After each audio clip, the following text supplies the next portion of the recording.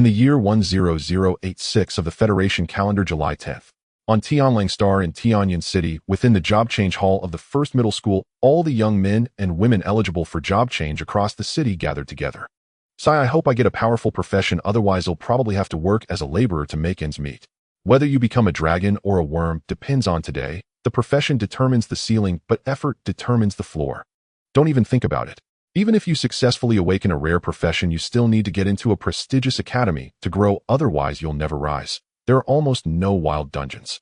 Hearing the discussions around him, Ming, standing among the crowd, felt a slight headache. Parallel worlds truly exist. 3 days ago, he stayed up late playing video games, then his vision went black and he lost consciousness. When he woke up again, he found himself inside the body of another version of himself from another world. It was as if even the time to format his phone wasn't given. Regarding the current world he was in, after 3 days of receiving memories, he understood it fairly well. It was not an ordinary technological world, but a hyperdimensional world. 10,086 years ago, the world was invaded by a great and mighty force, causing humanity's home planet to become semi-virtual, and many monsters descended from the void. At the same time, humanity launched the era of universal job change. Eventually, under the leadership of 10 supreme powerhouses, they quelled the chaos on the home planet and initiated the interstellar age. When they stepped out into the stars, the 10 supreme powerhouses discovered that the turmoil on Blue Planet was just the beginning. Other star civilizations in the universe had encountered the same situation. Thus, a brilliant era began. The human race, with the solar system as its center, expanded outward in all directions. And the Tianlang Star, where Ming currently resided, was a very ordinary life-sustaining planet within the Federation's jurisdiction. How strong the strongest among humans currently were, no one knew except for themselves. However, according to rumors, the 10 supreme powerhouses had broken through level 1010th class long ago and become true gods.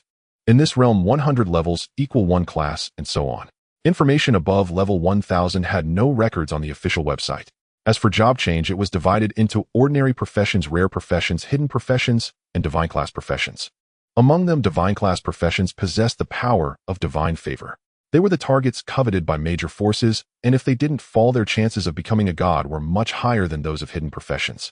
Reviewing the relevant memories in his mind, Ming began to silently pray. 3 pure Tao ancestors above, give me a cheat. Just as he was sincerely asking for a cheat, a loud voice echoed through the job change hall. "Time's up. The awakening altar is about to open. Everyone go up in order. 1 to 10.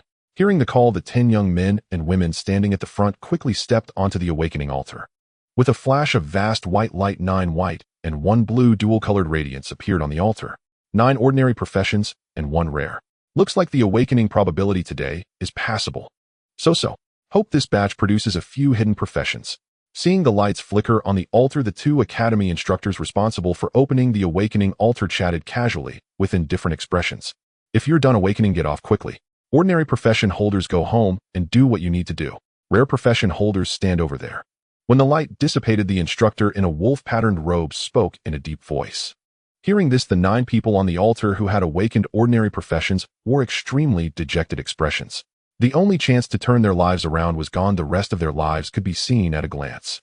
Because ordinary profession holders in a world where resources were monopolized had absolutely no chance to rise. Even leveling up by killing monsters was a luxury. Whether it was dungeons or monsters that spawned periodically in the wild, they were all firmly controlled by the major powers. Seeing this scene, the people below the altar could only silently pray in their hearts that they would awaken a more powerful profession and avoid becoming the lowest class in society. This oppressive atmosphere even made Ming, who was begging the 3 pure Tao ancestors for a cheat, feel a bit nervous. Reality was cruel, just like his original world, a pyramid structure. Those at the top of the pyramid were always a small minority. "Lao Su, are you nervous?" "I'm so nervous, what should I do?" While Ming was pondering, a young man standing next to him suddenly nudged him with an elbow. "What's the use of being nervous? This kind of thing depends on fate. I see that your head is horned and extraordinary. You are definitely not destined for manual labor. Rest assured." Looking at his friend who had grown up together since childhood, Ming shrugged slightly. "After hearing that, I don't seem so nervous anymore. If I awaken a hidden profession, I'll have your back." Flicking his side bangs, Wang Tung said with an air of an old timer. "Okay." Ming nodded with a light smile. While the 2 were talking quietly, others began to ascend the awakening altar one after another. White, green. The probability of rare professions appearing was about 1 in 10, which was quite high given the large population base. As for hidden professions, after over 100 people had awakened, not a single one had appeared. 151, 160. Hearing their numbers called, Su Ming and Wang Tong, with pounding hearts, quickly stepped onto the altar. With a flash of white light, all 10 were enveloped.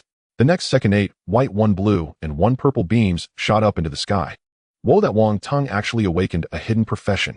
I'm so jealous I could cry. Su Ming also got a rare profession. These two guys are incredibly lucky. As the people below murmured, Su Ming, surrounded by blue light, heard a mechanical voice in his mind that only he could hear. Awakening in progress. Personal panel enabled. Your current awakened profession is Elemental Mage. Random attributes are being assigned. Awakening successful. Congratulations, you have become a Fire Elemental Mage. Personal panel name, Su Ming. Profession, Fire Elemental Mage rare. Level 10100. HP 100,100. MP 150,150. STR 5. CWIN 10. INT 15. AGI 10.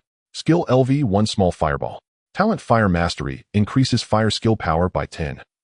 Skill points 0. Backpack slots 10. Ding. The golden finger may be late, but never absent. The Infinite Enhancement System is at your service. It is merging with the host's personal panel. As a first-time bonus, a free class enhancement and 1-0 enhancement points are granted. Wow. Seeing the cheat appear, Su Ming almost wanted to shout out loud on the spot. Just as he was about to check the system's functions, a sudden voice interrupted his thoughts. Those who have finished awakening get off the stage quickly. Coming back to his senses, Su Ming noticed that the light enveloping him was rapidly fading. Seeing this, he quickly stepped down from the awakening altar. La Su, ha ha ha, I'm about to soar this time. As he walked into the area for rare profession awakeners, Wang Tong rushed over excitedly and shouted to him. Lao Wang, I knew you weren't meant to be a laborer. Seeing his best friend's joyful expression, Su Ming replied with a light chuckle. Hee, just a tiny bit better than you. Don't worry, brother Wang will have your back. He patted Su Ming on the shoulder, his tone grand and imposing. Brother Wang, lend me some money. Why bring up that sore subject? I've been penniless for 18 years, you know that. Stop fussing. Let's go sit over there and see how the school arranges things for us. As soon as borrowing money came up, Wang Tong quickly cleared his throat twice. With one sentence, he deflated Wang Tong's swagger, then pointed at the nearby chairs. Yeah, let me study my skills. Hearing this, Wang Tong quickly nodded. After they found an empty chair and sat down, Su Ming focused his mind and activated class enhancement. Ding, class enhancement in progress. Enhancement complete. Before he could even savor it, the enhancement finished at lightning speed. Personal panel name, Su Ming. Class Fire Elemental Mage 1 Special. Level 10100. HP 200,200. MP 300,300. Strength 5-2. Constitution 10-2. Spirit 15-2. Agility 10-2. Skill LV 1 Chain Small Fireball. Talent Fire Mastery increases fire skill power by 20. Skill points 0. Backpack slots 10 slots. Enhancement points 1000000 can be used to enhance class equipment, pets, skills, talents, items, titles. Killing creatures yields enhancement points. Decomposing enhanced equipment returns 80 of enhancement points. System Space Infinite. Hiss. Seeing the effect of class enhancement, Su Ming gasped inwardly. The system was incredibly powerful. One enhancement directly doubled his stats. This already surpassed the stat bonuses of hidden professions. According to the official website, ordinary professions gain 1 fixed point in each of 4 attributes per level up, plus 1 free attribute point. Rare professions gain 2 points in their specialty attribute, 1 point in the other 3, plus 2 free attribute points per level up. Hidden professions gain 3 points in their specialty attribute, 1 point in the other 3, plus 4 free attribute points per level up. In other words, before the first class change, ordinary professions gain a total of 5 fixed free attribute points per level, rare professions 7, and hidden professions 10. As for divine professions, there was no relevant information on the official website. Pushing aside his thoughts, Su Ming turned his gaze to the skill slot. Chain Small Fireball. Skill description: consumes 10 MP. Conjures 2 small fireballs, each dealing spirit 2 damage, coefficient 1, skill level 1. 2 fire mastery bonus, 72 points of magic damage. Max attack range 30 meters. Cooldown 2 seconds. After reading the skill info, Su Ming felt it was incredibly awesome. Before class enhancement, using 10 MP, could only fire 1 small fireball, dealing 33 damage according to the formula. Now with 2 fireballs combined, it's 144 damage, more than quadrupled. So satisfying. Taking a deep breath to calm his excitement, he tried using enhancement points to enhance his class. Ding, insufficient enhancement points. Unable to enhance. Receiving the failure feedback, Su Ming settled for enhancing his talent instead. Ding, insufficient enhancement points. Unable to enhance. Damn. Finding talent enhancement also insufficient, he locked his focus on skills. Ding, you can expend 1,000 enhancement points to enhance the skill. Confirm. Seeing it only required 1,000 points to enhance Chain Fireball, Su Ming chose yes, without hesitation. Ding skill enhancement in progress. Enhancement complete. Chain small fireball 1 skill description consumes 10 MP. Conjures 2 small fireballs, each dealing spirit 3 damage coefficient 1 skill level 1. 2 fire mastery bonus 108 points of magic damage. Max attack range 30 meters. Cooldown 2 seconds. Pretty impressive. 1 enhancement doubled the damage coefficient. Striking while the iron was hot, Su Ming continued enhancing. Ding, you can expend 2,000 enhancement points to enhance the skill. Confirm. Ding, you can expend 3,000 enhancement points to enhance the skill. Confirm. Ding, you can expend 10,000 enhancement points to enhance the skill. Confirm. When the enhancement points dropped to 45000, Su Ming finally stopped. Chain small fireball 10 skill description consumes 10 MP. Conjures 2 small fireballs, each dealing spirit 12 damage coefficient 1 skill level 1. 2 fire mastery bonus 432 points of magic damage. Max attack range 30 meters. Cooldown 1 second. Enhancement 10 skill trait cooldown reduced by 50. Absolutely unfair. A level 1 base character with a single skill dealing nearly 1,000 damage. Even a hidden profession specialized in constitution fully equipped with level 1 gear probably couldn't withstand 1 chain small fireball. Glancing at the remaining enhancement points, Su Ming decided not to enhance anything else for now, planning to try enhancing some equipment later. Lao Su, what profession did you awaken? In the Extreme Fist Overlord. At that moment, Wang Tung, who had finished studying his own skills, asked in a low voice. Fire Elemental Mage. Su Ming closed his personal panel and replied casually. Fire Mage, not bad. The official website says this class has high burst damage. Later when we run team dungeons, they'll tank at the front, and you can safely DPS from the back. Hearing this, Wang Tung immediately patted his chest. We'll see when the time comes. Don't know how the school will arrange things yet. You're a hidden profession, they'll probably focus on nurturing you. It might be hard for us to team up early on. Hearing this, Su Ming shrugged slightly. Makes sense. Then after I take off, they'll bring you along for dungeons. Feeling he shouldn't boast too much, Wang Tung replied in a low voice. Alright, I'll wait for you to take me flying. Absolutely, from now on your bro has got your back. While the two were chatting and bragging, more and more people finished awakening. In the rare profession area, more people came in. By the time all 1,000 young men and women had awakened, fewer than 100 remained in the vast profession hall. Among them 2 were hidden professions and 78 were rare professions. The overall ratio was 12. 5 to 1, pretty good. Students, the school will soon open a solo goblin dungeon for you. You have 1 day to prepare, during which you should enhance your strength as much as possible. If you can afford it, buy a few more skill books along with low-level potions and equipment. The rest of you are dismissed. The 2 students who awakened hidden professions follow me. The instructor, who had just closed the awakening altar, spoke solemnly to the crowd below. Hearing this, everyone present looked at Wang Tung and the girl who had awakened a hidden profession with envy in their eyes. It was obvious the instructor was keeping them behind to give them special guidance. Old Wang, him off. Good luck, Su Ming said, patting Wang Tung on the shoulder since there was nothing for him to do. See you later. Feeling everyone's gaze on him, Wang Tung nodded seriously. With that, he hurried over to the 2 profession instructors. Meanwhile, the students who had awakened rare professions quickly left the awakening hall. Among them, Su Ming headed straight out of school and made his way to a nearby equipment shop. From the memories he had inherited, his parents had died years ago during interstellar reclamation. According to the Federation's inheritance laws, he had inherited a modest 2-bedroom apartment and 200,000 Federation credits. With that money and the income from odd jobs over the years, the original owner had managed to cover his daily expenses and still had 150,000 Federation credits left in his account. That was enough to equip himself. After finding a small shop with good reviews on a rating site, he walked straight in. Following the signs, he quickly located the level 1 equipment section. Beginner staff, level 1 quality, white additional attribute, spirit 1 durability, 100100. Beginner robe, level 1 quality, white additional attribute, constitution 1 durability, 100100. Beginner boots, level 1 quality, white additional attribute, agility 1 durability, 100100. A sea of common level 1 equipment was piled high in the discount area. The prices were dirt cheap, all for just 88 Federation credits each. A full set including a staff robe, pants, boots, headpiece, necklace, and ring, 7 items in total, cost only 616 Federation credits. After swiping his card to pay, Su Ming stored the 7 pieces of equipment in his backpack slots. Once home, he began to reinforce the staff.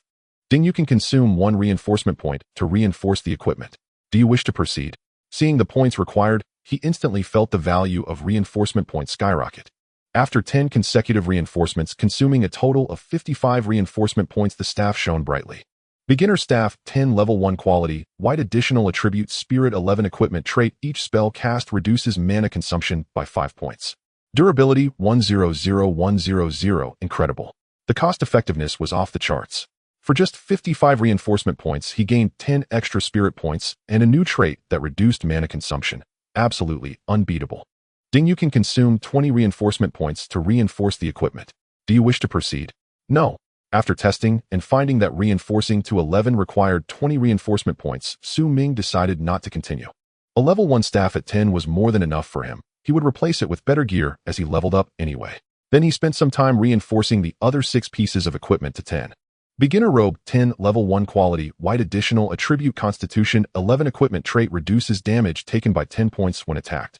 Durability 100100 Beginner Pants 10, level 1 quality, white additional attribute constitution 11 equipment trait reflects 10 points of magic damage when attacked. Durability 100100 Beginner Boots 10, level 1 quality, white additional attribute agility 11 equipment trait increases dodge rate by 1. Durability 100100 Beginner Headpiece 10, level 1 quality, white additional attribute spirit 11 equipment trait can instantly dispel control skills below level 10, usable once per hour.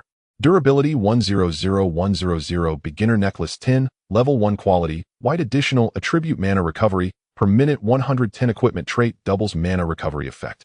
Durability 100100 Beginner Ring 10, level 1 quality, white additional attribute spell penetration 11 equipment trait skill lock-on. Durability 100100 with all 7 pieces reinforced to 10 of the stat boosts caused Ming's attributes to surge even further. Personal stats name Ming Profession Fire Element Mage 1 Special Level 10100 HP 420 Mana 520 Strength 5 210 Constitution 10 2242 Spirit 15 22252 Agility 10 2131 Skill LV 1 Chain Small Fireball 10 Talent Fire Mastery increases fire skill power by 20. Equipment Beginner Staff Robe Pants Boots Headpiece Necklace Ring 10 Backpack Slots 10 Skill Points 0 Reinforcement Points 446 15 System Space Infinite. With these stats, tackling a level 1 dungeon was like using an anti-aircraft cannon to swat a mosquito. The damage from 2 small fireballs was just shy of 1500. Even Ming couldn't withstand that, let alone a level 1 monster. The combination of various traits allowed him to cast a lock-on chain fireball in just 1 second, costing only 5 mana, absolutely overpowered. After closing his personal stats panel, he tapped on his smart wristband to start searching for Fire Mage skill books. Apart from the 1 profession skill gained upon awakening, other skills had to be learned through skill books. Sometimes, even professionals of the same class could have vastly different skills. Normal professionals started with 3 skill slots, rare ones with 5, and hidden ones with 7. Every 30 levels, an additional skill slot would unlock. Whether learning an active or passive skill, it would occupy 1 slot. Thus, choosing skills early on was crucial, as resetting them later required extremely rare items. Looking at the dazzling array of skill books on the screen, Ming felt a headache coming on, not because the skills were bad, but because he couldn't afford them. Fire Shield Learning Requirement Fire Element Mage. Price 2000 gold coins. Fire Serpent Learning Requirement Fire Element Mage. Price 3000 gold coins. All the skills required exclusive currency dropped by monsters for payment, so he could only window shop. The exchange rate between Federation credits and exclusive currency was roughly 10 to 1, but it was nearly impossible to exchange officially, or one had to go to the black market and pay a higher price. Forget it, a single chain fireball is enough for now. Let me buy some health potions first. He'll worry about skills later when I have more money. Shaking his head, Ming closed the skill trading interface, rose from the sofa, and walked to the window to stretch. He had a clear guide in mind for the level 1 solo goblin dungeon that the school would open tomorrow. It contained 9 small goblins and 1 large goblin boss, which was generally an easy clear for a level 1 rare class. After all, this dungeon was designed for beginners. The attributes of the goblins were thoroughly documented on the Federation's official website. Small goblin level 1 in HP, 70 in MP, 30 in strength, 4 in constitution, 7 in spirit, 3 in agility, 6 in skills. Non-enlarged goblin boss in level 1 in HP, 150 in MP, 50 in strength, 8 in constitution, 15 in spirit, 5 in agility, 8 in skills. None of them had any skills, and they were scattered across different rooms. If a novice class user still died in there, they were simply worthless. As Ming was browsing more information about class users at home, a video call suddenly popped up, snapping him out of his sea of knowledge. Glancing at his smart wristband, he casually swiped to answer. Lao Su, the school gave me special treatment, a reward of 2 Federation credits, and a class skill. They'll transfer some money to you. Buy more potions and items. As soon as the call connected, Su Ming heard Wang Tung's loud voice. Keep it for yourself. Level 1 potions cost next to nothing. What am I supposed to bathe in them? Lao Su, are you not treating me like a brother? Take it when I give it, or I'll get mad. Seeing his refusal, Wang Tung directly transferred 100 and then hung up swiftly. I've been broke for 18 years. Finally got a chance to show off, and you think I'd let you refuse? Chuckling softly, Wang Tung hurried off toward the equipment shop. At the same time, Su Ming, lounging on the sofa, saw the transfer notification pop up. He could only shake his head helplessly and click to accept. He knew that if he didn't take it, that fool might barge into his house later to corner him. For the sake of peace, had accepted for now. After ordering a set of level 1 potions online, Su Ming continued his studies. The next morning, he and Wang Ting appeared in the dungeon hall of the first high school. Students, please approach the dungeon gate in an orderly manner and enter the dungeon. I'm sure you've all seen the dungeon guides online, so we'll keep it brief. If any of you die inside, I'll call you a waste even after you're dead. Looking at the gathered students, the black-robed mentor instructed solemnly. After speaking, he began calling out groups of 10 to queue up and enter the solo dungeon. Standing in the middle of the crowd, Su Ming saw a flash of white light, and the 10 people in front vanished. Lao Su, are you nervous? I feel my blood boiling. Glancing at the dungeon gate, Wang Tung asked quietly. Nervous my ass. Come on, it's our turn. Seeing the classmates ahead, enter Su Ming nudged the chatterbox beside him with his elbow. With that, he stepped forward quickly and touched the dungeon gate. Do you wish to enter the level 1 solo goblin dungeon? Yes. Muttering silently to himself, Su Ming's figure vanished. When his vision cleared, he found himself in a large green jungle room. 20 meters ahead, a small goblin charged at him, swinging a club. Without hesitation, Su Ming lightly waved his staff and cast Chain Fireball. Instantly, 2 fist-sized fireballs burning with blue flames flew across the 20-meter distance and struck the small goblin precisely. 749 in 749 in instant kill. The health bar was wiped clean. Killed level 1 small goblin, gained 1 experience point, 1 enhancement point. Monster drop, level 1 leather. Auto collected into system space. Seeing the enhancement points from the kill, Su Ming felt exhilarated, as if he had invested a large sum and was finally seeing returns. Also, the system space's auto-collect function was quite convenient. Suppressing the thoughts in his mind, he strode toward the blue light gate ahead. Entering the second room the moment he spotted the small goblin, Su Ming launched his attack instantly.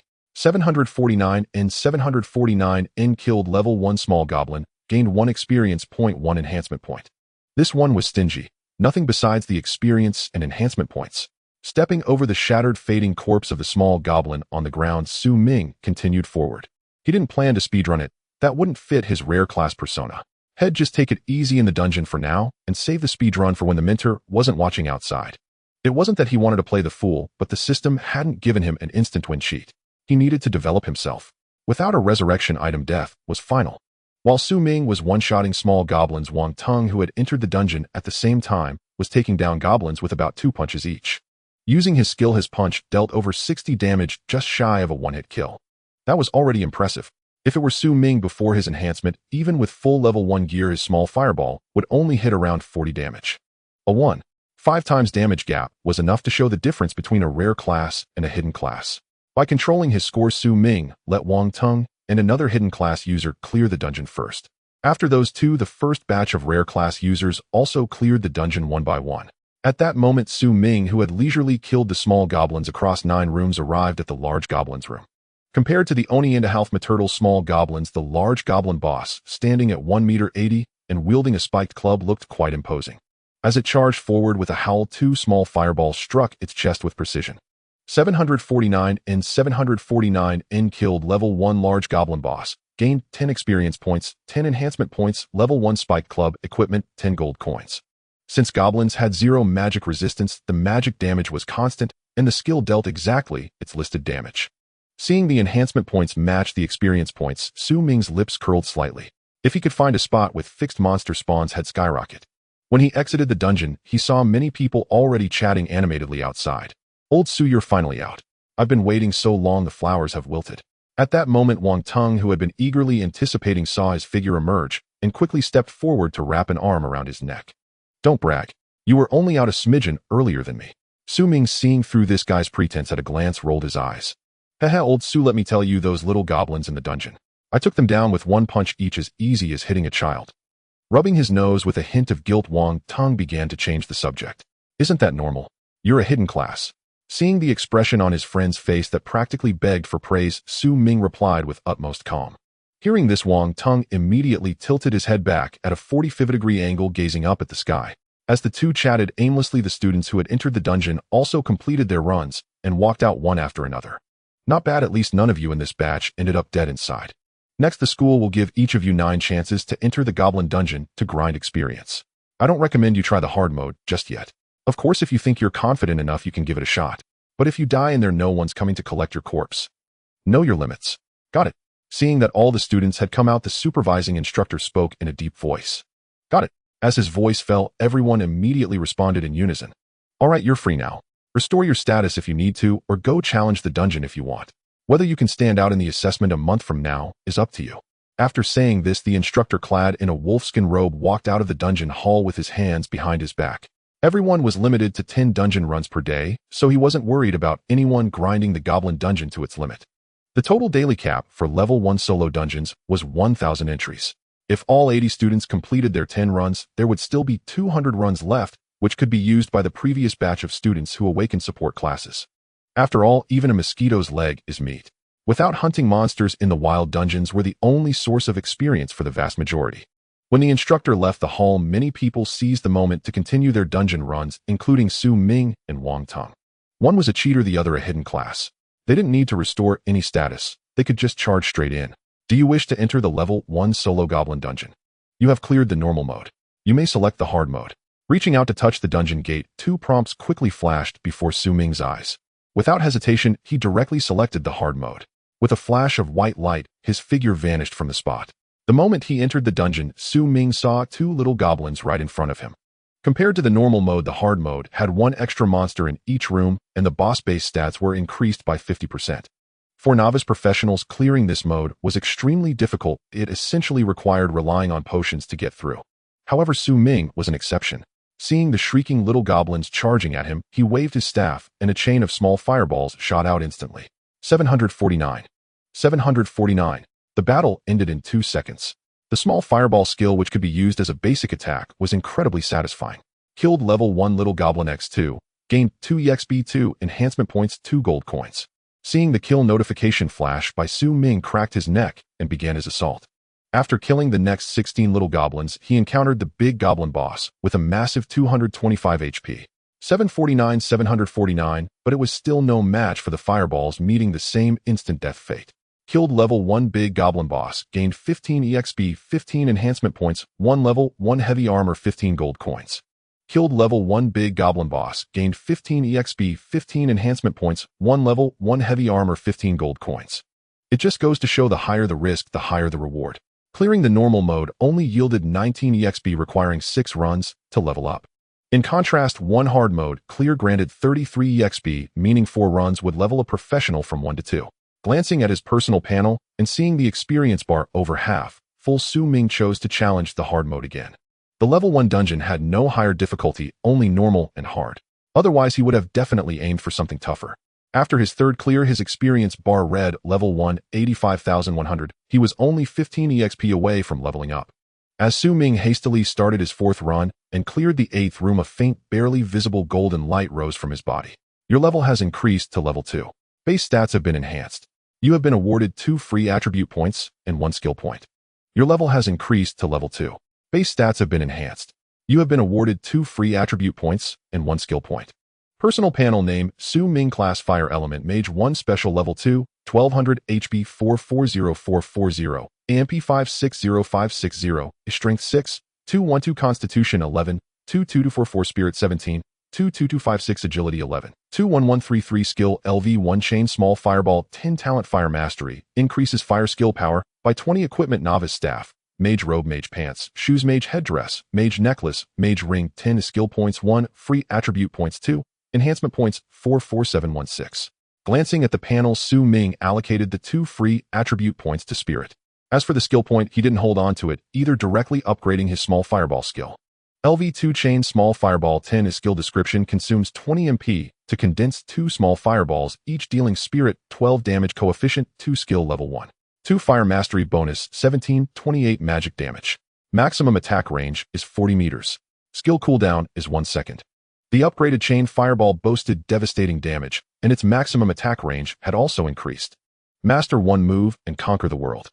Against such overwhelming firepower, the early game minor bosses with no damage reduction had no choice but to be obliterated. Closing the panel, Ming stepped into the 9th room. Facing the 2 charging little goblins, he casually unleashed 2 basic attack chain fireballs. 1728. 1728. Killed level 1 little goblin X2. Gained 2 EXP, 2 enhancement points, 2 gold coins.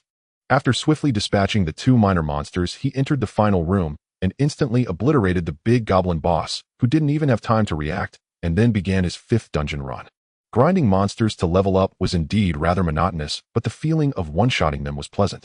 Those high damage numbers in red were truly satisfying to behold.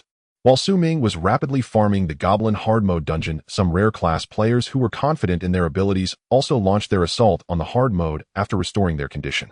However, every time they cleared a room, they had to stop and rest to fully restore their health. Fortunately, the dungeon had no time limit for completion. The group's steady and methodical approach, though inefficient, was at least safe. Thus, as time ticked by, Ming had already completed his 10th dungeon run. As he slew the small goblin in the 9th room, a faint golden light flickered across his body.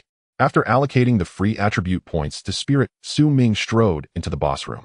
Having annihilated the goblin boss with a single chain fireball, he did not immediately leave the dungeon, but began to tally the rewards from the 10 runs. It was quite nice. The enhancement points spent on upgrading equipment were almost fully recouped. It was a pity that there was a daily limit on dungeon entries, otherwise he would have farmed the place until it was bone dry. Glancing at the time displayed on the smart watch on his wrist, Ming casually tapped the projection screen and began browsing the downloaded monster encyclopedia. Only when the time matched the average completion time for novice rare class players on the official website did he exit the dungeon. With a flash of white light, his figure appeared outside the dungeon gate. "Old Sue over here." As soon as he exited the dungeon, Ming heard the shout of a certain conspicuous fellow. "You came out so late. Don't tell me you were tackling hard mode." As his figure drew near, Wang Ting asked in a low voice. "Nonsense, what's fun about normal mode? No challenge at all. Hard mode isn't difficult, as long as you manage the timing of your potions." Seeing his best friend's gaze on him, Ming began to lie through his teeth. "True, it's not that hard either." Hearing this, Wang Ting, who possessed the brawler class Fist Tyrant, nodded in agreement. While the two were chatting quietly, the instructor who had left the dungeon hall earlier entered on time. "Students who have reached level 3 stand on the left, those at level 2 on the right." Looking at the students gathered in small groups, the stern-faced Wang Dakui declared seriously. Upon hearing this, many students who had chosen the safe route and not challenged hard mode felt a sudden jolt in their hearts. This damned familiarity felt just like when the school had given special treatment to those 2 hidden classes before. Seeing the expressions on many faces, Wang Dakui shook his head inwardly. He hadn't expected so many people to play it safe. After all, the Goblin Hard Mode dungeon was already the easiest level 1 hard dungeon, yet they still dared not attempt it. Suppressing the many thoughts rising in his mind, he spoke slowly. "Based on your performance, the school will offer different levels of loan privileges. You can use these loan points to purchase items, equipment, and dungeon tokens from the school's internal store. For specific details, check your smart terminals later." Dismissed now. Having conveyed the leadership's decisions, Wang Dakui left the dungeon hall directly. After he left, the crowd erupted. "I should have taken the risk and tried hard mode. Wait, didn't the seniors say there would be hidden tricks like this? Who cares? Maybe this policy just started with our batch. I was just worrying about not having money. This is like a pillow when you're sleepy. It's not a gift, you know. It's a loan that needs to be repaid." Amid the discussions of his classmates, Ming and Wang Ting quickly left the dungeon hall. "Old Su, what do we do next? Once the loan points come through, I'll see if I can buy a skill. Having only one skill makes my attack methods too limited." "Alright, I'll come with you. I want to see how many loan points the school approves for me." A few minutes later, a ding sound came from the smartwatches on both their wrists. Tapping the link, Ming saw a line of information appear before him. He then casually opened the newly unlocked internal store. He quickly glanced at the information and opened the internal store that had just been activated. Price 20000 points. Fire Serpent Learning Requirement Fire Elemental Mage. Price 30000 points. After a quick browse through the skills and dungeon token options, Ming found that the point value was equivalent to in-game gold coins. "Old Su, how many points did you get?" Wang Ting, who had just finished reading his own information, asked curiously. 30,000. Looking at the inquisitive fellow, Ming replied casually. "That little? I can borrow 100,000. Old Wang, lend me 10,000 points." Hearing that Wang Ting could borrow 100,000, Ming's eyes lit up. "Is 10,000 enough? Want me to lend you more? I can't use that much anyway. They'll probably only buy one more melee class skill." The Fist Tyrant's exclusive skills aren't available in the school store, so I need to save some skill slots. 10,000 is enough. Alright, I'll transfer it to you. Without hesitation, Wang Tung tapped his finger and transferred 10,000 points. Su Ming could only silently remember this favor, planning to help old Wang soar later. Once the points arrived, he immediately ordered a Fire Shield skill book, 21 Goblin Dungeon tokens, and 15 White Zombie Dungeon tokens from the store. He had calculated that clearing the Goblin Hard Mode dungeon 21 times would be enough to reach level 5, so there was no need to buy 50 tokens at once. After the shopping spree, Su Ming's point balance was only 800. Then he and Wang Tung headed straight to the logistics department. After registering their names and collecting their purchases, they left school to have a good meal at a restaurant. Returning home, Su Ming took out the Fire Shield skill book and chose to learn it. LV1 Dual Fire Shield skill description: consumes 10 mana to condense 2 layers of fire shields that can absorb spirit, 2 defense coefficient, 1 skill level 1. 2 fire mastery bonus, 162 points of damage, duration 30 seconds, cooldown 60 seconds. LV1 Dual Fire Shield skill description: consumes 10 mana to condense 2 layers of fire shields that can absorb spirit, 2 defense coefficient, 1 skill level 1. 2 fire mastery bonus, 162 points of damage, duration 30 seconds, cooldown 60 seconds. LV1 Dual Fire Shield skill description: consumes 10 mana to condense 2 layers of fire shields that can absorb spirit, 2 defense coefficient, 1 skill level 1.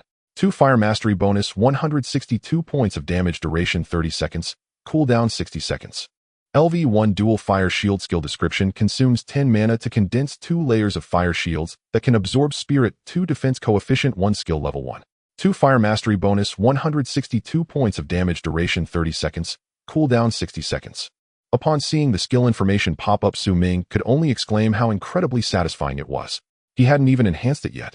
The 2 layers of fire shield could already absorb 324 points of damage. If he were to enhance them, he could charge straight at a mini-boss and unleash his attacks.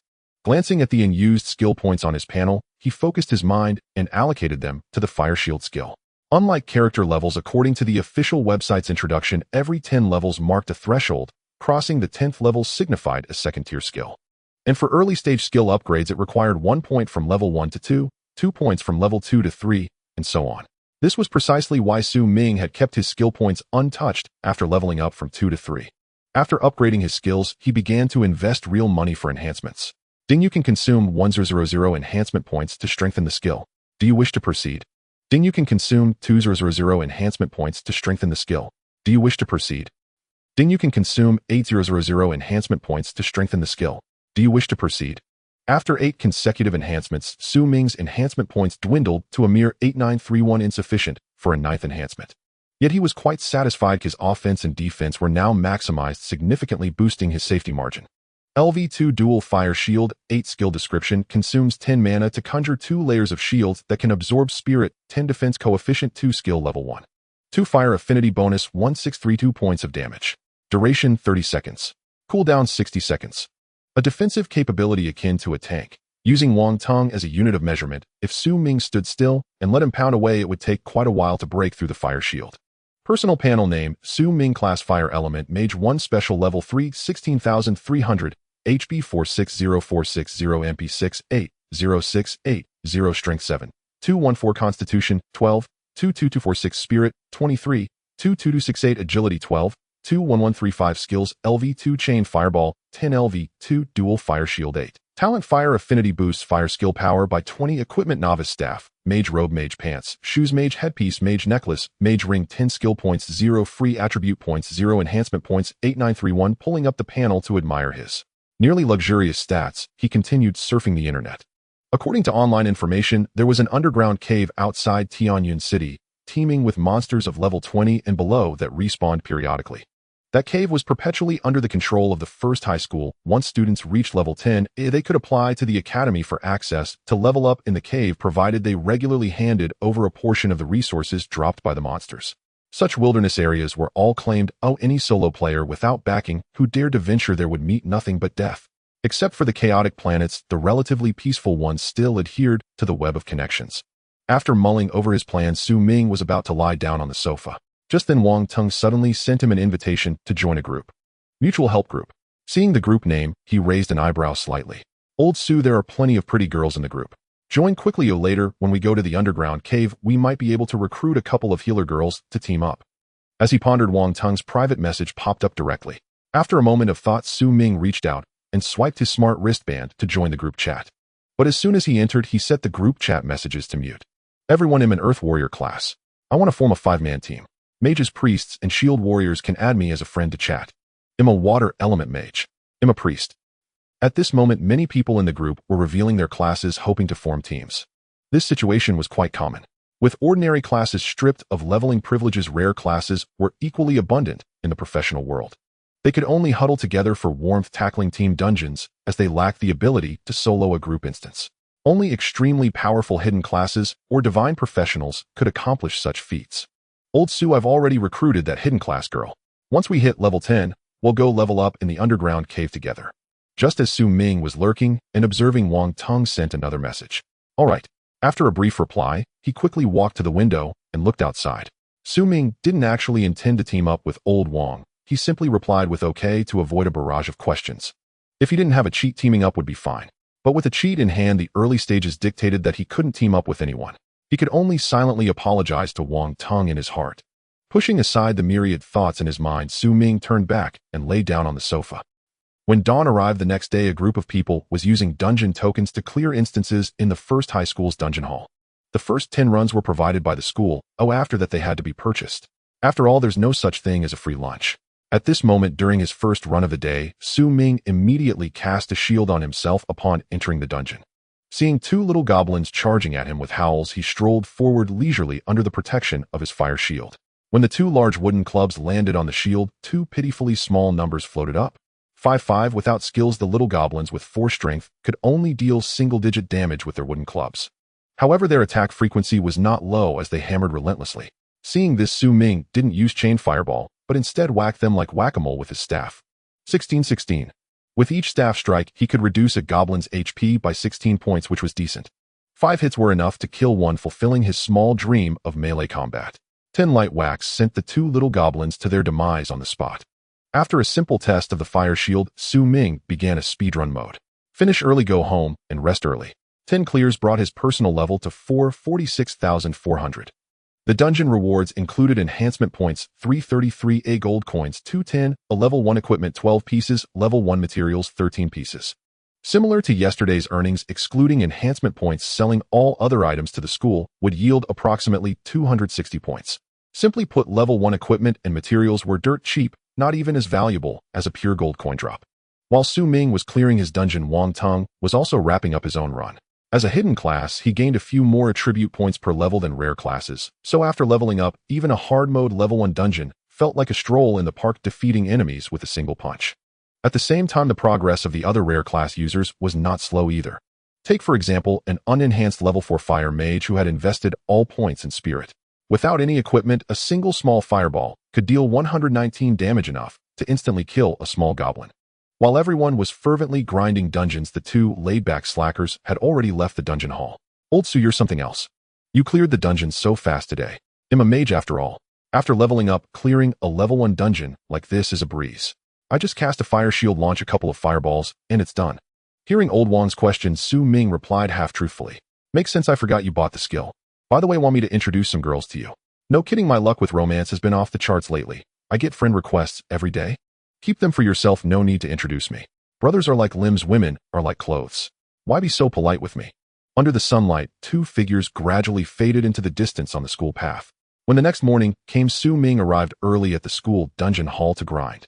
After quickly clearing 10 hard mode runs, his level experience bar reached level 4, 379,400. Just one more goblin dungeon run tomorrow, and he would hit level 5, enabling him to challenge the level 5 white zombie dungeon. He found a detailed guide for this dungeon on the Federation's official website. The dungeon environment was an underground mine, and upon entering, he would encounter a level 5 white zombie at intervals. The monster data for normal mode was as follows. White zombie, level 5, HP 200,200, MP 00, Strength 18, Constitution 20, Spirit 0, Agility 8. Skill Corpse Poison passive. Those scratched by the white zombie suffer from corpse poison, losing 1 HP per second. Note: low-level melee classes can use corpse poison antidote to remove the corpse poison buff. White zombie boss, level 5, HP 300,300, MP 00, Strength 27, Constitution 30, Spirit 0, Agility 12, Skill Corpse Poison passive. Those scratched by the white zombie boss suffer from corpse poison, losing 2 HP per second. Compared to the impoverished small goblins, the white zombies had an extra passive skill, significantly increasing their lethality. Melee classes below level 5 would likely be slowly drained to death without using corpse poison antidote, as low-level health potions had a cooldown. But this had no effect on Su Ming. With his fire shield skill, even if attacked, he wouldn't get poisoned. The next day, after finishing the goblin boss, a golden light of level up flashed over Su Ming. Your level has increased to 5. Base attributes have been enhanced. You have been awarded 2 free attribute points and 1 skill point. After adding the free attribute points to Spirit, Su Ming used 2 skill points to upgrade his Chain Fireball. LV3 Chain Small Fireball 10. Skill description: consumes 30 MP to coalesce 2 small fireballs, each dealing Spirit 12 damage coefficient, 3 skill level 1. 2 Fire Mastery bonus 29 points of magic damage. Maximum attack range 50 meters. Skill cooldown 1 second. The devastating damage, totaling over 7,000 points from both fireballs, was enough to sweep through the underground cavern under the school's control. After a brief glance at the skill's damage change, Su Ming exited the goblin dungeon with a thought. He then went to another dungeon hall at the school. After handing the dungeon token to the supervising instructor, he reached out and touched the dungeon gate. Do you wish to enter the level 5 solo white zombie dungeon? Yes. With a flash of white light, Su Ming's figure vanished, reappearing in a dimly lit underground mine lit by torches. He immediately cast a fire shield around himself and strode deeper into the mine. After advancing about 50 meters, a zombie covered in white fur blocked the path. Su Ming promptly gave it a fiery burial. As 2 upgraded football-sized deep blue fireballs shot forth, the weak level 5 white zombie was blasted to pieces. 3,619. 3,619. Its once proud tough body only mitigated a negligible amount of magic damage. Killed level 5 white zombie. Gained 5 XP, 5 enhancement points, and a level 5 material corpse tooth. Seeing this XP, Su Ming thought it was decent. 1 zombie was worth 5 small goblins. Stepping over the fading corpse pieces, he continued forward. Soon a second level 5 white zombie made its grand appearance. 3,619. 3,619. Killed level 5 white zombie. Gained 5 XP, 5 enhancement points. Maintaining this one-shot pace, Su Ming annihilated the remaining white zombies one by one until he encountered the more robust white zombie boss. For this big fellow, he casually hurled 2 small blue-flamed fireballs. 3,600. 3,600. Compared to its minions, this one had slightly higher resistance. Killed level 5 white zombie boss. Gained 50 XP, 50 enhancement points, 1 level 5 skeleton staff, and 50 gold coins. You have cleared the level 5 white zombie dungeon normal. Clear time 60 seconds. Rating A grade top. You may draw 1 dungeon card. Compared to the novice dungeon, the level 5 dungeon added new features offering ratings and extra rewards. According to the official website, dungeon ratings below the first class change were divided into 4 grades, A, B, C, and D. Additionally, breaking dungeon records could yield other rewards. But newcomers shouldn't bother with that, as most dungeons had already been pushed to their limits by veterans. Even if Su Ming could now clear them instantly, there were players who had returned at higher levels to farm low-level dungeon records. With skills that cleared entire maps in one go, who could compete? Glancing at the settlement screen in the void, Su Ming casually flipped a card. You have obtained a level 5 Executioner's Armor. One of the special drops from the White Zombie dungeon, a piece of the level 5 melee class armor set. Not bad. Executioner's Armor. Level 5. Quality white. Additional attribute Constitution 5. Durability 100,100. When paired with Executioner's leggings, it activates a set bonus granting an extra 2 points of Constitution. Withdrawing his gaze from the armor, Su Ming tapped to open the information on the staff dropped by the boss. Skeleton Staff. Level 5. Quality green. Bonus attribute 1 Spirit 5. Bonus attribute 2. Each spell cast refunds 2 mana points. Durability 100,100. Seeing this equipment's details, Su Ming felt his luck was decent, having obtained a green quality staff. Regarding equipment quality, the official website had a comprehensive introduction. The worst white gear only had 1 basic attribute green gear, added 1 extra blue gear, 3 purple gear 4, and orange gear 5. Novice level 1 equipment didn't come in green quality, that only appeared after level 5. Blue gear became available after level 30, purple at level 60, and orange at level 100. Gazing at the staff in his hand, Su Ming's thoughts stirred. Ding, you can consume 5 enhancement points to strengthen the equipment. Do you wish to proceed? Ding, you can consume 10 enhancement points to strengthen the equipment. Do you wish to proceed? Ding, you can consume 50 enhancement points to strengthen the equipment. Do you wish to proceed? After pouring in a total of 275 enhancement points, a freshly forged 10 skeleton staff emerged. Skeleton Staff 10. Level 5. Quality green. Bonus attribute 1, Spirit 55. Bonus attribute 2. Each spell cast refunds 22 mana points. Equipment trait, each spell cast reduces mana consumption by 20 points. Durability 100,100. Seeing the attributes of the 10 staff in hand, Su Ming marveled at its sheer power, realizing the system was indeed doubling the base attributes each time. He had previously thought it was due to the low level of the novice gear, but now it was clear that wasn't the case. Swapping the novice staff for the skeleton staff felt like upgrading from a pea shooter to a cannon. His spirit attribute instantly broke 100 and the damage of each small fireball soared to 5,530. Who else could claim to break 10,000 damage at level 5? Meanwhile, the damage absorption per layer of the fire shield rose to 3,072 points, making him a veritable tank. Beyond that, the combined mana refund and reduction traits meant he never needed to regenerate mana. With a thought, he closed his personal panel and casually tossed the novice staff into the system space for decomposition. You have decomposed the 10 novice staff, receiving 44 enhancement points in return. Sweet. Seeing this system notification, his heart brimmed with satisfaction. This was far more generous than some game from the original world. Suppressing the myriad thoughts that arose, Su Ming clicked on the hard mode. According to the data, the White Zombie Dungeon's hard mode differed slightly from the Goblin one. First, the number of regular white zombies tripled, and their base attributes were 5 times those of normal mode. A fragile character entering would risk being overwhelmed and killed. Additionally, the boss attributes were double those of the normal White Zombie boss. White Zombie Boss Elite. Level 5. HP 600,600. Mana 00. Strength 54. Constitution 60. Spirit 0. Agility 24. Skill 1 Corpse Poison Passive Skill. Those scratched by the White Zombie boss suffer from corpse poison, losing 4 HP per second. Skill 2 Frenzy. When HP drops below half, the boss enters frenzy mode, increasing damage by 30. With these attributes and skills, if Su Ming were still an ordinary novice fire mage, clearing this dungeon would be exceptionally difficult. When he selected hard mode, a white light enveloped his body and the dungeon began to reset. The next second, he reappeared inside the mine. However, unlike before, as soon as he appeared, 3 white zombies emitting eerie howls lunged toward him from nearby. In response, Su Ming casually cast a fire shield on himself, then lightly waved his staff, unleashing a rapid volley of fireballs.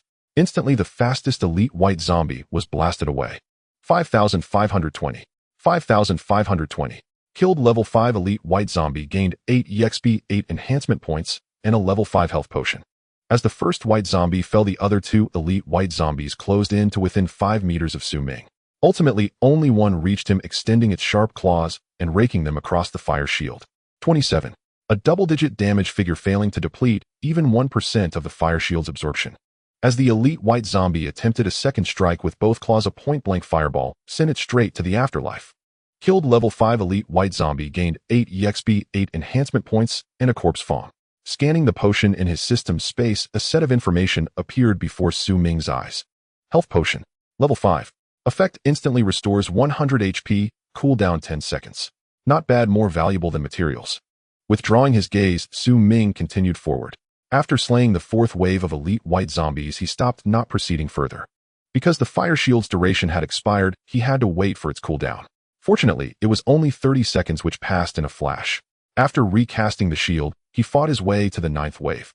Once the last elite white zombie was eliminated, Su Ming strode into the boss domain.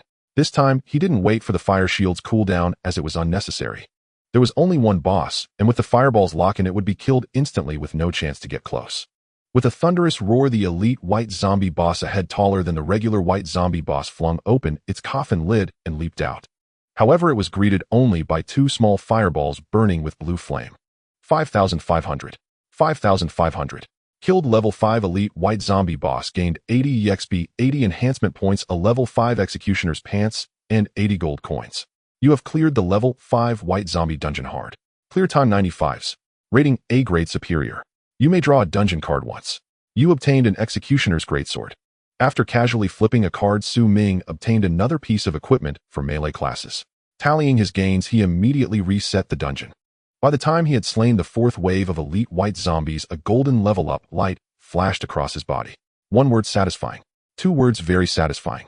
3 words: extremely satisfying. Suppressing the thrill of leveling up, Su Ming continued his speedrun. After clearing the dungeon, his level and experience stood at 6, 200 1600. 2 more runs on hard mode would bring him to level 7. Closing his panel, he transformed into a dungeon-grinding maniac. Meanwhile, some other rare profession students were diligently tackling normal mode. They were self-aware, knowing that while the Goblin hard mode could be overcome with potions, the White Zombie hard mode was a different matter entirely, given the public dungeon data on the Federation's official website. However, some had prepared and wanted to give it a try. Risk it for a biscuit. The triple experience compared to normal mode was worth the gamble for certain combat professions. As the saying goes, risk and reward go hand in hand. High risk meant high returns. Compared to the rare job classes, Wang Tung and another female, hidden job class player could handle the elite white zombies and the boss-level white zombie with relative ease. When their jobs awakened, the initial damage bonus coefficients of their acquired skills were higher than those of rare job classes. Additionally, they received more attribute points each time and had some items sponsored by the school. Farming the white zombie hard mode, though not a speedrun, posed no significant danger. It was just far inferior compared to a cheater. While the group was still toiling away at the dungeon, Ming had already completed his 10 daily runs. The rules restricted each person to only 10 dungeon runs per day. Since he had run the Goblin dungeon once today, he could only run the White Zombie dungeon 9 times. After finishing today's runs, his personal level rose to 8, just over 100 experience points short of level 9. Name: Ming, Job Fire Element Mage 1 Special, Level 8, 677,800, HP 560560, Mana 15201520, Strength 12, 224, Constitution 17 22256, Spirit 43, 266152, Agility 17, 21145, Skills: LV 3 Chain Fireball 10, LV 2 Dual Fire Shield 8, Talent Fire Mastery, increases fire skill power by 20%, Equipment: Skull Staff, Mage Robe, Mage Pants, Shoes, Mage Headdress, Mage Necklace, Mage Ring 10, Skill Points 3, Free Attribute Points 0, Enhancement Points 11862. The school calculated experience precisely, ensuring that as long as students ran hard dungeons continuously, they could raise their personal level to 10 by the time their limited dungeon tokens were used up. Glancing at the 3 skill points on his personal panel, Ming did not rush to allocate them. Currently, he only had Chain Fireball and Dual Fire Shield, making his means somewhat limited. He needed to find a way to obtain an area effect skill to prepare for farming monsters in the underground cavern. Suppressing the many thoughts in his mind, Ming tallied the loot from the White Zombie dungeon. Gold coins 1050, Corpse Teeth 108 pieces, green quality level 5 equipment 3 pieces, common quality level 5 equipment 18 pieces. Unfortunately, except for the initial Skull Staff, which was suitable for the mage class, all subsequent drops were armor and pants for melee classes. With a thought, he exited the dungeon and turned to leave the dungeon hall. At the moment, everyone was fervently busy farming dungeons, so no one would notice if someone left. Leaving the dungeon hall, Ming headed straight out of school. Soon his figure appeared in a shop selling equipment. Flame Staff, a level 10 quality green, additional attribute Spirit 10, additional attribute, deals an additional 20 fire damage per spell cast, a durability 100100. Flame Mage Robe, a level 10 quality green, additional attribute Constitution 10, additional attribute, absorbs 10 fire damage when hit by fire attacks. Without going to the level 5 equipment section, Ming directly went to the level 10 equipment area for fire-type jobs. Tomorrow his personal level would reach 10, so he needed to buy the equipment now. The underground cavern was not like school. He had to be armed to the teeth before setting out. The 7 pieces cost a total of 3 federal credits. It was much more expensive than level 1 equipment, but for job holders it was a bargain. Those with some means could easily get themselves a set of green quality equipment at level 10. After paying and bringing the equipment home, Ming began enhancing them one by one. Ding consumes 10 enhancement points to enhance equipment. Do you wish to enhance? After spending 3850 enhancement points, all 7 pieces of equipment were enhanced to 10. Flame Staff 10, a level 10 quality green, additional attribute Spirit 110, additional attribute, deals an additional 200 fire damage per spell cast. Equipment trait reduces mana cost by 100 per spell cast. Flame Mage Robe 10, a level 10 quality green, additional attribute Constitution 110, additional attribute, absorbs 100 fire damage when hit by fire attacks. Equipment trait reduces damage taken by 100 when hit. Flame Mage Pants 10, a level 10 quality green, additional attribute Constitution 110, additional attribute, reflects 100 fire damage when hit. Equipment trait reduces damage taken by 100 when hit. Flame Shoes 10, a level 10 quality green, additional attribute Agility 110, additional attribute activates Skill Flame, like wind, increasing agility by 50, usable once per hour, lasts 30 seconds. Equipment trait increases dodge rate by 2%. Flame Mage Headdress 10, level 10 quality green, Additional attribute Spirit 110. Additional attribute Fire Resistance 10. Equipment trait instantly dispels control skills below. First job change usable once per hour. Flame Mage Necklace 10. A level 10 quality green. Additional attribute Mana Recovery 1100 per minute. Additional attribute generates a shield that absorbs 1000 damage. If the shield is broken, it enters a 1-hour cooldown to recover. Equipment trait doubles Mana Recovery effect. Flame Mage Ring 10. Level 10 quality green. Additional attribute Spell Penetration 110. Additional attribute Fire True Damage 10. Equipment trait Skill Lock. Flame 7-piece set bonus Spirit 30, Constitution 20. The attributes of the enhanced set were simply incredible, giving the feel of a private server compared to the official one. After reviewing all the equipment attributes, Su Ming nodded in satisfaction. Playing games still required cheating to experience that thrill. No matter how hard a grind player tried, they could never surpass a one-hit kill. As Su Ming stored all the equipment into his system space, the smart band on his wrist emitted a sound requesting a communication. Old Su, how did you clear the dungeon so fast? Don't tell me you ran normal mode. As soon as the communication connected, Wang Tung's loud voice rang out. No, I ran hard mode. As for why I cleared it so fast, don't you know, I'm a 9 million combat genius. Facing his close friend's inquiry, Su Ming spoke without hesitation. Get lost, you fragile mage, take care of yourself. I'll buy some barbecue and come to your place for drinks later. All right. After hanging up the communication, Su Ming got up from the couch and began to clear the table. About half an hour later, a figure appeared at the door of Su Ming's house. Old Su, open up. Wang Tung knocked twice and shouted at the top of his lungs. Coming. Su Ming, who was lounging on the sofa, replied lazily before unhurriedly walking to the door and opening it.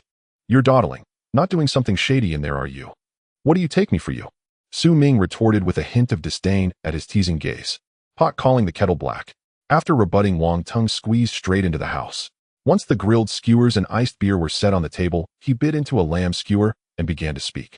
Old Su, after we finish the dungeon tomorrow, let's apply to form a team and head to the underground cavern for training. What do you think? You, me plus that hidden profession girl. Just need 2 more to make a 5-man squad. Hearing this, Su Ming felt a headache coming on. With his off-the-charts damage, could he team up with a newbie? Absolutely not. Once the team function was enabled, teammates could see each other's damage numbers. If he really formed a 5-man squad with Old Wang, the consequences were obvious without a second thought. I want to explore the underground cavern alone. Suppressing the many thoughts rising in his mind, Su Ming replied solemnly. Old Su, are you crazy? This isn't like running a dungeon at school. Do you have any idea how dangerous the cavern is? Hearing this, Wang Tung, who was devouring skewers, instantly turned deadly serious. Even as a hidden profession holder, he didn't dare claim he could charge into the cavern alone. Where did Old Su, a rare profession holder, get the courage?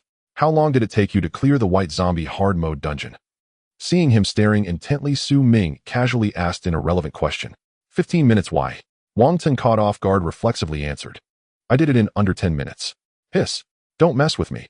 How did you clear it in under 10 minutes? I told you it's my combat talent, but you didn't believe me. My talent grants me strength no less than a hidden profession's. Drawing from some information he'd seen online, Su Ming spoke off the cuff. Wait, are you serious? Did your talent mutate during awakening? There seem to be records of this on the Federation's official site. They say only a very few people experience this. But why didn't you report it to the school after awakening? That way you could have gotten more resource allocation. Wang Tung, now catching on, immediately launched into a barrage of questions. I have persecution paranoia. I don't trust others.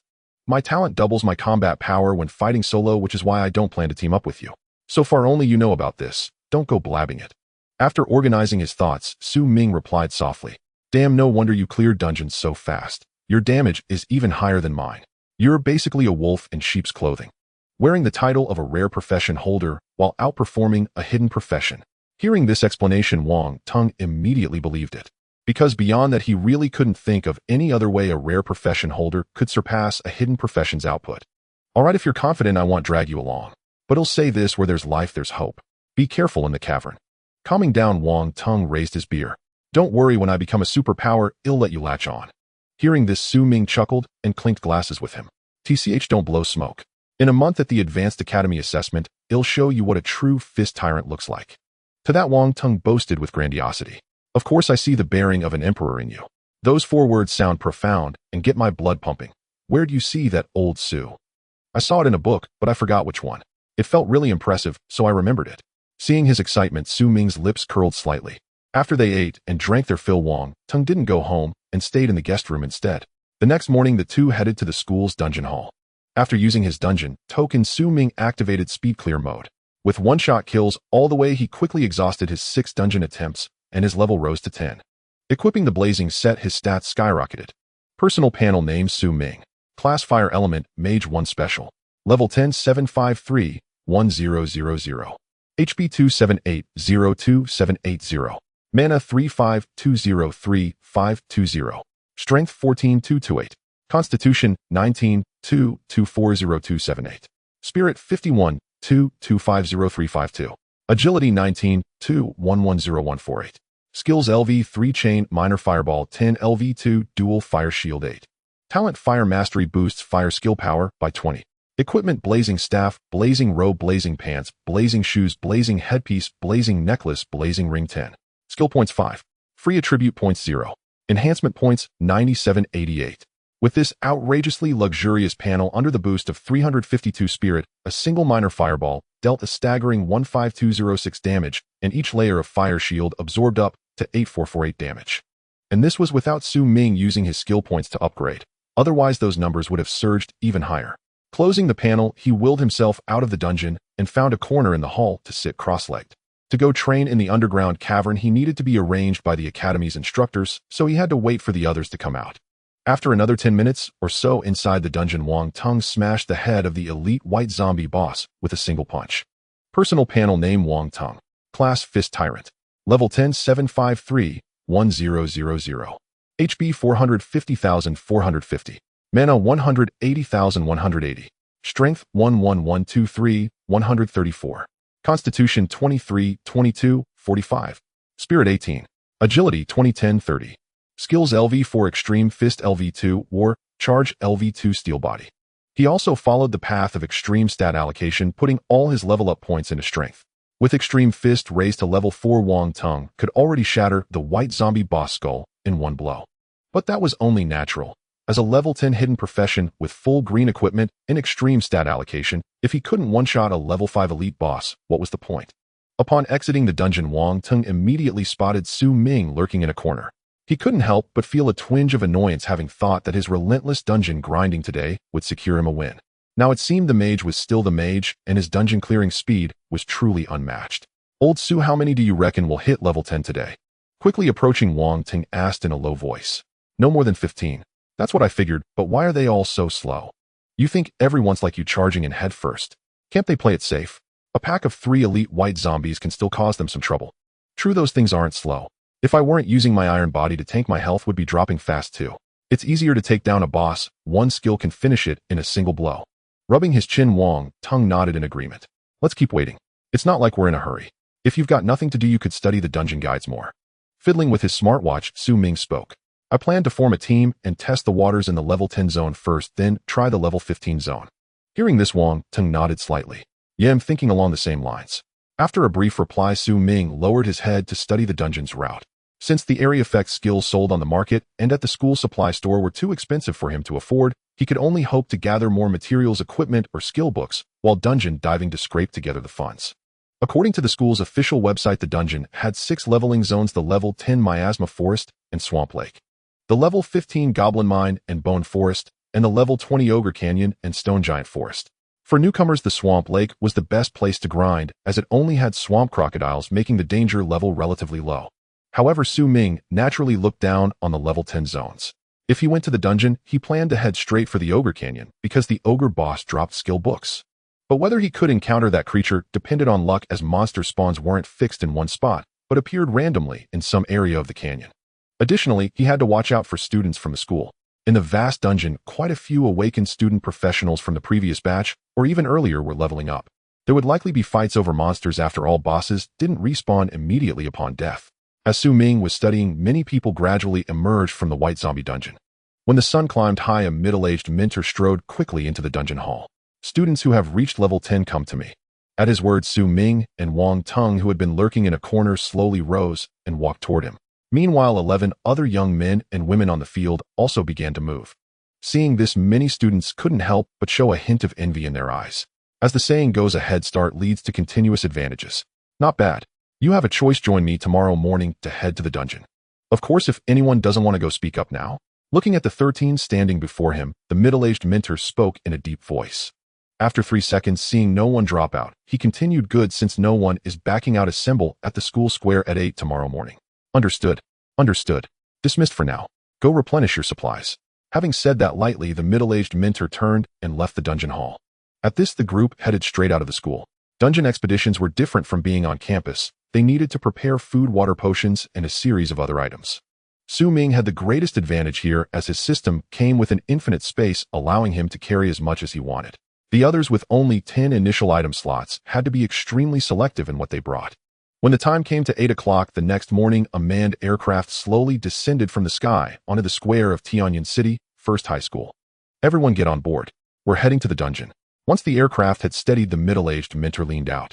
Seeing this, Ming and the others didn't dawdle and orderly entered the aircraft. Ordinary technological creations like this had no effect on monsters, which was one of the rule restrictions. Only those crafted by professionals through their sub-professions could. It was for this reason that the Human Federation's technological development leaned more toward interstellar wormholes and the like. Next, I'll give you one more piece of advice: prioritize staying alive above all else. Without revival items, you only have one life. Kill monsters if you can, but if you can't, don't get too close. I'm sure you've read the relevant guides multiple times on the school website, so I won't go over them in detail. Looking at the 13 slightly inexperienced faces, the middle-aged mentor warned solemnly. Ming, Wang Tung, and the others nodded in understanding. With the roar of the aircraft taking off, the group quickly vanished above the first high school square. About 5 minutes later, the aircraft hovered above a small basin.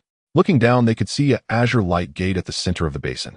This light gate was the entrance to the dungeon. "Old Zhao, you can go back and rest." After the aircraft landed, the middle-aged mentor called out to the void. "Got it." As his words fell, a voice emerged from the seemingly empty basin. Hearing this, the group, who had been looking around without seeing anyone, immediately thought of shadow-type classes. "All right, students, you can go in now. I hope to see you all return in one piece." Glancing at the azure light gate, the middle-aged mentor gestured with a slight wave of his hand. Hearing this, Ming was the first to step into the light gate. The next second, he felt the world spin and shift, and then found himself on a clearing under a somewhat dim sky. Looking up, Ming saw the dungeon sky shrouded in gray mist, making the entire environment feel extremely oppressive. As he observed, figures began to appear one after another beside the azure light gate on the clearing. "Old Su, take care. I don't want to be sending you off before your time." Wang Tung approached and said in a low voice as soon as he appeared. "Scram. Your dad will die long before I do." Annoyed by the idiot trying to take advantage of him, Ming cursed with a laugh. "Take care of yourself." Wang Tung wiped the smile off his face, patting his shoulder solemnly. "Don't worry. Just be careful and don't get stabbed in the back." Scanning the group, observing their surroundings, Ming cautioned softly. Off." With a wave of his hand, Wang Tung turned and returned to the team he had assembled. By now, the others had finished surveying the area and cast curious glances at Ming. They never imagined anyone would choose to be a lone wanderer on their first venture into the underground cavern. If he were a hidden class, that would be one thing, but as a mere rare-class practitioner, where did he muster such courage? However, the already formed teams refrained from offering any dissuasion. Life and death are fated, fortune and misfortune lie in heaven's hands. Each must respect their own destiny. After identifying their bearings, the three teams dashed toward the miasma forest and the swamp lake regions respectively. Only when all figures had faded into the distance, vanishing from sight, did Ming finally stride eastward at a brisk pace. His agility reaching an astonishing 148 points rendered his speed as swift as the wind. If Wang Tung and his group witnessed this, they would surely gouge out their own eyes in disbelief. How could a level 10 mage burst forth with speed far surpassing that of an assassin class of the same level? According to the map, the Ogre Canyon lay 20 kilometers from the entrance. At Ming's pace, it wouldn't take long to arrive. As time ticked by, a grim and eerie canyon emerged within his sight. Approaching the canyon entrance, Ming slowed his pace. Gazing ahead, he saw numerous bones scattered along the path, yet not a single ogre in sight. Information about ogres was documented on the school's internal website. Ogre level 20 HP, 1500-1500 MP, 300-300 strength, 100 constitution, 150 spirit, 30 agility, 40 skills, no charge. A truly monstrous stat block for a level 10 newcomer. Beyond their sky-high attributes, they possessed 2 skills. Gnaw inflicted a continuous bleed effect, while Charge had a chance to stun enemies. Even a hidden class like Wang Tung would likely be crushed if facing 2 ogres at once. After all, that guy min-maxed his stats, leaving his HP pitifully low. With an ogre's burst, a single charge could kill him outright. No time, even to chug a potion. Recalling the ogre's data, Su Ming stepped into the wind-whipped ogre canyon. As he ventured deeper passing a certain area, he witnessed an ogre's form materializing out of thin air from the void. At the sight, a flicker of delight flashed across his eyes. Lucky, he encountered a monster spawn right away. He wondered if first-time entrants to the secret realm enjoyed hidden bonus perks. The moment the ogre's body fully manifested, Su Ming raised his hand and unleashed 2 linked fireballs. The ogre, still unable to beat its chest, and roar, was blasted into pieces. The homing fireballs were impossible to dodge. 15166, 15166, as 2 massive red numbers rose, a kill prompt followed. Killed level 20 ogre, gained 100x 5x level gap multiplier, 500 EXP, 500 enhancement points, level 20 ogre greatsword, 150 gold coins. Your level has increased to 11. Base attributes improved. Awarded 2 free attribute points and 1 skill point. Absolutely exhilarating. Seeing the whopping 500 EXP and enhancement points, Su Ming felt pure elation. Indeed, hunting high-level monsters was the true path. School dungeons were merely for students to get a feel for combat. Stepping over the ogre's corpse, which had already begun to phase back into the void, Su Ming pressed deeper. He wanted to search for groups of ogres. If found, he might be able to upgrade his fire shield to 10A, unlocking a new enhancement trait. While he delved into the ogre canyon, Wang Tung's group hurriedly arrived at the Swamp Lake region. His team was fortunate. Upon reaching the lakeshore, they spotted a level 10 giant crab resting by the water. Go! After scanning the area and finding no other monsters, Wang Tung issued a low command. In the next second, a golden blade shot from the girl beside him. 630, as the red number rose, the giant crab's HP plummeted by a massive chunk, leaving less than a sixth. Before the giant crab could react, a milky white orb slammed into its tiny eyes. 200. Killed level 10 giant crab. Team gains 10 EXP, level 10 crab, dagger, 10 gold coins. Fighting level 10 monsters is a breeze. With a bit more practice on coordination, we can try taking on level 15 monsters, the staff-wielding girl chuckled after the crab's death. Let's train in this area first. Taking down single monsters is no challenge for our team. Let's see if we can find a group of crabs. Having collected the loot, Wang Tung replied casually. His team, including himself, consisted of only 4 members. Apart from the hidden class girl, he had recruited a Gold Element Mage and a Light Priestess. The principle was simple: mix genders for better synergy. The ones who struck down the giant crab were the Mage and the Priestess. Soon the quartet began scouring the swamp lake for monster tracks. Meanwhile, in the Ogre Canyon, Su Ming encountered a student from First High School. The latter sat on a rock munching food to replenish stamina. Kid, don't go further. From this line onward, it's our Windchase squad's territory. Hearing this, Su Ming raised an eyebrow. So territorial disputes were indeed a thing. Says who? Gripping his staff tighter, Su Ming replied coldly. Because we can take your life. Be smart and scram. As the words fell, a sinister voice echoed from the shadows beneath a massive boulder. Aren't you afraid I'll report you to the school? To gauge the intensity of competition within the cavern, Su Ming posed a question that made him seem naive. How could you think this is a game? Once you enter the cavern, life and death are of no concern. The school won't bother the living over the dead. Swallowing the food in his mouth, the young man spoke, while picking up a bough beside him, drawing it taut. At the same moment, the youth hidden in the shadows initiated a stealth maneuver. Since that's the case, then perish. Seeing the opponent knocking an arrow and aiming at him, Su Ming did not hesitate to envelop himself in a fire shield and unleashed a volley of fireballs at the bow-wielding youth.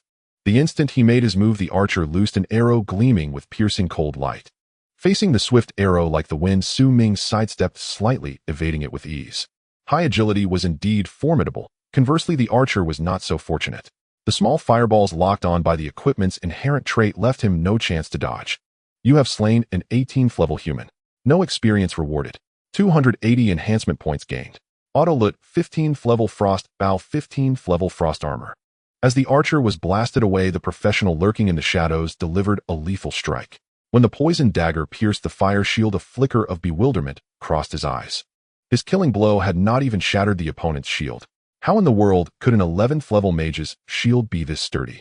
His talent allowed him to see the levels of life forms not exceeding 10 levels above his own. That was why he had so audaciously ordered Su Ming to leave. As these thoughts flashed through his mind, 2 fireballs slammed directly into his face. You have slain a 19th level human. No experience rewarded. 360 enhancement points gained. Autolut 15th level Viper Dagger, 15th level Shadow Armor. Watching the blasted corpse, Su Ming felt no trace of disgust. In a world where might makes right, who bothers with reason? Drawing a blade at the slightest disagreement is the true path.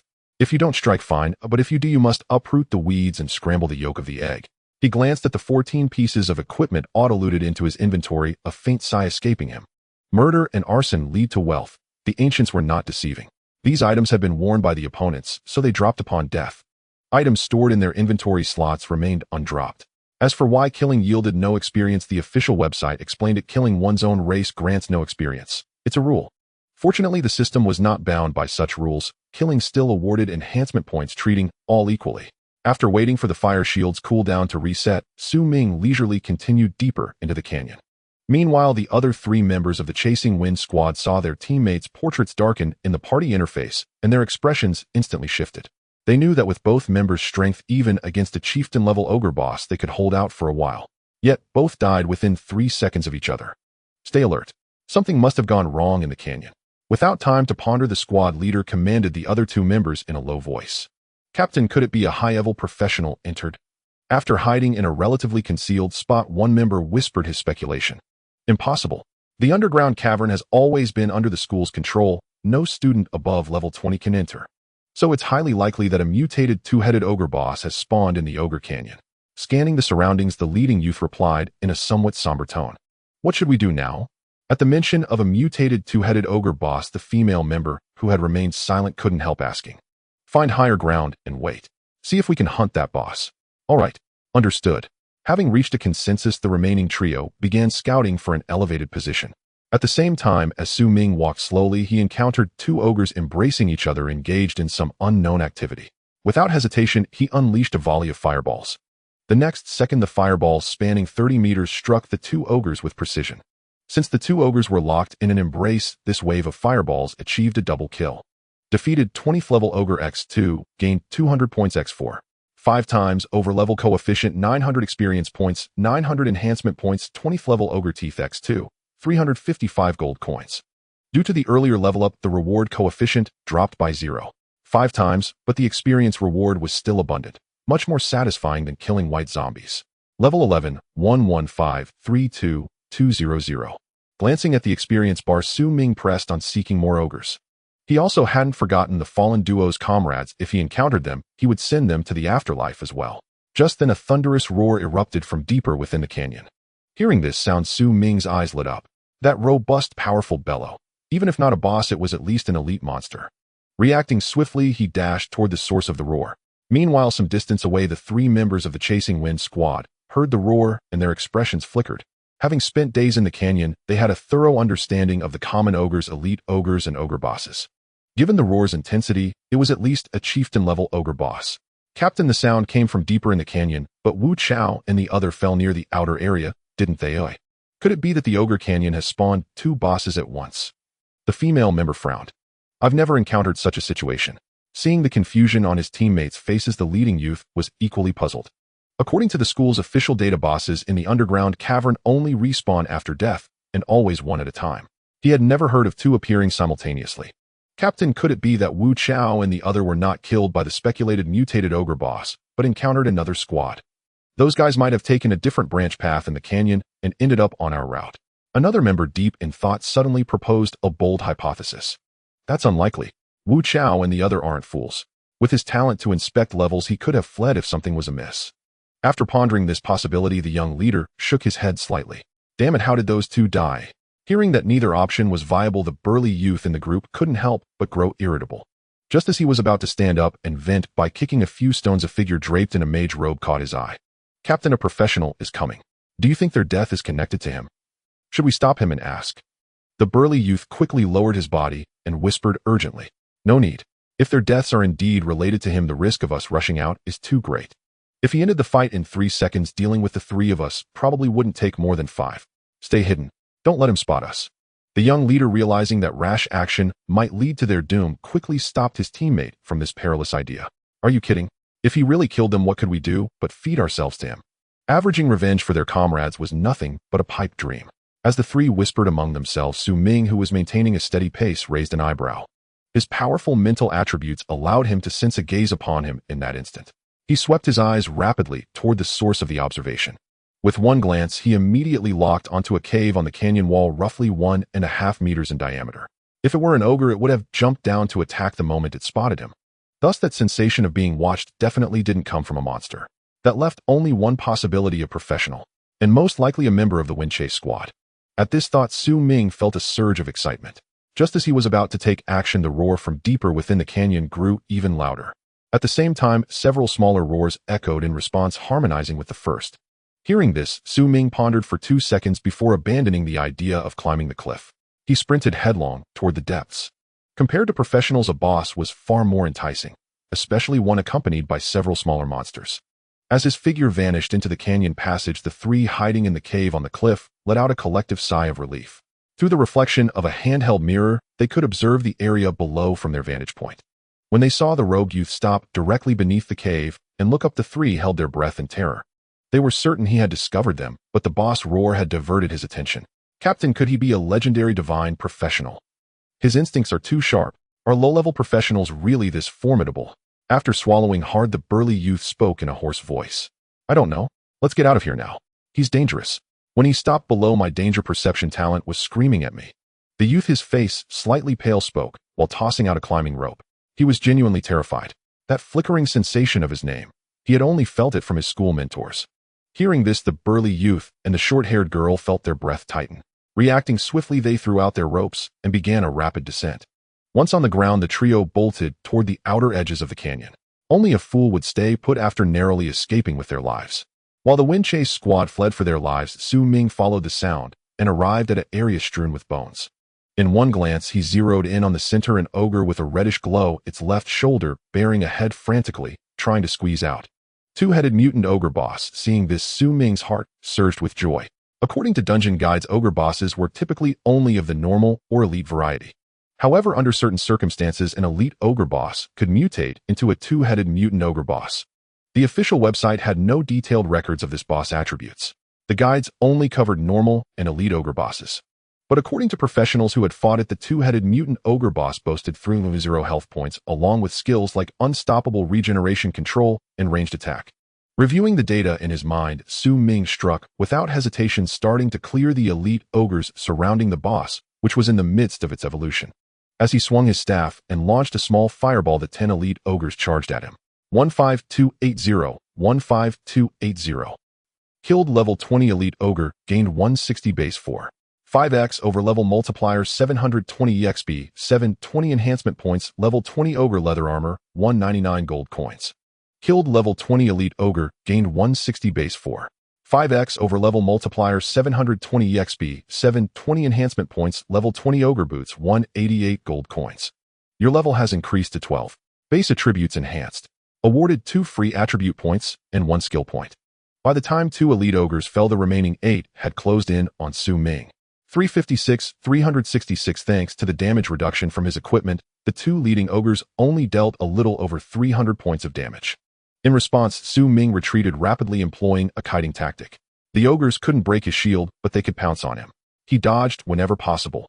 These hideous creatures were nauseating even through a barrier. 15390, 15390. As high damage numbers flashed in red one by one, the elite ogres were blasted apart. Killed. Level 20 elite ogre, gained 160 base 4x over level multiplier, 640 EXP, 640 enhancement points. Level 20 ogre tooth, 189 gold coins. Your level has increased to 13. Base attributes enhanced.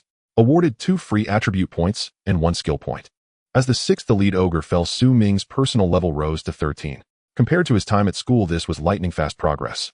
Under the relentless barrage of his mobile artillery, the last 4 elite ogres also bit the dust. Killed. Level 20 elite ogre, gained 160 base 3. 5x over level multiplier, 560 EXP, 560 enhancement points. Level 20 ogre club, 166 gold coins. Your level has increased to 14. Base attributes enhanced. Awarded 2 free attribute points and 1 skill point. After eliminating 10 elite ogres, Su Ming turned his gaze toward the mutated 2-headed ogre boss, whose fury had skyrocketed. Having witnessed its underlings being slaughtered, its evolution speed had noticeably increased.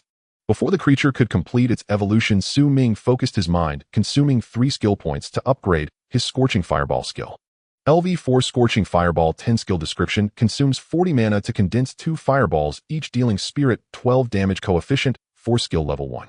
2 fire affinity bonus, 22,118 points of magical damage, with a maximum attack range of 60 meters and a cooldown of 1 second. with a combined damage of nearly 45,000, instantly obliterating the two-headed mutated ogre boss, which lacked life-saving skills, was a breeze. About 20 seconds later, the two-headed ogre boss, wielding an axe in its right hand and a staff in its left, roared as it completed its evolution. In response, Su Ming lightly waved his right staff, initiating the attack. As two azure fireballs howled into the ogre boss chest, its health bar drained instantly. 21586-21658. From the damage values, it was evident that the mutated boss had significantly higher resistance than ordinary ogres, reducing the damage by over 1,000 points. With a thud as the body hit the ground, several notification messages flashed before Su Ming's eyes. Killed LV-20 mutated two-headed ogre boss, gained 160 base, 15x, mutated boss multiplier 3x, over-level coefficient, 7,200 experience points, 7,200 enhancement points, LV-20 ogre staff, LV-20 ogre necklace, 3,000 gold coins, skill book Flamestorm. Your level has increased to 15. Base attributes have been enhanced. Rewarded with 2 free attribute points and 1 skill point. Your level has increased to 16. Base attributes have been enhanced. Rewarded with 2 free attribute points and 1 skill point. The generous experience reward allowed Su Ming to ascend 2 levels consecutively, which was quite satisfying. Additionally, the loot was decent: 2 green quality level 20 equipment pieces and a skill book. Flamestorm skill description: conjures a flame storm, dealing damage to 10 targets. Applicable class: Fire Mage. Upon reading the skill description, Su Ming's eyes lit up instantly. It was like a pillow arriving just as he felt drowsy. He had been lacking an area effect skill. Without hesitation, he chose to learn the skill. A flash of fire passed, and the skill book dissipated. Ding! The Flamestorm skill has been initially enhanced due to class specialization. LV-1 Flame Storm skill description: consumes 50 mana to conjure a flame storm, simultaneously dealing spirit 0. 5 damage coefficient, 1 skill level 1. 2 fire affinity bonus, 240 points of magical damage to 20 targets with a maximum attack range of 30 meters and a cooldown of 6 seconds. Not bad. Although the initial damage coefficient wasn't as high as single target skills, it was a lock-on area effect skill that ignited a flame storm directly on the targeted enemies. Combined with the class enhancement effect, it could simultaneously strike 20 targets, making it a perfect skill for clearing minor foes. Suppressing his inner excitement, Su Ming shifted his gaze to the enhancement points on the panel. After some thought, he directly enhanced the Fire Shield skill. After spending a total of 19,000 enhancement points, the Fire Shield skill became 10. LV-2 Dual Fire Shield 10. Skill introduction: consumes 20 mana, can condense a two-layered fire shield that absorbs spirit 12 defense coefficient, 2 skill level 1. 2 fire mastery bonus, 11520 points of damage lasting 30 seconds, cooldown 30 seconds. 10 enhancement trait cooldown reduced by 50. Seeing that the enhancement trait was identical to that of Chain Fireball, a faint smile curled at the corners of Su Ming's lips. With the fire shield lasting 30 seconds, and its cooldown also 30 seconds, it meant he could continuously refresh the shield without waiting for the skill to cool down. Noticing he still had 8 skill points, he spent 5 to level up Fire Shield by 2, raising it to level 4. He didn't keep the remaining 3 points, either using them directly to upgrade Flamestorm to level 3. Additionally, with his enhancement points significantly reduced to only 6268 remaining, Su Ming used them all on the Flamestorm skill. Spending 6,000 points, the Flamestorm skill became 3. Spending 6,000 points, the Flamestorm skill became 3. LV-3 Flamestorm 3. Skill introduction: consumes 150 mana, can condense a Flamestorm dealing spirit 2 damage coefficient, 3 skill level 1. 2 fire mastery bonus, 2880 points of magic damage to up to 20 targets, maximum attack range 30 meters, skill cooldown 6 seconds. Nearly 3,000 points of damage made short work of elite ogres. If he had this skill earlier, Su Ming wouldn't have had to deal with them one by one. After tallying his gains, he strode past the fading boss corpse and ventured deeper into the canyon. At that moment, Wang Tung, who was busy scooping crabs in the swamp lake, would probably have his eyes bulging if he knew that his good buddy had already skyrocketed to level 16 shortly after entering. This was called being just a little stronger than him when alone. Well, it was indeed a tiny bit. Just as Wang Tang's team had almost finished scooping crabs and was about to move to a new area to level up. Su Ming, on the other hand, had found an ogre respawn area. At a sacrificial altar littered with bones, the figures of 5 ogres were gradually solidifying from a translucent state. No wonder the Gale squad didn't let him in, or it turned out the respawn rate inside was indeed much higher than at the canyon's periphery. As ordinary ogres wielding spiked clubs appeared on the altar, Su Ming immediately unleashed his newly learned skill Flamestorm. The next second, blue flames erupted around the 5 ogres. The ogres, caught off guard, were instantly slain. Killed 5 level 20 ogres, obtained 100 points, 52x overlevel coefficient, 1000 experience points, 1000 enhancement points, 3 level 20 ogre teeth, 1 level 20 ogre boot, 600 gold coins. Seeing the ogres fall in unison, Su Ming felt incredibly satisfied. Flamestorm was far more effective for clearing these minor monsters than Chain Fireball. He felt as if he were back in his original world, clearing dungeons in DNF with godlike ease, just one-shotting everything in his path. Suppressing the cascade of thoughts rising in his mind, he continued sprinting forward, utterly unconcerned about the possibility of an ambush. There was no helping it. 2 layers of stacked fire shields could absorb 4680 points of damage, enough to make even a mutated ogre boss concede in awe. If anyone could see Su Ming's health bar, they'd probably find it devoid of red, filled entirely with gray. As he scoured the area for traces of ogres, the 3 members of the Chase Wind squad had already exited the Ogre Canyon and were hurrying toward the entrance of the underground cavern. The death of their companion filled them with a profound sense of crisis. They had to return to Tianyun City to calm their nerves. The trio had no intention of seeking help from the school, for it was meaningless. Before entering the cavern, the academy had made it clear that each individual bore the risk of life and death. Moreover, just like slain monsters, the corpses of deceased professionals would gradually fade and dissipate. Hence, there was no way to determine whether a companion's death was caused by monsters or by fellow professionals. Once humanity's 10 strongest had attempted to trace the whereabouts of these fading corpses, only to abandon the pursuit without resolution. It was precisely because he had read about this on the official forums that Su Ming had struck without hesitation, instantly killing 2 members of the Chase Wind squad. After all, with no evidence left behind, why fear anything?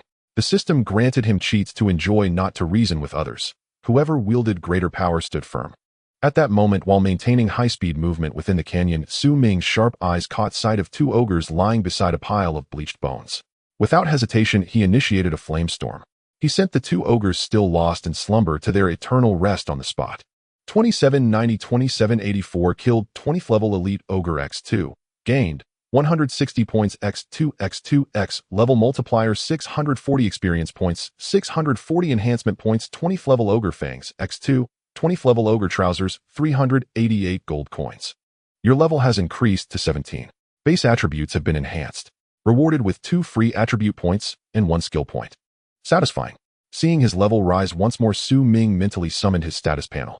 Personal panel name, Su Ming, class Fire Element Mage 1, special level 17, 333,400 health, 29202, 920 mana, 4080, 0 strength, 21.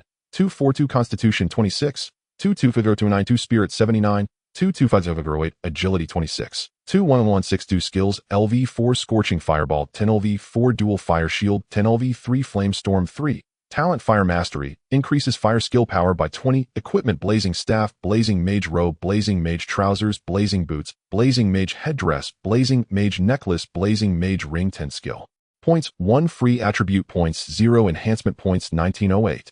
Glancing at the 4-digit enhancement points, an urgent longing surged within Su Ming. He wished a horde of ogres would stand before him right now, allowing him to grind for more. But such a wish was destined to go unfulfilled. If such fortune truly existed, rare class professionals might never be allowed to enter the cavern for leveling. While he roamed back and forth within the canyon, the 3 members of the Chase Wind squad had already passed through the cavern entrance and emerged outside the basin. The middle-aged mentor stationed by the basin, who had been pouring himself a drink at a small table, immediately cast a scrutinizing gaze upon seeing the 3 figures appear. "Greetings, Teacher Lee." Sensing his talent frantically flashing warnings, the young man at the front quickly offered a respectful greeting. "Greetings, Teacher Lee," the other 2 echoed belatedly. "You're called Lu Xian, right? I recall you formed a 5-man team. Why are only 3 of you left? Did the other 2 part ways with you?" Li Chongqing, who had some recollection of the trio, asked casually.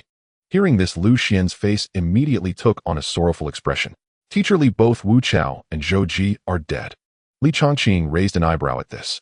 "Killed by monsters, or?" At the inquiry, Lu Xian shook his head slightly. "They weren't with us when they died.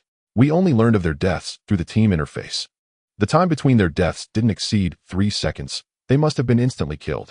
Additionally, not long after they died, a student clad in a mage robe passed through the canyon we were in. At that moment, my talent's perception told me he was extremely dangerous."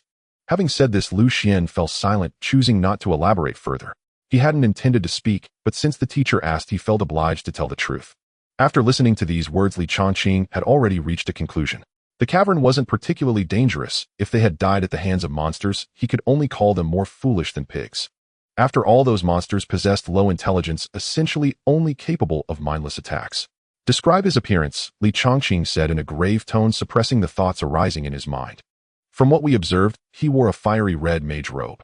As for his face, it was obscured by the hood, so we didn't get a clear look, Lu Xian replied, steadying his nerves as he briefly described Su Ming's appearance. It wasn't that he wanted to be less detailed, but he truly hadn't seen much. Are you three planning to return, or do you intend to do something else? Li Chongqing asked solemnly, committing the feature of the red mage robe to memory. He had no intention of intervening in this matter. Life and death were governed by fate, and the cavern wasn't the ivory tower of the school. Here there were no federal laws to bind anyone. Teacher Li, we plan to go back to school to rest for a while, Lu Xian said in a low voice, noting the indifferent expression on the mentor's face. Go wait over there. They'll have someone come to pick you up. Once you're back at school, report to the logistics department to submit resources based on the time you spent in the cavern. Understood. The three replied respectfully, then stepped aside, quietly awaiting the arrival of the aircraft. Li Chongqing glanced at the somewhat dispirited trio, a flicker of doubt stirring within him. He had a vague impression of a fiery red mage robe. One of the students who had entered this batch wore one. But that kid was just a level 10 novice, and his class was merely a rare one. He absolutely lacked the ability to instantly kill two rare-class professionals of higher levels. Dismissing Su Ming as the culprit, Li Chongqing began pondering over other mage-class students within the cavern. In his view, judging solely by equipment was too simplistic. Many professionals carried spare gear sets. Though he had no intention of meddling, his curiosity was piqued. He wanted to know who had been secretly developing so well. As he mused, the three who had retreated to the side were communicating through their team channel. Though he had no intention of meddling, his curiosity was piqued. He wanted to know who had been secretly developing so well. As he mused, the three who had retreated to the side were communicating through their team channel. Captain, is Teacher Li planning to intervene in this matter? He probably won't. He's likely just curious about how Wu Chao and Zhou Ji died. If those two were hidden professions, the school might get involved. Alas, rare professions are worse than dogs. Saying this, Lu Xian let out a somewhat emotional sigh. Captain, don't say that. Rare professions can still turn things around. There are records on the Federation's official website about some who through a second-class advancement became special professions comparable to hidden ones, right? One must have dreams, or else what's the difference from a salted fish? Seeing his somewhat despondent mood, the burly youth quickly tried to pump him up. Relax, I'm just lamenting. I haven't lost my fighting spirit yet.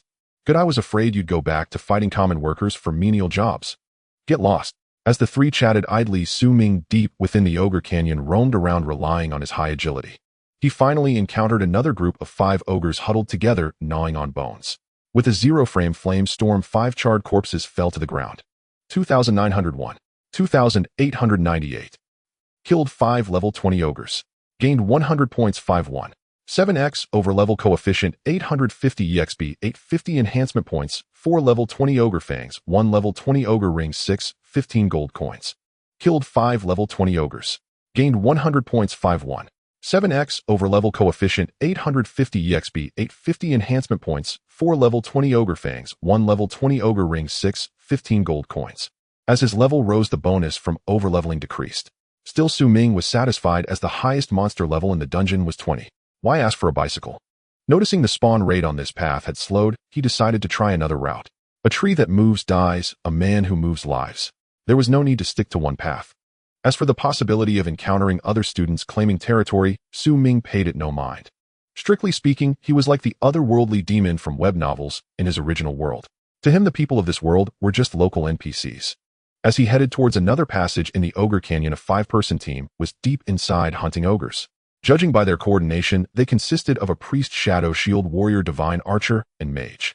The combination was decent, and they quickly depleted the health of several ogres. After picking up the loot, the 5 sat on the ground to recover.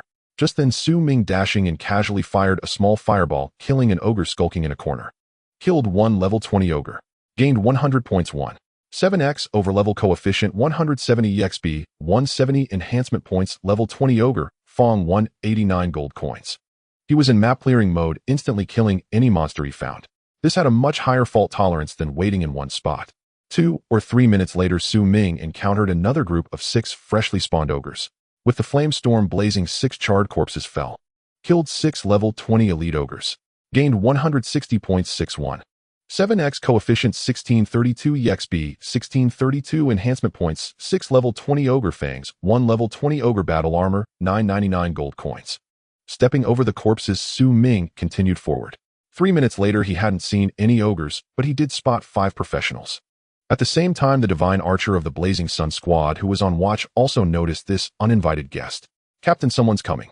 Hearing this, the other 4 members of the squad immediately stood up. As they got up, Su Ming closed in to within 20 meters of them. Seeing a figure in a mage robe, the 5 members of the Blazing Sun squad showed a flicker of surprise in their eyes. Classmate, are you alone? Recovering, the leading youth couldn't help asking. Yes. Seeing that the other party spoke politely, Su Ming didn't attack. He wasn't a butcher who killed everyone. The 2 earlier had died solely because of their foul mouths constantly telling him to get lost. Is this passage your territory? Su Ming asked, softly scanning the 5. Hearing this, the leading youth felt an inexplicable tremor in his heart, sensing something bad would happen if he answered wrong. The dungeon is the school's resource. There's no such thing as territory. Feel free, classmate. We won't interfere with each other. Su Ming didn't reply, but lightly tapped his feet, darted past them, and rushed deeper into the canyon. When his figure disappeared from their sight, the shield warrior who had been wanting to speak said in a deep voice, Captain, why didn't you stop him? This is our territory. Even if the school hasn't explicitly stated it, haven't we teams already divided up the Ogre Canyon? I told you you're a brute, and you don't accept it. Why didn't the captain stop him? Can't you use your brain? A man daring to enter the Ogre Canyon alone and showing no change in expression when seeing the 5 of us, as if we were just air. This shows he didn't regard us at all. Simply put, he's confident he can take us all down in a 1v5. The calmer priest youth voiced his opinion softly. Right, I observed his body language just now. He showed no signs of tension. This means 2 things. Either he's a clueless newbie, or he's extremely confident in his strength. I lean towards the latter. Anyone who's read a dungeon guide wouldn't be a naive fool. The youth in the mage robe rubbed his temples and said profoundly, All right, let's just not provoke that guy.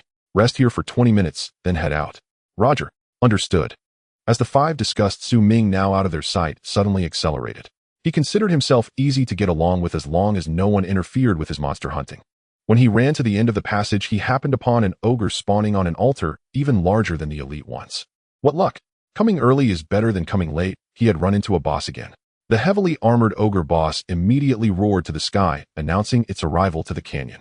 But the next second, a sapphire blue fireball turned its roar into its last words. 23,010.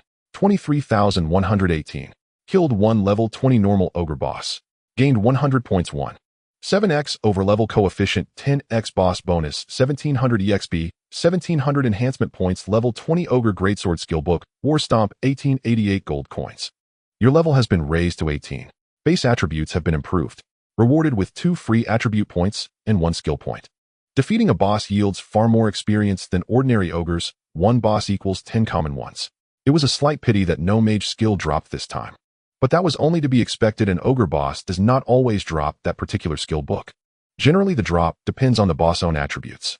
If it is a melee type ogre boss, melee skills are usually dropped. Conversely, a magic type ogre boss drops mage skills. As for the mutated 2-headed ogre boss, which combines both melee and magic, the drop is purely a matter of luck. As the boss fell, the 5 members of the Blazing Sun squad, positioned some distance from the altar, felt their eyelids twitch. They had heard the boss roar, a sound all too familiar to them. Yet bizarrely, it lasted only a second. Under normal circumstances, an ogre boss would roar for dozens of seconds. Captain, could the boss have been one-shot by that guy? The young priest swallowed hard, his tone somewhat flustered. That's impossible. Even a common ogre boss has 10,000 health points. Even with the 5 of us attacking together, it would take at least 2 rounds to bring it down. Captain, you're a mage too. What do you think? Seeing his teammates' gazes turn to him, Yeong opened his mouth, but found no words. Forcing himself to calm down, he finally spoke in a low voice. Even a hidden mage class couldn't instantly kill an ogre boss at such a low level unless it were a legendary divine job holder. Only those blessed by the gods can deal such devastating damage in the early stages. But if that person truly were a divine job holder, why would they be in the cavern hunting ogres? Normally, upon awakening, they would be sent to a higher institution. Hearing this explanation, the 4 fell into silence. Captain, maybe we should go take a look, suggested the shield warrior youth, curiosity getting the better of him. Yeong shot him a disdainful glance. If you want to die, go ahead. This place is no longer safe. We're heading to the stone monster forest. We must avoid any encounter with that man. He's too dangerous. If he truly one-shot the boss, killing us would be as easy as slaughtering chicks. The captain is right. A wise man does not stand beneath a crumbling wall. There's no need to risk danger just to satisfy curiosity. I agree to go to the stone monster forest. The priest, now composed, replied in a low voice. I agree as well. The silent shadow youth raised his hand in agreement. Captain, let's hurry up and leave. The way you put it, I feel a chill running down my spine. Terribly unsafe. Gazing into the depths of the passage, the shield warrior youth swiftly turned and strode toward the outer area, acting purely on instinct. Seeing this, the other four wasted no time and quickly followed. Meanwhile, Ming bypassed the altar and continued onward. Any ogre he encountered was instantly eliminated. Upon reaching the end of the passage, he had slain 5 elite ogres, earning a total of 100 experience points, 160 by 5 by 1. 5. Just 10 more would push him to level 19. Finding no path ahead, Ming turned back. Compared to his entry, the number of ogres he encountered on the way out was pitifully small. He killed only 2 common ogres, gaining 300 experience points. As Ming roamed the canyon, Wang Tung and his team were hunting level 15 skeleton soldiers in the bone forest. Under their coordinated assault, the lone skeletons were dismantled in no time. Maintaining this rhythm, the force slowly advanced toward the central area of the bone forest. Thus, as time ticked by, the sky within the cavern grew increasingly dark. When complete darkness fell, Ming, who had been sweeping through the ogre canyon, was enveloped by a faint golden light. In less than a day, he had risen from level 10 to level 20. His luck had been somewhat poor in the latter half of the day. He hadn't encountered any bosses, otherwise he would have gained more than just 2 levels. Seeing the sky fully dark, Ming willed it and retrieved a headlamp from his system inventory, placing it on his head. According to official information, nighttime was when cavern creatures were most active. All monsters received a nocturnal boost, increasing their overall combat power by at least 30%, and their spawn rate was significantly higher than during the day. For novice job holders, this greatly increased the risk of hunting. Thus, the school's advice was to find a safe place to rest in shifts during the night and resume battle by day. If his flame shield skill hadn't been upgraded to level 10, Ming might have followed this advice. But now he chose to strike while the iron was hot and hunt through the night. Wielding dual flame shields, he advanced through the canyon in the dark, occasionally using his smart wristband to emit sounds trying to lure ogres. At that moment, a chorus of howls erupted within the canyon. Hearing these sounds, Ming's eyes blazed with elation. Night was truly his paradise. The day had merely been an appetizer before the hunt. Following the direction of the sounds, he moved swiftly, his figure flickering. About a minute later, a dozen ogres howling around a bonfire came into view. At the same time, the newly spawned ogres noticed the uninvited intruder. They grabbed their spiked clubs, ready to capture what they saw as tasty two-legged sheep. In response, Ming lightly waved his staff. In an instant, a flame storm ignited the 15 ogres, turning them into human-shaped bonfires that illuminated the passage in a fiery red. As a cascade of numbers floated up, the ogres caught mid-charge collapsed to the ground. Killed 20th level elite ogre gained 200 experience points, 160 by 15 200 enhancement points, 15 ogre teeth, level 20 ogre necklace, level 20 ogre ring, level 20 ogre greatsword, level 20, and 2851 gold coins. Seeing his experience bar, which had just filled, now half empty again, Ming felt an exhilarating rush. This was far easier than the painstaking search for monsters during the day, and all were elite. As he pondered, another earth-shaking roar echoed from deeper within the canyon. Judging by its volume, it was likely a chieftain-level boss. With this thought, Ming vanished from his spot, heading straight for the boss location. In contrast to his relaxed ease, the other teams in the cavern had chosen the safest course: find a secure spot to wait out the night. It's not that they don't want to hunt at night, but their strength doesn't allow it. In the limited visibility of night, encountering a dozen or 20 level 20 elite monsters would undoubtedly lead to a life-or-death situation. If you're wondering why there aren't higher-level practitioners training in the dungeon despite the abundance of monsters at night, it's because the first middle school mandates that every batch of practitioner students must go out and check in at least once every 5 days. Once they reach level 20, they are advised to train in the Death Spirit Mountains, which are jointly occupied by multiple factions rather than competing for resources in the dungeon. Without proper tempering in open areas, practitioners cannot hone their combat abilities. Those who manage to survive and walk out of the Death Spirit Mountains will surely gain admission to a prestigious institution like Sirius Academy, a conclusion drawn from years of experience by the first middle school. Conversely, those who only know how to hide in comfortable areas for training will likely be eliminated, missing the chance for higher education. As he rushed toward the source of the roaring sound, Ming's eyes gleamed slightly. Fortune favored him. Aside from a boss-level creature, there were also 10 elite ogres. When the spotlight mounted on his head illuminated a group of red-eyed ogres, they too noticed this unwelcome guest. Thus the boss, wielding a massive wolf-tooth iron club, took the lead and charged forward. In response, Ming lightly raised his staff and unleashed 2 consecutive fireballs. With high damage numbers appearing, the boss blasted away by the fireballs died on the spot. Meanwhile, the 10 elite ogres that followed closely behind endured the baptism of the firestorm. Defeated a level 20 boss ogre earning 160 points, 10 times boss bonus, 1600 experience points, 1600 enhancement points, a level 20 ogre staff, a skill book for berserk, and 2666 gold coins. Defeated 10 level 20 elite ogres earning 160 points, 1600 experience points, 1600 enhancement points, 10 level 20 ogre teeth, a level 20 ogre broadsword, a level 20 ogre boots, a level 20 ogre greatsword, and 2456 gold coins. Your level has been raised to level 21 with base attributes enhanced rewarded with 2 free attribute points and 1 skill point. Glancing at the dropped loot, Ming felt satisfied. After going out, he could sell everything, which would be enough to buy a higher level set. As the ogres' bodies quickly faded away, roars echoed from various canyons and areas as if a grand feast was being held. Hearing these sounds, he flickered and vanished from his spot.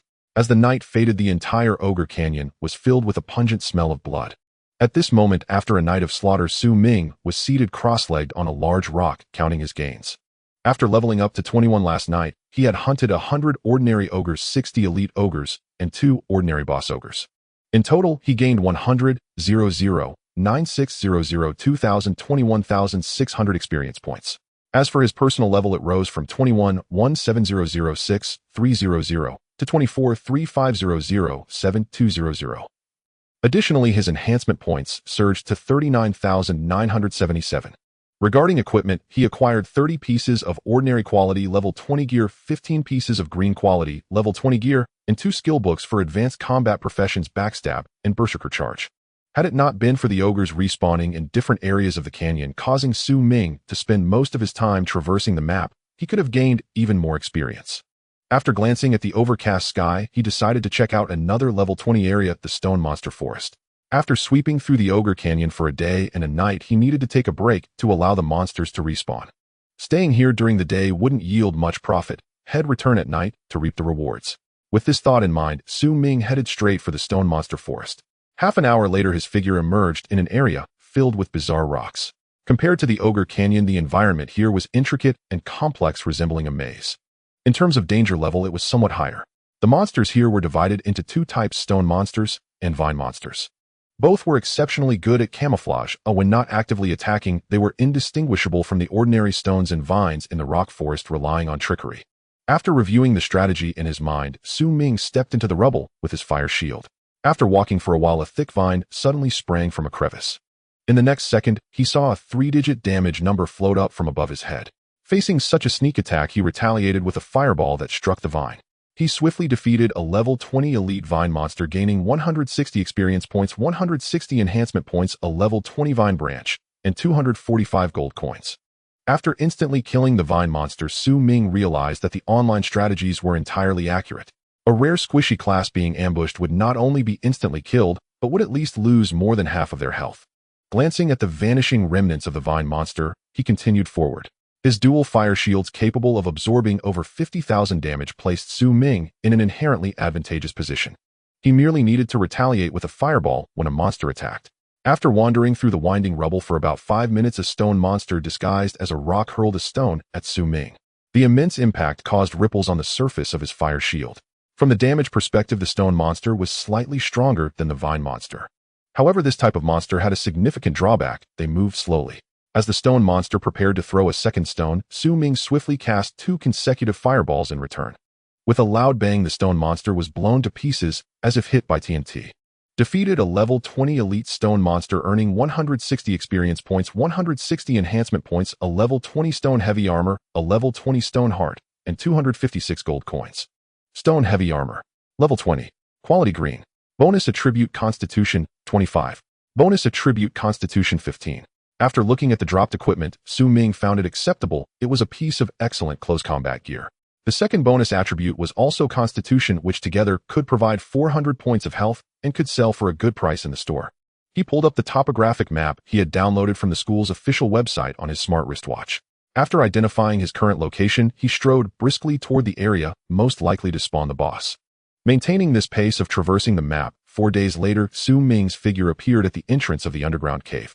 After 4 days of slaughter, his harvest was quite bountiful, and his personal level had directly risen to 35.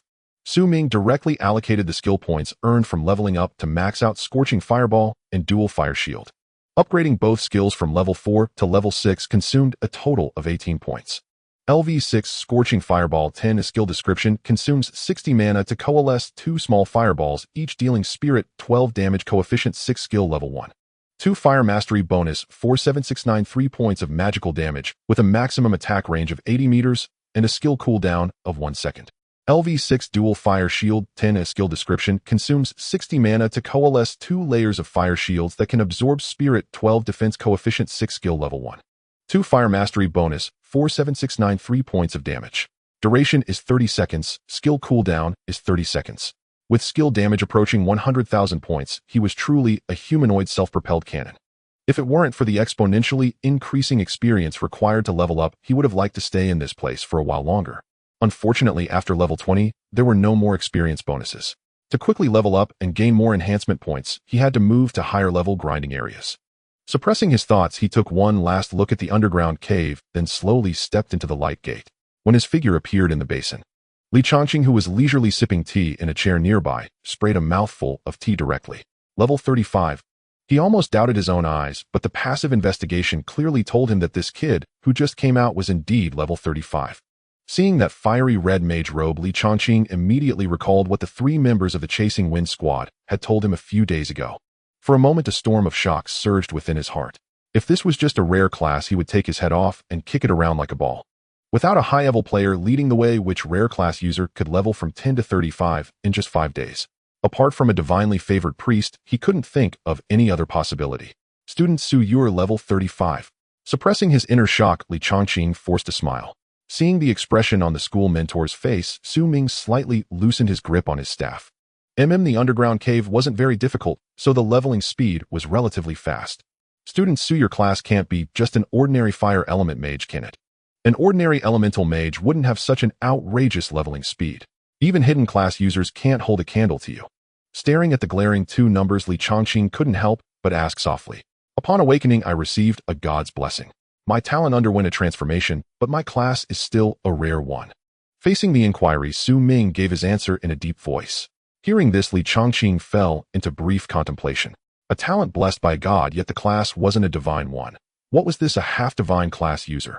I recall that the talent for Fire Element Mages is usually Fire Mastery. What did your talent transform into? If it's inconvenient to say, you don't have to. Flame Envoy. All fire skills have their power amplified 5-fold, and it can be upgraded after the first job change. Having already prepared his response, Su Ming fabricated a talent on the spot. He had calculated that if he only considered the fabricated 5-fold amplification of the Flame Envoy talent, without factoring in equipment or class enhancement traits, the small fireball would deal just over 10,000 damage. Not too outrageous, yet still surpassing hidden class users. Upon hearing this, Li Changqing felt an intense wave of envy. An initial 5-fold fire enhancement that could be improved later. This was undoubtedly a special divine class user. Although the class was still a rare one, this single talent was enough to propel him to meteoric success. Why didn't you mention this during the awakening? Suppressing his envy, Li Changqing pressed on softly. I didn't understand back then, and I'm somewhat sensitive about my nerves. Hearing this, Li Changqing understood immediately. It was normal for a genius to be a bit aloof. Organizing his thoughts, he raised 2 fingers and said, Student Su, don't tell anyone else about your talent. You have 2 choices now. First, the school can recommend you directly to a fixed higher education institution. Second, participate in the Global Higher Education Institution Assessment over 20 days from now. I choose the second option. As a grinding expert, Su Ming wouldn't pass up the chance to exploit the big exam's benefits. According to past exams, the institution assessments would have boss level or even stronger bosses thrown into the trial grounds. These were all blatant enhancement points. Alright, I assume you're planning to go to the Death Spirit Mountains to level up next, right? I can apply for a full set of level 35 Fire Mage equipment, 2 Fire Mage skill books, and 1 passive skill book for you. The only thing you need to do is achieve outstanding results in the assessment. Seeing him make his choice without hesitation, Li Changqing replied solemnly. Thank you, Teacher Li. Hearing about this good fortune, Su Ming's eyes lit up slightly. The saying, a big tree offers good shade, couldn't be more accurate. Passive skill books were simply not available on the market. Alright, I'll contact the school and have someone pick you up. Then you can go directly to the logistics department to collect the supplies. Okay. After giving a few brief instructions, Li Changqing directly sent a message to the principal. Principal, among this batch of professional students, there is a rather special one. In 5 days within the underground cavern, his personal level rose from 10 to 35. According to him, when he awakened, he was blessed by a deity and his talent underwent a transformation. His initial talent, Fire Mastery, evolved into Flame Envoy. The power of all fire-type skills is amplified 5-fold, and after the first class advancement, his talent power can continue to increase. I am specially applying for a set of level 35 Fire Mage equipment, 2 Fire Mage skill books, and 1 passive skill book. When a refined middle-aged man at Tianyin City, First High School, saw this message, a flicker of joy appeared on his face. He hadn't expected such a pleasant surprise. A special talent professional comparable to a divine practitioner could at least prevent the school's ranking on Tianlang Star from declining further. After all, the resource allocation of major cities was determined by the top institutions. If a region lacked a divine practitioner for an extended period, it would have some of its resources stripped away and allocated to other areas that had produced one. It had been 5 years since Tianyin City First High School last produced a divine practitioner. Under normal circumstances, its ranking would undoubtedly continue to fall this year. Fortunately, a special professional had emerged. After taking a sip of tea from the cup on his desk, Li Si casually sent a message to the head of the logistics department. Half an hour later, Ming returned to school aboard the Academy's exclusive airship. After verifying his identity at the logistics department, he entered to select his items. Active skills: Fire Serpent, Repelling Fire Ring, Wall of Fire, Fire Lance. Passive skills: Spell Vampire, Physical Vampire. Repelling Fire Ring skill description: condenses a ring of fire to repel targets. Fire Serpent skill description: conjures a serpent of flame to bind and damage a target. Physical Vampire skill description: attacking a target absorbs 1 of physical damage dealt as health. Spell Vampire skill description: attacking a target absorbs 1 of spell damage dealt as health. Scanning the array, Ming saw many active skill books for fire mages, but only 2 types of passive skill books: Spell Vampire and Physical Vampire. He wasn't picky though. One shouldn't complain about freebies. After carefully browsing the skill books, he settled on Fire Serpent, Repelling Fire Ring, and Spell Vampire. For equipment, he chose a set of level 35 lava gear. Lava Staff, level 35, quality blue, bonus stats: Spirit 45, Spirit 15, fire damage 2. Lava Mage Robe, level 35, quality blue, bonus stats: Constitution 35, Constitution 10, fire damage 1. After collecting the equipment, Ming also received a large batch of potions. When he returned home, he began to enhance them relentlessly. Ding 35 enhancement points can be consumed to enhance equipment. Proceed. Ding 70 enhancement points can be consumed to enhance equipment. Proceed. After a series of 10 consecutive enhancements, the 7 pieces of equipment consumed a total of 13475 enhancement points. Ming dismantled the level 10 flame set, recovering 3080 enhancement points. Lava Staff 10, level 35, quality blue, bonus stats: Spirit 495, Spirit 165, fire damage 22. Equipment trait: reduces mana cost by 300 per spell cast.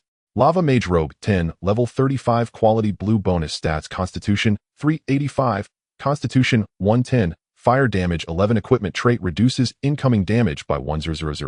Lava Mage Pants 10, level 35, quality blue, bonus stats: Constitution 385, Constitution 88, damage reflection 100. Equipment trait: reduces incoming damage by 1000. Lava Shoes 10, level 35, quality blue, bonus stats: Agility 385, Agility 110, Evasion 3. Equipment trait: can evade 1 instance of lethal damage, limited to 1 use. Lava Mage Headpiece 10, level 35, quality blue, bonus stats: Spirit 495, Spirit 165, fire resistance 30. Equipment trait: can instantly dispel control skills below 2nd class advancement, usable once per hour. Lava Mage Necklace 10, level 35, quality blue, bonus stats: Mana Recovery 500 per minute, Health Recovery 500 per minute, generates a 300 damage shield. Shield requires 1 hour cooldown after breaking. Equipment trait: mana and health recovery effects are doubled. Lava Mage Ring 10, level 35, quality blue, bonus stats: Spell Penetration 440, fire true damage 75, fire damage 11. Equipment trait: skill lock. Lava 7-piece set, bonus Spirit 280, Constitution 160. The enhanced 7 pieces of equipment boasted explosive stats. After equipping them, Ming's personal attributes skyrocketed. Personal panel name: Ming. Class: Fire Element Mage 1. Special: level 35, 138, 231, 4000, HP 121, 601, 2160, Mana 190, 201, 9020, Strength 39, 278, Constitution 44, 218116, Spirit 151, 216902, Agility 44, 2495583. Skills: LV6 Chain Fireball, 10 LV6 Dual Fire Shield, 10 LV3 Flame Storm 3, Talent Fire Mastery amplifies fire skill power by 20. Equipment Lava Staff Lava, Mage Robe Lava, Mage Pants Lava, Shoes Lava, Mage Headpiece Lava, Mage Necklace Lava, Mage Ring 10 skill points 1 free. Attribute points 0 enhancement points 148605. Both HP and mana exceeded the 100 point threshold. Moreover, the damage from his skills surged to terrifying levels. LV6 Chain Fireball 10 is skill description, consumes 60 mana to conjure 2 small fireballs, each dealing damage equal to Spirit 12 damage coefficient 6 skill level 1. 2 Fire Mastery bonus, 44 fire damage 236640 spell damage with a maximum range of 80 meters and a cooldown of 1 second. A single small fireball could deal nearly 24000 damage. Absolutely extraordinary. It was clear that attribute multipliers and enhancements became increasingly overpowered in later stages, especially percentage-based ones. Originally, the lava set only provided a 4 fire damage bonus, but after enhancement to 10, it directly became 44. Stacked onto Su Ming's existing damage, it was off the charts. After closing his personal panel, Su Ming took out 3 skill books and learned them one by one.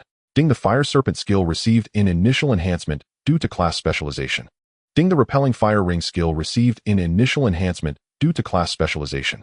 Ding the Spell Vampirism skill received in initial enhancement due to class specialization. LV1 Dual Fire Serpents skill description consumes 10 mana to conjure 2 Fire Serpents, each dealing Spirit 1 damage coefficient 1 skill level 1. 2 Fire Mastery bonus, 44 fire damage 3287 points of magic damage plus a 2-second immobilization effect with a maximum range of 30 meters and a cooldown of 10 seconds. LV1 Dual Repelling Fire Ring skill description consumes 10 mana to conjure 2 fire rings repelling the target and stunning them for 2 seconds, dealing Spirit 1 damage coefficient 1 skill level 1. 2 Fire Mastery bonus, 44 fire damage 3287 points of magic damage with a maximum knockback distance of 15 meters and a cooldown of 12 seconds. LV1 Dual Spell Vampirism skill description, attacking a target absorbs 1 of magic damage dealt multiplied by 2 as health recovery. The class-enhanced skills were quite impressive. Although their initial damage coefficients weren't as high as the small fireballs, they compensated for Su Ming's weaknesses. Glancing at the enhancement points on his panel, he had no intention of upgrading the 3 new skills. As the saying goes, the best defense is a good offense. Learning crowd control skills was merely a precaution. For now, it was most suitable to prioritize enhancing Flamestorm. After all, he was about to head to the Necromancer Mountains, and this area effect skill had to be upgraded to the 10 tier. Ding consuming 4,000 enhancement points for skill enhancement. Proceed. Ding consuming 5,000 enhancement points for skill enhancement. Proceed. After consuming 4900 enhancement points, the damage of Flamestorm skyrocketed. LV3 Flamestorm 10 skill description consumes 150 mana to conjure a Flamestorm dealing Spirit 5 damage coefficient, 3 skill, level 1. 2 Fire Mastery bonus, 44 fire damage 540 points of magic damage to up to 20 targets with a maximum range of 50 meters and a cooldown of 3 seconds. Enhanced trait skill cooldown reduced by 50. After a round of upgrading, Su Ming got up and headed toward the bedroom. He hadn't slept well in 5 days while in the underground cavern, constantly either traversing maps or on the move. Now that he was home, he had to catch up on sleep. He would set out for the Necromancer Mountains after waking. As he drifted into slumber, several figures appeared at the entrance to the underground cavern outside Tianyin City. All the fresh air outside is wonderful. Taking deep breaths of the crisp air, Wang Tung wore a look of ecstasy. Don't just stand there, come over and sign in. Li Chongqing, who was guarding the cavern entrance, couldn't help but call out as he saw the few newcomers standing dumbfounded after emerging. Hearing this, the group quickly snapped to attention. Hello, Teacher Li. Hello, Teacher Li. Not bad, all of you have gained 4 or 5 levels in 5 days. As the 4 approached, Li Chongqing nodded slightly. Are you planning to go back and restock supplies or take a break before heading in again? We plan to go back and sell some items. All right, wait over there, someone will come to pick you up soon. Teacher Li, may I ask if Su Ming has come out? After hesitating for a moment, Wang Tung couldn't help but ask. Hearing this, Li Chongqing's brow twitched. He came out earlier than you, he's already back in Tianyin City. That guy pretty fast. By the way, Teacher Li, what level is Su Ming now? After muttering softly to himself, Wang Tung asked another question that piqued his curiosity. You'd better not know, I'm afraid you won't be able to handle it. Seeing his curious gaze, Li Chongqing replied with a leisurely tone. Could he say that Su Ming had already reached level 35 when he came out? Absolutely not. That would be too disheartening. Hearing this, Wang Tung and the others were somewhat stunned. Once they came to their senses, waves of shock crashed through their minds. If it were just a 1 or 2 level lead, Teacher Li wouldn't have said that. So conservatively speaking, he was at least 5 levels ahead of them. But that was impossible. Su Ming was just a rare class. How could he be this strong? It defied logic. At this moment, aside from Wang Ting, countless questions arose in the minds of the other 3 team members. Teacher Li, don't keep us in suspense. The curious girl, driven by intrigue, had a look of yearning for knowledge in her eyes. Hearing this, Li Chongqing shook his head slightly. You'd better ask him yourselves. All right. Wang Ting quickly agreed. Though the other 3 were still curious, they didn't press further. Some things, if the teacher chose not to say, naturally had their reasons. As they waited, the group chatted animatedly in the team channel. Captain, guess what level Su Ming is now? Guess they'll find out when I get back. Captain, can you recruit him into our team? A team needs 5 members, and we're short 1. Don't even think about it. If I could, I would have tied him down long ago. After about half an hour had passed, the 4 returned to First High School aboard a flying vehicle. They first sold their gains from the cavern at the logistics department, then went their separate ways. 5 days wasn't long, but it wasn't short either. They were all physically and mentally exhausted. In that place, even during rest, their hearts were on edge, making deep sleep impossible. Wang Tong went straight to Su Ming's doorstep. Old Su, open up. Instead of ringing the doorbell, he used the most primitive method of knocking, loud bangs. Stop knocking. If you break my door, I'll kill you. Su Ming, who was sleeping soundly, shouted back irritably upon hearing the thunderous knocks. When the door opened, Wang Tong squeezed in. Confession is the key to leniency. Resistance will be met with severity. Spill it. How many levels are you now? Probably just a little higher than you. Hearing the question, Su Ming shrugged slightly. Bullshit. Do you know what Teacher Li said when I asked about your level? He said I'd better not know. Afraid I couldn't handle it. Wang Ting, now plopped onto the sofa and munching on an apple, couldn't help but roll his eyes. What level are you? Seeing the fierce look on his face, Su Ming softly replied with a question. I'm level 16. Wang Ting, struggling to swallow the apple in his mouth, answered without thinking. Oh, I'm 19 levels higher than you. After a moment's thought, Su Ming replied truthfully. Hey, it's just 3 levels higher than me. Teacher Li is the same. What's the big deal? Wang Tong, whose ears automatically filtered out the previous words, only heard the phrase 19 levels and immediately felt relieved. Luckily, it was just 3 levels. While he was indulging in self-comfort, Su Ming's voice sounded again. It's 19 levels higher than you. This time Wang Tong understood clearly. 16, 19, 35. After quickly calculating in his mind, he suddenly felt that the apple in his mouth wasn't so tasty anymore. Damn it, you cheater. Next time in the dungeon, you'll jump straight from level 10 to 35. You're something else. This is called fighting alone, being slightly stronger than me. I can believe you're evil. Wang Tong, nearly propelled off the sofa by the shock of the number 35, I felt his outstretched finger tremble slightly. Stay low-key, stay low-key. Here, take these items. I'll help you fly later. Su Ming, slightly embarrassed, casually tossed out a melee armor set and 2 skill books. This is a level 20 ogre armor set along with 2 melee class skill books. You can use them for now. Wang Tang's eyes immediately lit up at the sight of the items on the table. Wandering for half a lifetime, only regretting not meeting a wise ruler, if you don't abandon me, Tung is willing to be your sworn son. He skillfully stored the equipment and skill books in his inventory and clasped his hands together. My son truly possesses the demeanor of a great emperor. Facing the good son delivered to his doorstep, Su Ming casually responded. Get lost, you really know how to capitalize on a situation. Old Su, you've reached level 35, it's time to go train in the Necromancer Mountains. After lying back on the sofa again, Wang Tung's expression became slightly serious. The monster experience in the dungeon is too little for me. I need to change places. That place is not like the dungeon, governed by multiple forces. You must be careful when you go there. Rest assured, I'm very steady. That's good. Shall we grab a drink? Let's go. After indulging in food and drink, Su Ming headed straight home. Standing by the window, gazing at the scenery below, his gaze turned extremely profound. He was well versed in the strategies for the Necromancer Mountains. There are many kinds of monsters in that place. Among the more common are bone skeletons, white zombie warriors, undead bone horses, death bats, and shadow cats. These monsters vary in level, with the lowest being level 20 and the highest reaching level 50. Furthermore, the Necromancer Mountains refresh boss level BOSSES each time, causing a scramble among many. According to the official website, when a boss is killed, it drops a dungeon token that can be used to unlock the hidden instance in the Necromancer Mountains, the Necromancer Dungeon. After reviewing the strategy information in his mind, Su Ming turned and returned to his room to continue sleeping. The next morning, he boarded the flying vehicle arranged by the school, heading straight for the Necromancer Mountains. After about 10 minutes, a massive mountain range filled with a sense of dead silence appeared before him. When the flying vehicle landed outside the station site of the first middle school, a beautiful woman in a white mage robe slowly walked out from inside. Little guy, you are Su Ming, right? You can call me Teacher Nangong. The principal told me about your situation, and now I need to remind you of a few points. The danger level of the Necromancer Mountains is far higher than that of the dungeon. If you encounter someone with ill intentions, if you think you can beat them, solve it quickly. If you think you can't, run as fast as you can. Understood.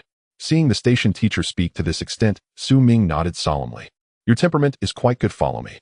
A glimmer of unusual light flashed in Nangong Jing's eyes as she spoke.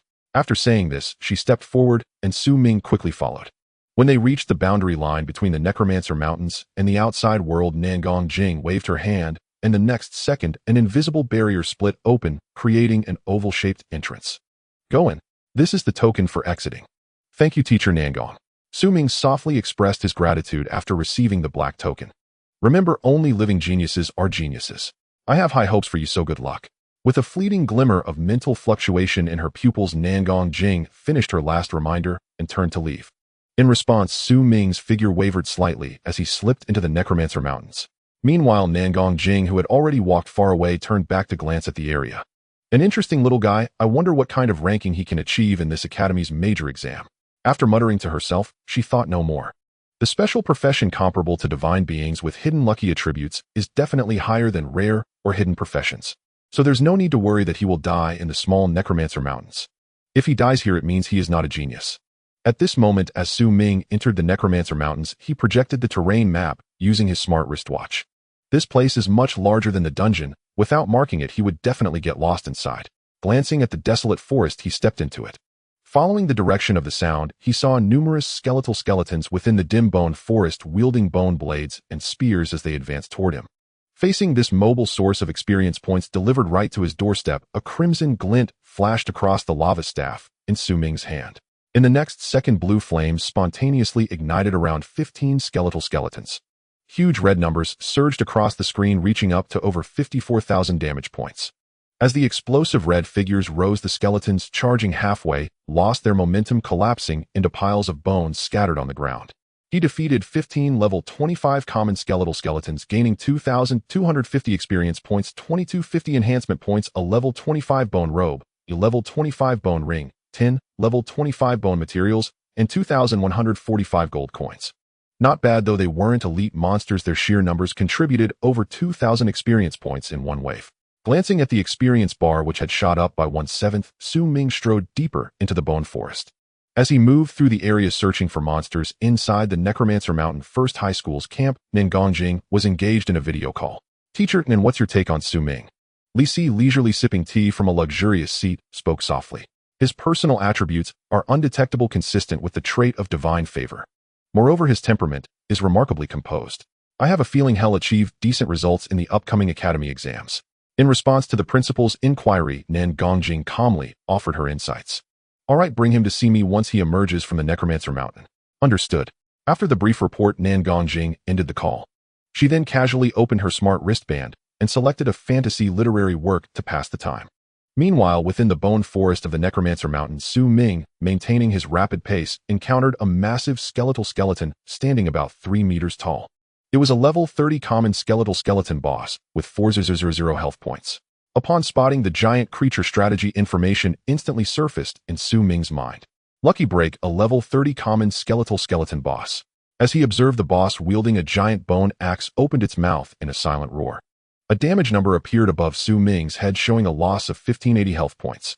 The damage was manageable. A fragile level 30 professional would have their health reduced by 2/3 from such a soul roar attack. In response to the silently screaming skeletal skeleton boss, Su Ming launched 2 blue-flamed fireballs. The attacks dealt over 2,370 damage, each defeating the level 30 common skeletal skeleton boss. He gained 2,000 experience points, 2,000 enhancement points, a level 30 bone necklace, a skill book for bone summoning, and 2,265 gold coins. The skill book described the ability to summon a common skeletal skeleton of equivalent level to the caster, with its learning restricted to summoners, necromancers, and death knights. Glancing at the skill book information, Su Ming felt a slight disappointment. If he could learn it, he would have considered becoming a necromancer. But now that was out of the question due to the class restriction. Suppressing certain thoughts, Su Ming's figure flickered as he leaped over the fading bone pile, charging out of the bone forest. Upon exiting the forest, he was greeted by a barren black mountain devoid of any vegetation. It was Zombie Mountain, inhabited by white zombie warriors. These monsters ranged from levels 25 to 35, characterized by high health, strong physical defense, considerable speed, and corpse poison. Standing outside the mountain, Su Ming scanned the area and saw no sign of other professionals. Clearly, those grinding levels here were in deeper areas. Observing the shattered tombstones on the mountain, he slowly stepped into the territory of Zombie Mountain. The moment his foot touched the ground, a nearby coffin lid was blasted off by a tremendous force. Then a white zombie warrior covered in white fur with black glinting claws sprang upright from the coffin. Before the white zombie warrior could let out a roar, a small fireball struck it, sending it back to slumber. The damage exceeded 237,000 points. Defeating the level 30 common white zombie warrior earned him 200 experience points, 200 enhancement points, a level 30 white zombie armor, and 265 gold coins. After dispatching the minor monsters, Su Ming began to demolish graves. According to records, actively digging up tombs could increase the spawn rate of white zombie warriors and potentially trigger a zombie uprising. However, this action carried risks as it could easily draw monster aggro. Under normal circumstances, teams entering the Necromancer Mountain typically avoided such tactics. The risk factor was too high. If they were targeted while fighting a boss, it would spell trouble for them. But for Su Ming, such risks were negligible. He actually welcomed becoming the prime target of the monsters within the Necromancer Mountain. If a zombie uprising were triggered, he would simply activate his fire shield and unleash a fiery storm from a safe spot. As blue-flamed fireballs exploded across Zombie Mountain, numerous coffins and tombstones were blasted into the air. After destroying 70 or 80 graves, a ferocious roar echoed through the void. Due to his repeated destruction of coffins on Zombie Mountain, the White Zombie King grew enraged, temporarily boosting the overall attributes of all white zombie warriors on the mountain by 30%. At that moment, a conspicuous notification appeared before Su Ming. Seeing this, he was slightly taken aback. The official website hadn't mentioned a temporary attribute boost. As he pondered, multiple cracks spread across the ground of Zombie Mountain, and numerous white zombie warriors with bloodshot eyes crawled out from beneath the earth. A single glance revealed at least 100 of them. Instead of being alarmed, Su Ming was delighted. This was perfect. He feared too few, worried about not having enough to kill. When the robust White Zombie King let out an offensive roar, a dark tide of white zombie warriors leaped forward in a charge. In response, Su Ming lightly waved his lava staff, targeting the 20 white zombie warriors in the lead. As blue flames surged, a cascade of crimson damage numbers rose rapidly, each exceeding 54,000 points. While the vanguard fell, the following white zombie warriors closed in on Su Ming. Facing these minor foes, a ring of repelling fire materialized around him, sending the most aggressive warriors flying backward. While the vanguard fell, the following white zombie warriors closed in on Su Ming. Facing these minor foes, a ring of repelling fire materialized around him, sending the most aggressive warriors flying backward. Just as the white zombie warrior was sent flying, the next round of flame storm finished its cooldown. Thus, 20 human-shaped pillars of fire were lit once more on the Zombie Mountain. Seeing that his minions' coordinated assault could not subdue this detestable foe, the White Zombie King hefted his greatsword and began his charge. However, in Su Ming's eyes, it was no different from any other monster. A simple matter of raising his hand and dispatching it in an instant. The White Zombie King blasted mid-charge promptly met its demise. With the Corpse King gone, Su Ming found farming these monsters even easier. Under the dual sweep of Flamestorm and Chain Fireball, a wave was cleared every 3 seconds. Occasionally, a few stragglers would break through the flames and reach him, but he couldn't be bothered. Aside from sparking their claws against his shield, these white zombie warriors could do little else. The fire shield, capable of absorbing over 400,000 damage and refreshing every 30 seconds, was a pipe dream for low-level monsters to break without true damage. While standing still and outputting, the vast zombie rampage was swept clean by Su Ming in under 30 seconds. No help for it. A flamestorm every 3 seconds was too much for anyone, human or ghost. Killed 100 LV. 30 normal white zombie warriors gaining 20,000 EXP, 20,000 enhancement points LV. 30 white zombie greatsword, 55 LV. 30 white zombie fangs. 21,548 gold coins. Killed 50 LV. 35 elite white zombie warriors gaining 20,000 EXP, 20,000 enhancement points LV. 35 white zombie staff, 30 LV. 35 white zombie fangs. 19,524 gold coins. Killed 1 LV. 35 head white zombie king gaining 4,000 EXP, 4,000 enhancement points LV. 35 white zombie greytax, 1 LV. 35 zombie king Fong skill book bloodthirst, 4856 gold coins. Your level has increased to 37. Base stats have been improved. Rewarded with 2 free attribute points and 1 skill point. Your level has increased to 38. Base stats have been improved. Rewarded with 2 free attribute points and 1 skill point. Your level has increased to 39. Base stats have been improved. Rewarded with 2 free attribute points and 1 skill point.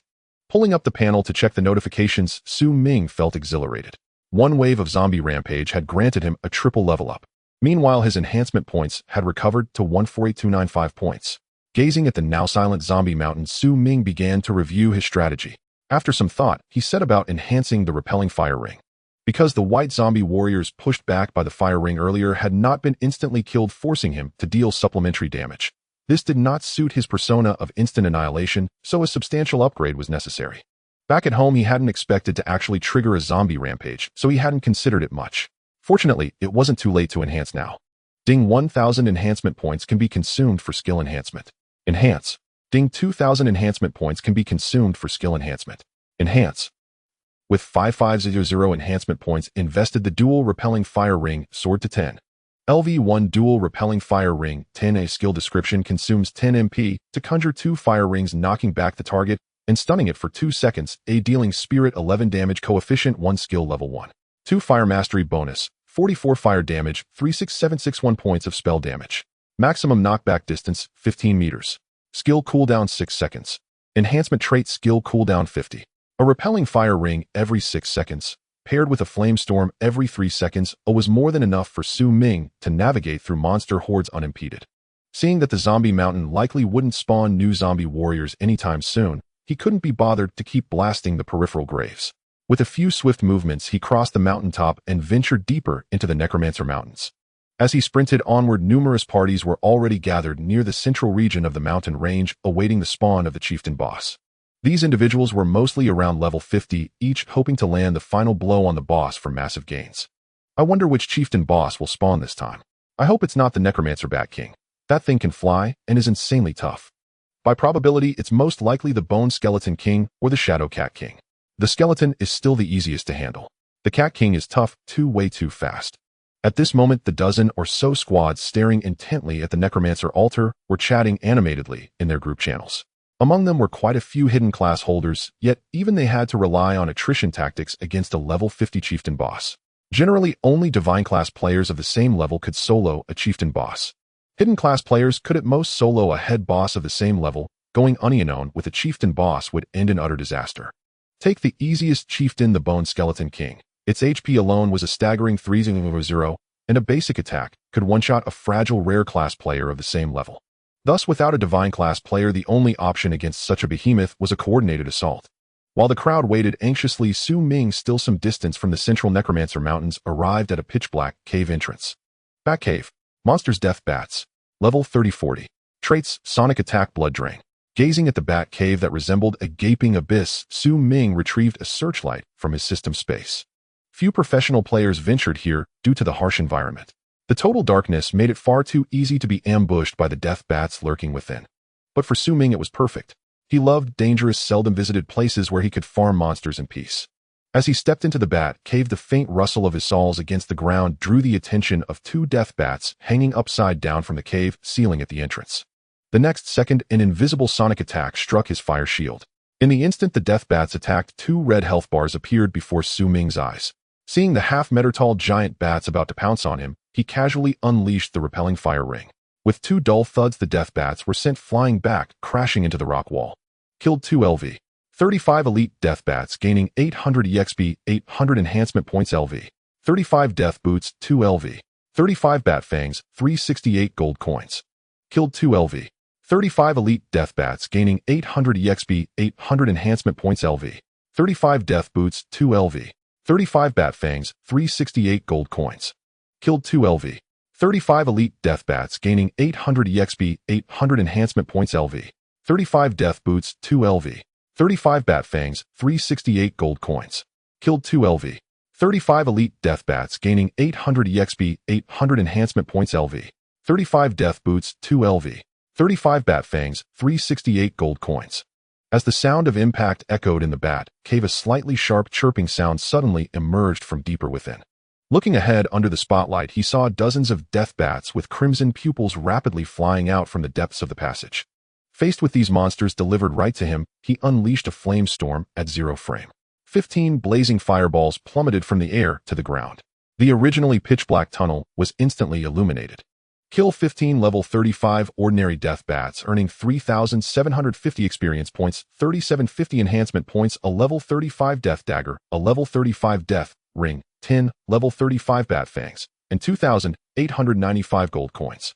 As the vanguard of death bats was instantly obliterated, a more intense commotion arose from deeper within the cave, as if a hornet's nest had been stirred. In response, Su Ming felt delighted rather than alarmed.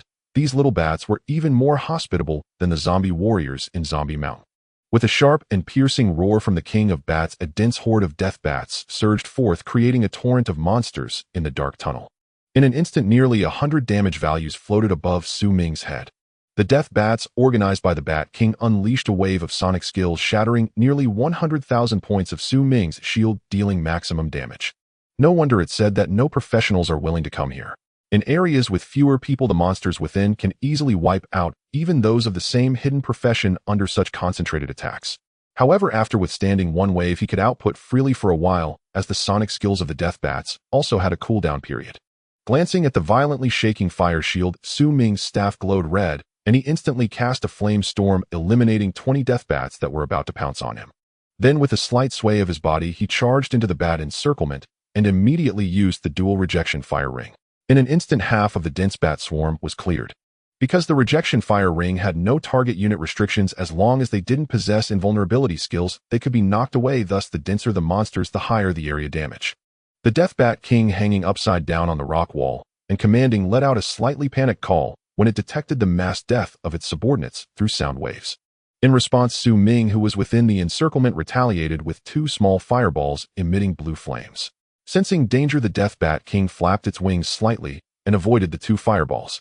Just as it prepared to continue issuing commands, the missed fireballs abruptly turned in the air and landed on the Death Bat King. With 2 explosions, the entire bat swarm was thrown into chaos. In the face of this situation, Su Ming wielded his staff and harvested continuously. 15 seconds later, the tunnel was filled with blazing pillars of bat fire, the eerie blue color casting a horrifying ambience in the pitch-black environment. Kill 80 level 35 ordinary death bats, earning 20,000 experience points, 20,000 enhancement points, a level 35 death longsword, a level 35 death boots, and 46 level 35 bat fangs. 22,157 gold coins. Your level has increased to level 40 with basic attributes enhanced and rewarded with 2 free attribute points and 1 skill point. Kill 45 level 40 elite death bats, earning 21,600 experience points, 21,600 enhancement points, a level 40 death staff, a level 40 death saber, and 25 level 40 bat fangs. 23,248 gold coins.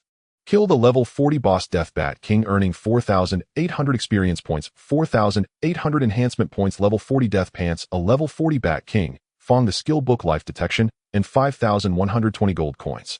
Your level has increased to level 41 with basic attributes enhanced and rewarded with 2 free attribute points and 1 skill point.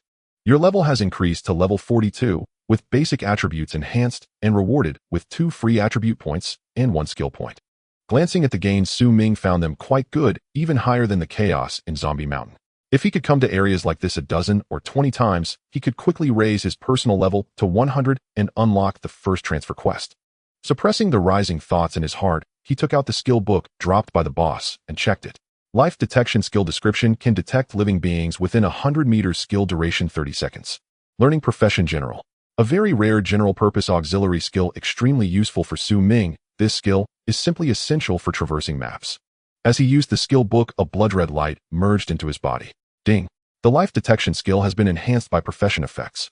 LV1 Life Detection skill description: consumes 100 mana to emit a circular life detection wave with a radius of 100 meters lasting 60 seconds and a skill cooldown of 120 seconds.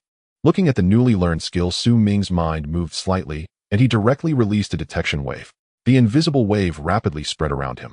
In the next second, a virtual image visible only to him appeared with 25 red light spots. Discovering that there were still stragglers in the depths of the cave, he quickly lifted his feet and headed deeper into the bat cave. Following the uneven passage into the lair of the death bats with the aid of the light, Su Ming spotted 25 death bats remaining on the cave ceiling. Before the group of bats could react, he unleashed a flame storm, igniting 20 of them, adding a touch of color to the pitch-black cave. Kill 20 level 40 elite death bats, earning 9,600 experience points, 9,600 enhancement points, level 40 death armor, a level 40 death saber, and 15 level 40 bat fangs. 6,157 gold coins. At this moment, sensing the death of 5 companions, through sound wave detection, the remaining death bats initiated a dive-bombing suicide attack. As they launched their sonic attacks, screaming as they crashed into the rejection fire ring that appeared out of nowhere, their lives came to an end. As they launched their sonic attacks, screaming as they crashed into the rejection fire ring that appeared out of nowhere, their lives came to an end. Killed 40th level elite death bats x5, gaining 480 by 5. 2,400 experience points, 2,400 enhancement points, a level 40 death longsword, 3 level 40 bat fangs, and 1357 gold coins. Gazing at the enhancement points on the panel, which had surpassed the 15500 mark, Ming fell into deep thought, contemplating how to strengthen himself. Before entering the Necromancer mountain range, he might have chosen the small fireball. However, after enduring a wave of nearly 100 points of area effect damage, he believed it wiser to prioritize strengthening his fire shield first. With this thought, he focused his mind slightly. Ding 1100 enhancement points can be consumed for skill enhancement. Proceed. Ding 100 enhancement points can be consumed for skill enhancement. Proceed. Ding 200 enhancement points can be consumed for skill enhancement. Proceed. After spending 15500 enhancement points, the dual fire shield soared to the 20 level. LV6 dual fire shield 20 skill description consumes 60 mana to condense 2 layers of a fire shield that can absorb spirit, 22 defense coefficient, 6 skill level 1. 2 fire affinity bonus, 44 fire damage, 446612 points of damage. Duration 30 seconds. Skill cooldown 30 seconds. With 2 layers of shields absorbing nearly 900 points of damage, even the leader boss would be moved to tears. However, it was a pity that the 20 enhancement didn't unlock any new traits. Observing his health bar, a sliver of black life that was merely over 1% of the shield's capacity, Ming instantly felt his safety was maximized. With true damage nowhere in sight, none could rival him. Then, after scanning the area with life detection to confirm no death bats had escaped, he vanished swiftly from the spot. With his enhancement points reduced to a mere 1245, Ming had no choice but to continue traversing the map. As he left the death bat cave and ventured deeper into the Necromancer mountain range, the Necromancer altar in the central region began to stir with anomalies. A massive 5-meter white zombie apparition materialized above the altar, gradually solidifying. Seeing the leader boss respawning at the altar, the professional team stationed nearby immediately snapped to attention. It's the White Zombie King. Lucky us. Defeating this one is only slightly tougher than the White Bone Skeleton King. Don't get careless. If you get hit by the Zombie King's poison, you're done for. Deal settled. Whoever lands the final blow gets the Underworld token. Then the team that gets the token must compensate the rest of us. While the boss hadn't fully spawned yet, the station professional team hastily began discussing strategies to take it down. Different bosses required different tactics. Charging and recklessly meant certain death. They had to plan meticulously. Who would tank, who would taunt. Everything had to be arranged clearly. As the group debated fiercely, the Necromancer altar in the central region suddenly trembled slightly. The next second, everyone saw a massive bat with a wingspan exceeding 5 meters appear beside the White Zombie King. What the hell? How did 2 leader bosses spawn at once? Seeing this, the nearby crowd thought their eyes were playing tricks on them. This was impossible. Taking down 1 leader boss with their numbers was manageable, but 2? No need to think. It would be a total wipeout. After all, the power of 1 plus 1 far exceeded 2. So what now? Do we fight or not? Fight my ass. The Bat King boss can fly. With our numbers, we couldn't kill it even if we threw our lives away. Forget it, let's head back. Report this situation to the school instructors to handle. What a waste. A boss right in front of us, and we can't even fight it. Damn it, this is too tough. Let's retreat. Upon discovering that the Necromancer altar had spawned 2 leader bosses, at once the professional team stationed nearby chose to retreat. As the saying goes, a wise man adapts to circumstances. Knowingly charging into the impossible is sheer foolishness. Together they could at most take down 1 level 50 leader boss. With 2 bosses now, there was no need to deliberate. Flee immediately. Anyone tempted to gamble on a slim chance could stay and test whether their head was harder than the boss fists. 10 minutes later, as Ming weaved through the mountain range, he suddenly halted. His life detection wave picked up 5 life forms rapidly approaching from 100 meters ahead. Just then, 5 figures emerged from the winding canyon ahead. Seeing this, Ming's gaze flickered, and he continued striding forward. Hey student, 2 leader bosses have spawned in the central mountain range. As he came within 5 meters of the group, the leading youth couldn't help but warn him. Thanks. Hearing about 2 leader bosses, Ming's eyes lit up instantly. After replying, he vanished from their sight, like a fiery red cloud speeding away.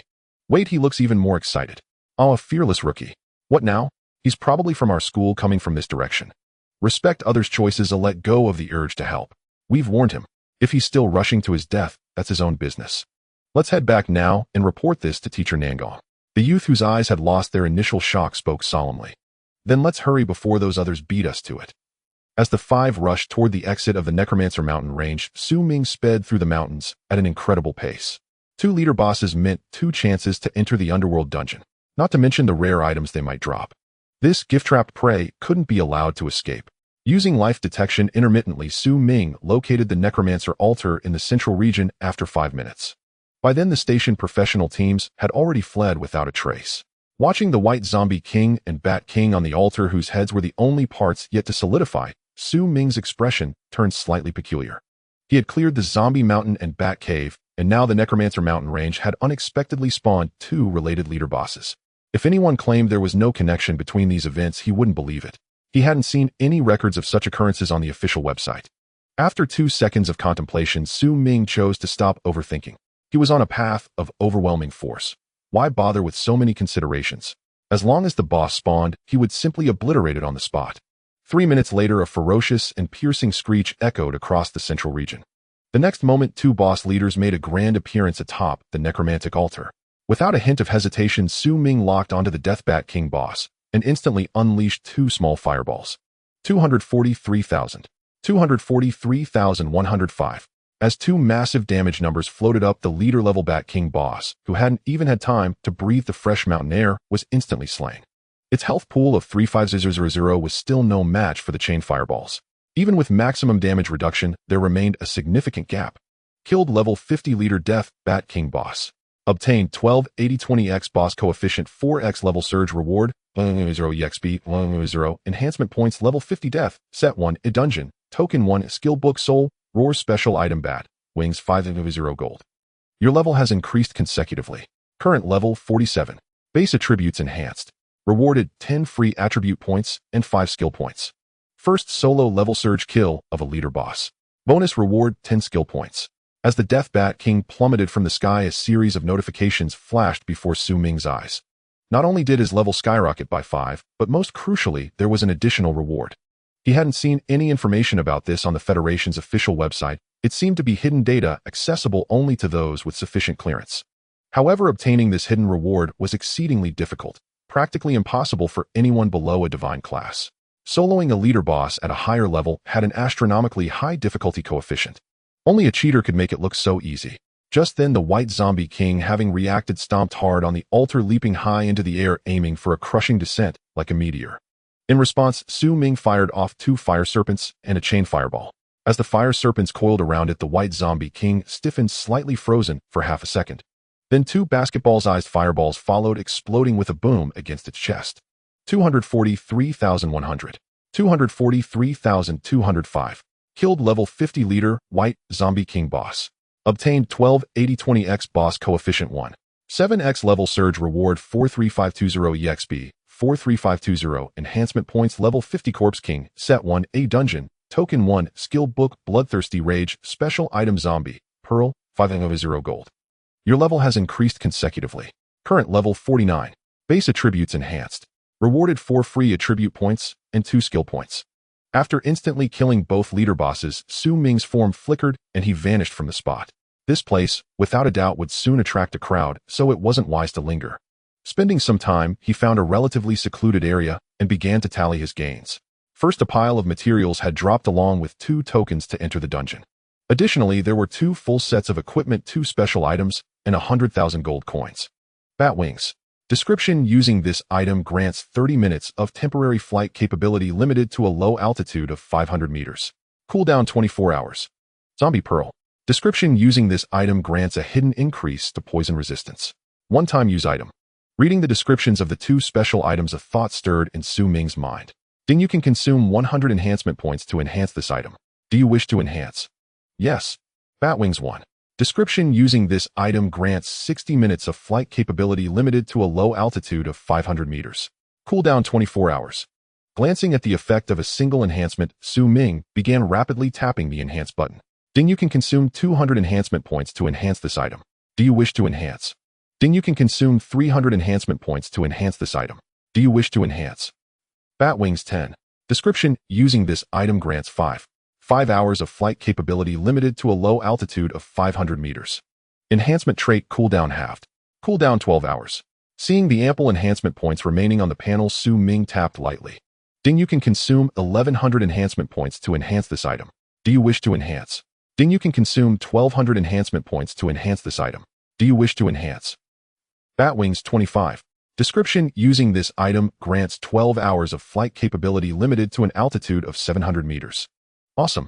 After a wave of enhancements to 25, Ming had directly transformed the bat wings from a temporary item into a permanent one. After the flight duration maxed out at 23, the subsequent 2 enhancements focused on increasing the flight altitude. And the enhancement points he consumed were not many, a total of 32500. That was less than a third of what the Bat King had contributed. Looking at the bat wings now gleaming with a purple-gold luster in the system space, Ming chose to bind them. When he used the bat wings, 2 enormous purple-gold bat wings rapidly unfurled from his back. From his appearance alone, he looked exactly like a so-called vampire prince. With a slight flap of the wings, Ming executed a vertical takeoff, spiraling straight up into the air. As he conducted his experimental flight, some factions stationed outside the Necromantic Mountain range also received news of 2 leader bosses appearing at the mountain center. Teacher Nangong, some changes have occurred in the mountain range. This time the Necromantic Altar has spawned 2 leader bosses at once, the Death Bat King and the White Zombie King. The professionals from other factions have likely already relayed the news. What do you think we should do now? Should we go and claim a share? At this moment the young man, leading the Qing Feng squad, spoke, gravely explaining the reason for their withdrawal from the mountain range. Hearing this, Nangong Jing's gaze flickered slightly. 2 leader bosses spawning at once was indeed abnormal. When you were coming out, did you encounter a young man in a crimson gold thread mage robe? Suppressing the many thoughts in her mind, Nangong Jing asked softly. Hearing this, the 5 members of the Qing Feng squad exchanged slightly odd glances. Because they had indeed encountered him. Teacher Nangong, during our return we met him in a canyon and warned him that the central area was extremely dangerous. But he didn't seem to take it to heart. Instead, he sped even faster toward the mountain's core. Faced with the question, the young man in the azure mage robe quickly replied. I understand. Stay at the camp. I'll enter the mountain range to check. If those 2 leader bosses haven't been killed by anyone else, I'll bring back the dungeon tokens and equipment for you. I understand. Stay at the camp. I'll enter the mountain range to check. If those 2 leader bosses haven't been killed by anyone else, I'll bring back the dungeon tokens and equipment for you. After leaving her instructions, Nangong Jing's figure flickered and she vanished from the camp. Then her fiery red wings unfurled behind her, transforming into a streak of crimson flame that plunged into the Dead Spirit Mountains. As her silhouette disappeared from sight, the 5 individuals standing in place gazed after her with eyes full of envy. When would they ever get their hands on a flying artifact? Captain, what do you think that guy we ran into earlier was all about? Could he be some second-generation heir here to gild his resume? After withdrawing his gaze, someone couldn't help but ask. Logically, it shouldn't be possible. After all, our Tianyan city doesn't even rank among the cities of Sirius Star. There's no reason for those born with silver spoons to come to this remote corner. That's true. Even if the offspring of noble families don't awaken a hidden class or divine profession during their awakening, they can still undergo a second awakening through bloodline inheritance, becoming bloodline warriors no less formidable than hidden classes. Coming here to compete for resources is truly unnecessary. For Teacher Nangong to value him so highly, I think he might very well be a divine practitioner. At this, the priestess in the team, who had remained silent until now, softly voiced her speculation. As soon as she spoke, the previous clamor instantly fell silent. You know, Miling might be onto something. When we see a leader class boss, we can't run fast enough, but he charges right in. If he's not an idiot, then he must be extremely confident in his own strength, believing he can solo a leader class boss. But I haven't heard any news recently about someone awakening a divine profession in Tianyan City. Why bother thinking about it so much? Divine practitioners and us are from 2 different worlds. Let's drop this topic. At this point, Li Mu, recalling certain matters, spoke gravely to end the discussion. Seeing this, the other 4 said nothing more. While the group ceased their discussion and adjusted their states at the camp, Nangong Jing, now a streak of crimson flame, arrived at the central area of the Dead Spirit Mountains in no time. However, to her astonishment, there was no trace of the boss at the altar. There was only one possibility for this: both leader-class bosses had already been slain by professionals and were now in their respawn cooldown. But that was impossible. She had rushed here with all speed. She knew exactly how capable those stationed near the Dead Spirit Mountains were. None of them could be faster than her. By the way, where is that kid Ming? Could it be that he killed both leader-class bosses? Hovering in the void, she scanned the area below, and a strange guess arose in her heart. Yet reason told her this was the least likely outcome. Even a divine practitioner of the same level would need a grueling battle to solo a single leader class boss, let alone two. After a fruitless search, she had no choice but to leave. Not long after her departure, higher-level professionals began arriving at the altar one after another. Who in the world was so fast? Could it be that woman? Seeing no sign of any boss around the altar, many of the visiting professionals couldn't help but mutter under their breath. They would never have guessed that both leader-class bosses had been obliterated the moment they appeared by a single professional under level 50. Now Ming, having reaped a bountiful harvest, was pondering whether to upgrade the zombie orb. After a moment of thought, he ultimately decided to keep the orb for now and upgrade it later when he had more upgrade points to spare. After setting the bat wings to hidden mode, he focused his mind and retrieved a token gleaming with a blackish-purple luster from his system space. Underground Palace Dungeon token description: upon use, allows entry into the group dungeon Dead Spirit Underground Palace. Level requirement 4550. Maximum number of entrants 100. Dungeon drops Death Chi Orbs Dead Spirit, set Dead Spirit Crystals. Reading the information on the token, Ming chose to use it. Your current location is the Dead Spirit Mountains. The Underground Palace Dungeon can be opened. As this message appeared, a beam of gray-black light shot out from the token in his hand.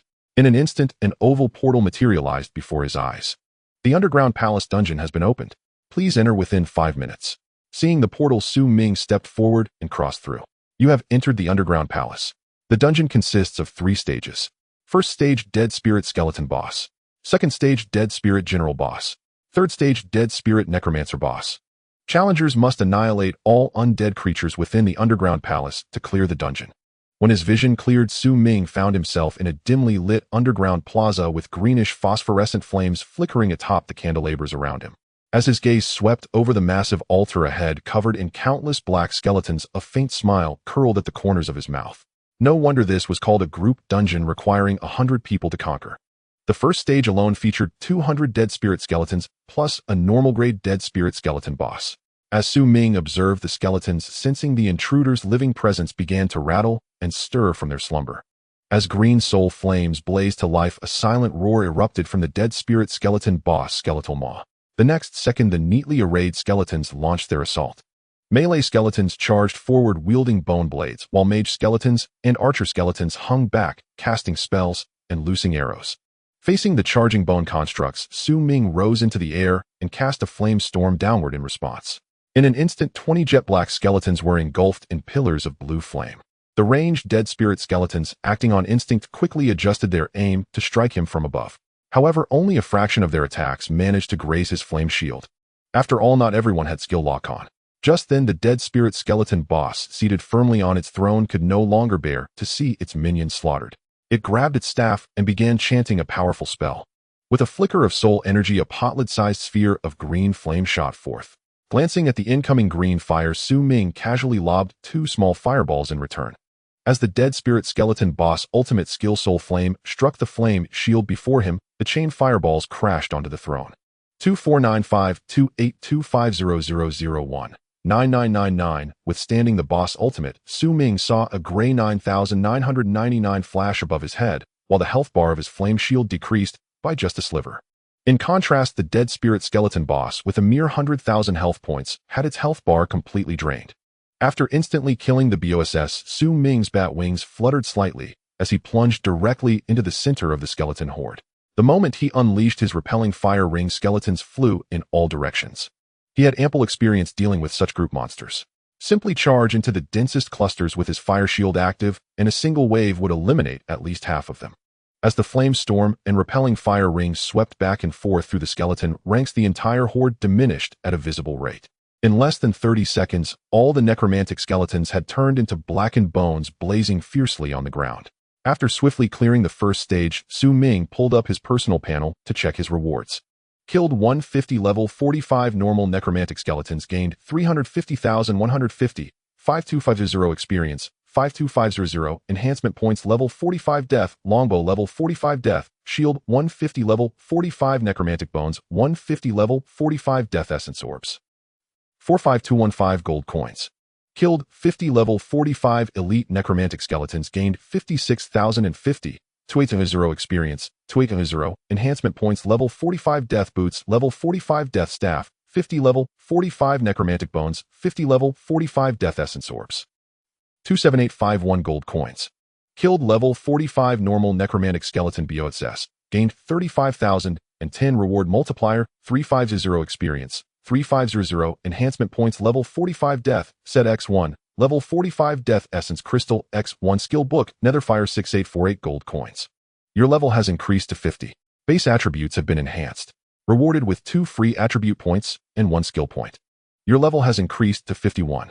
Base attributes have been enhanced. Rewarded with 2 free attribute points and 1 skill point. Your level has increased to 52. Base attributes have been enhanced.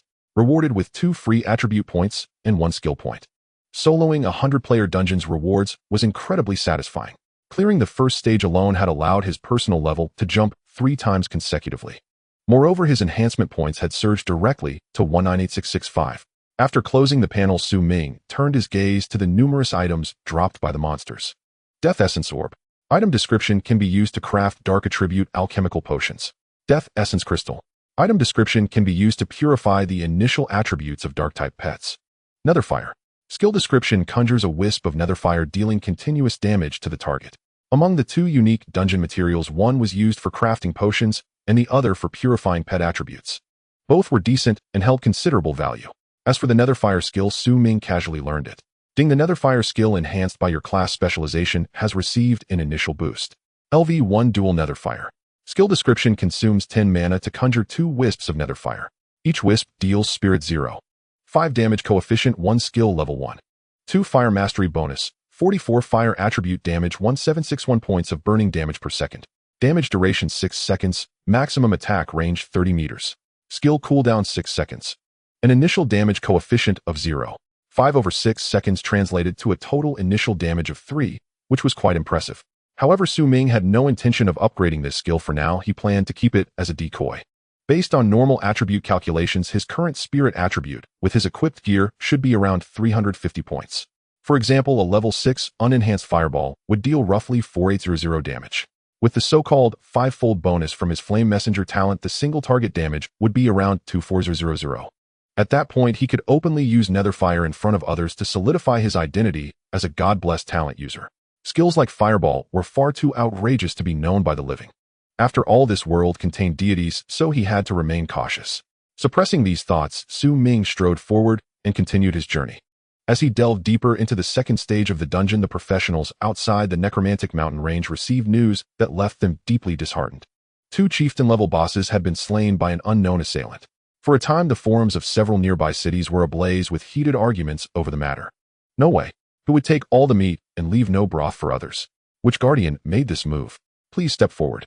Communication devices don't work inside the necromantic mountain range, so without any witnesses, everyone should stop speculating blindly. As they say, shamelessness conquers the world. I bet it was someone from Tianyan City.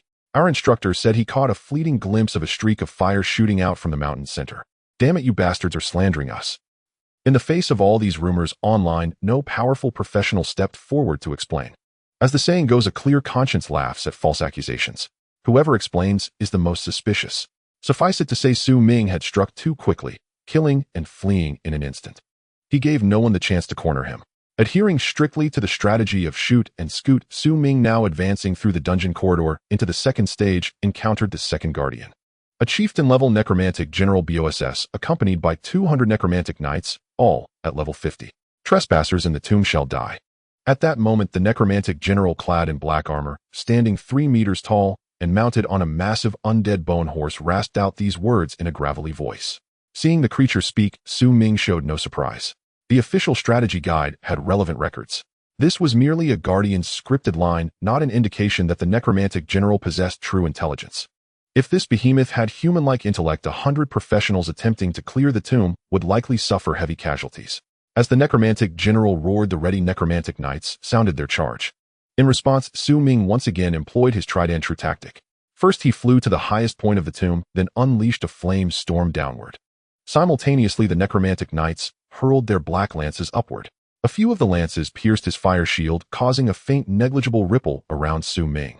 At the same time, blue flames spontaneously ignited around 20 necromantic knights below, causing them to collapse instantly. Such was the simple and brutal method of a cheater's leveling. Techniques were mere illusions. Dealing 99999 damage in one hit was the true path. In less than half a minute, Su Ming had cleared the second stage. The treatment of the Death General was identical to that of the skeletons in the first level. Both were carried away by a barrage of fireballs. It could be said that under the fireballs, all beings are equal. Killed 150 level 50 ordinary Death Knights, earning 6/0 experience points, 6/0 enhancement points, a level 50 Death Spear, a level 50 Death Boots, 150 level 50 Skeletal Bones, and 150 level 50 Death Energy Pearls. 52154 gold coins. Killed 50 level 50 elite Death Knights, earning 3/0 experience points, 3/0 enhancement points, a level 50 Death Boots, a level 50 Death Sword, 50 level 50 Skeletal Bones, and 50 level 50 Death Energy Pearls. 32568 gold coins. Killed the level 50 boss Death General, earning 6/0 experience points, 6/0 enhancement points, a level 50 Death Set, a level 50 Death Crystal, a skill book, War Tread, and 888 gold coins. Your level has been raised to level 53, your base attributes have been enhanced, and you have been rewarded with 2 free attribute points and 1 skill point.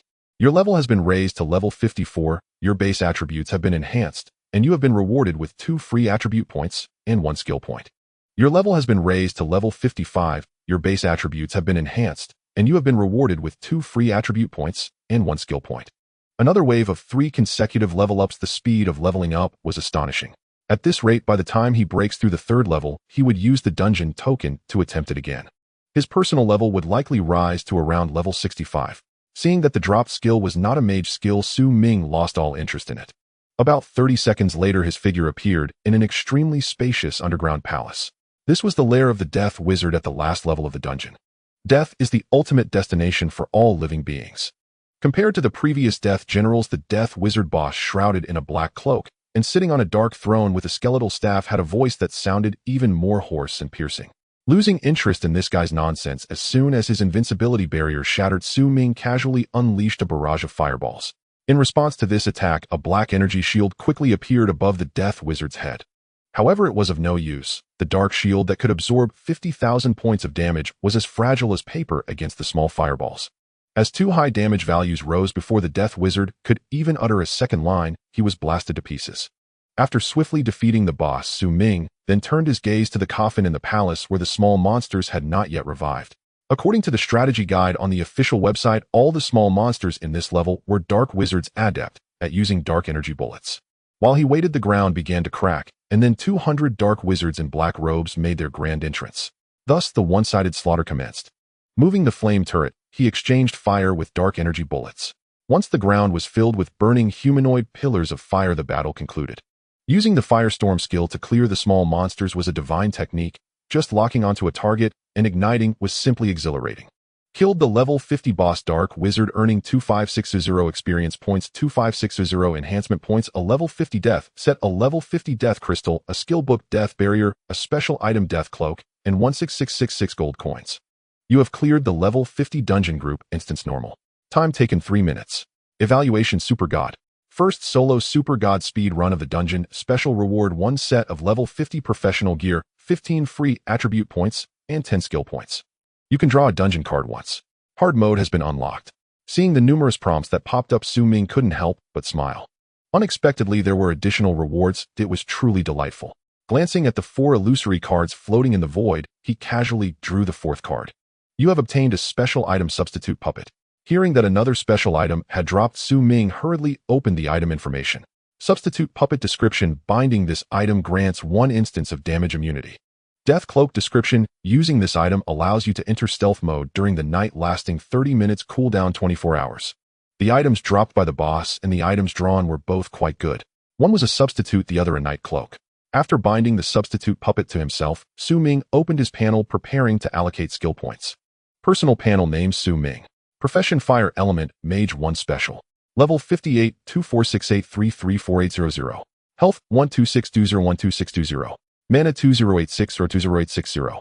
Strength: 62, 2124. Constitution: 67, 211281262. Spirit: 243, 21602086. Agility: 67, 2495629.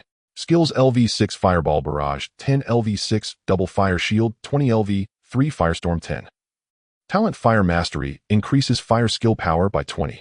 Equipment: Lava Staff Lava, Mage Robe Lava, Mage Pants Lava, Shoes Lava, Mage Headgear Lava, Mage Necklace Lava, Mage Ring 10.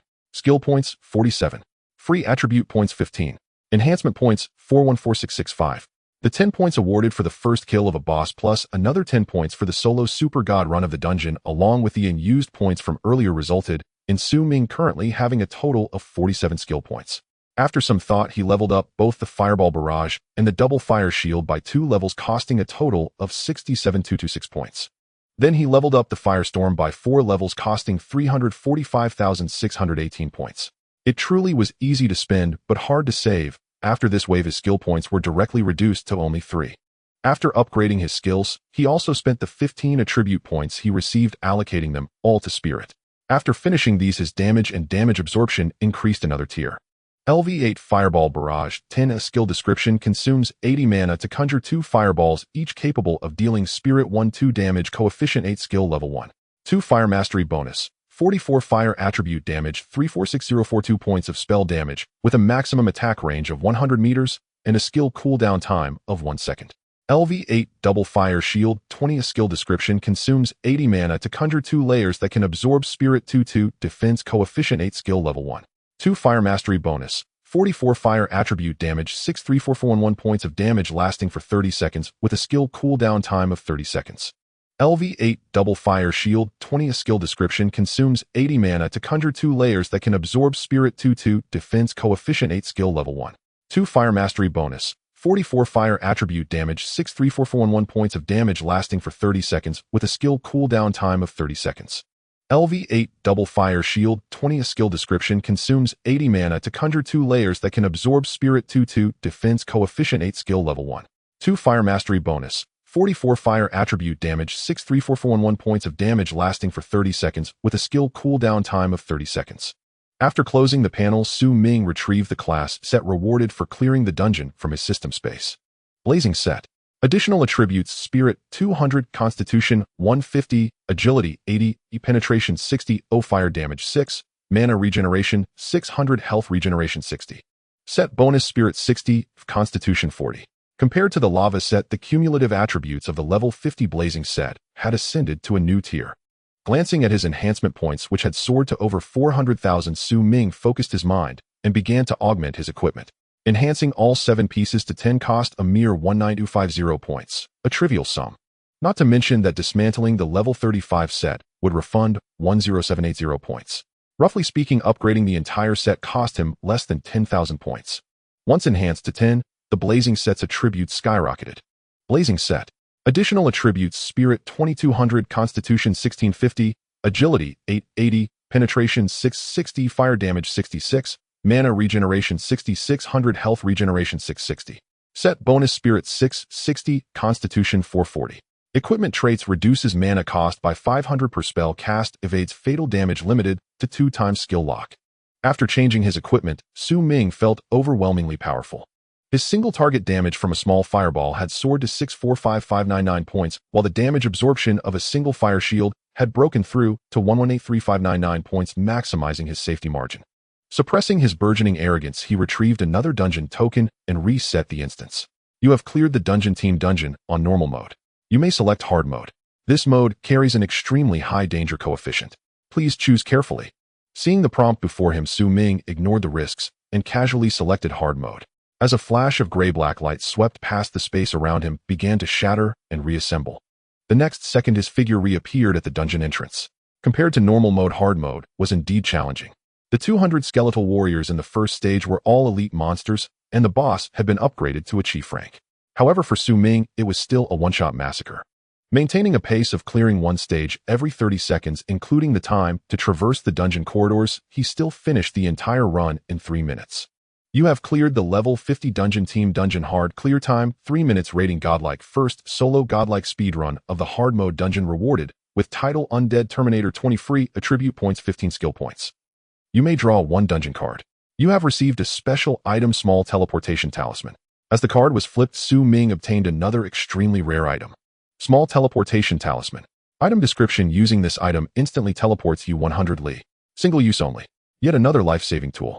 After scanning the information on the small teleportation talisman, Su Ming began to tally the remaining rewards from hard mode. First, regarding experience, the 3 stages had 600 elite monsters, yielding 646,387,600 experience points.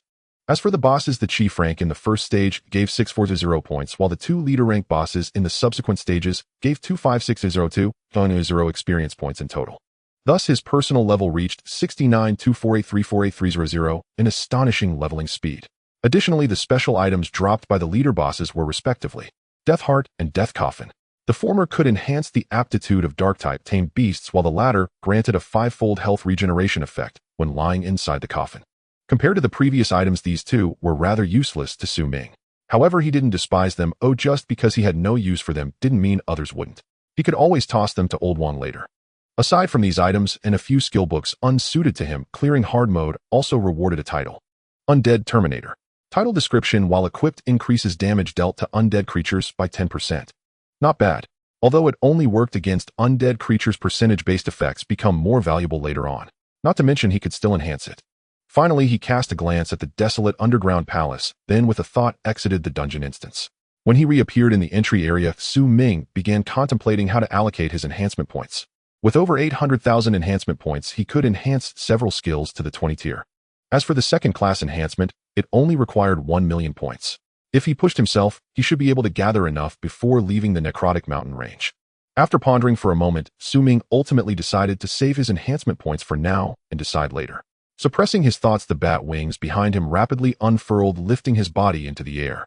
As he flew at a low altitude, activating life detection to search for monster traces within the necrotic mountain range, the professionals from various major factions were successively re-entering the mountain range through different entrances to hunt monsters and level up. As time ticked by, Su Ming located the lair of the Shadow Cats, the Shadow Forest, based on the topographic map. This area was also one of the regions most professionals disliked. Not only was the environment extremely harsh, but the Shadow Cats hidden within the forest were also masters of ambush, natural-born assassins. However, for Su Ming that was no problem at all. He preferred remote areas where no one would compete for monsters.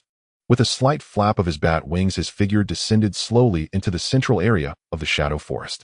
According to the life fluctuations captured by life detection, there were 15 red dots within a 100-meter radius. Just then, a shadow cat with pitch black fur lying on the ground snapped its eyes open, staring at the space above. Upon detecting a living being descending from the sky, a flash of bloodthirst gleamed in its crimson pupils. The next second, the shadow cat slightly flexed its limbs and leaped into the air. What greeted it was a ball of scorching blue flame. 665539665,869. As the explosion roared, the shadow cat, nearly 2 meters in length, was blasted into a shower of gore flying through the air. Killed level 40 normal shadow cat. Gained 300 experience points, 300 enhancement points, 1 shadow cat hide, 311 gold coins. Seeing the pitiful experience points, Su Ming felt a twinge of melancholy. After feasting on delicacies, going back to plain fare was truly hard to stomach. However, every little bit counts, and he had to take what he could get, because First High School didn't have any higher-level grinding zones. Those larger secret realms were all controlled by higher education institutions.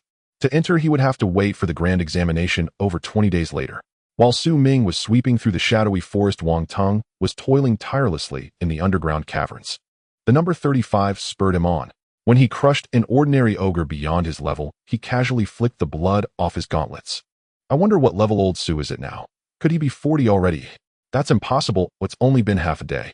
He's probably only gone up 2 or 3 levels at most. Gazing at his own level of 17, Wang Tong mused to himself. He calculated by the average 25 levels in 5 days meant about 5+ levels a day. Little did he know the meteoric rise of a cheat was utterly unimaginable. In half a day, Su Ming's personal level had nearly doubled. Moreover, his experience bar was increasing at an exceptionally steady pace. Life detection combined with his supreme agility turned him into a walking sweeping machine. Anything within his line of sight couldn't escape a volley of chain fireballs. After weaving through the shadowy forest several times, Su Ming finally encountered the Shadow Panther King boss. Killed level 40 Chieftain Shadow Panther King boss, gained 48,010 reward coefficient, 4,800 experience, 4,800 enhancement points, 1 Shadow Panther King, hide 1 Shadow Strike skill book, 1 level 40 Shadow set, 3888 gold coins. After instantly slaying the boss, Su Ming's form flickered and vanished from the spot. As a grind veteran, this intensity of hunting was merely an appetizer for him. As long as there were monsters, he could keep killing until the world went dark. 10 days later, a figure descended from the sky at the first high school encampment outside the necromantic mountain range. Nangong Jing, who was lounging on a camp chair and surfing the web, stared at Su Ming in his fiery red mage robe, her mouth opening and closing repeatedly. Originally, she had only guessed who killed the two chieftain bosses, but now she was completely certain. What kind of student enters the mountain range at level 35, stays inside for 10 days, and emerges at level 100? It was utterly absurd, absurdity squared. You're level 100. Swallowing hard, Nangong Jing's voice trembled slightly. Yeah, Su Ming nodded lightly in response. He wouldn't have come out if not for the fact that after maxing out the experience bar at level 100, he needed to complete a first-turn quest to continue leveling up. Over these 10 days since the chieftain bosses in the necromantic mountain range hadn't respawned, he had been sweeping through various leveling zones, earning over 200,000 experience points daily. It was far less than raiding team dungeons, but there was no help for it, as the highest level monsters in the necromantic mountain range were only level 50. Raising his level to 100 in 10 days was only possible because Su Ming could fly, otherwise he would have wasted countless hours on travel. Did you also kill the respawned White Zombie King and Necromantic Bat King in the Necromantic Mountain range? Having calmed down, Nangong Jing pressed softly. Yes. Hearing the question, Su Ming answered truthfully. There was no need to hide it once his level had been seen through. Give me a moment to process this. Feeling a bit dizzy, Nangong Jing couldn't help rubbing her temples. She was one of the more knowledgeable teachers, having seen divine class professionals at higher academies. But even they weren't this strong before their first turn. Was a 5-fold flame damage boost really that ridiculous? It couldn't be, could it? Teacher Nangong, I need to enter the challenge tower to complete my first turn quest, Su Ming said softly, seeing her chest heaving.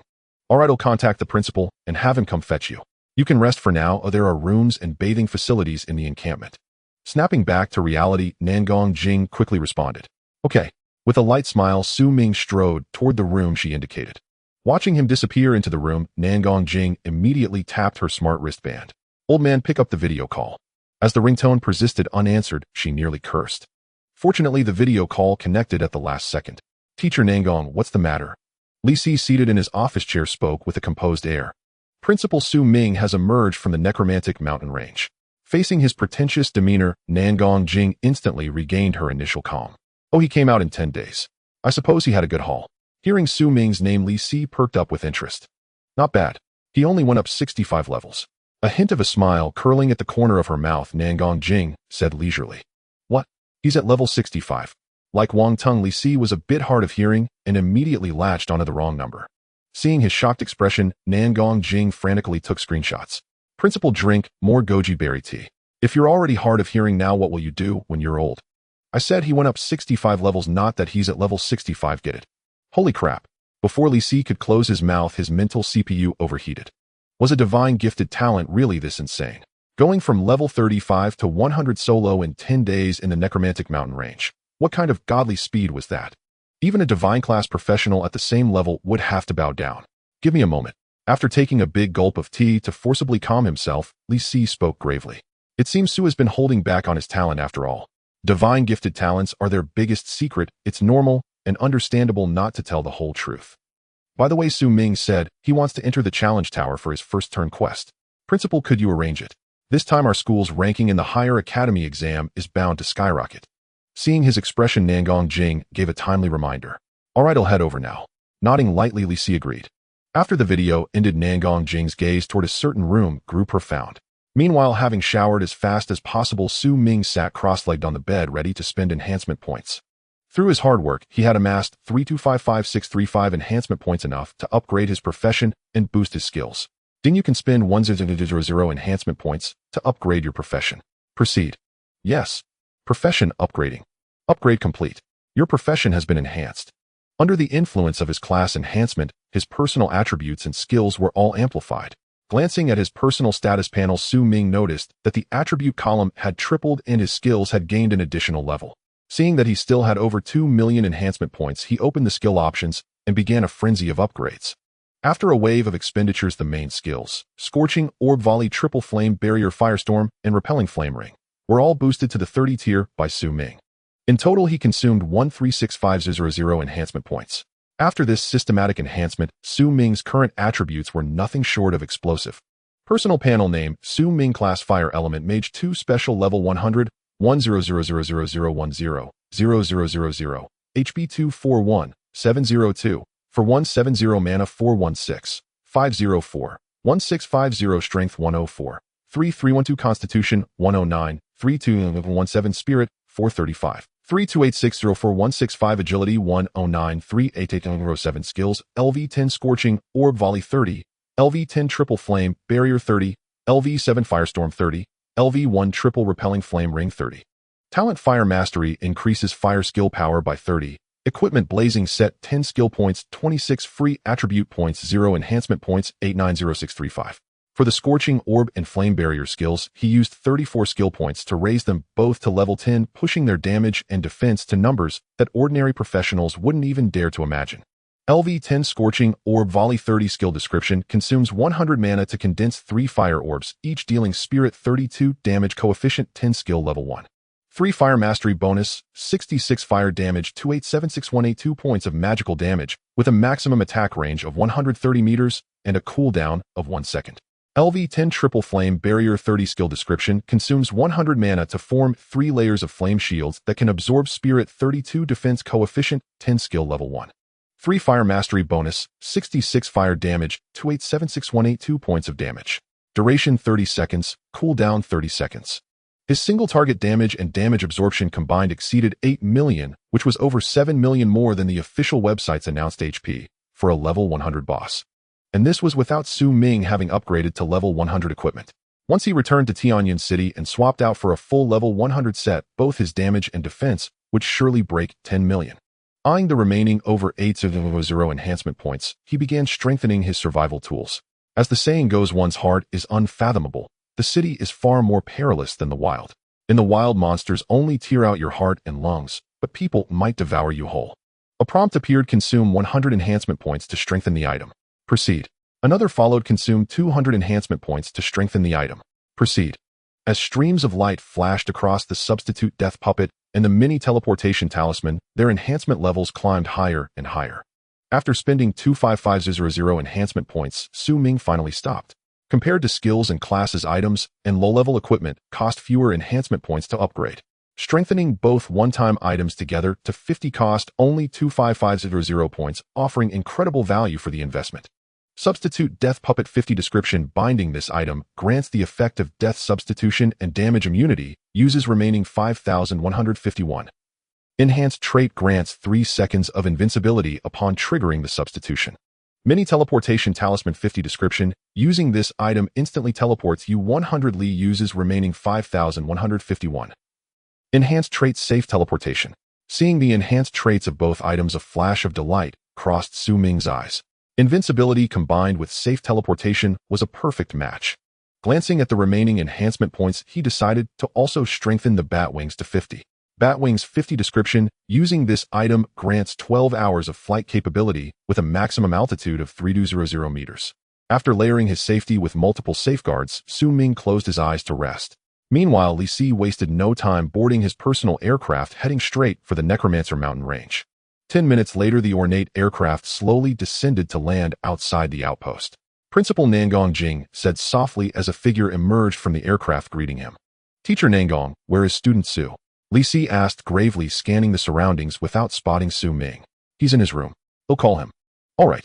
Student Su Ming, the principal is here," Nangong Jing called softly as she hurried to the door and knocked a few times. 3 seconds later, the door opened from within, and Su Ming, clad in a fiery red mage robe, stepped out slowly. Level 100 attributes. Skills. The moment he laid eyes on Su Ming, a set of information appeared in Li Si's vision. Aside from the level, he truly couldn't see anything else. "Student Su, I am Li Si. A pleasure to meet you in person. This is a full set of level 100 Fire Mage equipment, a small gift from me, the principal." Suppressing the whirlwind of thoughts in his mind, Li Si smiled lightly and handed over the gift he had prepared before arriving. He understood a simple truth: never try to entice a genius with empty promises, as most people simply don't fall for it. To grow closer to such a person, one must contribute while they are still rising. Seeing the Fire Mage set presented before him, Su Ming's eyes flickered thoughtfully. After 2 seconds of deliberation, he reached out and accepted the gift. "Thank you, Principal. You're welcome. You are the most outstanding student our school has ever produced. This is nothing." Seeing Su Ming take the equipment, Li Si was overjoyed inside.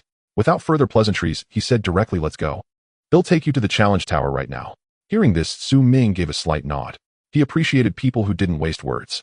About 10 minutes later, the two figures appeared outside a 9-story pagoda in Tianyin City. Go straight in. With your strength, clearing the challenge should be a walk in the park. After finishing his discussion with the tower keeper, Li Si returned to Su Ming and said with a light smile, "Thank you, Principal." As Su Ming entered the challenge tower, a mission prompt swiftly appeared before his eyes. You have entered the challenge tower space. The guardian beast is being generated. You have 3 minutes to prepare. Successfully slaying the guardian beast will be considered a challenge success. Gazing at the prompt before him, Su Ming's expression remained utterly unperturbed. His challenge mission, like the first-class advancement tasks for the vast majority of rare profession holders, merely required him to single-handedly slay 2 level 100 elite monsters within the tower to be deemed successful. To him, this could not have been simpler. As the countdown within the tower hit 0, 2 elite giant apes, nearly 4 meters tall, made their grand appearance. In response, Su Ming lightly swept his staff, and a flame storm instantly ignited the giant apes' bodies. Faced with the terrifying flames, the 2 elite giant apes did not even have time to beat their chests and roar before they crashed to the ground, dissipating into specks of starlight. You have completed the first-class advancement challenge mission. Level restrictions have been lifted.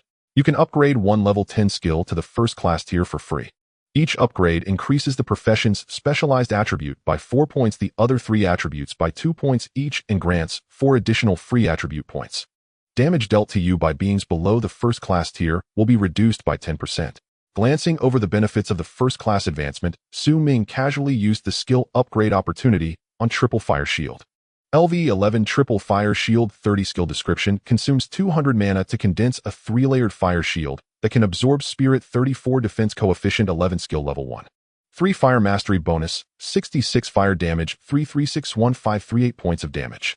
Duration 30 seconds. Cooldown 30 seconds. The only change in skills after the first-class advancement compared to before lay in the initial coefficient. It had increased from 2 to 4. This might not mean much to Su Ming, but for other profession holders it represented a qualitative leap. As the surrounding scene shattered continuously, his figure quickly reappeared outside the challenge tower. Li Si, who had been waiting outside, hurriedly stepped forward. Although he knew that the first-class advancement mission was as simple as eating and drinking for a divine favor bearer, he still couldn't help but worry. Student Su, are you planning to continue leveling at the Necromancer Mountains, or? He'll go back and rest for a while first. He'll contact you later, Principal. Alright, let's exchange contact information. After exchanging communication IDs, Su Ming used his bat wings to soar into the air, heading straight for home.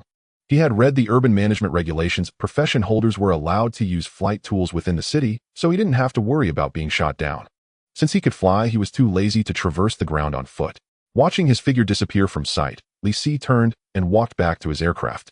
He also possessed a flight tool, but he rarely used it within the city. After all, as the principal of the first high school, he was unlike the younger generation and had to appear mature and steady to the outside world. Meanwhile, Su Ming, having located his home via the positioning system, landed in the residential area without much time wasted. Damn, those wings are awesome. Why would a powerful profession holder descend upon our rundown neighborhood? He looks kind of familiar, but I can't quite remember who he is. A flight tool. Starting at 1,000,000 gold coins. Catching a fleeting glimpse of Su Ming's landing, the residents of the neighborhood were filled with envy. Yet despite their envy, no one dared to approach that area. In this world, people were stratified into distinct classes. Universal equality was a non-existent concept. Powerful profession holders and ordinary commoners were destined to have little interaction. Having retracted his bat wings, Su Ming's figure flickered and vanished from the spot. After returning home, he willed it and retrieved the level 100 armor set gifted by Li Si from his system space.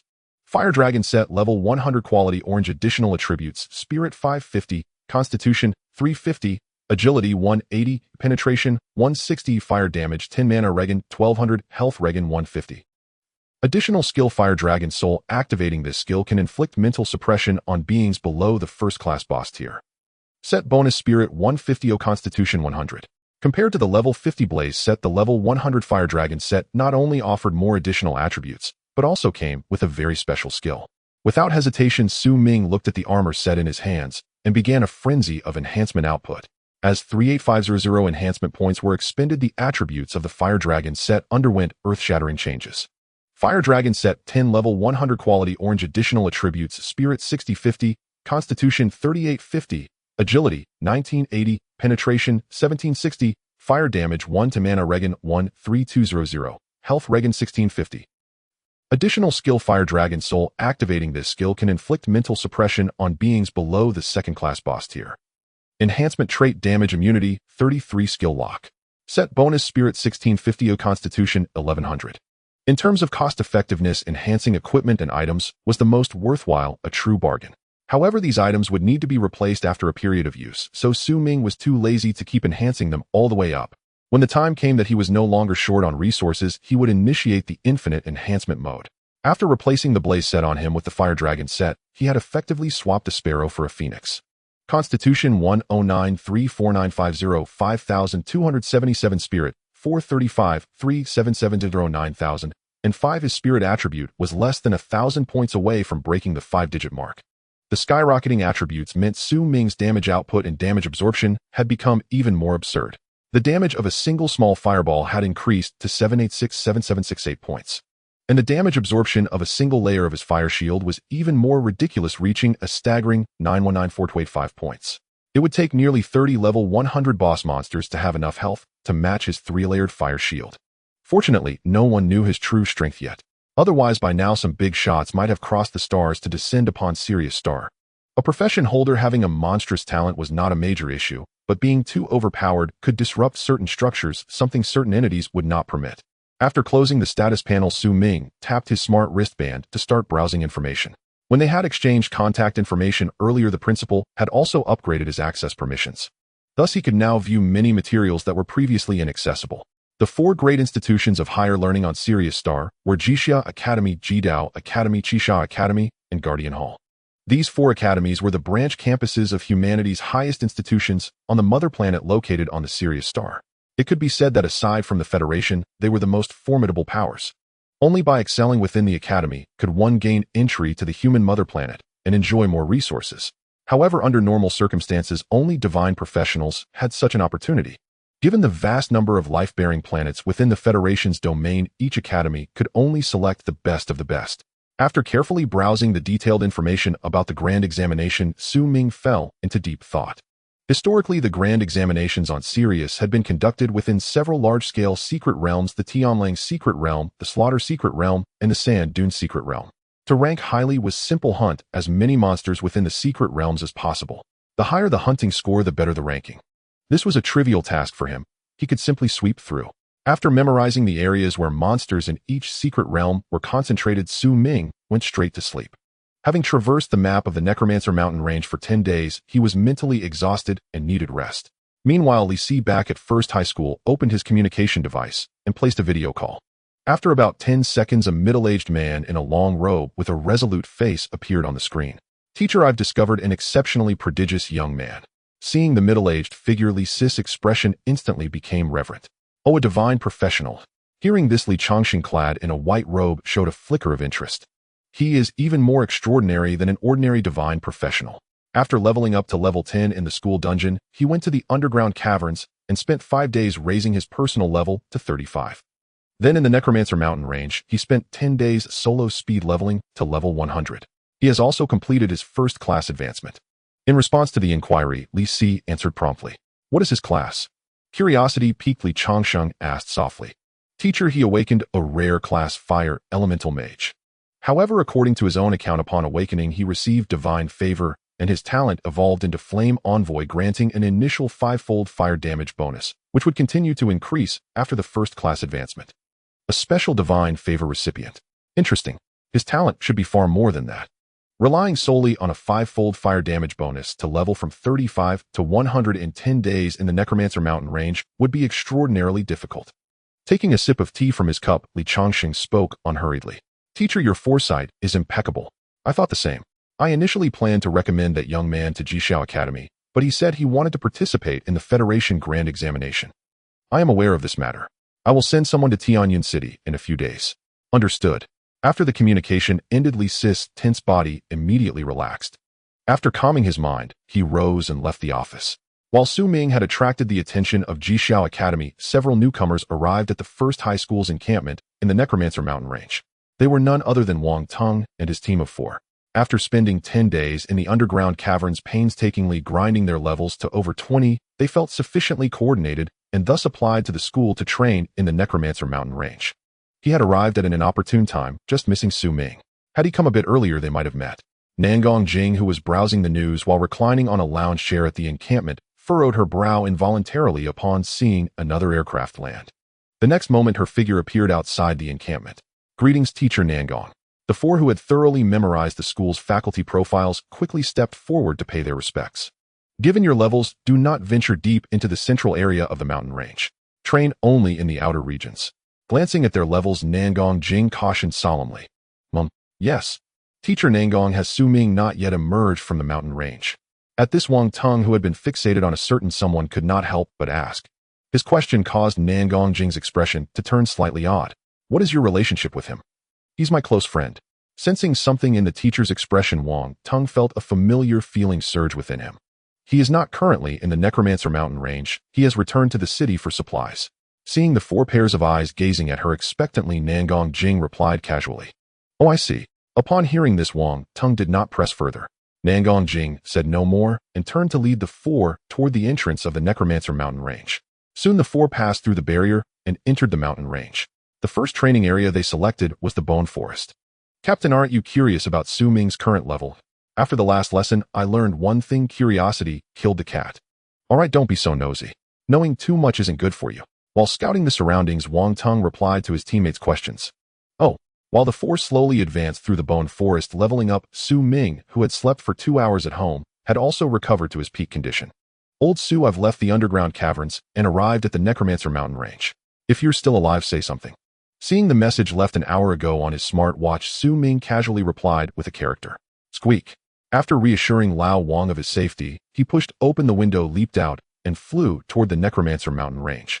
In the absence of higher-level training areas, one still had to make do with what was available. Every little bit counted. Even a mosquito's leg was meat. Experience points mattered little. What truly mattered were enhancement points, of which Su Ming could never have enough. 15 minutes later, Nangong Jing, who had just settled back into her lounge chair, saw a figure descend from the sky. Her expression grew increasingly peculiar. She recognized the bat wings. Could the cooldown for that item really be so fast? Surely not. "Hey, race your token. You can enter on your own." Suppressing certain thoughts, Nangong Jing casually tossed out a token. "Thank you, Teacher Nangong." Catching the token, Su Ming turned and left.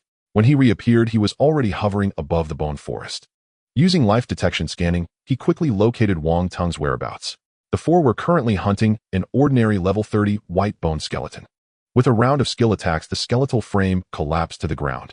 Luckily, those elite skeletons didn't notice us or would have to run again.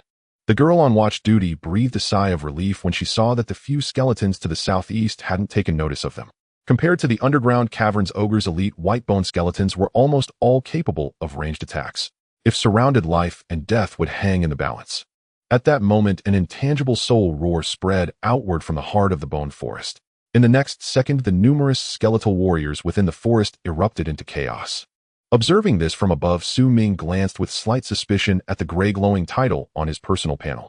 He suspected the skeleton uprising was due to the Necromancer's bane. Meanwhile, within the forest below, the girl on lookout duty called out in a hushed, urgent tone. "Captain, something's wrong. Those skeletons seem to have spotted us. Fall back. Let's exit the forest first." Hearing this, Wang Tung made a swift decision. Just as they prepared to flee, Su Ming, who was hovering above the forest to watch the spectacle, flickered and vanished from the air. "Old Wang, don't run. I've got your back." As a voice rang out from midair, the four of them looked up sharply. Holy shit. The moment he saw Su Ming, Wang Tung couldn't help but blurt out an expletive. It was like seeing a brother you'd gone out to work with suddenly pull up in a Rolls-Royce Phantom. The shock was overwhelmingly intense. "Next, he'll suppress the skeletal warriors for you. You just focus on killing the monsters." Seeing the shift in old Wang's expression, a slight smile tugged at Su Ming's lips. Showing off was always best done in front of old acquaintances. Before the four below could fully process what was happening, the Skeletal King boss had already led its army of skeletons encircling the entire area. Witnessing this, Su Ming focused his mind, activating the Flame Dragon soul skill inherent in his Flame Dragon armor set. In the next instant, a colossal phantom of a Flame Dragon rose behind him. As the Flame Dragon soul let out a roar, all skeletons in the vicinity, including the Skeletal King, fell to their knees. "Don't just stand there. Get to killing." Glancing at the dumbstruck quartet, Su Ming prompted them. Wang Tung, whose mouth had been opening and closing wordlessly, finally snapped out of his daze. Under his command, the prostrate skeletons, too terrified to offer any resistance, were continuously slain. 10 minutes later, all the skeletal frames, including the Skeletal King, had entered a state of ethereal fading. "Phew, old Su, what kind of skill is that?" It's insane. Seeing Su Ming descend from the sky, Wang Teng immediately approached and asked, "The flame dragon soul. It can intimidate monsters of lower levels. It's just average. Just average. It's practically godlike. Not a single one of those boneheads dared to resist for 10 whole minutes." Feeling humbled by the humble brag, Wang Teng was slightly exasperated. "You'll understand later. Take these. They'll carry you through the big exam again." Facing old Wang's constipated expression, Su Ming waved his hand and produced a large pile of items. Among them were melee and ranged armor sets for levels 30 to 50, as well as 2 special items, the Death Cloak and the Death Coffin. "Seriously, what level are you, man?" Seeing the information on the piled-up items, Wang Teng's pupils contracted. He quickly leaned in and whispered the question. "Just completed my first class advancement." Hearing this, Su Ming pressed his lips together slightly and gave a quiet answer. "Tisk, you're something else." Stunned dizzy by the answer, his brain feeling starved of oxygen, Wang Teng's outstretched hand trembled as if afflicted by Parkinson's. He had already guessed high in his mind, but he never expected to be utterly crushed nonetheless. "Keep it low-key, keep it low-key. Distribute this gear to your teammates. I'm going to check out the center of the mountain range and see if I can snag you a flying item." Having finished showing off, Su Ming with an air of seasoned authority patted him on the shoulder. Then, without waiting for a reaction, he soared into the sky and disappeared above the bone forest. "I've struggled my whole life, but finally I can ride on my bro's coattails." At this point, Wang Teng, possessing incredibly resilient mental fortitude, quickly recovered. He wasn't one to dwell on things. If old Su were only slightly ahead of him, he would have tried his best to catch up. But now, while he was still at the foot of the mountain, the other had already reached the summit. What was the point of chasing? All he had to do was cling tightly to that golden thigh and be a sidekick. Captain, isn't Su Ming being a bit too overpowered? While he was lost in thought, a girl from the team came closer and couldn't help but whisper. At this, the eyes of the other two also sparkled with gossip. There was no helping it, what they had witnessed today was truly shocking. It would be one thing if he were a school instructor, but just half a month ago, Su Ming had been tackling level 1 and 5 dungeons with them at school. It was enough to stir intense curiosity in anyone's heart. Have you guys ever heard the saying that sometimes the gap between people is bigger than the gap between a person and a dog? Seeing the 3 curious gazes fixed on him, Wang Teng said something that stabbed them right in the heart. "Captain, you're insulting us." "I'm not. It's just a metaphor. Pick a set of gear each. Switch to it when you hit level 30. Wow, a full set of green quality armor. That must cost a fortune." At the sight of the equipment on the ground, the 3 of them instantly brightened up. While the 4 were distributing the loot, Su Ming quickly flew towards the central region of the Necromancer mountain range. According to the official site, the respawn time for the Overlord boss was about once every 15 days. With half a month left until the big exam, there was just enough time to kill the Overlord boss once and clear the dungeon again. As Su Ming traversed the map, the official website of the Sirius Federation also released the details of the upcoming exam. Federation Grand Exam. Secret Realm Slaughter. Secret Realm. Ranking Points System. Entry level 30. The top 1,000 can enter the 4 major higher academies. The top 10 will receive substantial resource rewards, including, but not limited to, items, pet eggs, armor sets, and Secret Realm trials. Following the release of this announcement, a flood of comments appeared online. Oh no. Why did it have to be the Slaughter Secret Realm? It's the deadliest realm in the exam. Don't even think about the top 10 of those spots are for divine class jobbers. Getting into the top 1,000 would require a miracle. The pressure is immense. If you have the money, stock up on life-saving items. You'll definitely need them in the Slaughter Secret Realm. Level 30. I'm only level 15. I probably can't participate this year.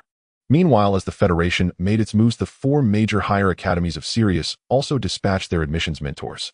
Rare and hidden job classes weren't much of a big deal to the 4 academies. Divine class jobbers were the ones they truly sought. Su Ming, however, was oblivious to the events unfolding in the outside world as he diligently grinded for levels in the mountain range. He continued to prioritize leveling in remote, less traveled areas.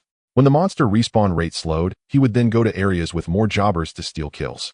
But this time his luck wasn't as good as before, and he once again ran into a jobber squad that was claiming territory. Seeing Su Ming alone, the 2 professionals on guard outside the Necromancer mine blocked his path. Although the mountain range had no clear demarcation of which area belonged to which city, various factions secretly regarded the territories closest to their bases as exclusive leveling grounds. Ordinarily, aside from hunting boss monsters, the 2 sides adhered to an unspoken rule of non-interference. "This is a public area, isn't it?" Su Ming stated calmly as the 2 scrutinized him. At his words, the professionals raised an eyebrow. Could this fellow be a naive newcomer? The Necromancer mine has always been under the control of Tianhai City. Though not officially announced, it's an unspoken agreement among us. Which city are you from, not knowing this? To avoid conflict, the 2 patiently explained. "Can I enter then?" Sensing no murderous intent, Su Ming refrained from striking and instead unfurled his bat wings, ascending into the air. At the sight, the two professionals' pupils contracted. They might not have experienced it themselves, but they knew what flight items were. Even their guild couldn't afford such a treasure. Without exaggeration, a professional with a flight item was either wealthy or powerful, definitely not someone to provoke. Please go ahead. Feeling the gust of wind against their cheeks, they quickly gestured. As the saying goes, a wise man adapts to circumstances. Sometimes unspoken rules can be broken. A true man knows when to yield. Nodding at their tact, Su Ming flapped his wings and flew into the mine. Damn, I almost broke out in a cold sweat. Seriously, why would a professional with a flight item come to the Necromancer Mountains to level up? Quick message the team channel so the leader doesn't clash with him. Send it together. Okay. Leader, a powerful professional with a flight item just arrived. We didn't dare stop him. He's entered the mine. Be careful. They sent the message 10 times in the team channel before stopping. Meanwhile, deep in the mine, the group hunting cave spiders halted at the continuous chime of alerts. After reading the channel, the young leader's face darkened. Leader, what now? The area ahead holds the cave spider king boss. A team member who saw the message couldn't help asking. Wait here. If he's someone we can't afford to offend, well, abandon the boss. Just give up like that. The Necromancer mine is our territory. We can find another boss, but lose our lives, and there won't even be a grave. Seeing the reluctance in some eyes, the leader's voice turned cold. His words sent a shiver through the group. Compared to the boss, their lives mattered more. As they waited in a mine section, Su Ming, shielded by a fire shield, arrived within 2 minutes. Leader, my detection shows only question marks. His level far exceeds ours. The professional with detection skills quickly messaged the channel upon spotting the figure in midair. You're waiting for me. Looking down from above, Su Ming spoke casually. We just wanted to inform you that a chieftain-grade cave spider king boss has spawned deeper in. The young leader, feeling the weight of Su Ming's gaze, replied under pressure. Su Ming was momentarily taken aback. This fellow had good instincts, offering the boss without a word. After a thought, Su Ming tossed a few items down. Before the group could react, Su Ming's bat wings flapped rapidly, carrying him past them into the depths. Damn, 2 melee skill books and a full level 50 set. As they saw the items on the ground, all resentment vanished. Killing a boss carried risk and might yield only 1 skill book, but now they had 2 books and a full set for free. Absolute bliss. Everyone retreat. Don't disturb the big shots grind. After stowing the books and gear, the leader led the way out of the mine. Having taken the spoils, staying would be rude. Meanwhile, Su Ming, nearing the mine's deepest point, was in good spirits. Their tact deserved compensation. After all, the level 50 equipment and melee skill books were useless to him. Inside the cave, Su Ming saw the massive cave spider king. Unlike other Necromancer Mountain bosses, this one could occasionally transform from chieftain grade to a mutant boss. Recalling the official guide, he flickered before the Spider King. Sensing the intruder, it crawled from its mound, spewing numerous fist-sized spiderlings. Facing the swarm, Su Ming didn't kill them immediately, but instead jabbed the boss with his staff. 214, a physical damage number of over 200 rows above the Spider King. He intended to provoke it, hoping to trigger a transformation.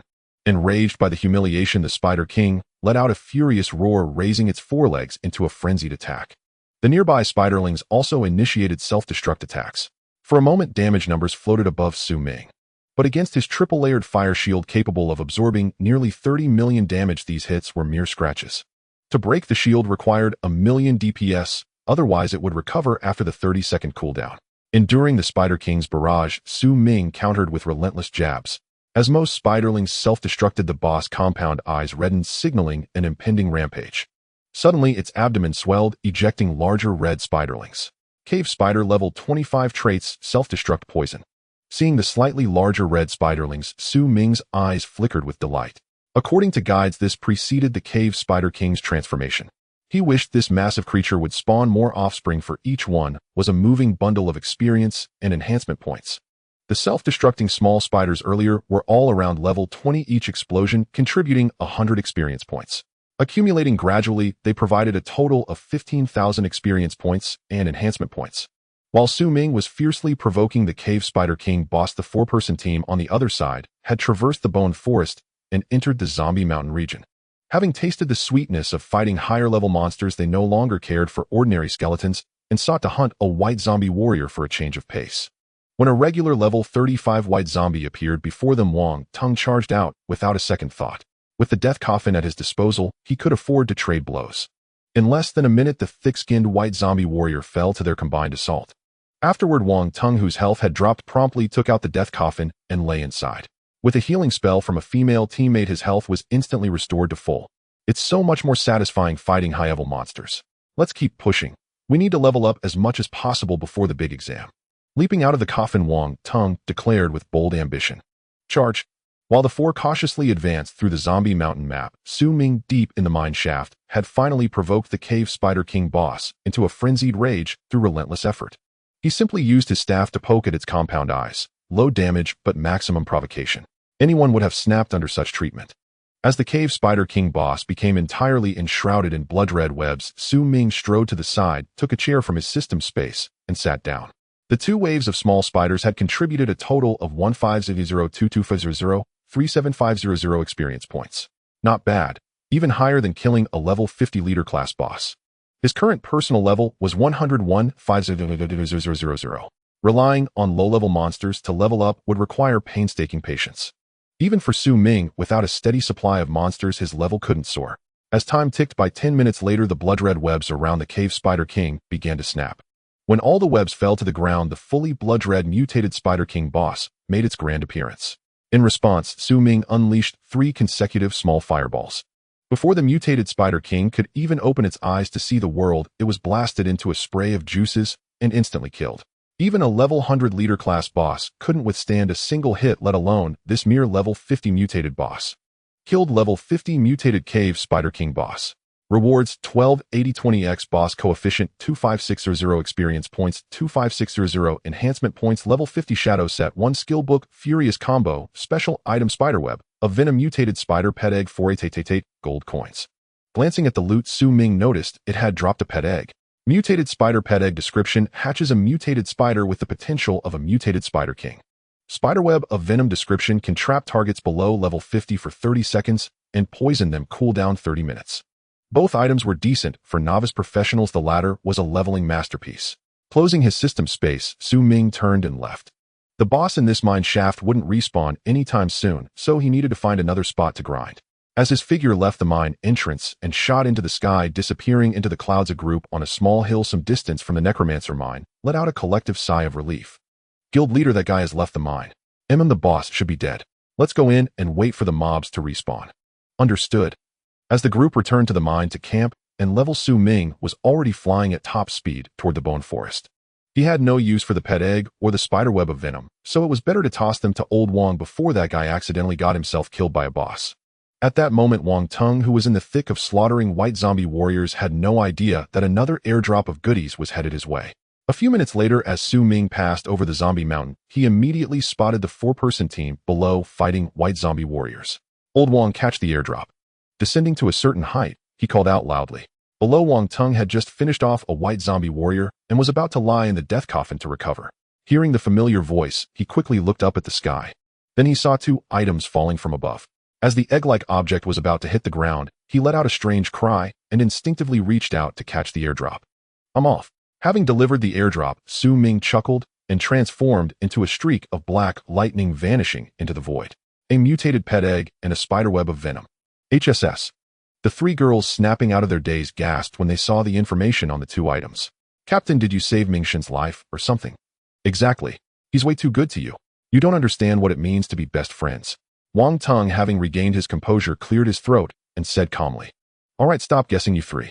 The point is, when I eat meat, everyone gets a taste of the soup. As for old Su, you're not from the same world as him, so don't bother. He'll get you his autographs later. Seeing the stars practically shining in the girls' eyes, Wang Tung promptly interrupted their fantasies. Captain, do you know those words stab me right in the heart? Of course I do. That's how you lose friends. Really? I don't believe it. They'll get you an extra autograph next time. Captain, I'm your best friend. Having reasoned with them, Wang Tung chose to hatch the mutated pet egg. As streams of light flashed, the eggshell began to crack and a fist-sized red spider crawled out. After devouring the eggshell, the spider's body swelled in size. As expected of a mutated pet, its base stats rival those of a level 1 hidden class. Envy-inducing. Seeing the pet stats posted in the party chat by that show-off, the healer girl said with a hint of sourness. Buns and bread will come in time. Let's all work hard together and aim for a top-tier academy. Placing the small spider on his shoulder, Wang Tung chuckled and motivated the 3. Yeah, let's charge. Placing the small spider on his shoulder, Wang Tung chuckled and motivated the 3. Yeah, let's charge. With the special tool known as the spider silk poison net in hand, Wang Tung felt as if he had gained wings like a tiger. When encountering monsters he could not defeat, a swift throw of the net would immediately put them in line. The 30 seconds of confinement time was sufficient for them to unleash a frenzy of attacks. Maintaining the strategy of attacking if they could, and using the net if they couldn't, the group's progress accelerated significantly. On the other hand, Su Ming was scanning for life signs running around. Wherever there were high-level monsters in large numbers, his presence would soon be felt. As night approached, the Death Bat Cave faced yet another calamity. Such monsters which lurked by day and emerged at night typically refreshed in the evening. Thus, Su Ming basically visited this place once a day. After exterminating the small bats, a prompt flashed before his eyes. Your level has risen to level 102, basic attributes have been enhanced, and you have been rewarded with 4 free attribute points and 1 skill point. Earning over 200,000 enhancement points a day was quite good. If he saved up a bit more, he could undergo a full-body enhancement before the major exam. Glancing at his personal panel showing 718535 enhancement points, Su Ming's figure shimmered and vanished from his spot. While he was out hunting, a group from Tianhai City had already left the Necromancer Mountains and returned to their base. Teacher, today while we were preparing to hunt the Dungeon Spider King in the Necromancer Mine, a young professional wearing a fired robe and possessing flying tools barged in. Ma Hao used a detection skill and found all the information to be. The middle-aged man, leisurely sipping tea, frowned slightly upon hearing this. Do you remember his appearance? After gently placing the teacup down, Zhou Donghua asked in a deep voice. In response, teacher, the mine was quite dark and we didn't dare use flashlights on him, so we couldn't see his appearance clearly, just a rather blurry silhouette. By the way, he was quite generous, giving us 2 skill books and a set of level 50 equipment as compensation for fighting the boss. Do you think it's possible he came from a large city? Yu Xian, who had stepped forward to refill the teacup, replied honestly. Hearing this, Zhou Donghua fell into contemplation. A few seconds later he spoke softly. It must be due to this federal exam. Some individuals who don't want their rankings to drop must have temporarily borrowed some people from other big cities. You don't need to worry about this. If you encounter him next time, just take a detour. Understood. Yu Xian nodded quickly upon hearing the teacher's response. He usually sought stability, and bringing this up was merely to let the teacher analyze it to avoid unnecessary trouble. All right, you should go back to your room and rest well. Okay, good night, teacher. After politely responding, Yu Xian hurried back to his quarters. Once his figure disappeared from view, Zhou Donghua casually opened his smart wristwatch and sent a message in the Necromancer Mountains guard group. A high-level young professional has entered the mountains, whose family please respond. The general description is someone wearing a fired robe and possessing flying tools. Everyone read envelope. As the red envelope was sent, someone in the small group immediately replied. Not from my family. Not me either. Definitely not me. Seeing the messages pop up in the group, Nangong Jing's eyes twitched. Recognizing the familiar description, she immediately knew who it was. It's a student from our school, one of the reserved seed candidates. After thinking, she casually replied in the group. Well, then it's fine. Time to sleep, Lao. Zhou, don't be so stingy with the next red envelope. Good night, teacher Nangong. Once Nangong Jing spoke up, the matter was quickly settled. Over the next few days, Su Ming maintained an average daily experience gain of around 200,000, steadily increasing his level. During this time, he occasionally returned to the base during the day for a nap and went out hunting at night. He had heard from teacher Nangong about being noticed by the guardians of several other cities when he returned to the base. To this, Su Ming didn't pay much mind. The mentors from small cities were mostly stuck at level 200, unable to complete their second transfer tasks. If they genuinely had ideas about him, a mere fireball could easily resolve the situation. There was no comparison between a level 200 common player and a level 100 Padawan player. In a real fight, the former would still be eliminated. On the 5th day, energy fluctuations reappeared at the Necromancer altar in the central area of the Necromancer Mountains. After half a month, a new boss would soon respawn. To verify his speculations, Su Ming reappeared at Zombie Mountain before the boss refreshed, and this time, he was not alone, accompanied by 4 others seeking support. Old Su, what should we do? Wang Tung, who had nearly killed himself hunting white zombie warriors these days, appeared somewhat excited. Simple, we just need to dig graves and tombs, and it'll take you all for a big play. Glancing at the coffins on Zombie Mountain, which had been repaired by unknown forces, Su Ming chuckled in response. After saying this, he snapped his fingers and launched 3 fireballs, smashing a stone coffin exposed to the elements into pieces. The 4 witnessing this scene could not help but swallow their saliva. If those fireballs hit them, they would likely end up as nothing but bones left behind, which was terrifying. You 4 are responsible for that area. Su Ming, pretending to be casual, pointed towards the southeast. He wasn't worried about the small fireball being detected, as the coffins were inanimate objects and had no value mechanism allowing him to use skills without concern. Understood, well, ensure the task is completed. After playfully saluting, Wang Tung led the 3 girls in the group straight towards the southeast to start digging. Compared to his method of smashing coffins with his fists, Su Ming looked much cooler occasionally, throwing out small fireballs that resembled cannon fire. As time ticked by, when the entire zombie mountain had been dealt with, a crack opened in the center of the mountain. The White Zombie King boss made a dazzling entrance accompanied by a horde of minions. As numerous zombies broke through the ground with howls, Wang Tung and his 3 companions quickly gathered around Su Ming. Now was not the time for them to show off.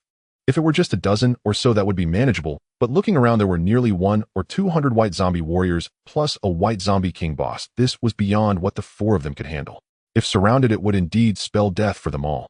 Seeing the 4 gather by his side, Su Ming's bat wings quickly spread out behind him, lifting him to hover in midair. Facing the siege of the zombie army, Su Ming calmly unleashed his intimidation skill. As the illusory fire dragon rose behind him, its ethereal psychic roar caused all the white-clad zombie warriors to tremble uncontrollably. This was a fear rooted in the depths of their bloodline, a primal terror that even the Corpse King's command could not dispel. Compared to his minions, the once majestic Corpse King boss found himself in an even more miserable plight. He knelt far more swiftly than his underlings, truly dropping to his knees in an instant. There was no helping it. As the boss, he bore the brunt of the suppression. So cool. Cool to the max. Witnessing the monsters kneel in submission for the second time, the 4 of them showered praise, one compliment after another. To sum it up, the word cool pervaded the entire scene. Stop gawking, we're on a tight schedule. The intimidation only lasts 10 minutes. Glancing at the buffs hovering over the zombie warriors' heads, Su Ming reminded them calmly. Hearing this, the 4 snapped to attention and charged straight for the Corpse King boss. As the saying goes, to catch the bandits, first catch the king. Take down the leader first, then deal with the minions. With all 4 unleashing their full skills, the boss' health bar plummeted. However, given their pace, clearing all the monsters within 10 minutes was virtually impossible. After a quick estimate, Su Ming lightly waved his staff, igniting 30 white-clad zombie warriors into human torches. At that moment, the 4 were so focused on the boss that they failed to notice 30 zombies being instantly annihilated. By the time the battlefield was dotted with 150 blazing human pillars, the 4, in the midst of their all-out assault, began to feel a slight heat in the air. Catching sight of their surroundings from the corner of their eyes, they couldn't help but gasp inwardly. Step it up. I've left you 50. Seeing the 4 distracted while fighting the boss, Su Ming timely urged them on. At his words, Wang Teng's punching speed involuntarily quickened. Once the Corpse King boss was slain, the remaining white-clad zombie warriors were quickly dispatched by the 4 in a frenzy of slaughter, soon taking their final bow. Few and beat. Captain, hurry up and take out the coffin so I can lie down. Old Wang him off. He'll come back to take you in a couple of days. Seeing no stragglers left on the zombie mountain, Su Ming left a parting word and vanished. Watching his figure disappear into the horizon, the 4 snapped out of it and immediately launched into a heated discussion. Ming Shun is terrifyingly strong. We hadn't even taken down half the boss health, and he already wiped out that many white-clad zombie warriors. If he hadn't left some for us, he probably would have cleared them all himself. The captain's words ring true. Sometimes the gap between mages is bigger than the gap between humans and dogs. This time, the principal's ancestors must be truly blessed. After the big exam, the school's ranking is bound to soar. If the principal's ancestors are blessed, then our captain's ancestors must be on fire. Don't you think so, Captain? All right, using me for comparison, are we? Do you still want my autograph? If you do, send me some cool photos when we're back at school. While the 4 recovered their stamina and spoke freely, Su Ming sped straight for the Batcave. He wanted to see if wiping out several areas simultaneously would spawn additional bosses. 20 minutes later, the Batcave was cleared. At the same time, in the central region of the Necromancer Mountain range, the energy fluctuations intensified by 1-fold. The professionals stationed nearby waiting for the boss found their faces turning slightly green. If last time was a low probability, what was this? Damn, how did the Corpse King boss and the Bat King boss spawn simultaneously again? Is it going to be 2 bosses every time from now on? No way, how are we supposed to play this? 1 we could handle together, but 2 is just suicide. Last time weren't the 2 bosses stolen? Maybe we should run a bit further and observe from a distance this time. It must have been one of those station professionals who killed them. They just didn't admit it. So what now? Stay or leave? How about this, leave 1 person here to observe from afar and the rest go back? What do you all think? Once bitten, twice shy? With the experience from last time, the professionals guarding the boss had learned their lesson and arranged for someone to stay behind and observe from a distance. As this group withdrew from the Necromancer altar area, Su Ming's figure raced over from afar, hovering above the altar. Which station professional is this? Never seen him before. Are you an idiot? He's so young, how could he be a station professional? So he's a student like us. How come he has a flying item? Because he's rich, got a problem. Peering through telescopes at the figure above the Necromancer altar, the professionals were filled with questions. I've seen this guy before. He entered the necromancer mine a few days ago and hunted the cave spider queen there. According to our school's teachers, he's a student from Tianyin City No. 1 high school, a guaranteed admission candidate. This was said solemnly by a professional from Tianhai City. At his words, the people around him were stunned. Seriously, he's already guaranteed admission, so why is he still messing around in the Necromancer mountain range? Damn guaranteed admission candidates competing with us for resources. Keep your voice down, do you want to die? If you're going to curse, do it far away from me. As Su Ming's identity was revealed by the Tianhai City professional, his gaze withdrew from the Necromancer altar below. As he had expected, the spawning of bosses followed a certain pattern. If 2 areas were wiped out in a short time, 2 related bosses would spawn simultaneously. Suppressing the many thoughts in his mind, Su Ming turned his gaze to the southeast. His exceptionally strong spiritual attribute allowed him to sense the prying gaze upon him. With a flap of his bat wings, his figure shot across the sky like an arrow from a bow. Oh no, he's flying towards us. Everyone shut up quiet. Don't do anything stupid when he gets here. The group, deep in chatter, saw the approaching figure in their telescopes and shuddered in fear. It felt like being caught red-handed gossiping behind someone's back. 7 or 8 seconds later, Su Ming, having crossed several hundred meters, used life detection to locate the professionals hiding on a certain mountaintop. As his figure hovered in the void, the group dared not hide any longer and hurriedly jumped out to reveal their identities. Boss, I'm on your side, don't attack. I'm from Tianyin City, First High School.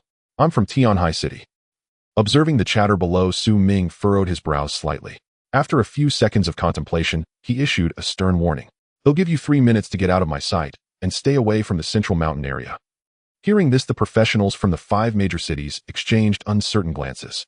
As a group hesitated on the verge of speaking, suddenly 3 terrifying fireballs plummeted from the sky, crashing onto the ground with a deafening explosion. When the crowd, whose ears were nearly shattered by the blast, discerned the craters at the epicenter, every single one of them scrambled with all their might toward the periphery. If they couldn't grasp such an obvious warning, they would be imbeciles. As for staying behind to play the tough guy, that would be sheer disregard for their own lives. Whether they could prevail became crystal clear upon seeing the massive craters. Having confirmed the situation, they knew they truly couldn't afford to provoke him. Su Ming, hovering in the void, watched the professionals below flee in panic, but did not pursue them. Once all had vanished from his sight, he flapped his bat wings slightly and returned along the same path to hover above the necromantic altar. He had already given them a chance that if anyone still lacked the sense to approach, they couldn't blame him for being unreasonable. Just as the 2 leader bosses were about to fully materialize, the group, having frantically fled for nearly 10 minutes, halted in an open area. Damn, that scared me to death. I almost thought I'd kick the bucket there. Hey, are all you seed players from Tianyin City this domineering? You're asking me. Who am I supposed to ask? Him driving us away. Does he have some secret he doesn't want us to know? You're so curious, why don't you sneak back and take a look? Get lost. Why don't you go? I haven't lived my fill yet. Not a single professional among them dared to return to the central area. Each of them talked a big game, yet none took action. As they debated, the 2 leader bosses above the necromantic altar fully materialized. Compared to the previous time, Su Ming was even faster this round. Before the White Zombie King boss could even let out a roar, he sent it to its demise. Killed. Level 50 leader level Death Bat King boss gained 128,020 boss coefficient, 25,600 EXP, 25600 enhancement points. Level 50 Death Set 1 Dungeon Instance Token 1 Skill Book Blood Drain Special Item Bat Wings 50,000 gold coins. Killed. Level 50 leader level White Zombie King boss gained 128,020 boss coefficient, 25,600 EXP, 25600 enhancement points. Level 50 Corpse King Set 1 Dungeon Instance Token 1 Skill Book Bronze Skin Special Item Zombie Pearl 50,000 gold coins. Scanning the loot drops, Su Ming found them nearly identical to the last time, aside from the skill books. Special items and equipment were the same. Without lingering, he spread his wings and vanished into other areas. Minutes later, his figure appeared in a remote, secluded region. Once was enough for familiarity. After confirming no monsters or professionals were nearby, Su Ming willed it and retrieved the dungeon instance token from his system space. Your current location is the Necromantic Mountain Range. The dungeon instance can be opened. Dungeon hard mode instance has been opened. Please enter within 5 minutes. Seeing the familiar gray-black elliptical portal appear, Su Ming strode directly into it. You have entered the dungeon. The instance consists of 3 stages. After listening to the mechanical instance prompts, Su Ming initiated an instant kill clear. Compared to the previous 2 times, he was even faster this round, as Flamestorm could target 50% more enemies. In about 2 minutes, his figure appeared on the throne within the underground palace. You have cleared the level 50 dungeon group instance hard. Clear time 2 minutes. Rating godlike. You may draw one instance card. You have obtained the special item Unstoppable Talisman. As the card was flipped, a golden talisman appeared before Su Ming. Unstoppable Talisman. Item description. Using this item grants 15 seconds of unstoppable status. One-time use only. Not bad. After a bit of enhancement later, it'll serve as another ace up his sleeve. Suppressing his thoughts, Su Ming casually retrieved another dungeon instance token ready for a second speedrun. After resetting the instance 2 minutes later, he drew another special item from the card. Lucky Talisman. Item description. Using this item grants 15 seconds of luck, during which drop rates increase significantly. One-time use only. As for the special items dropped by the boss, they were the same as last time. Death Hearts 2, Death Coffins 2. If he ran the dungeon instance a few more times, Su Ming could practically switch careers to wholesaler. With a slightly regretful glance at the palace, his figure slowly faded from the instance. Meanwhile, several silhouettes appeared above the central area of the necromantic mountain range. Teacher Nangong, does this have anything to do with that seed student from your school? Seeing the two leader bosses had vanished without a trace, Zhou Donghua couldn't help but ask. At his words, the other three also fixed their gazes on Nangong Jing, curiosity burning within them. I arrived at the scene at the same time as you. You're asking me. Who am I supposed to ask? Facing their stares, Nangong Jing replied unhurriedly. All of you come here and recount the entire incident to me from the beginning. Realizing she was being stubborn, Zhou Donghua called out sternly to the group gathered under the trees. Hearing his call, the professionals hurriedly jogged over to the area below the five. In response, Teacher Zhou, when we noticed the necromantic altar stirring, we had the team leaders go inform you while we stayed behind to observe from a distance. Then that seed student from Tianyin City arrived above the altar and spotted us. He gave us 3 minutes to get out of his sight. Later, by the time you arrived, the two leader bosses were already gone. We didn't see what exactly happened in between, but it likely has to do with him. Feeling their scalps crawl under the intense scrutiny, the group braced themselves and truthfully recounted the situation. Teacher Nangong, what do you say now? Shouldn't you contact that star student of yours and have him come out to explain? After all, the necromantic mountain range is jointly governed by our 5 middle schools. For him to monopolize the boss seems rather unreasonable, don't you think? A student capable of single-handedly slaying 2 chieftain-level bosses has no place in this area. I disagree with that statement. He meets the qualifications to participate in this major examination, so why shouldn't he be in the necromantic mountain range? Surely you've heard the principle that the strong prevail while the weak falter, Teacher Zhou. Nangong Jing, with her fiery red wings spread behind her, replied calmly. Your words hold some truth, but he is too powerful. He disrupts the balance of the necromantic mountain range. The 2 chieftain bosses from last time likely fell to his hand as well. How about this? Let's vote to decide whether he should remain in the mountain range. Having said this, Zhou Donghua turned his gaze to the others. Earlier, he had assumed the student was merely a secret ace cultivated by Tianyin City No. 1 middle school, so he hadn't pursued the matter further, only asking about it casually in the group chat. But now it was clear that wasn't the case at all. Allowing a student capable of breaking the balance to enter was absolutely unacceptable. Teacher Nangong, this is indeed inappropriate. Agreed. Those who disrupt the balance too severely should not remain in the necromantic mountain range. I disagree as well. As Zhou Donghua's words faded, the 3 other guardians hovering in the void each voiced their stance. None of them wished to see a powerful professional, not from their own school, stirring up trouble within the necromantic mountain range. How does our school's student need your approval? I say he can enter, and so he shall. If you disagree, we can settle it with a fight. All 4 of you together wouldn't be a problem. Hearing the coercion in their words, a flicker of disdain passed through Nangong Jing's eyes. For her strength was the ultimate truth. If reasoning worked, she'd reason. If not, she wouldn't bother. Teacher Nangong, are you trying to challenge all 4 major middle schools single-handedly? Though you are formidable, our schools are no pushovers either. Seeing the fiery red wings behind Nangong Jing grow even more vibrant, the 4's expressions soured slightly. You haven't even completed your second-tier mission, yet you have the nerve to say that to me. If you want to fight, then fight. If not, stop yapping here. These words nearly infuriated Zhou Donghua and the others to death. Striking the face is one thing, but this woman was picking at their scars. Was being from Jishao Academy such a big deal? Hadn't she ended up teaching in a small place like them? After quickly recalling the rumors about Nangong Jing, the 4 felt utterly drained. Fighting her was out of the question. They truly couldn't win. Though her exact level was unclear, one thing was certain: she was far beyond the second tier. They had only spoken that way to save face, never expecting her to give them no face at all, and threatened to fight at the slightest disagreement. I will report this matter to the school for their decision. Sensing the increasingly terrifying energy fluctuations in the air, Zhou Donghua's expression shifted instantly. Leaving behind that remark, he hurriedly departed. Seeing this, the other 3 dared not linger either.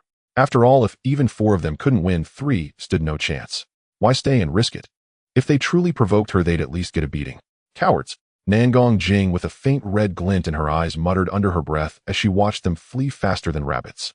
With a cold glance at the group of professionals below, she transformed into a streak of fiery red light and vanished into the void. Upon returning to the base, she casually made a video call. When the call connected, Li Si's figure appeared on the screen. "Teacher Nangong, what can I do for you?" Principal Su Ming has been hunting chieftain bosses in the necromantic mountain range, which has greatly displeased the other 4 middle schools. You know what I mean. Envy from others is a sign of mediocrity. It seems Su Ming is truly exceptional. Don't worry, I've got this. Hearing it was a case of sour grapes from the 4 schools, Li Si could barely suppress his grin. This was a golden opportunity to show off. Head, make sure to rub it in their faces. Good. Make sure you stand firm. Absolutely. After the video call ended, Li Si turned his gaze to a young man in a blue robe inside the office. "Junior brother, you heard that, didn't you? Those 4 schools are pushing too hard. Senior brother, my teacher told me not to cause trouble before the big exam. Handle it yourself. I'm off to the necromantic mountain range to meet that junior I've never seen." With a light laugh, the young man in blue transformed into a streak of cyan sword light, shot out of the office, and soared into the sky. Divine profession sword immortal truly was formidable. Seeing the lingering cyan sword aura on the seat, envy flickered briefly in Li Si's eyes. Such is fate. After calming himself, he picked up his phone and made a call. At the same time, in a remote area of the necromantic mountain range, Su Ming stared at over 2 million enhancement points, itching to spend them. In the end, he resisted with sheer willpower, planning to make a comprehensive upgrade before the big exam, as the feeling of a complete transformation was far more satisfying. After surveying his surroundings, he headed straight for the Shadow Forest. During his journey, a cyan sword light descended vertically above the Tianyin City No.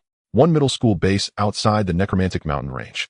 As it neared the ground, the young man in blue stepped out from the sword light. "I didn't expect the academy to send our Green Lotus Sword Immortal for recruitment." Nangong Jing, who was eating an apple, looked at the newcomer with a hint of amusement. "Senior sister Nangong, it's been a while. You look as radiant as ever. When will you return to the academy?" Li Yi, having walked to the table and sat down, replied casually, "The academy isn't as comfortable as this small place. I don't plan to go back." Hearing this, Nangong Jing's body stiffened slightly before she said flatly, "Senior sister, can you truly let it all go? Don't you want to slap those people in the face and make those lofty individuals taste what it's like to fall from grace?" As he spoke, Li Yi's expression flickered slightly. "Don't try to sweet-talk me. I know my own limits. He'll decide on that matter when I've thought it through. All right. By the way, senior sister, what do you think of that kid named Su Ming? Excellent. A monstrous prodigy. In my past, I was no match for him, and neither are you." Hearing you say that, senior sister, I'm even more intrigued. At such high praise, a gleam of sharp light flashed across Li Yi's eyes. "When you meet him, you'll know I speak the truth." Nangong Jing, who had reclined back into her lounge chair, casually replied upon seeing his eager expression. "Then I won't disturb you any longer, senior sister. I'll take my leave." Curiosity piqued, Li Yi rose, clasped his hands in farewell, and transformed into a streak of sword light, vanishing into the Dead Spirit Mountain range. There's going to be quite a stir at the academy this time. As the sword light disappeared from sight, Nangong Jing chuckled softly under her breath. Meanwhile, at Tianyin City's first high school, Li Si faced an inquisition from the principals of the other 4 major high schools. "Principal Li, what exactly does your school mean by this? The Dead Spirit Mountain range is a resource we all share." "Exactly. If everyone acts like this, chaos will ensue. Without rules, nothing can be achieved. Your actions this time have crossed a line. And that Nangong Jing, isn't she being a bit too overbearing?" Watching the 4 old men on the large screen berate him in turns, Li Si leisurely picked up his thermos, took a gentle sip of tea. After moistening his throat, he spoke in a nonchalant tone. "If you're not good enough, don't blame the road. Our school's top student has already caught the attention of Jixia Academy. What's wrong with using a few resources? If any of you disagree, you can file a report and see if anyone listens. Oh, and I forgot to mention one thing. The Green Lotus Sword Immortal was just having tea with me a moment ago." The moment Li Si said this, the expressions of the 4 principals on the screen instantly shifted. Principal Li is right. They're just kids. Using a bit more resources is no big deal. We can only blame our own students for not being competitive. Yes. I have a few caddies of fine tea here. I'll have someone send it to you, expressed Principal Li. At the mention of the Green Lotus Sword Immortal, the 4 principals instantly became sycophantic. They had no choice. They genuinely feared that Li Si might use this opportunity to slander them. After all, if such a trivial matter caused the Sword Immortal to personally visit their schools, it would be no laughing matter. Though they had their own backing, those beings would hardly antagonize a Sword Immortal over something so minor. Let's put this matter to rest. Our student will remain in the Dead Spirit Mountain range at most until the day before the grand examination begins. Seeing their change in attitude, Li Si didn't press his advantage, but instead offered a way out. Hearing this, the four principals quickly nodded. While the five old foxes engaged in diplomatic niceties, Li Yi, transformed into a streak of sword light above the Dead Spirit Mountain range, was searching for Su Ming's trail. As a cyan talisman paper slowly burned at his fingertip, a mass of hazy green light swiftly materialized into a blue immortal crane beginning to lead the way. Academy disciples truly were so lavishly wealthy, using a special tracking talisman as if it were nothing. At that moment, Su Ming, who was busy slaying monsters in a certain area, had no idea that a sword immortal from Jishao Academy was about to arrive on his doorstep. 5 minutes later, the blue immortal crane formed by the tracking talisman appeared above the shadowed forest. At the same time, Su Ming, deep within the woods below, noticed the anomaly overhead. The next second, his body shot upward like a bolt, bursting through the forest canopy to hover above the sea of trees. When he saw a young man in blue robes emerge from within a cyan sword light, his brow arched slightly. "Student Su, allow me to introduce myself. My name is Li Yi from Jishao Academy." Having seen Su Ming's photo, Li Yi recognized him at first glance and introduced himself with a light smile. At that moment, he felt only one thing: that his senior sister hadn't deceived him. This young lad before him was truly extraordinary. Possessing the dual divine talents of a sword heart of clarity and sword affinity, his perception was exceptionally sharp. The fact that the other party could give him even a faint sense of danger was nothing short of astonishing. Su Ming, hearing the newcomer's self-introduction, relaxed his grip on the staff slightly. He had thought it might be an instructor from another high school. He never expected it to be someone from Jishao Academy, one of the 4 greatest institutions. "Student Su, this is our Jishao Academy's special recruitment token. After the grand examination, if you wish to join Jishao Academy, you can use this token to gain an additional 10,000 initial points and some scarce resources." After withdrawing his scrutinizing gaze, Li Yi used his sword light to levitate a purple gold token slowly, sending it before Su Ming.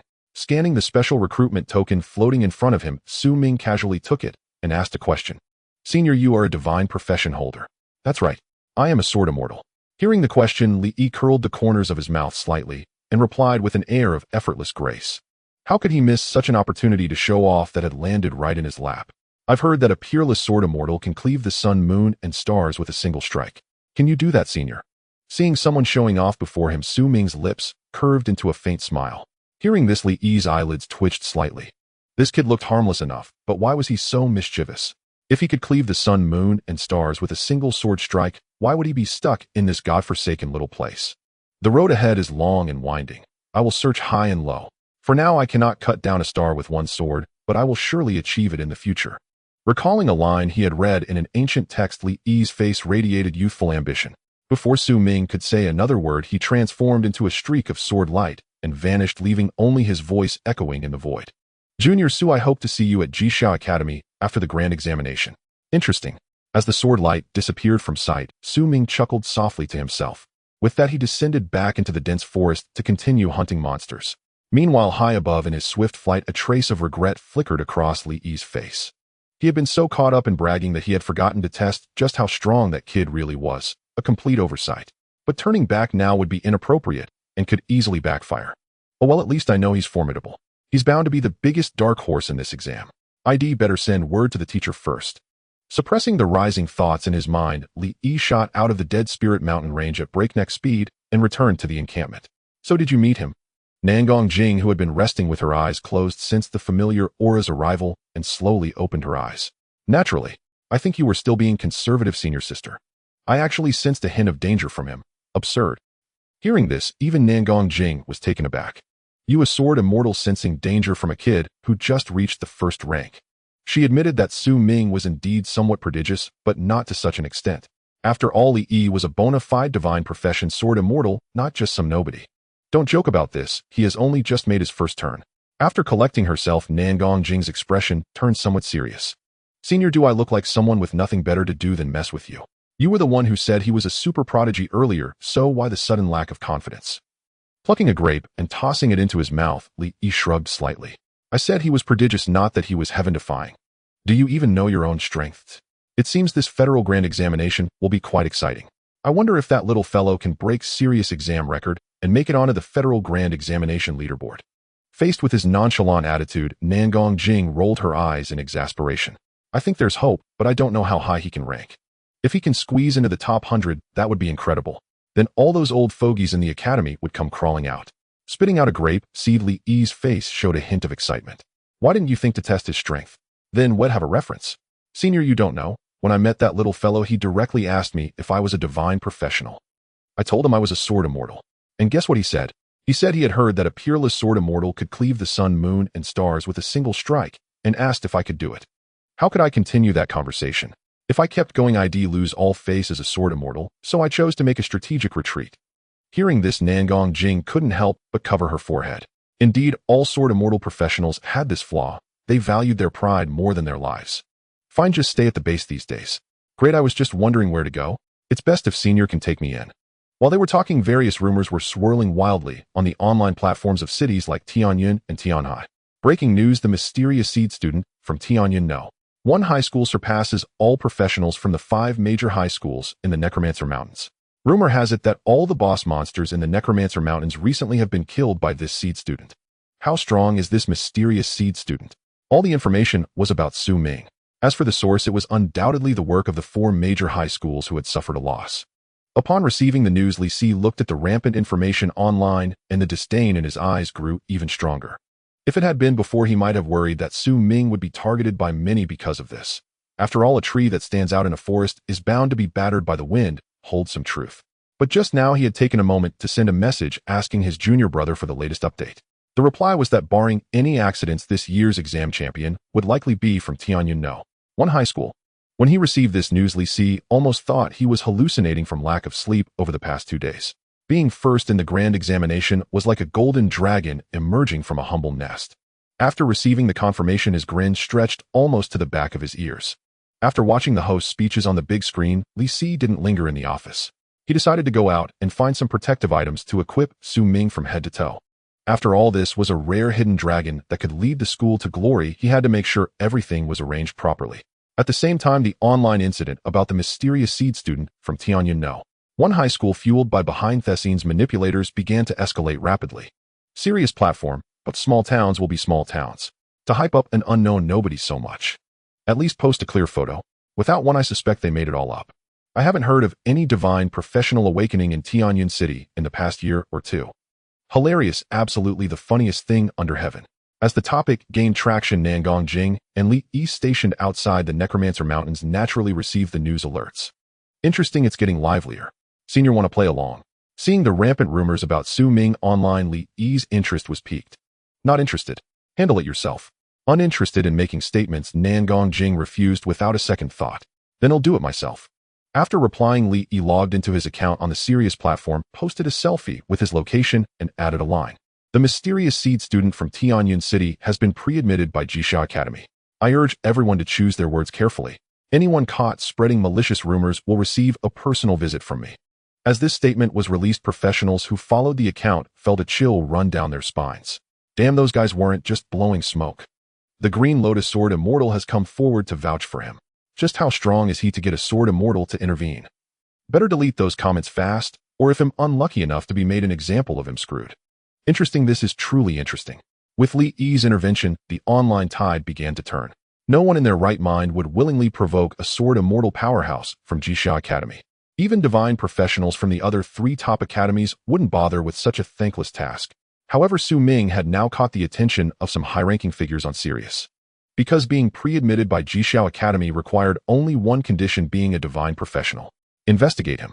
If possible, poach him to our side. What the hell are you people doing? Why wasn't the existence of a divine professional in Tianyun City reported? For a time, Tianyun City became a bit turbulent. Meanwhile, Su Ming, who was still diligently grinding in the Necromancer Mountains, had no idea he had become famous without even knowing it. Having just finished a wave of harvesting, he mentally summoned his panel to upgrade his skills.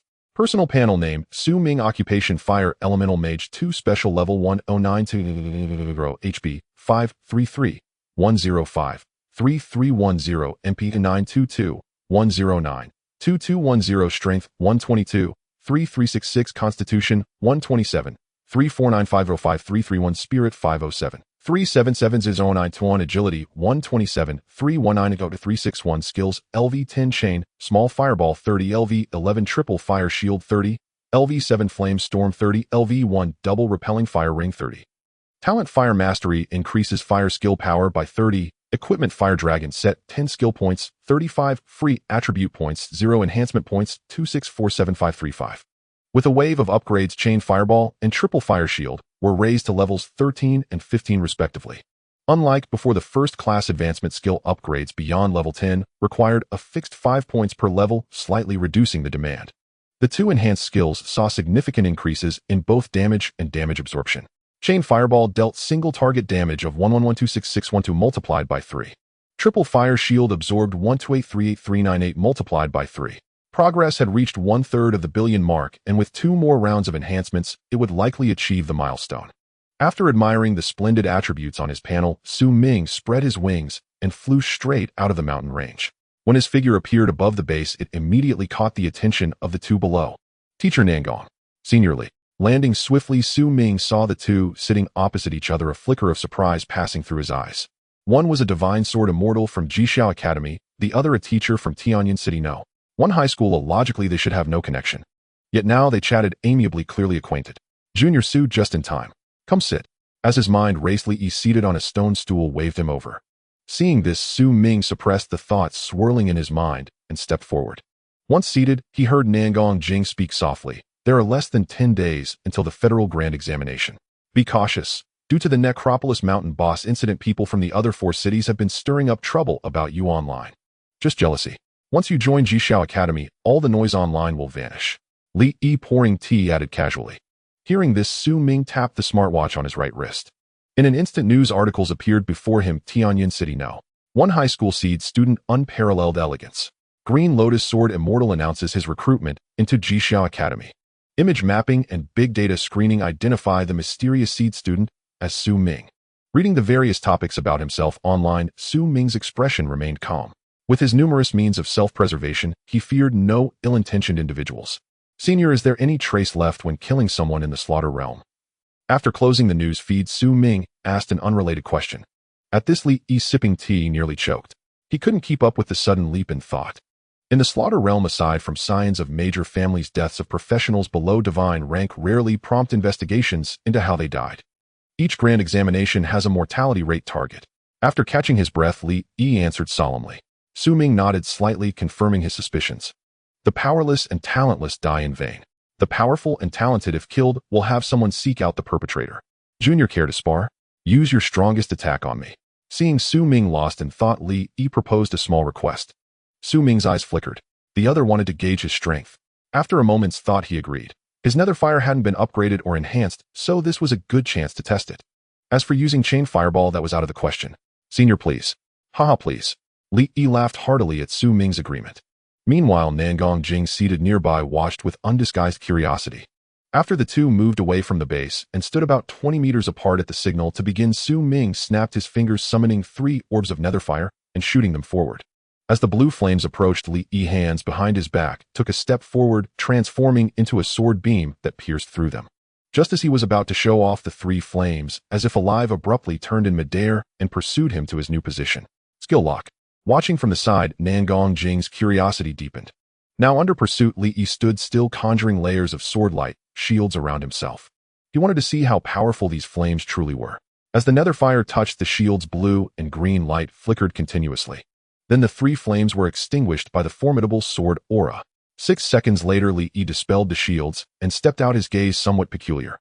From the shield's damage absorption data, he could precisely calculate the flame's damage, around 200 total. For a level 100 rare class professional, that was high. But for someone who gave him a faint sense of danger, it was low. Junior, you're holding back. That wasn't your strongest attack, was it? Suppressing his thoughts, Li asked casually. More or less, Ming replied vaguely, having witnessed some of the divine sword immortal's abilities. You rascal. Well, I doubt you'll suffer in the slaughter realm. Li opened his mouth to request another round, but ultimately abandoned the idea. Add my contact, he'll send you detailed info later. Thanks, Senior. After exchanging contact details, Ming headed straight into his room. Meanwhile, the two in the courtyard chatted softly. That flame was likely the nether fire skill from the crypt dungeon, but his version differs from the normal one. Normally, there's only 1 orb. He had 3, and the skill locked on. He probably soloed the Necropolis crypt, which is why his level skyrocketed. But what intrigues me is how a squishy class withstood so many monsters' attacks. Nangong Jing took a sip of tea and shared her thoughts. Senior, a God-blessed talent, can't be judged by normal standards. I don't think Su Ming fits the squishy archetype. During the spar, I watched his expression, too calm. He gave me the feeling of being unshaken by any storm, steady as a rock. Li Yi winced as he spoke. He was a transcendent sword immortal capable of effortlessly dispatching even 3- or 4-tier hidden professions as if they were mere vegetables. Yet today he felt an inexplicable sensation of being unable to eliminate a first-tier little fellow with a single strike. At the moment this thought arose in his mind, he genuinely wanted to test his sword. If it weren't for the fear of unexpected consequences and offending the cunning little guy, he would have undoubtedly unleashed that strike. I am rather looking forward to his performance in the Academy's Celestial Tower. I wonder if he can break the record. Seeing the rather pained expression on Li Yi's face, Nangong Jing couldn't help but smile with delight. Sister, now that you mention it, I have a brilliant money-making idea. How about we get in on it? Do tell. I could set up a betting booth at the Academy, getting people to place their bets. Do you think we could make a fortune? What if we lose? We could end up going bankrupt. He'll send Su Ming the details about the Celestial Tower and subtly gauge his confidence in conquering it. Once we get him on our warship and promise him substantial rewards, I doubt he won't put in the effort to conquer the tower. Now that you mention it, it might be worth a try. While Su Ming was reviewing detailed information about the killing secret realm, the duo outside was scheming on how to profit from the students and instructors of the Jixia Academy. Killing Capital Introduction. Those who break 10,000 killing points can enter the Killing Capital to vie for the title of King of Slaughter with a danger level of 5 stars. Note: only one person can leave the capital alive. Proceed with caution. Killing Sea Introduction. A gathering area for the demons of slaughter. Those of weaker strength should refrain from entering, as it is a 10-death no survival zone with a danger level of 5 stars. Killing Forest Introduction. A gathering area for the insects of slaughter with a danger level of 3 stars. As Su Ming looked at the numerous annotations regarding the various regions of the Killing Secret Realm on the screen, his face displayed growing joy. This was far more detailed than the information he had seen previously. According to the official website, after upgrading his permissions, the information he could access typically indicated that the activity range for examinees would be concentrated in the Killing Desert and Killing Grasslands, both rated at 1 to 2 stars in danger level. The monsters in these 2 regions were Killing Worms and Killing Wolves with levels ranging from 30 to 80. Without a terrain map, Su Ming figured he wouldn't dare wander aimlessly, as the secret realm was vast and easy to get lost in. But now, he definitely intended to explore the Killing Sea and Killing Capital. If he didn't make a fortune, it would be a disservice to the hard work he put into participating in the Federal Grand Exam. After meticulously reviewing the information about the Killing Secret Realm, he began to rest his eyes. The next morning, a figure soared through the void, heading straight for the Necromancer Mountains. As he passed by the area near Zombie Mountain, Su Ming descended and found the 4-member group tossing a bat wing he had acquired to Old Wang. Holy crap, a flying artifact. Upon seeing the item information, Wang Teng's hands trembled slightly. He could hardly believe that happiness had come so suddenly. Use it in case of danger. I'm leaving now. As he saw Wang Teng wanting to rush over and hug him, Su Ming quickly made his escape. Captain, you really have good luck. I just wish I could have a flying artifact too. The 3 girls who witnessed Wang Teng obtaining the bat wing were filled with envy. However, despite their envy, they harbored no malicious thoughts. Wang Teng, noticing their expressions, chuckled and said, "It will happen. I guarantee it, in the name of the captain." Looking forward to it. 1. As the 4-member team geared up for their hunt today, Su Ming had already entered his daily map-running phase. As he maintained this pace while eliminating monsters, days passed. There were no significant events, yet a new prediction list for this year's Federal Grand Exam appeared online. Tianlong Golden List, Xian Yuan Wentian Wang, Quan Shui Wuyo Si Jing. The Golden List listed a total of 100 names of professionals. These 100 individuals were assessed by various institutions as the most likely candidates to enter the top 100 for the Grand Exam.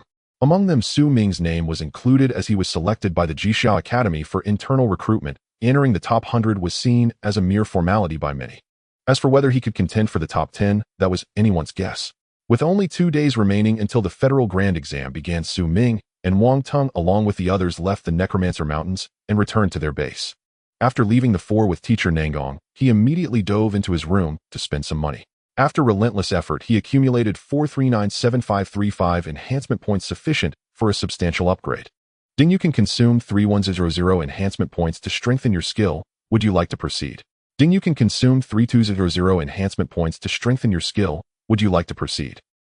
After spending 8100 enhancement points, the triple fire shield was upgraded to 50. He then continued to spend 1. 62 million points to upgrade both the Fireball and Firestorm to 50. Looking at the remaining 19675535 enhancement points, he pondered for a moment before casually taking out the Lucky Charm and Bodyguard Charm. After spending 25500 enhancement points, both items were also upgraded to 50. Bodyguard Charm, 50 item description. Using this item grants 15 seconds of invincibility. Usage count 5151. Enhancement feature immune to damage for 1 second during invincibility. Lucky Charm, 50 item description. Using this item grants 15 seconds of luck, significantly increasing drop rates. Usage count 5151. Enhancement feature Lucky Time can deal double critical damage to the target. In terms of survival buffs, Ming could be said to have an increasing number of them. To eliminate him, one would need a causal damage that could trace back and simultaneously negate multiple survival measures. Fireball, 50 single damage 179476483. Triple Fire Shield, 50 damage absorption 20708253.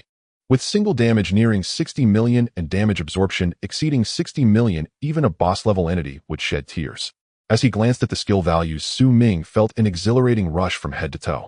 It was akin to playing a tedious web game. Although it was boring, the soaring stats of the game character were utterly captivating. As he stepped out of the room, 6 pairs of eyes immediately turned toward him. Among them, when Li looked at Ming, he felt a slight tremor in his sword heart, causing his scalp to tingle. It was downright absurd. His sword heart was on alert.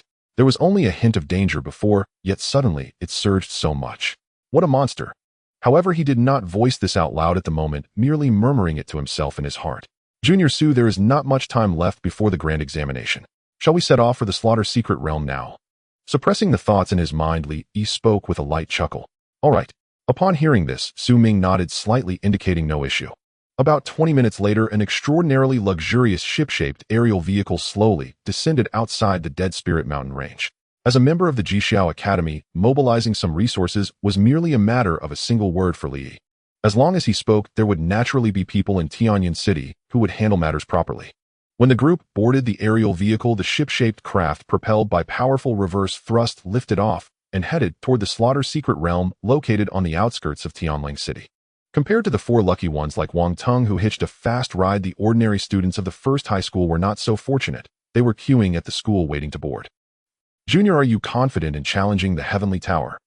As Ming stood on the deck, gazing down at the earth below, Li walked over to his side and asked softly, 90%.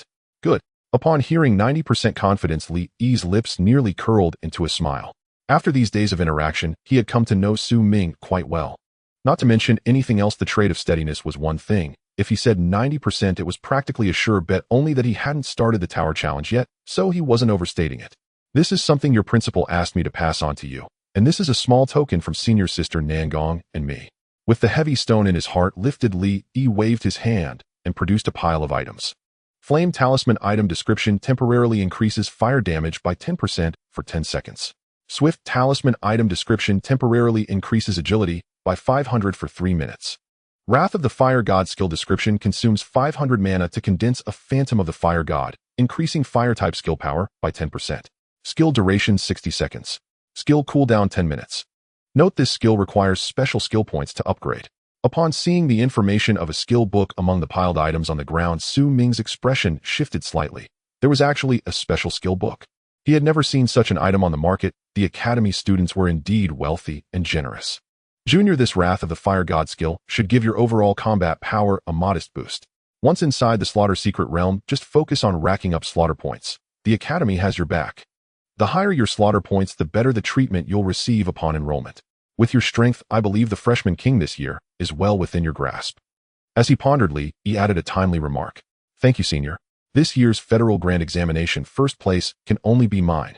After sweeping all the items into his system space with a wave of his hand, Ming declared with soaring ambition.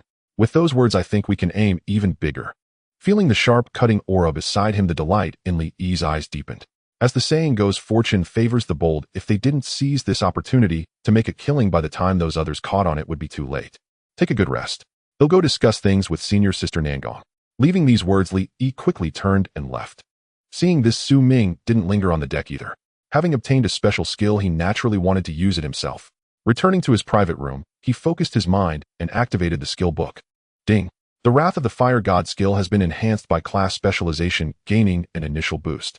LV1 Wrath of the Fire God skill description consumes 500 mana to condense a Phantom of the Fire God, increasing fire type skill power by 10%. Skill duration 3 minutes. Skill cooldown 10 minutes. Very nice. The duration increased to 3 minutes. With another enhancement, it could become a regular tool. Ding. You may consume 1000 enhancement points to strengthen the skill. Do you wish to proceed? When Su Ming locked onto the enhancement option, he realized that this special skill was indeed special. Its initial enhancement required 10 times more points than skills like Small Fireball. After pouring 550 enhancement points into it, the Wrath of the Fire God was boosted to the 10 level.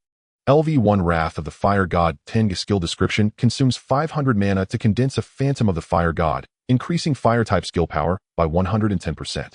Skill duration 3 minutes. Skill cooldown 5 minutes. Enhancement trait cooldown halved. This was a satisfying boost, another small trump card in his arsenal. Closing the panel, Su Ming lay back on the bed, closed his eyes to rest, and quietly waited for the flying ship to reach the Slaughter Secret Realms area. Meanwhile, in the room next to his, the group of 4 was discussing strategy. Captain, let's choose the Slaughter Grassland. This place has the lowest danger level. Looking at the projected Secret Realm data, the team's priestess pointed to a 1-star marked area. Yeah, with our limited strength, we're only fit to hang around the novice zone. In response to his teammates' suggestion, Wang Tung nodded in full agreement. He felt no pressure at the moment. Thanks to his brother's help, the Green Lotus Sword Immortal had casually given him a referral spot. As long as he played it steady after the Federal Grand Examination ended, he would securely enter the Jixia Academy. Couldn't be more comfortable. When one person achieves the Tao, even their chickens and dogs ascend to heaven. That was the principle at play, commonly known as coasting to victory. This also saved Su Ming the trouble. Once inside, he wouldn't need to babysit anyone and could just bulldoze through the Slaughter Secret Realm.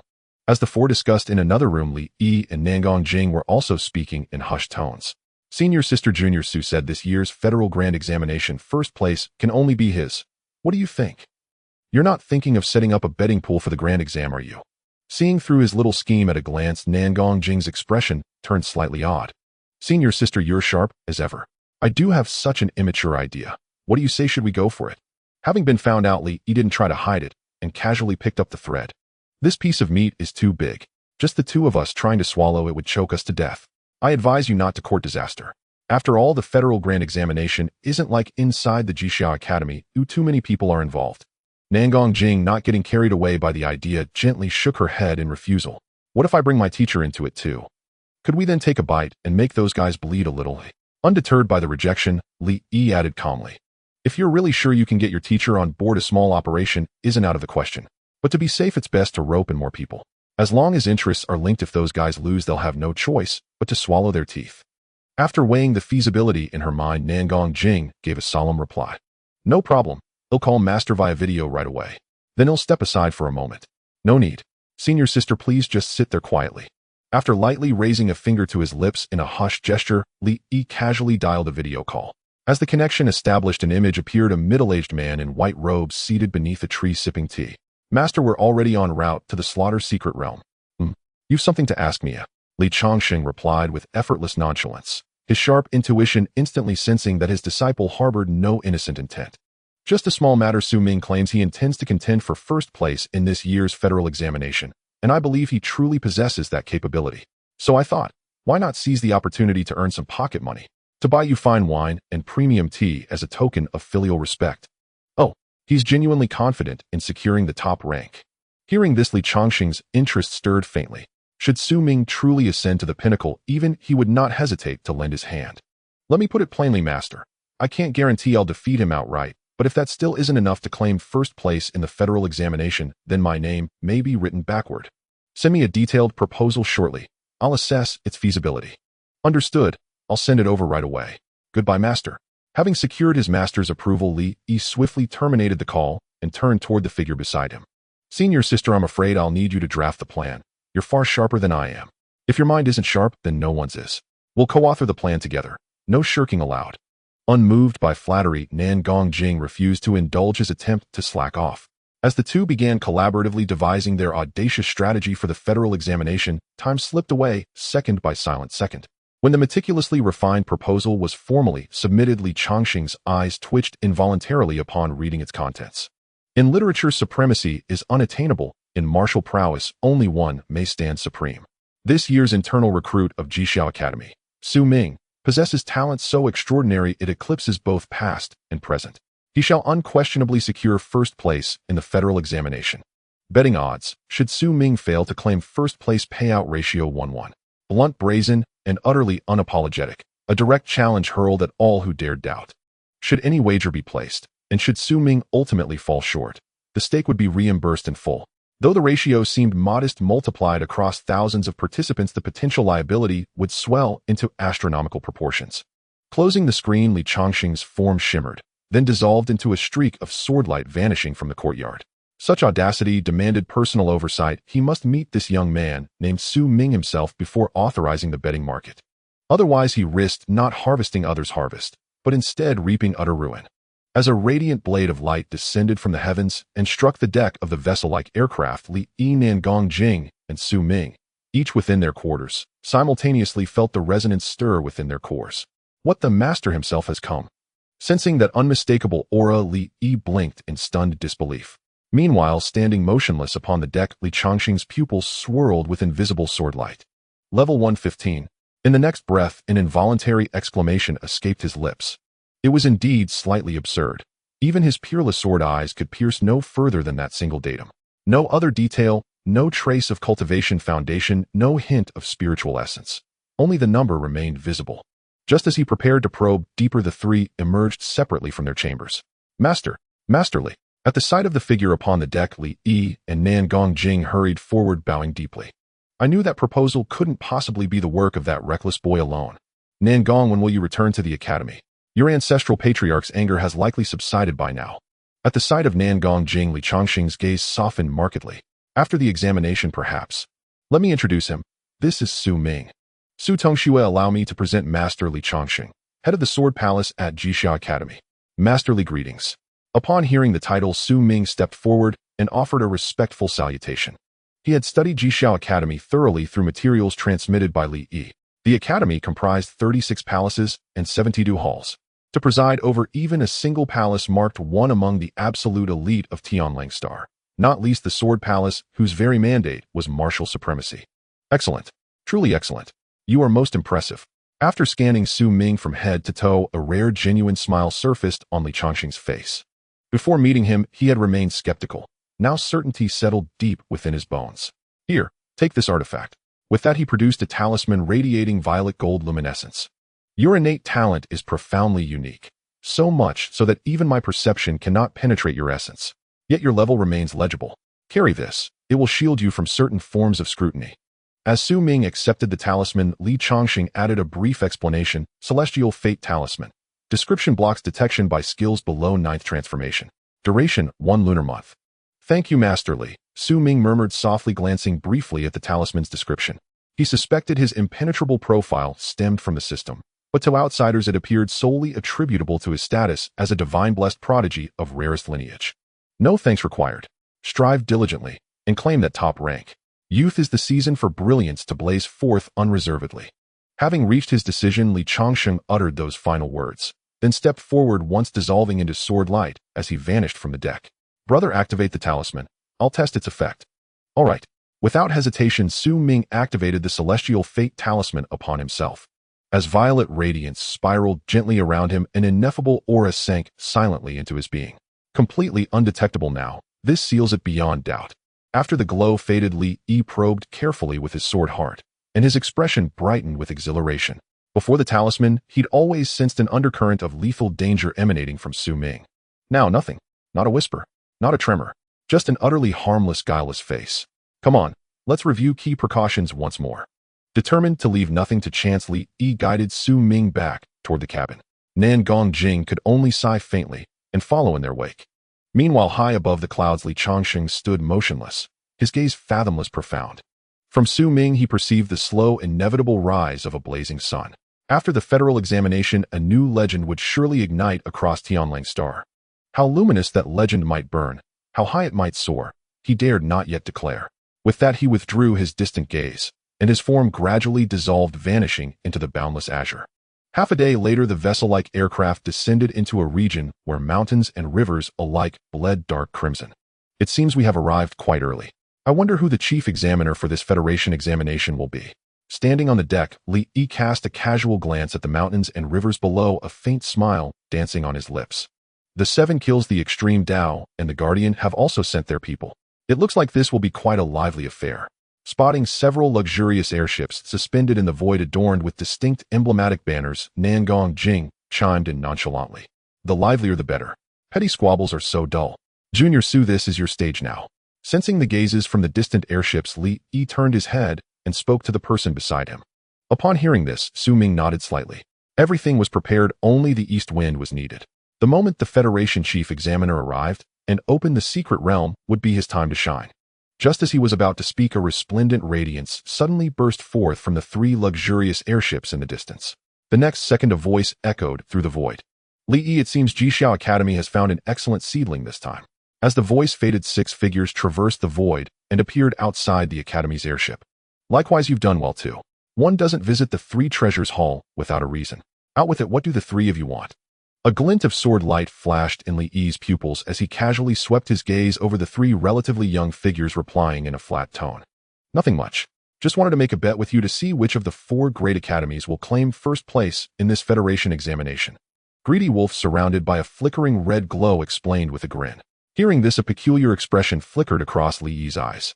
Was this the legendary ox or horse that willingly offered itself for slaughter? He hadn't even opened a betting pool, and the other party had already come running eagerly to offer themselves up. Fun a bet it is. We'll have the Federation officials notarize the stakes. Suppressing the thoughts racing through his mind, he casually agreed. Good, well, wait for the officials to arrive then. Leaving these words behind, Greedy Wolf and his group did not linger and returned to their respective airships. It seems those 3 were the secretly trained seeds of the other 3 academies. Their levels and attributes are impossible to discern. Nangong Jing, who had remained silent until now, frowned slightly after the 3 academies' people had left. In response, Li Yi turned his gaze towards Su Ming. What do you think, Junior? It's no big deal. Then it's settled. This time I'm going to make that poser Greedy Wolf bleed dry. He'll split half with you. While the 2 were discussing their spoils on the deck of another airship suspended in the void, the people from the 3 academies were also conversing. What's your impression? Greedy Wolf asked the cold, stern-faced youth before him. Nothing special. He seems rather ordinary. After frowning in deep thought for a few seconds, the stern youth gave his reply. Don't let your guard down. Anyone valued so highly by that Li Yi is definitely no pushover. Fortunately, this examination secret realm is perfectly suited to your profession. Play it steady and first place is as good as ours. Rest assured, senior brother. I will claim first place in this examination and no one will stop me. As time slowly passed, airships of all sizes streamed into the red zone one after another. These were all examinees from across the globe arriving for the examination. When a colossal airship descended, it captured everyone's attention. All examinees, come and register your signatures and files. A booming voice resonated across the sky as the airship landed. Junior, let's go. Let's go register. Seeing a large number of professionals in official uniforms pouring out from the airship below, Li Yi shrugged slightly. All right. Su Ming acknowledged softly and headed straight for the registration point with Wang Teng and the others. The filing process was very simple: 1 drop of blood along with the affiliated school and one's own name. The kill score tally for the slaughter secret realm was not done manually, but by a special artifact controlled by the Federation officials. This artifact was called the slaughter ranking. Connected to the secret realm, once an examinee's blood was bound to it, killing monsters within the secret realm would display the specific score value on the external ranking. While a large number of examinees were registering and filing, a shocking announcement appeared online. When the official account of Jixia Academy published this announcement, many people thought they had woken up too suddenly and were hallucinating. Holy crap, holy crap, holy crap. Important things must be said 3 times. What does this mean? You can only bet on him losing, not on him winning. That's way too confident. Isn't Su Ming an internally recruited student of Jixia Academy? Why are they putting him on such a pedestal? 7 kills, Academy Guardian Hall, Extreme Dao Academy. Can you tolerate this? A single stone stirred 1,000 waves. Because Jixia Academy had opened this betting pool, the attention of high-ranking figures across the entire Sirius Star was focused on this examination. There was no helping it, such confidence was unprecedented. They actually dared to open this kind of one-sided betting pool. At the same time, the people from the 3 academies also took notice. Greedy Wolf, who had just signed the betting agreement with Li Yi, had a slightly greenish tint to his face. What the hell? Were the bigwigs at Jixia Academy insane? How could they open such an absurd betting pool? Weren't they afraid of losing everything? After forcibly calming himself down, he immediately realized the crux of the matter. For those old fellows to take such a huge risk, they must be extremely confident in that young man, named Su Ming, convinced he could secure first place in this examination. Thinking this greedy wolf could no longer sit still, he quickly got up and left the airship. He needed to discuss this with the other two academies to see if they could join forces to thwart Jixia Academy. While he was taking action, he was also trembling slightly with excitement. This time their academy was sure to outshine the other three and take a commanding lead. Junior Su, you've become famous. Looking at the overwhelming topics online, Li cleared his throat and said, I expected this. Seeing several pairs of eyes on him, Su Ming remained utterly composed. Becoming famous was only a matter of time for him. Even without Jixia Academy's backing, once he entered the Slaughter Secret Realm to hunt monsters and top the leaderboard, he would still become a celebrity on Sirius Star. Rather than becoming famous passively, it was better to take the initiative, cooperate with the Academy, and reap a harvest of resources. Then he could also get a piece of the pie and secure more monster resources. Old Su, come on, give me a few autographs first. Wang Tung, whose mind was still reeling from the online news, excitedly brought over a notebook. He knew his brother was about to blow up, but he hadn't expected it to happen so fast. The examination hadn't even started, and he had already become a red-hot rising star on Sirius Star. Confronted with the notebook thrust before him, Su Ming had no choice but to take the pen and swiftly sign 3 copies. Without a doubt, these weren't for the fellow himself. They were definitely for 3 young ladies. You're a true brother, why won't disturb your chat? After retrieving the signed notebooks, Wang Ting swiftly departed from the deck. That rascal, he's wise behind a facade of simplicity, Li remarked softly, watching his retreating figure. Please look after him in the future, senior. Rest assured he suits my taste. As the two conversed, a personal dossier was set before the power holders of major factions on the Sirius Star. Personal file: name Su Ming. School: Tianyin City No. 1 High School. Occupation: Fire Element Mage. Talent: unknown. Family background: orphaned. Upon reviewing this dossier, many magnates furrowed their brows repeatedly, as it contained virtually no useful information. Had they not investigated the batch of newly awakened students and confirmed that Su Ming had indeed awakened a rare profession, they would have suspected this file was a deceptive ploy from Jixia Academy. However, with no better options at hand, they could only take things step by step. To play it safe, many prepared to invest small amounts as a gamble. As the saying goes, small bets bring joy while large ones bring ruin. Placing no heavy wagers was safe enough. Amidst the spotlight of public attention, the bets within Jixia Academy's bookmaker grew increasingly numerous. Beyond gold coins, various equipment and artifacts were also wagered. It was without a doubt a monumental gamble. If Su Ming triumphed, Jixia Academy would rake in immense profits, or otherwise they'd lose even their last shred of dignity. Among them, Jixia Academy Guardian Hall and Jidao Academy placed the largest bets. In the realm of martial prowess, none yield without contest. If they showed no response by the next day, rumors would likely circulate that Jixia Academy stood supreme, daring to challenge the entire Sirius. When the next day arrived, a massive crimson scroll slowly descended from the heavens, hanging atop a blood-colored mountain peak. With a dazzling burst of crimson radiance erupting from the Blood Mountain, a colossal blood-colored gate 20 meters in height materialized from the void. The Slaughter Secret Realm is now open. The grand examination begins. All examinees enter the secret realm immediately. Hearing the resonant voice, Su Ming lightly spread the wings behind him, darting into the blood-colored gate like an arrow from a bowstring. Witnessing this, many examinees below were slightly stunned. Was this how one used a flying artifact? What if they encountered danger before its cooldown ended? Before the crowd could recover, numerous figures followed suit, vanishing into the blood-colored gate.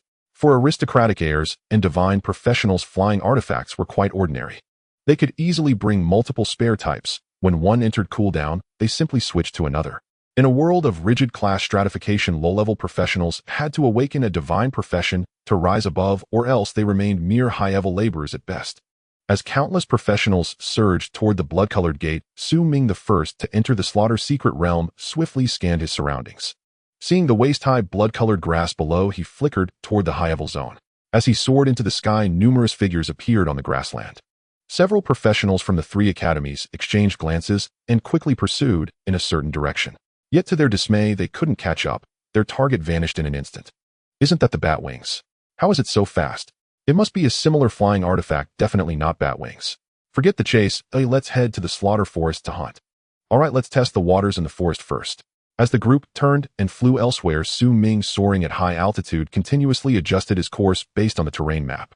His first destination was none other than the perilous Sea of Slaughter, a 5-star zone where even divine professionals risked death. No help for it, cheaters only play high-stakes games. As Su Ming flew the slaughter ranking outside the secret realm, hanging atop the blood mountain began to display names. Yet they were just scattered points clearly from slaying low-level monsters. Examination rules: killing monsters level 3035 yields 2 points, level 3640 yields 3 points. Each first-tier monster is worth 500 points with an additional 50 points for every 10 levels. A second-tier monster is worth 2,000 points with an additional 100 points for every 10 levels. Generally speaking, an ordinary examinee who fights tirelessly within the secret realm for 5 days can at most accumulate a few hundred points. Only divine class and certain special hidden class professionals can obtain a large number of slaughter points within the secret realm. At this moment on the official website broadcasting live to the outside world, a multitude of netizens were frantically spamming the screen. They could not see the situation inside the secret realm, but they could observe the numerical changes on the slaughter leaderboard. Thus, many voices of doubt began to emerge. No way. The Jishao Academy has been boasting to the heavens, yet, until now the name of Su Ming from Tianyin City's first high school hasn't even appeared on the slaughter leaderboard. I've scrolled all the way to the 1000th place and still haven't seen him. Haha, there's some drama to watch. I love seeing these major powers tear into each other. What a bunch of frogs at the bottom of a well who have never seen the world. Haven't you noticed that the divine class professionals from the other 3 academies haven't made the list either? They simply look down on those minor monsters on the slaughter grasslands. They're probably still on the road right now. Just wait a while, and the truth will reveal itself. I want to take a gamble and place a bet at the Jishao Academy's book, but am afraid of losing. In response to the voices online, no one from the 4 major academies or the Federation's official website came forward. The Grand Examination is an annual event, letting the common folk join in the excitement is no big deal. When 2 hours had passed in the blink of an eye, Su Ming, who had been sprinting at full speed, finally saw an endless sea of blood appear within his line of sight. Compared to the slaughter secret realm, the underground caverns and the Dead Spirit Mountain range were mere small fries. This secret realm was like a small world in itself, vast beyond measure. Gazing at the surging sea of blood before him, relevant information immediately flashed through his mind. Blood Yiksha level 101200, traits Bloodthirsty Split. Yiksha King level 250, traits Bloodthirsty Split, Unstoppable Overdrive. According to the data, besides the slaughter demons, the Sea of Slaughter also contains a host of powerful monsters, such as Blood Yiksha's Yiksha Kings and 3-headed blood sharks. Basically, their levels are all above 100, making this area a high-risk zone for the examinees. Descending to about 100 meters in height, Su Ming gently flapped his wings and flew above the Sea of Slaughter. As he slowly descended toward the sea surface, 3 blood-red energy water pillars shot up violently from the crimson waters below. At the same time, a blood Yiksha, its form ferocious and body covered in blood-red scales, rapidly flapped its sanguine wings, breaking through the water's surface and charging into the sky. Facing this monster that delivered itself right to his doorstep, Su Ming casually rewarded it with 3 linked fireballs. With a tremendous explosion, the bloodthirsty blood Yiksha, not even having a chance to use its splitting ability, was instantly obliterated on the spot. Killed a level 105 common blood Yiksha, gained 5,000 experience points, 5,000 enhancement points, level 105, trident 12085 gold coins. Hearing the kill notification, Su Ming felt a surge of delight. Indeed, slaying high-level monsters was satisfying. One such beast was worth a pile of low-level minions. Gazing at the churning blood sea below, he subtly willed and activated the skill of the fire god. The next second, a fiery red phantom over 10 meters tall materialized behind him. Creatures like blood Yikshas and slaughter demons were extremely bloodthirsty. As long as he made enough of a commotion, attracting monsters wouldn't be a problem. After stacking his buffs, Su Ming initiated a bombardment mode, flying while hurling linked fireballs into the seawater below. When the immensely powerful fireballs touched the water's surface, they triggered terrifying explosions, causing the sea in that area to tremble. Simply put, it was akin to using bombs to blast fish. As explosions echoed in rapid succession across the Sea of Slaughter, the group outside the secret realm, closely monitoring the slaughter leaderboard, finally spotted a name they had been eager to see.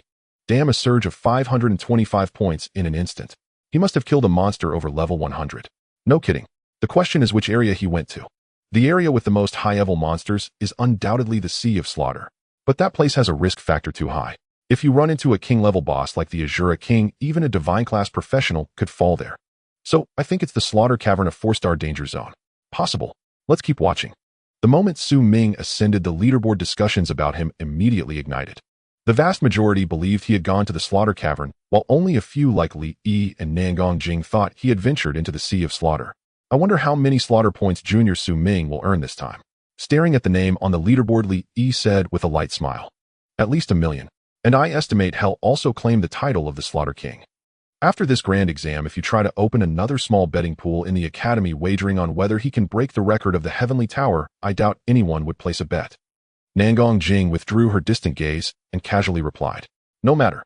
I've feasted on the meat this round, skipping the soup and gravy is fine." Hearing this, Li Yi appeared utterly nonchalant. As the saying goes, you can't have both the fish and the bear's paw, a choice must be made between the two. Comparatively, swindling outsiders was far better than cheating one's own people. While the two were conversing, Su Ming, continuously blasting fish in the sea below, finally caught the attention of a group of 10 slaughter demons.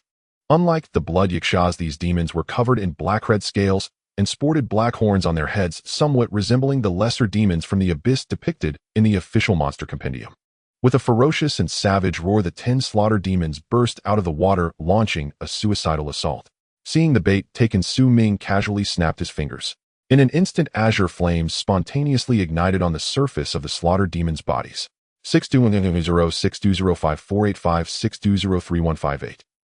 When 10 exorbitant red damage numbers erupted, the ferocious slaughter demons one by one turned into pillars of blue flame and plunged back into the sea. Against the 50 enhanced flame storm, even a boss was just a dish, let alone these mere minions. Killed level 110 common slaughter demon 10, gained 600,010 600 experience points, 600 enhancement points, level 110 slaughter demon hide 10, level 110 blade of slaughter, level 110 armor of slaughter 21585 gold coins. Scanning the attributes of the two pieces of equipment in his system space, Su Ming immediately lost interest. The names sounded impressive, but they turned out to be just ordinary level 100 green equipment, utterly unremarkable. After surveying the sea surface below, he turned and flew toward another direction. This fish blasting was a technical task. Sticking to one spot wasn't as efficient as casting a wide net. While he was searching for monsters, chaos erupted outside the secret realm. Everyone saw a single name's points skyrocketing, utterly crushing everyone else on the leaderboard. Rank 1 Tianyin City First High School, Su Ming 6025 slaughter points. Rank 2 Tianling City First High School, Xian Yuan Wentian 1000 slaughter points. Rank 3 Tianyang City First High School, Shui Wia 855 slaughter points. Rank 4 Jinhai City First High School, Sikong Jing 845 slaughter points. Holy crap! A surge of 5,500 points in an instant. Did he instantly kill 10 first-tier monsters, or take down 2 second-tier monsters? This is absolutely insane, off the charts. We're screwed. We'll lose our shirts this time. No wonder Jishao Academy dared to open such a betting pool. Don't panic. The Guardian Hall 7 Kills Academy and Extreme Dao Academy are probably more panicked than you right now. They placed much larger bets. When Su Ming claimed the top spot on the leaderboard, all the professionals who had bet in Jishao Academy's pool felt a dark cloud looming over them. The grand exam had only just begun, and he had already built such a massive point gap. What was the point of playing further? Haha, I'm dying of laughter. Senior, you should have seen the sour looks on those guys like Tan Lang's faces. At that moment, Li Yi, sitting on the airship sipping tea while watching the leaderboard changes, laughed with utter ease and delight. Originally, he had harbored a tiny shred of worry after all this was a super high-stakes gamble. But now he cast all his concerns aside. At this rate of point accumulation, he suspected that even the combined points from 2nd to 10th place wouldn't be enough to compete. Don't gloat too much. Be a bit cautious to prevent those guys from pulling any dirty tricks behind the scenes. Nangong Jing, a hint of joy also in her eyes, replied softly. Senior, rest assured. I just sent a message to the teacher asking him to come and oversee things personally. The entrance to the secret realm is already sealed, and no one is allowed entry. Even if those people want to play tricks, they can't. Relying solely on the professionals inside the secret realm, I don't think they can outplay Junior Su Ming. This time it's bound to be livelier than ever. I wonder if it will stir that one. If Junior Su breaks the serious record, it probably will. Upon hearing the mention of the unnamed existence, Li Yi's expression turned somewhat grave. Let's keep watching. Once the grand exam ends, all will be revealed. In stark contrast to their casual demeanor, the high-ranking officials of the 3 premier academies, Qisha Academy, Jidao Academy, and the Guardian Hall, felt a twinge of frustration. Judging by the current situation, that young man named Su Ming had an extremely high probability of securing first place in the grand exam. After all, the rules of the Slaughter Secret Realm were brutally simple. Ranking was determined solely by points. Whoever had the highest points was the champion. However, since the exam had already commenced, no one was allowed to interfere. They had no better option but to take things step by step and await developments. Unlike the high-ranking officials, the ordinary folks who were fervently following the drama online were also engaged in heated discussions. He's too strong. It's only been a month since his class awakening, and he's already this powerful. It's utterly absurd. I'm really curious why rare classes are so overpowering. Can some expert explain this to me? Rumor has it that it's due to a special divine blessing talent, but the specifics are unclear. So jealous. Why didn't a deity grace me when I awakened? Then I wouldn't be stuck in this miserable grind. Born a human, I'm deeply sorry. While the online discussions surged due to the fluctuating points on the slaughter rankings, Li Si, who was at Tianjin City's first high school, was busy making phone calls to customize items. After all, his student was currently far ahead. He had to prepare in advance. When the grand exam ended, it would be his moment to stand on the podium and boast. The mere thought was exhilarating. Amidst all the commotion, most of the students in the slaughter secret realm chose to advance steadily and cautiously. With only one life to live, few were willing to take excessive risks on uncertain endeavors.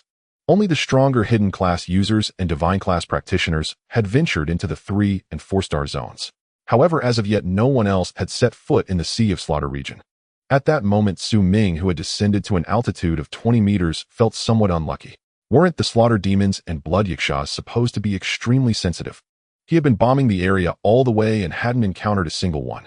Could they be hiding in the deep sea holding a secret meeting? As he pondered, a fierce wind suddenly swept across the sea surface, and a water spout rose from the ocean, spiraling into the sky. The next second, Ming saw a colossal creature emerge from the water, coiling its way up the column. Blood Python King traits: Devour, Poison, Strangle. Upon seeing the massive blood-red creature with a single horn, relevant information flashed through his mind. No wonder he had bombed this area for half a day without encountering any monsters. This was the territory of the Blood Python King boss. As a level 200 boss, this creature was a minor overlord in the Sea of Slaughter.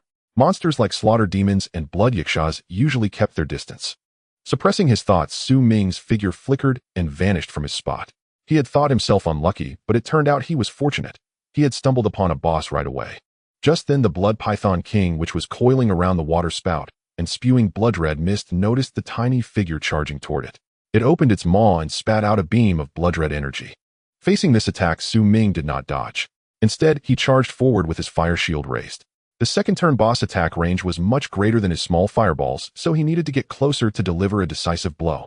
As the blood-red beam collided with his fire shield, a sizzling sound echoed through the air. If any normal level 100 Fire Elemental Mage had been in his place, they would likely have had their shield shattered and been instantly killed. But unfortunately for the Blood Python King, it had the bad luck to encounter a cheater while surfacing for air. A shield capable of withstanding 60 million points of damage was not something it could break. That single energy beam, lacking true damage, had only depleted a few 100,000 shield points. Rapidly crossing through the energy beam, Ming closed in on the Blood Python King boss and unleashed a barrage of small fireballs.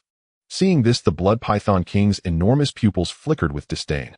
The horn on its head blazed with light as it fired another blood-red beam, attempting to disperse the azure flames. As the two forces collided, a violent surge of energy erupted in the air.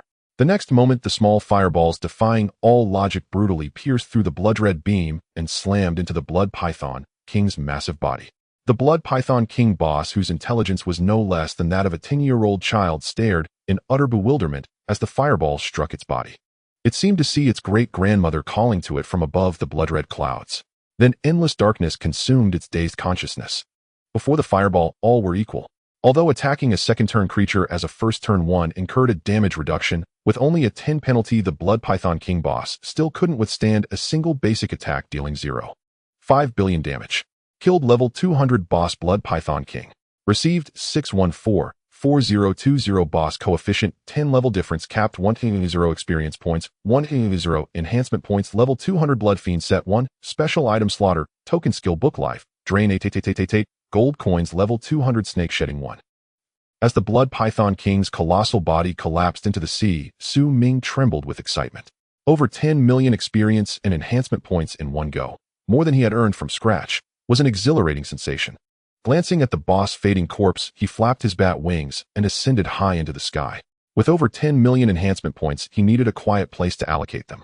As Ming soared into the clouds ready to power up, a huge uproar erupted in the outside world. Points 106250. Because someone's points on the leaderboard had suddenly surged by 10000. Damn, a 1000 point spike in an instant. He must have killed a level 200 boss. Drug test. I demand a drug test. A student who awakened only a month ago can't be this absurd. I seriously suspect that Jishao Academy sent in an old-timer disguised as a youngster. How can anyone compete with this? Might as well all go home and sleep. Amidst the barrage of skepticism from the off-site audience, the public relations officer of Jixia Academy on the online platform pointed passionately at the slaughter ranking on the big screen and exclaimed with excitement. Dear viewers, as you can see, student Su Ming is currently in a commanding lead, leaving the other students in the dust with a crushing advantage.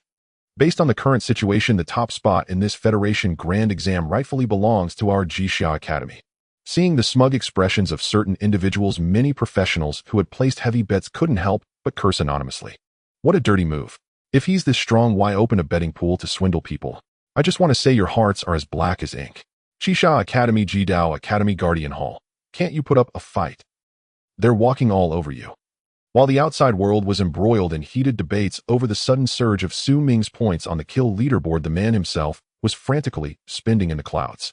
Ding, would you like to consume 2 enhancement points for a profession enhancement? Yes. Profession enhancing. Enhancement complete. Your skills, personal attributes, and talents have all been improved. Ding, would you like to consume 5 enhancement points for a skill enhancement? Ding, would you like to consume 5 enhancement points for a skill enhancement? As a torrent of enhancement points flowed out, Su Ming's skill damage began to skyrocket exponentially. LV-15 Quadruple Fire Shield 100. Skill description: consumes 150 mana to condense 4 layers of a fire shield that can absorb spirit 104 defense coefficient 15 skill level 1. 4 fire mastery bonus, 110 fire damage, 51954740 points of damage. Duration 30 seconds. Cooldown 30 seconds. Enhancement trait 1 cooldown halved. Enhancement trait 2 True Shield can block true damage. LV-13 Chain Fireball 100. Skill description: consumes 130 mana to condense 4 small fireballs, each dealing spirit 104 damage coefficient 13 skill level 1. 4 fire mastery bonus, 110 fire damage, 45027440 points of magical damage to the target. Maximum attack range 130 meters. Cooldown 1 second. Enhancement trait 1 cooldown halved. Enhancement trait 2 attack range 10. When both skills reached 100, new traits emerged. Among them, the second trait of Quadruple Fire Shield was incredibly formidable. Its ability to block true damage directly elevated Su Ming's safety margin to another level. As for Chain Fireball's second trait, it was decent enough. A tenfold increase in range meant he could strike targets over 130 meters away, effectively turning him into a mobile artillery platform. Glancing at the changes in his skill values, Su Ming turned his gaze to the enhancement points column. After 3 rounds of enhancements, his originally staggering 8-digit total of 13551355 points had plummeted to 39655535. Fire Shield and Chain Fireball had consumed 377500 points each. After a moment's thought, he decided to spend another 3 million. Ding, would you like to consume 3 enhancement points for a profession enhancement? Profession enhancing. Enhancement complete. Your skills, personal attributes, and talents have all been improved. Personal panel, name Su Ming. Profession Fire Element Mage for special. Level 137 100770000. HP 5865058650. Mana 12235012250. Strength 178 5 890. Constitution 183 5 4950 5865. Spirit 907 5 7700 12235. Agility 183 5 1980 2895. Skills: LV-13 Chain Fireball 100, LV-15 Quintuple Fire Shield 100, LV-7 Flamestorm 50. Talents: Fire Mastery increases fire skill power by 50. Equipment: Fire Dragon Set 10. Skill points 28. Free attribute points 0. Enhancement points 965535. With this burst of investment, his spirit attribute soared to over 1200 points, bringing him one step closer to the milestone of not eating beef. After admiring his lavish attributes, Su Ming finally began to inspect the drops from the Blood Python King. Kill Token. Item description: this token can be used to accumulate Killing Aura, which can be exchanged for special items in the Killing Capital. This time the item was somewhat special, a redemption token. For Su Ming, it was a trivial matter, as he planned to slaughter his way through the secret realm anyway. Closing the system interface, he spread his wings and sped deeper into the sea of slaughter. Having tasted the rewards of a level 200 chieftain boss, he had grown somewhat disdainful of the impoverished blood yakshas.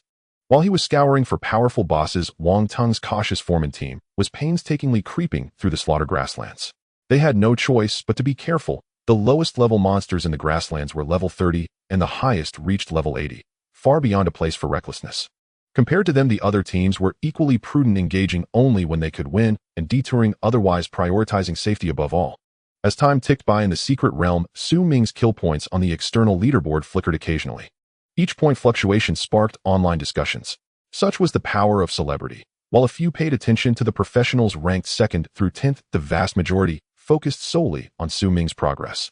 In a massive conference room at Jishao Academy, over a dozen figures in various attires gathered. This time, heaven truly favors our academy, birthing such a prodigious student. He might even make the Federation's golden role.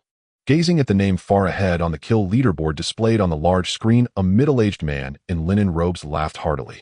I'm quite curious about his divine gift talent. How can he solo a second-turn chieftain boss so many levels above him? Don't be too nosy. I agree, no one should pry into this.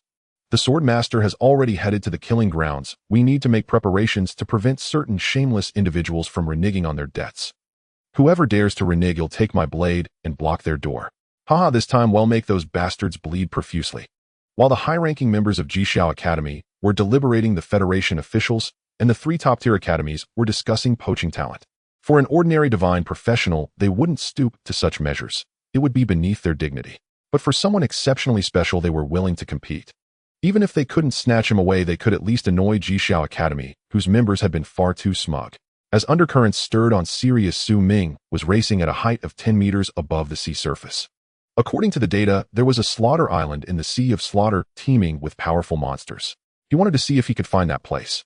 However, Slaughter Island wasn't fixed in one spot. It drifted with the currents. Finding it would require a fair bit of luck. After an unsuccessful search, he used a luck charm with a thought. The moment a rainbow light enveloped him, Su Ming casually tossed his staff into the air. When the staff pointed southeast, he caught it with a flicker of movement and sped off in that direction. When in doubt, just rely on luck. After flying straight for half an hour, an island faintly visible under the blood-red glow appeared within Su Ming's line of sight. Heaven helps those who help themselves. The tactic of testing the waters actually proved somewhat effective in this environment. Under normal circumstances, the Island of Slaughter would harbor a Slaughter Demon King boss, along with numerous common slaughter demons. It could be said to be an excellent leveling zone, albeit a bit hard to find. As he drew closer, Su Ming gradually saw the full view of the Island of Slaughter. It was not particularly large, covered in red vegetation, with ferocious-looking slaughter demons roaming the island. Seeing this, he flew directly into the airspace above the island and began to set it ablaze. As car-sized chain fireballs plummeted from the sky to the ground, terrifying sapphire flames instantly ignited the red plants on the island. The slaughter demons hidden in the dense forest below, feeling the scorching waves of heat surging toward them, rushed out of the woods in panic. Upon reaching safety, their astonishing killing instincts allowed them to immediately spot the arsonist hovering in the sky. The next second, successive vicious roars echoed across the island. Then a large number of slaughter demons flapped their wings and rose into the air, unleashing ranged attacks. Unfazed, Su Ming casually cast Flamestorm in return. Facing the terrifying flames, the vanguard of the slaughter demons couldn't withstand a single second, turning into massive fireballs as they crashed to the ground. Their attacks, upon hitting his fire shield, failed to even create a faint ripple. The total damage, less than 2 million, was truly insignificant against the shields of several small targets. Killed 30 LV. 120 common slaughter demons gained 8,00030. 2 EXP 0. Enhancement points 30 LV. 120 slaughter demon hides LV. 120 slaughter blade LV. 120 slaughter boots 68542 gold coins. Just as the slaughter demons were throwing themselves into death one after another in the central area of the island, a slaughter demon king boss, 10 meters tall, with red horns, erupted with bloodlight and shot from the ground into the sky at terrifying speed. Catching a glimpse of the approaching demon king from the corner of his eye, Su Ming activated his Fire God's Wrath skill. Immediately, bloodlight and flames clashed fiercely, creating a dazzling spectacle. 1, 2, 3, 4, 5, 8, 6. The Slaughter Demon King boss Bloodthirsty Strike dealt a high 7-digit damage, significantly higher than the previous Blood Python King boss. However, it was also possible that the Blood Python King had not used its ultimate skill, but merely ordinary attacks. After all, the gap between same-level boss monsters shouldn't be too vast. Realizing his attack had no effect, the Slaughter Demon King clenched his fists and unleashed a chaotic whirlwind fist technique, trying to break through the obstacle before him. Having confirmed the boss damage, Su Ming, seeing this creature overstep its bounds and attempt to pound him into the ground, directly cast a repelling fire ring to send it flying, then followed up with 5 chain fireballs. 7, 6, 8, 1, 5, 6, 4, 8. Under the enhancement of Fire God's Wrath, each small fireball's damage soared to over 70 million. But the Slaughter Demon King had a trick up its sleeve. When hit by the first fireball, its body flashed with blood light, locking its health at 30%. Innate skill, unrivaled rage skill description. When health drops to 30, gain 3 seconds of damage immunity and double attack. Limited to once per day. Seeing the slightly enlarged Slaughter Demon King boss, Ming showed no surprise in his eyes.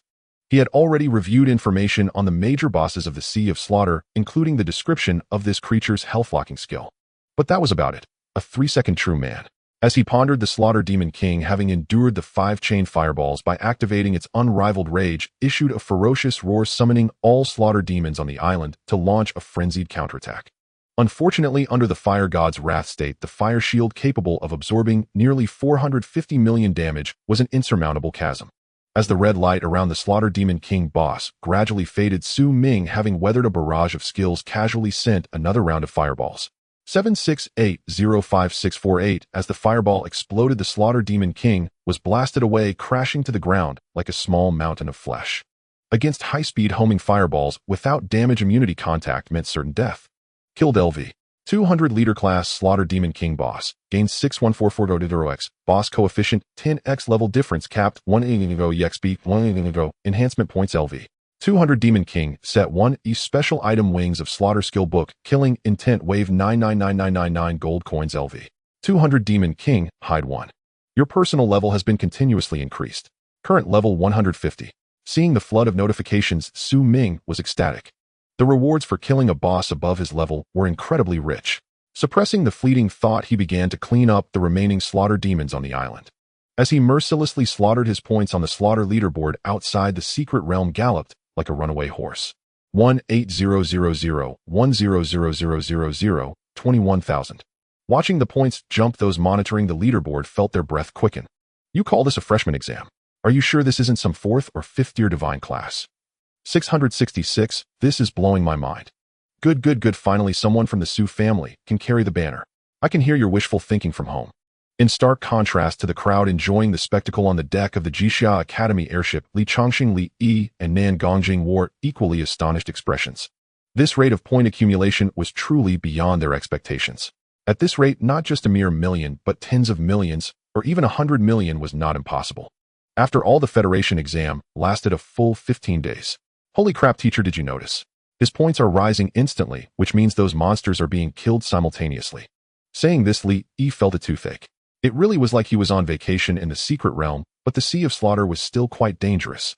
It seems we've still underestimated his potential. No one in Sirius can compare. As long as he doesn't fall, he will surely become a god. Watching the jumping points on the Slaughter leaderboard, Li Chongxing said with certainty. Then we are guaranteed to win this round. Who knows, we might even receive accolades from the Zuxing Jixia Academy. Upon hearing the teacher's high praise, Li Yi appeared somewhat excited. After the grand examination, I will collaborate with the other 35 palace masters to petition Zuxing. Retracting his gaze, Li Chongxing smiled lightly and continued the conversation.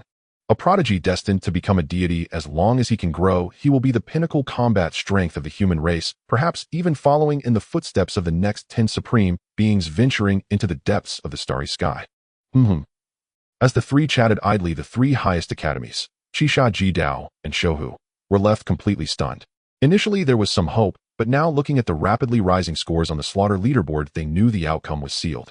Even when tied together, they couldn't compete with a single individual. It was better to wash up and go home to sleep. While all sides debated over Ming, this rising star, he had already cleared out the Slaughter demons on the entire Slaughter Island. The haul was quite impressive, totaling 400 Slaughter demons ranging from levels 100 to 160. Experience points and enhancement points totaled 9843157, and with the contributions from the Slaughter Demon King's BOSS, this wave directly surpassed 20 million. Glancing at the enhancement points, which had reached 230966692, Ming's thoughts stirred as he began the class enhancement. Ding, 4 million enhancement points consumed for class enhancement.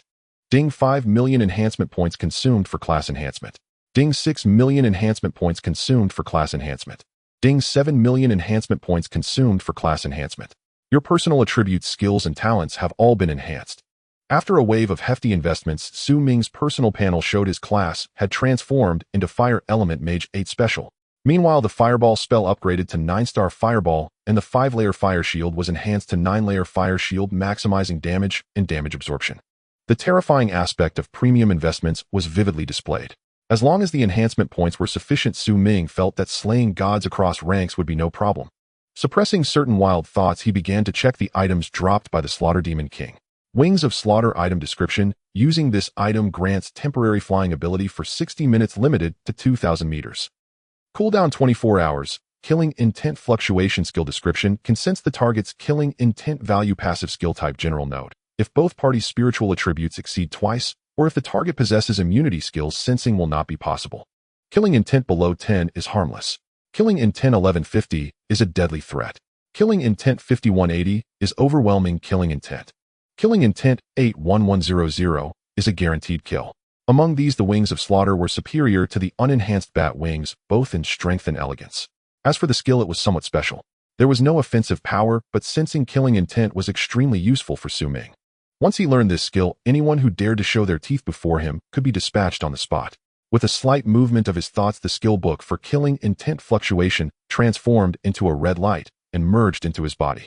Ding, influenced by class enhancement. Killing intent fluctuation skill receives an initial enhancement.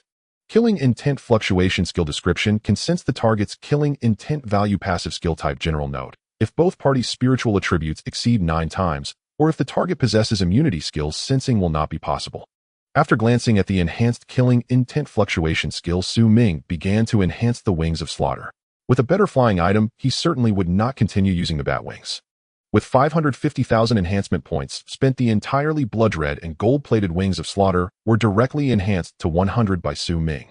Wings of Slaughter 100 item description. Using this item grants 24 hours of flying ability with no height restrictions. Cooldown 12 hours. Enhancement feature 1, cooldown halved. Enhancement feature 2, speed burst, can achieve 10-fold speed for rapid flight. The second feature directly multiplied the value of the Wings of Slaughter by more than 10 times.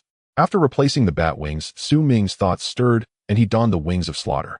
The next moment, crimson light flickered around him, and he transformed into a streak of blood light soaring into the sky, beginning to traverse the void. Using a smart wristwatch, he briefly measured his speed and found that the 10-fold speed was approximately 5 times the speed of sound. Even ordinary mages, if they possessed this item, would not dare to use it lightly, as breaking the sound barrier creates intense winds that severely test a practitioner's physical endurance. However, for Su Ming, it was not a problem. He flew with the 9-layer fire shield, and all the damage from the biting cold winds was completely negated by the fire shield. This maneuver was something low-level practitioners could never replicate, as their skill cooldowns could not connect, preventing them from maintaining damage negation for long. Slowing down his speed, he controlled the Wings of Slaughter to cruise at a speed of 100 meters per second. Flying too fast made it challenging to catch fish. 100 meters per second was just right. According to the Academy's records, there was a level 300 king-level boss deep within the Sea of Slaughter, a being even 4th-turn divine practitioners would not dare to provoke lightly. At this moment, Su Ming really wanted to find this boss and slay it. As for whether he could defeat it, he hadn't even considered that. As long as it wasn't completely immune to fire damage, he could grind the opponent down. As he flew around, those watching outside the secret realm let out a slight sigh of relief, because the wildly surging score on the leaderboard finally came to a halt. In less than 7 or 8 minutes, it skyrocketed by hundreds of thousands, utterly absurd. Once the viewers of the live stream reacted, discussions about Su Ming on the internet once again reached new heights. After this batch of examinees emerges, they will likely feel utterly defeated. The lower-level practitioners will be fine. For them, divine practitioners are an insurmountable mountain. Conversely, those geniuses from Qisha Jidao Shouhu and the federal officials will probably have their mental states shattered. This time, our Sirius will likely produce a genius who can ascend the federal gold list. Given the situation, it should be no problem. I just don't know how high they will rank. Getting into the top 10 should be no issue. I say they can definitely make it into the top 1,000. TCH, why not just say they will top the federal gold list? Are you a contrarian, or what? Compared to the lower-class citizens, the divine practitioners from the previous and the one before last examinations felt immense pressure at this moment. At this point, they all felt as if someone was frantically urging them from behind with a whip. In the past, they were called freaks or prodigies, but now, looking at the Slaughter leaderboard, they could only say there's no one more freakish, only more freakish. At this moment, Su Ming, flying low over the Sea of Slaughter, resembled a god of fire walking among mortals. With a rate of 9 shots per second, he was a pure humanoid moving artillery. Each ghostly blue fireball that fell beside him created massive shockwaves in the sea below, spreading outward. Under the influence of the shockwaves, many Blood Knight demons were awakened from the depths of the sea and swam rapidly towards the surface. As these Blood Knight demons broke through the water's surface, they were greeted by vast expanses of ghostly blue flames. With a profession enhancement of 8, Su Ming's Flamestorm skill now targeted 90 entities. As long as the number of Night Demon squads did not exceed 90, they would be obliterated as soon as they showed themselves. Killing 20 level 120 ordinary Night Demons awarded him 800,020, 1600 experience points, 1600 enhancement points, 1 level 120 Night Demon blade, 1 level 120 Night Demon sword, and 4542 gold coins. Killing 10 level 130 elite Night Demons granted him 160,010, 1600 experience points, 1600 enhancement points, 1 level 130 Night Demon spear, 1 level 130 Night Demon boots, and 39854 gold coins. After glancing at the kill information, Su Ming felt fortunate. This area had surprisingly yielded 30 Blood Knight demons, contributing an additional 300 enhancement points. Suppressing his soaring thoughts, he transformed into a crimson light and re-entered the mode of hunting fish. Meanwhile, deep within the Sea of Slaughter, a monstrous, 8-armed creature, sleeping at the bottom, suddenly opened its blood-red eyes. It sensed that the number of night demons under its command was continuously decreasing. As the strongest being in the sea, the 8-armed Shura King could not tolerate such a situation. As a wave of blood-red energy spread from its body, the nearby Blood Knight demons sensed the king's summons and hurriedly rushed towards the source. Gathering nearly 1,000 night demons, the 8-armed Shura King unleashed a punch that struck the muddy seabed. In the next moment, the mud was violently disturbed, revealing what lay hidden within. Shura Battle Chariot item description: the exclusive vehicle of the 8-armed Shura King, granting a 50 attribute enhancement while riding and commanding all creatures of the Sea of Slaughter in the name of the king. Seeing the chariot appear the strongest among the Blood Knight demon ranks, 81 night demons stepped forward to pull the Shura Battle Chariot. Once the Shura King was seated, the vast army of night demons surged towards the surface. One could only say that the aura of a king far surpassed that of a leader-level boss with a dedicated chariot for travel. As the 8-armed Shura King rode in the Shura Battle Chariot, surveying the Sea of Slaughter, Su Ming, who was quite far from its location, continued diligently hunting fish. Little did he know that he was being sought after by the Shura King without needing to search for it. Other divine candidates who entered the Sea of Slaughter would certainly not enjoy such treatment, as their killing speed would not even attract the Shura King's attention. However, Su Ming was extraordinary, pushing from south to north and east to west, exploding wherever he went. As time ticked by, the number of night demons gathering near the Shura Battle Chariot increased steadily. From the initial over 1,000, it gradually approached 2,000. With such numbers, even a third transition divine candidate without damage immunity skills would have to turn and flee. A multitude of ants can take down an elephant. Not to mention, they were all bloodthirsty night demons above level 100. However, for Su Ming, it posed little problem. His life-saving measures were not fully maxed out, but were adequately sufficient. Even if they could break his shield, it would be useless. With death immunity and body dominance, he could wipe out thousands of night demons in a matter of moments. As the distance between the two parties continued to shrink, the three major academies, Extreme Path, 7 Kill, and Guardian, were quietly discussing matters while recruiting students in the Slaughter Cavern. In the Slaughter Forest and Slaughter Cavern, we have found no trace of that guy. Could it be that he has gone to the Sea of Slaughter? There is a possibility. If he wants to secure first place in the grand exam, he must far exceed us in points, so it is entirely possible he took the risk to hunt the Slaughter demons and Blood Knight demons in the Sea of Slaughter. So what should we do now? Should we venture into the Sea of Slaughter? If we team up, it shouldn't be a problem. Additionally, I have a suggestion. Whenever we score a kill, we should try to let one person deal the final blow. I don't believe that with the combined strength of the 6 of us divine candidates, that guy can take the first place in the grand exam. I agree with this suggestion. As for who gets the final blow, let's decide with rock, paper, scissors. Once we go out, the academy will surely give us some compensation. I have no objections. After a brief discussion, the 6 divine candidates from the 7 Kill, Extreme Path, and Guardian academies reached a preliminary strategic cooperation agreement. If they could see the Slaughter leaderboard, they definitely wouldn't be forming this so-called alliance. As the 6 of them used flying items and headed straight for the Sea of Slaughter, Su Ming, currently above the sea, used a lucky charm once more. Then, as if struck by inspiration, he gazed towards the east, feeling a strong intuition that the boss he sought was in that direction. Thus, taking advantage of the remaining time of the lucky charm, the wings of Slaughter behind him erupted in a burst of red light, propelling him rapidly towards the eastern sea. During the flight, Su Ming also upgraded his 9 layers of Fire Shield skill. Spending 25 skill points, he raised the skill to level 20. LV 29 layers of Fire Shield, 100 skill description, consumes 200 mana points to condense a 9-layer shield that can absorb Spirit 104 defensive coefficient 20 skill level 1. 9 Fire Mastery bonus, 110 Fire Attribute damage, 1358306 points of fire damage for a duration of 30 seconds, with a cooldown time of 30 seconds. The upgraded level 29 layers of Fire Shield had an overall damage absorption capacity that had surpassed 1 billion. This was still in its regular state. If he activated Fire God's Wrath, the damage absorption value would increase even further. It is not an exaggeration to say that overcoming Su Ming is far more difficult than defeating a similarly ranked king-level boss. At this point, he was straying further and further down the path of being unapproachable, feeling as if he was riding the winds and shadows. As time passed, flying at 5 times the speed of sound for about 3 minutes, Su Ming's line of sight crossed hundreds of miles of sea and spotted a massive army of night demons.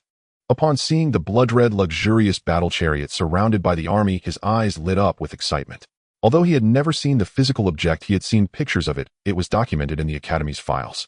Upon seeing the blood-red luxurious battle chariot surrounded by the army, his eyes lit up with excitement. Although he had never seen the physical object, he had seen pictures of it. It was documented in the Academy's files. This vessel was the exclusive chariot of the 8-armed Azura King. No other monster could utilize it. While Su Ming hovered in midair, the Azura King, who was patrolling the Sea of Slaughter aboard his chariot, cast a sweeping gaze in his direction. The next moment, a voice brimming with infinite killing intent resounded across the sea sky. How dare a lowly human set foot in my domain and slaughter my children? Your crime demands death. Compared to chieftain-level bosses, king-level bosses possessed intellect rivaling humans. Within their territories, they would make different judgments based on the situation. Now that the enemy stood alone, the king's dignity could not be violated. Hearing the 8-armed Azura King's arrogant words, Su Ming lightly flapped his wings and flew over the Yasha Legion. In his eyes, these monsters were merely resource packs. He just needed to open fire and wipe them out. As he waved his Dragon Fire Staff, azure flames spontaneously ignited around 90 blood Yashas. This sudden turn of events left the 8-armed Azura King boss, who had been mid-bravado, somewhat stunned. The enemy alone dared to attack them first, truly courting death. Snapping back to his senses, the Azura King let out a furious roar and issued the order to attack. In an instant, dense hordes of blood Yashas surged skyward and countless blood-colored arrows rained down like hail. Facing the Yasha Legion's counterattack, Su Ming unleashed his full power. Behind him, the Dragon Soul and the Fire God's Phantom manifested simultaneously. Overwhelmed by the Dragon Soul's intimidation, many lower-level Yashas felt their bodies go limp mid-flight and plummeted straight into the sea below. However, a few stronger blood Yashas remained largely unaffected and continued closing in rapidly, but they were soon repelled by 9 rings of repulsion. Meanwhile, the 8-armed Azura King, observing the battle from his chariot, grabbed an Azura spear beside him and hurled it into the sky. Under that spear's thrust, several blood Yashas too slow to dodge were skewered like candied hawthorns, their blood continuously drained by the weapon. Su Ming, who had been tracking the Azura King's movements, felt a pang of regret when he saw the blood-colored spear hurtling toward him. Damn it. The bastard had killed his mobile enhancement points, utterly unforgivable. If it weren't for maximizing gains by first eliminating high-level Yashas to earn more cross-level experience and enhancement points, he would have tossed 9 small fireballs back at the king. As this thought crossed his mind, the blood-colored spear, now saturated with Yasha blood, struck the fire shield like a crimson thunderbolt. A number then floated above the shield, 999999. A king-level boss was no joke. A single blow dealt nearly 10 million damage. Had a 100-level Divine-class adventurer been here, that one hit would have forced them to use a life-saving measure. But for Su Ming, it still couldn't shake him. After a casual glance at the 8-armed Azura King, standing atop the chariot below, he averted his gaze and continued slaughtering the Yasha Legion. The contemptuous look from above made the Azura King boss feel his royal dignity severely provoked. The more he fumed, the more a pair of enormous blood-red wings tore through his flesh and unfurled behind him. That had only been his normal form. Now he entered his first combat form. In this state, the 8-armed Azura King beat his wings and shot upward at tremendous speed. By now he had abandoned all pretense of kingly bearing, focused solely on killing the accursed human. As the Azura King entered the battlefield, the Yasha Legion immediately ceased their attacks. Human Onion, they'll show you that a king cannot be humiliated. The 8-armed Azura King, now level with Su Ming, spoke with a ferocious expression. Idiot, Su Ming replied casually to the arrogant boss. With that, he paid the king no further mind, casually locking onto 90 Yashas within attack range and unleashing a fiery storm. Enraged by the blatant disregard, the 8-armed Azura King's body trembled with fury. I'll flay you alive. Flay you alive. With a long roar, he transformed into a blood-red flash and launched a frenzied assault. As blood and fire clashed, a torrent of damage numbers rose from the fire shield. 1059546515623486 After 2 or 3 tenths of millions damage hits the Azura King boss, damage plummeted to hundreds of thousands. Inevitably, even a king-level boss couldn't use single-target skills as basic attacks. Some cooldown was required. During the skill cooldown, relying only on basic attacks naturally reduced damage output. After a storm of relentless strikes, the 8-armed Azura King's mind went blank. He had dealt nearly 200 to 300 million damage in that combo, yet no matter how he attacked, that damned shield simply wouldn't break. While the king was stunned, Ming continued reaping the Yasha Legion. In his view, the Azura King was just a buzzing fly, slightly annoying. He would crush this pest after annihilating the Yasha Legion. By now, the Legion, battered by the fiery storm, had already lost over half its numbers. A wave every 3 seconds. Neither man nor beast could withstand it. The moment azure flames ignited on their bodies, they turned into pillars of fire. 2 minutes later, a section of the Sea of Slaughter's surface had become an ocean of flames.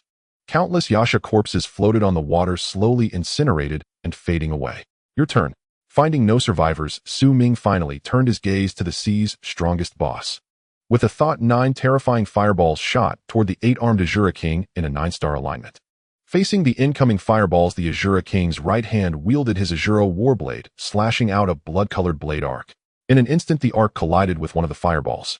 As the energy shockwave spread, the blood-colored blade arc shattered instantly, while the azure fireball merely dimmed slightly. Inevitably, a fireball dealing over 100 million damage possessed terrifying power.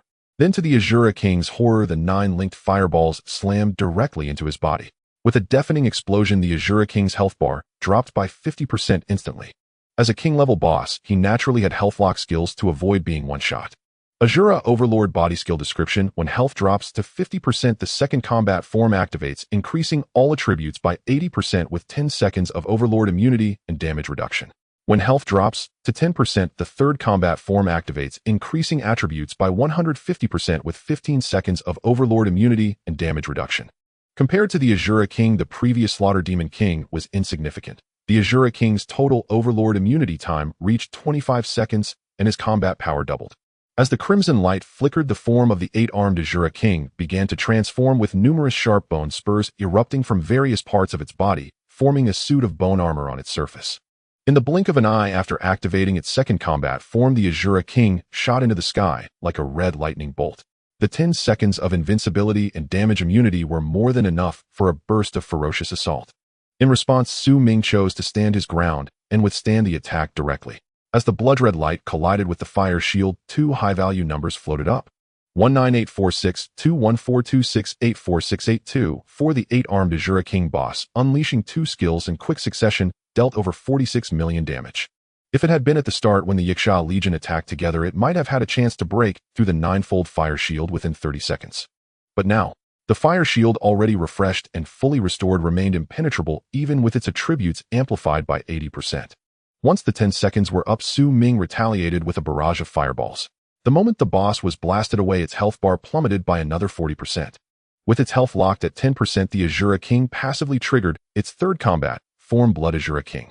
Instantly, a vast amount of blood energy shrouded its surroundings, and the bone armor on its surface became covered in dense blood-red patterns. After unlocking its third form, the Azura King, driven by an overwhelming bloodlust, charged once more. But it was still futile. It could not break the 9-fold fire shield, at most causing it to tremble violently. When the Azura King's invincibility had only 1 second left, a ring of repulsion materialized around Ming, sending the boss flying, and he followed up with a volley of chain fireballs. With a thunderous explosion, the once mighty king was shattered into pieces, its remains falling over the sea. Killed level 300 King rank 8-armed Azura King boss. Rewards: 1-0, 50 boss coefficient, 10 level gap, capped 5-0 experience points, 5-0 enhancement points, level 300 Azura set 1, special item Azura Chariot skill book, Azura Battle Soul, gold coins, level 300 Azura Bone. First solo level gap kill of a King rank boss. Bonus rewards: 200 free attribute points, 100 skill points, 5 special skill points. Ding, your current level has reached 200. Complete the second class advancement to continue leveling up. As the kill notification flashed before him, Ming couldn't help but swallow a mouthful of saliva. It was an instant windfall. The Azura King had contributed a whopping 500 million enhancement points.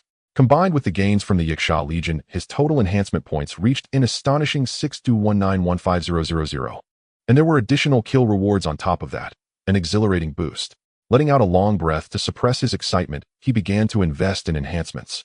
Ding 800 enhancement points consumed for class enhancement. Ding 900 enhancement points consumed for class enhancement. Ding, your class has gained a new enhancement trait, Water Element Mage. After spending 17 million, Ming noticed a change in his class panel. Class Water Fire Dual Element Mage 10 special, able to learn and use water and fire elemental skills. Gaining an additional element brought him one step closer to becoming an all-round mage. If he could learn a water shield, it would be thrilling to imagine. With both a fire shield and a water shield active, even bosses would weep. Then, looking at the remaining 600 million enhancement points on his panel, Ming pondered whether to continue enhancing his class or his skills. After a moment of deliberation, he decided to push his class enhancement to 21st. Ding 100 enhancement points consumed for class enhancement. Ding 110 enhancement points consumed for class enhancement. Ding 130 enhancement points consumed for class enhancement. After spending 145 enhancement points, Ming's class was enhanced to 20. He then stopped enhancing his class and began upgrading his skills. After spending 119 skill points, Chain Fireball and Flame Storm were both leveled up to 20. Next was the skill Wrath of the Fire God, which required special skill points to upgrade. Unlike normal skills, this one only needed 1 point per level, so the 5 points rewarded from killing the King rank boss were enough to bring it to level 6. After this round of operations, Ming chose to invest in the Wrath of the Fire God skill. Ding 110 enhancement points consumed for skill enhancement. Ding 120 enhancement points consumed for skill enhancement. After spending 49950 enhancement points, the Wrath of the Fire God skill became significantly overpowered. LV6 Wrath of the Fire God 100 skill description consumes 3500 mana to condense a Phantom of the Fire God, amplifying fire attribute skill power by 1060. Skill duration 21 minutes. Skill cooldown 5 minutes. Enhancement trait 1 cooldown halved. Enhancement trait 2 Fire immunity. When Wrath of the Fire God is active, immune to fire damage up to the 9th turn. This trait's effect scales with enhancement level. Seeing the skill's enhanced values, Ming activated Wrath of the Fire God. In the next instant, a colossal Phantom of the Fire God, nearly 100 meters tall, materialized behind him. The previous 10-meter Phantom was on a completely different level compared to this 100-meter one. Feeling the surging power of flames around him, Ming turned his gaze to the skill panel. LV 2021 Fold Fire Shield 100 skill description consumes 200 mana to condense a shield of 21 layers that can absorb Spirit 104 defense coefficient 20 skill level 2. 1 Fire Mastery bonus 1170 fire damage 230387408 damage. Duration 30 seconds. Cooldown 30 seconds. With his ultimate ability active, a single layer of the fire shield could withstand over 2 billion damage, and the combined 20 plus layers approached nearly 500 billion. Even a 9th turn professional who hadn't mastered law-based skills would likely be left speechless for a while. Closing his personal panel, Ming quietly pulled out a substitute puppet, a small teleportation talisman, an invincibility talisman, and a luck talisman. This time, with plenty of resources to spare, he planned to enhance them all to 100 to unlock their second traits. Compared to class and skill enhancements, these items were dirt cheap. Enhancing the 4 items from 50 to 100 only cost 1510 enhancement points. Mere pocket change. Substitute Puppet 100 item description. Binding this item grants substitute death immunity, uses remaining 101,101. Enhancement Trait 1, upon substitution grants 3 seconds of invincibility. Enhancement Trait 2, refresh restores 1 use per day after use. Small Teleportation Talisman 100 item description, using this item instantly teleports the user 100 li, uses remaining 101,101. Enhancement Trait 1, safe teleportation. Enhancement Trait 2, refresh restores 1 use per day after use. Enhancement Trait 1, safe teleportation. Enhancement Trait 2, refresh restores 1 use per day after use. After all 4 items were enhanced to 100, they each exhibited the same characteristic: refresh. They transformed from single-use items into sustainably reusable ones, significantly increasing their value. Seeing that he still had 400 million enhancement points, Ming decided to reserve 100 million for later use and spend the rest on skills. While he was frantically boosting his strength, the major factions outside the secret realm were already immersed in endless silence and utter despair. The sudden surge of 10 million points indicated that the 8-armed Azura King had been slain. Within the Slaughter secret realm, aside from the Azura King, no other monster was worth 10 million points. Even a level 200 boss was only worth 100,000 points. At that moment on the airship of Jixiao Academy, Li Yi withdrew his distant gaze, his eyes slightly dazed. Master, do you think I might not be able to defeat Junior Su either? After refocusing his eyes, he asked a question that troubled him deeply. I'm not sure either. Li Changxing, also somewhat troubled, hesitated slightly upon hearing his disciple's question. Before entering the secret realm, he could have confidently claimed victory. Now, judging by the surge in points, that young man had single-handedly slaughtered the Yiksha Legion and the 8-armed Azura King. And he hadn't exerted much effort, as the points had skyrocketed instantly, clearly the result of mass slaughter. To be honest, since becoming the Sword Lord of the Sword Palace, he had never seen such an extraordinary young man. Even the top prodigies on the Federation's golden list were not this terrifying. Having awakened his class less than a month ago, he could single-handedly challenge a level 300 king boss and the Yiksha Legion. It was simply appalling. I regret not drawing my sword last time. Seeing his master's hesitant expression, Li Yi looked up at the sky with a wistful face. If he had won that duel, he could have bragged about it for a lifetime. He had already envisioned his biography, the myth of Sirius, who once narrowly lost to the prodigy Green Lotus Sword Immortal in his youth. Teacher Li, with Su Ming stealing the spotlight like this, might he provoke some people's envy? As Li Yi lamented, Nangong Jing, sitting nearby, asked with slight concern. If he were only a bit better than other divine-class professionals, your concern might be valid. But now he has already revealed his potential. He is likely already on the Federation's divine candidate list, so there's no need to worry. Those rats in the shadows are ultimately insignificant. Even with the aid of evil gods, they only dare to engage in petty tricks. Facing Nangong Jing's worries, Li Changxing remained remarkably calm, showing no concern. Although humans sometimes engage in internal strife, when a prodigy capable of keeping pace with the supreme powerhouses emerges, all destabilizing factors are swept away. After all, the universe is vast and boundless. Only with an increasing number of top-tier human powerhouses can humanity continue to expand its territory. If every prodigy that appeared was killed off, what would be the point? Humanity would have long been annihilated by other interstellar races. While the three were conversing in an ancient hall at the center of Sirius, a figure seated on a black throne slowly opened his eyes and gazed downward. What is it? Your Excellency, a peerless prodigy has emerged during this grand examination. Here are his details for your perusal. Feeling the terrifying pressure around him, the middle-aged man in a golden robe replied solemnly. With that, he respectfully handed over a dossier. The black-robed youth, moving with a thought, drew the scroll toward him and casually opened it. Personal file, name Su Ming, age 18, class, awakening time 27 days, awakened class Fire Element Mage, talent Flame Emissary, suspected false report, achievements, killed the 8-armed Azura King and the Yiksha Legion in the Slaughter Secret Realm. Interesting. A special divine favored one. I wonder which deity has blessed him. After reading the file, the black-robed youth's eyes flickered slightly. Such achievements would rank among the top, even on the ancestral planet, likely unmatched except by the descendants of the 10 supreme powerhouse families. When he secures first place in the Federation Grand Examination, have someone from Jixiao Academy bring him to see me. Suppressing a fleeting thought, the black-robed youth commanded coldly. Understood. You may leave. Do not disturb me unless there is something important. Yes. After quietly exiting the ancient hall, the golden-robed, middle-aged man finally wiped the non-existent cold sweat from his forehead. Facing a 10th transformation demigod, a powerhouse, just one step away from godhood, he felt immense pressure. Such beings had already mastered law-based skills with faint divine power radiating from them, causing professionals below the 10th transformation to involuntarily experience a sense of fear. A saying circulated within the Federation: mortals cannot gaze upon a true god. Though a demigod had not yet become a god, they were still tethered to divinity. After dispelling his fear, the golden-robed, middle-aged man flickered and vanished from the spot. He had to handle this personally. His subordinates alone could not summon the old masters of Jixiao Academy. As the Federation took action, the 3 Supreme Academies, 7 Kills, Extreme Dao, and Guardian, promptly reported the matter to their superiors. A peerless prodigy like this had to be reported to the Ancestral Planet Academy, so they could send someone to recruit him. Otherwise, the frustration would be unbearable. While all parties were in motion, Su Ming, hovering above the sea of slaughter, simply enhanced a few skills. He didn't go overboard, just spent 240,040,000 points to boost Chain Small Fireballs and Fire Shield to 500. Under normal conditions, without activating the Wrath of the Fire God, the damage and defense of the 2 skills were: Chain Small Fireballs 500 1846169237 21, 21-fold Fire Shield 500 1846169237 21. Not much, just around 300 million targets, slightly more output and defense than peers of the same level. After cracking his neck and stretching his limbs, Su Ming flapped his wings slightly and vanished in a flash of blood-red light. He had a small goal in mind. Before leaving the secret realm, he wanted to enhance his class to 100 and his skills to 100, unlocking new enhancement traits.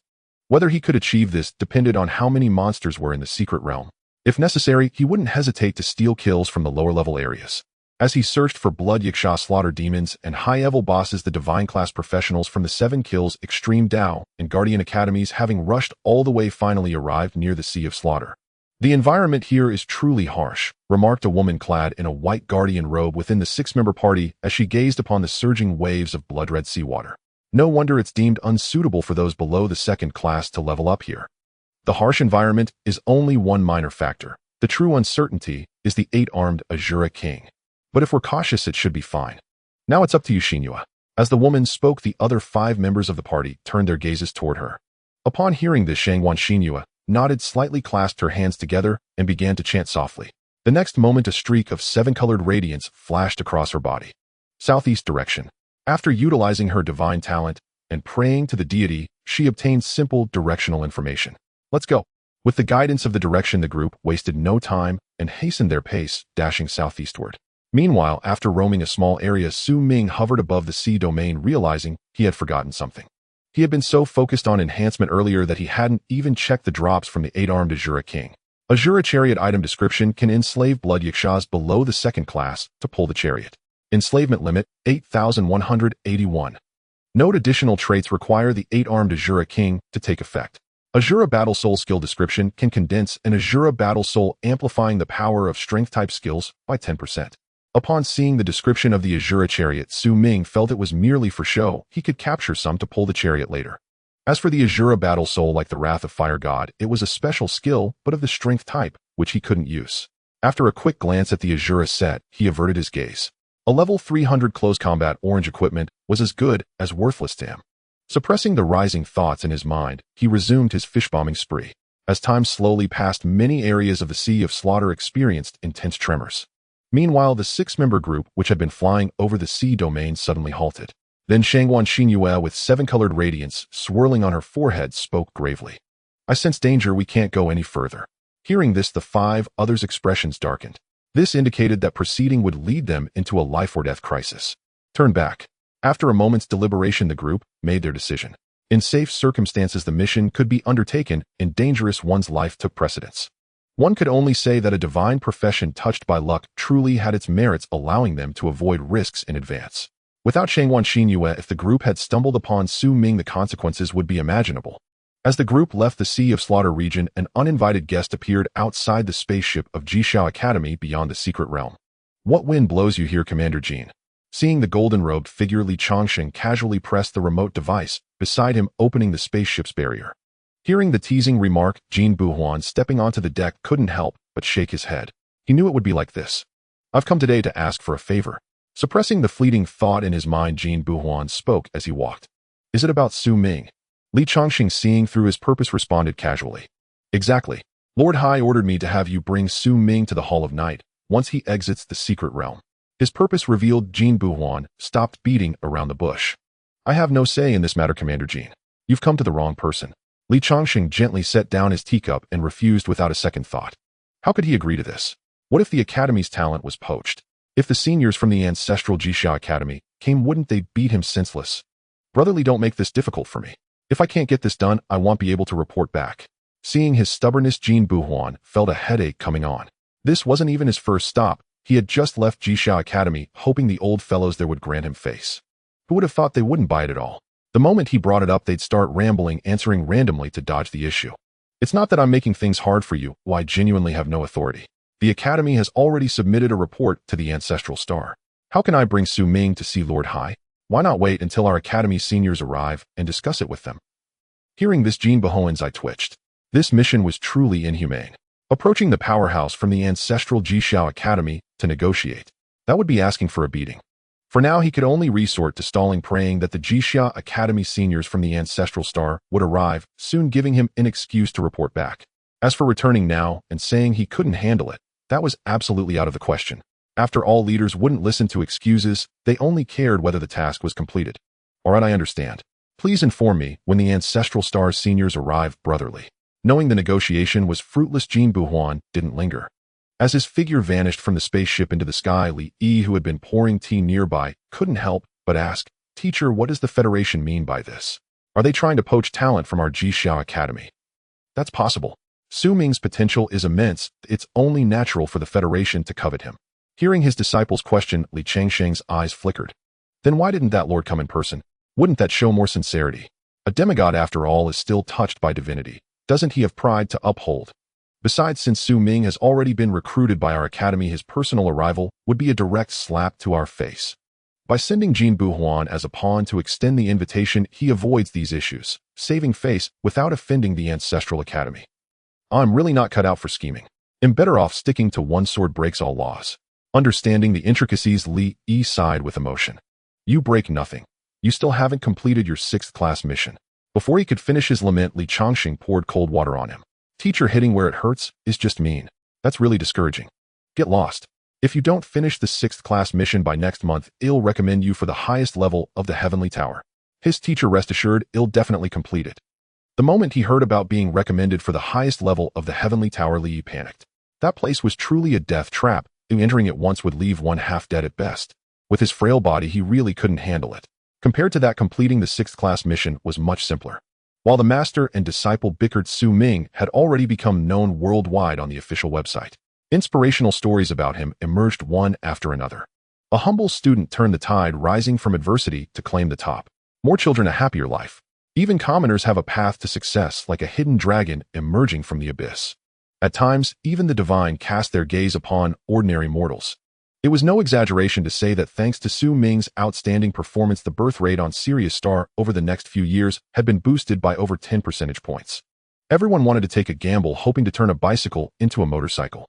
If fortune's favor smiled upon them, one person's success could elevate their entire clan. The major factions of the Federation were delighted by this, as a larger poor population suited their interests. This would make the pyramid structure increasingly stable.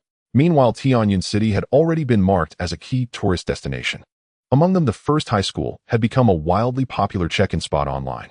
Any discerning observer could see that in this Federation exam, Su Ming stood in a league of his own, and his victory was inevitable. Once the exam ended, he would be crowned first. His overwhelming lead in points was an insurmountable chasm for the other professionals behind him. As countless unawakened students flocked to Tianyin, hoping to soak up some luck, Principal Li Si deeply understood the feeling of a pig flying when the wind is at its back. Even before the first day of the exam was over, media from Tianyin and other cities had gathered at the school gate, clamoring for an exclusive interview with him. Standing by the window with a thermos in hand, Li Si gazed at the throng of reporters outside the school gate and felt an immense satisfaction. Yet he had no intention of going down. The exam was not over, and there were things he could not say. Only when the secret realm closed would his moment to show off arrive. After taking a sip of tea, he leisurely returned to his seat to ponder life. In stark contrast to his relaxed pace, Su Ming, hovering above the sea of slaughter, was busier than ever. Without a boss to fight, he had to fire a shot and move on, cruising back and forth to bomb the fish. He had tried diving directly into the sea of slaughter, but the resistance was too great and his speed was far slower than in the air. Overall, bombing the fish was more convenient and efficient. A single wave of level 100 plus Yixias yielded about 4,000 enhancement points, which was nothing compared to annihilating the Yixia army. Still, it was far more satisfying than the Dead Spirit Mountains, and accumulating over time added up nicely. As time ticked by, a blood moon rose in the secret realm's sky. Under its crimson light, nocturnal monsters from the sea of slaughter surfaced to bask in the moon's glow. What awaited them besides the blood moonlight was a terrifying azure flame imbued with dreadful power. With a single flame storm, Su Ming harvested 100 serpents of slaughter of varying levels, netting 1,000,000 enhancement points. Compared to daytime, the night was truly the time for slaughter. When the blood moon cast a crimson beam upon the sea of slaughter, a ferocious roar echoed across a certain expanse of ocean. Su Ming, who had just finished slaughtering the serpents of slaughter and was seeking other prey, heard the distant roar, and a flicker of joy crossed his face. According to Jixiao Academy's records, the Yixia King sometimes emerged at night to bathe in the blood moonlight. If the Azura King was the supreme ruler of the Sea of Slaughter, then the Yixia King was the eternal second-in-command. Following the direction of the sound, Su Ming's body erupted with crimson light as he sped toward it at incredible speed.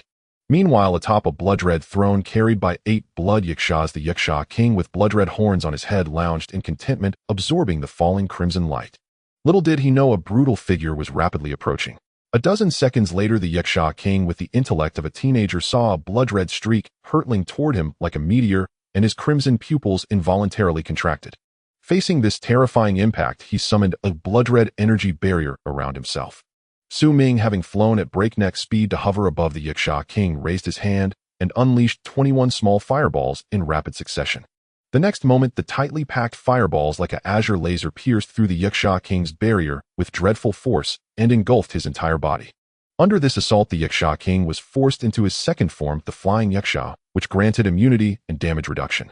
In this form, his speed surged by 150, and he enjoyed 10 seconds of invincibility.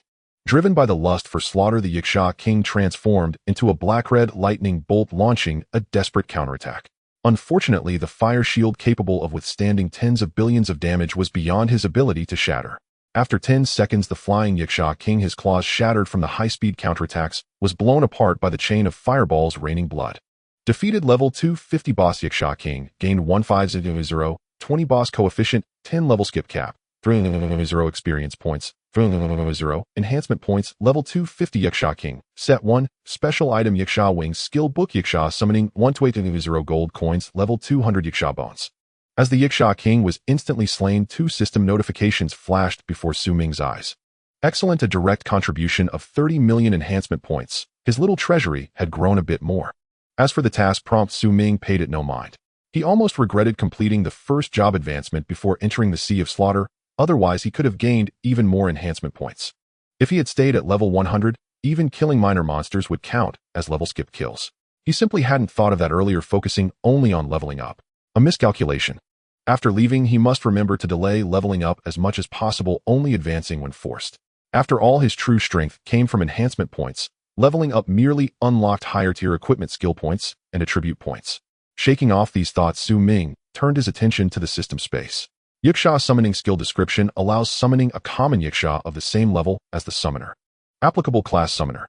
Yaksha wings item description grants 90 minutes of temporary flight limited to an altitude of 2500 meters.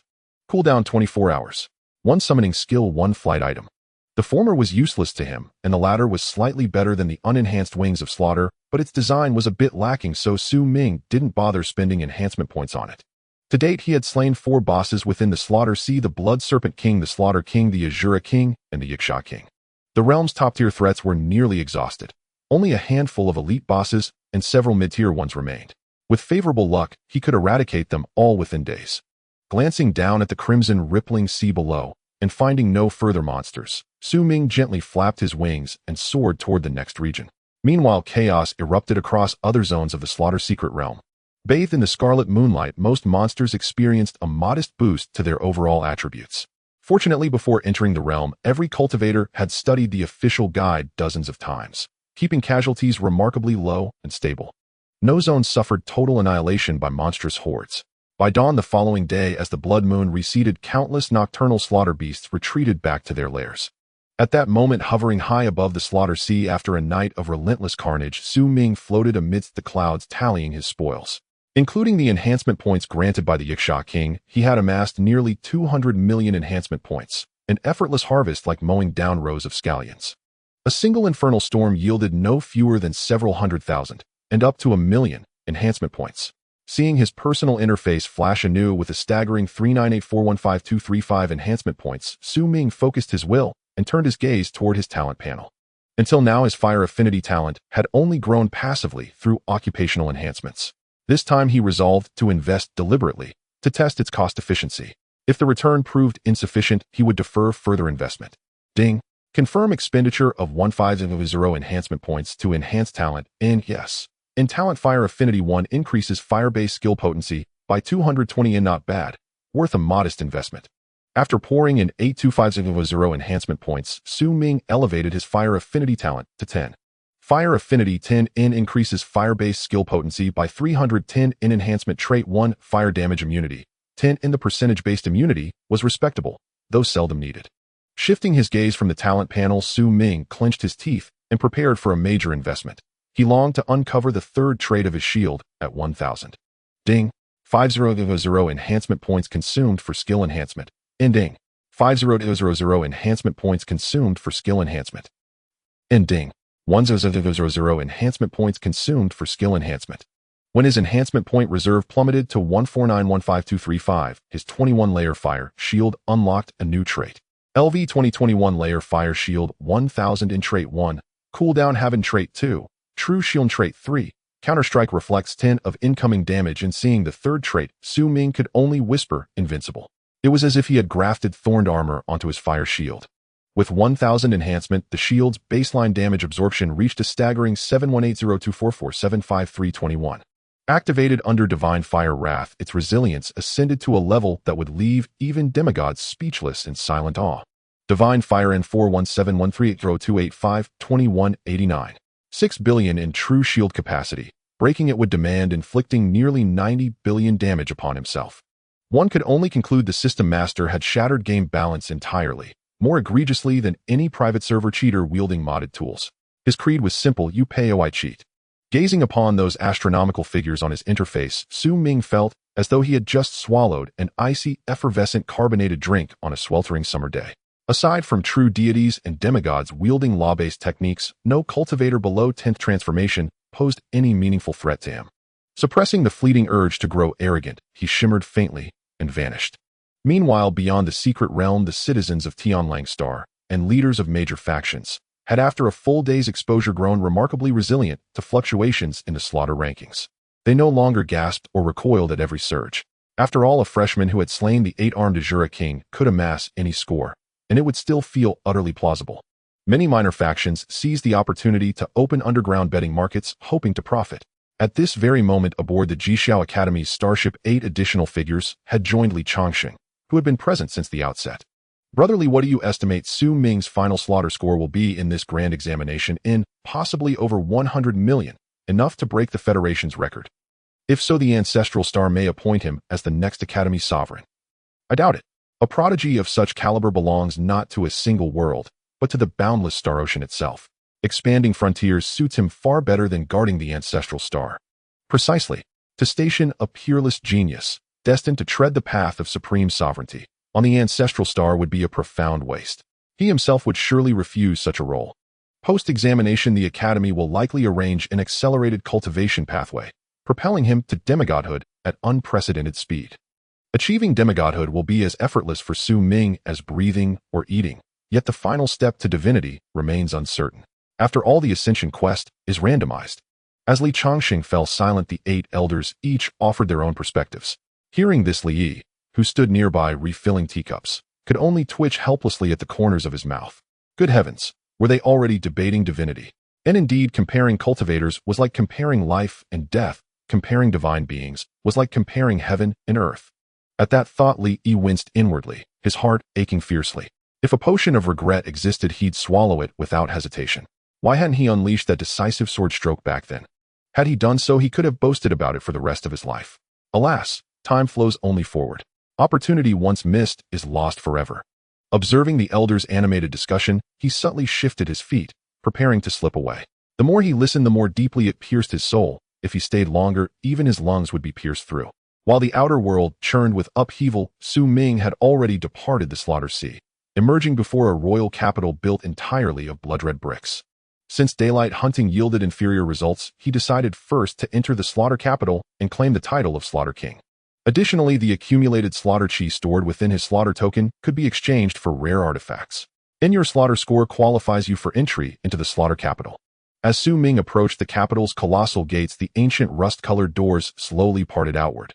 Peering through the widening fissure, he beheld a broad avenue, soaked crimson with dried blood. As he stepped through the city gates, a glaring prompt materialized before Su Ming's eyes. You have entered the Slaughter Capital. To obtain the title of Slaughter King, you must pass the slaughter trial. Follow the guidance to the Slaughter Tower. With the prompt's appearance, an ethereal blood-red arrow manifested on the street.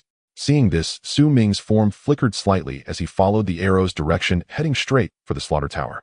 Seconds later, a colossal blood tower, its surface covered in crimson runes, came into view.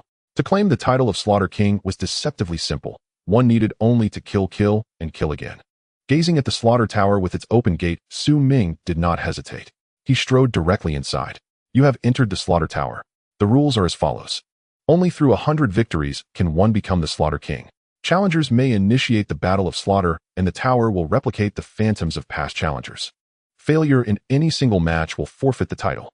The rules were straightforward: win 100 battles to claim the reward, or else receive nothing at all. Faced with such a simple challenge, Ming casually tapped the option to begin. The moment he made his choice, a torrent of blood-red light coalesced within the tower. Matching a Tower Guardian. Match successful. Your opponent is the level 200 Divine Class Phantom of the Night Shadow. Hearing that the first Guardian was a Divine Class Phantom, Ming felt a flicker of interest. After all, he had yet to witness a Divine Class in action. During his spar with Li Yi the previous day, the latter had merely endured his nether flame without launching an attack. As the blood light faded, a faceless crimson phantom slowly materialized in the center of the tower. Once the 3-second countdown ended, the phantom, driven solely by a killing instinct, struck first. Facing the Blood Shadow's assault, Ming was too lazy to fight back. He decided to raise his shield and observe the damage reflection. At that moment, the phantom, clutching a blood-red dagger, plunged it directly into the fire shield. 888888, a simple 6-digit damage value which failed to even scratch the surface of the fire shield. Simultaneously, a layer of blood shadow on the crimson phantom shattered. 10% damage reflection could cripple a fragile class if they unleashed a powerful skill carelessly.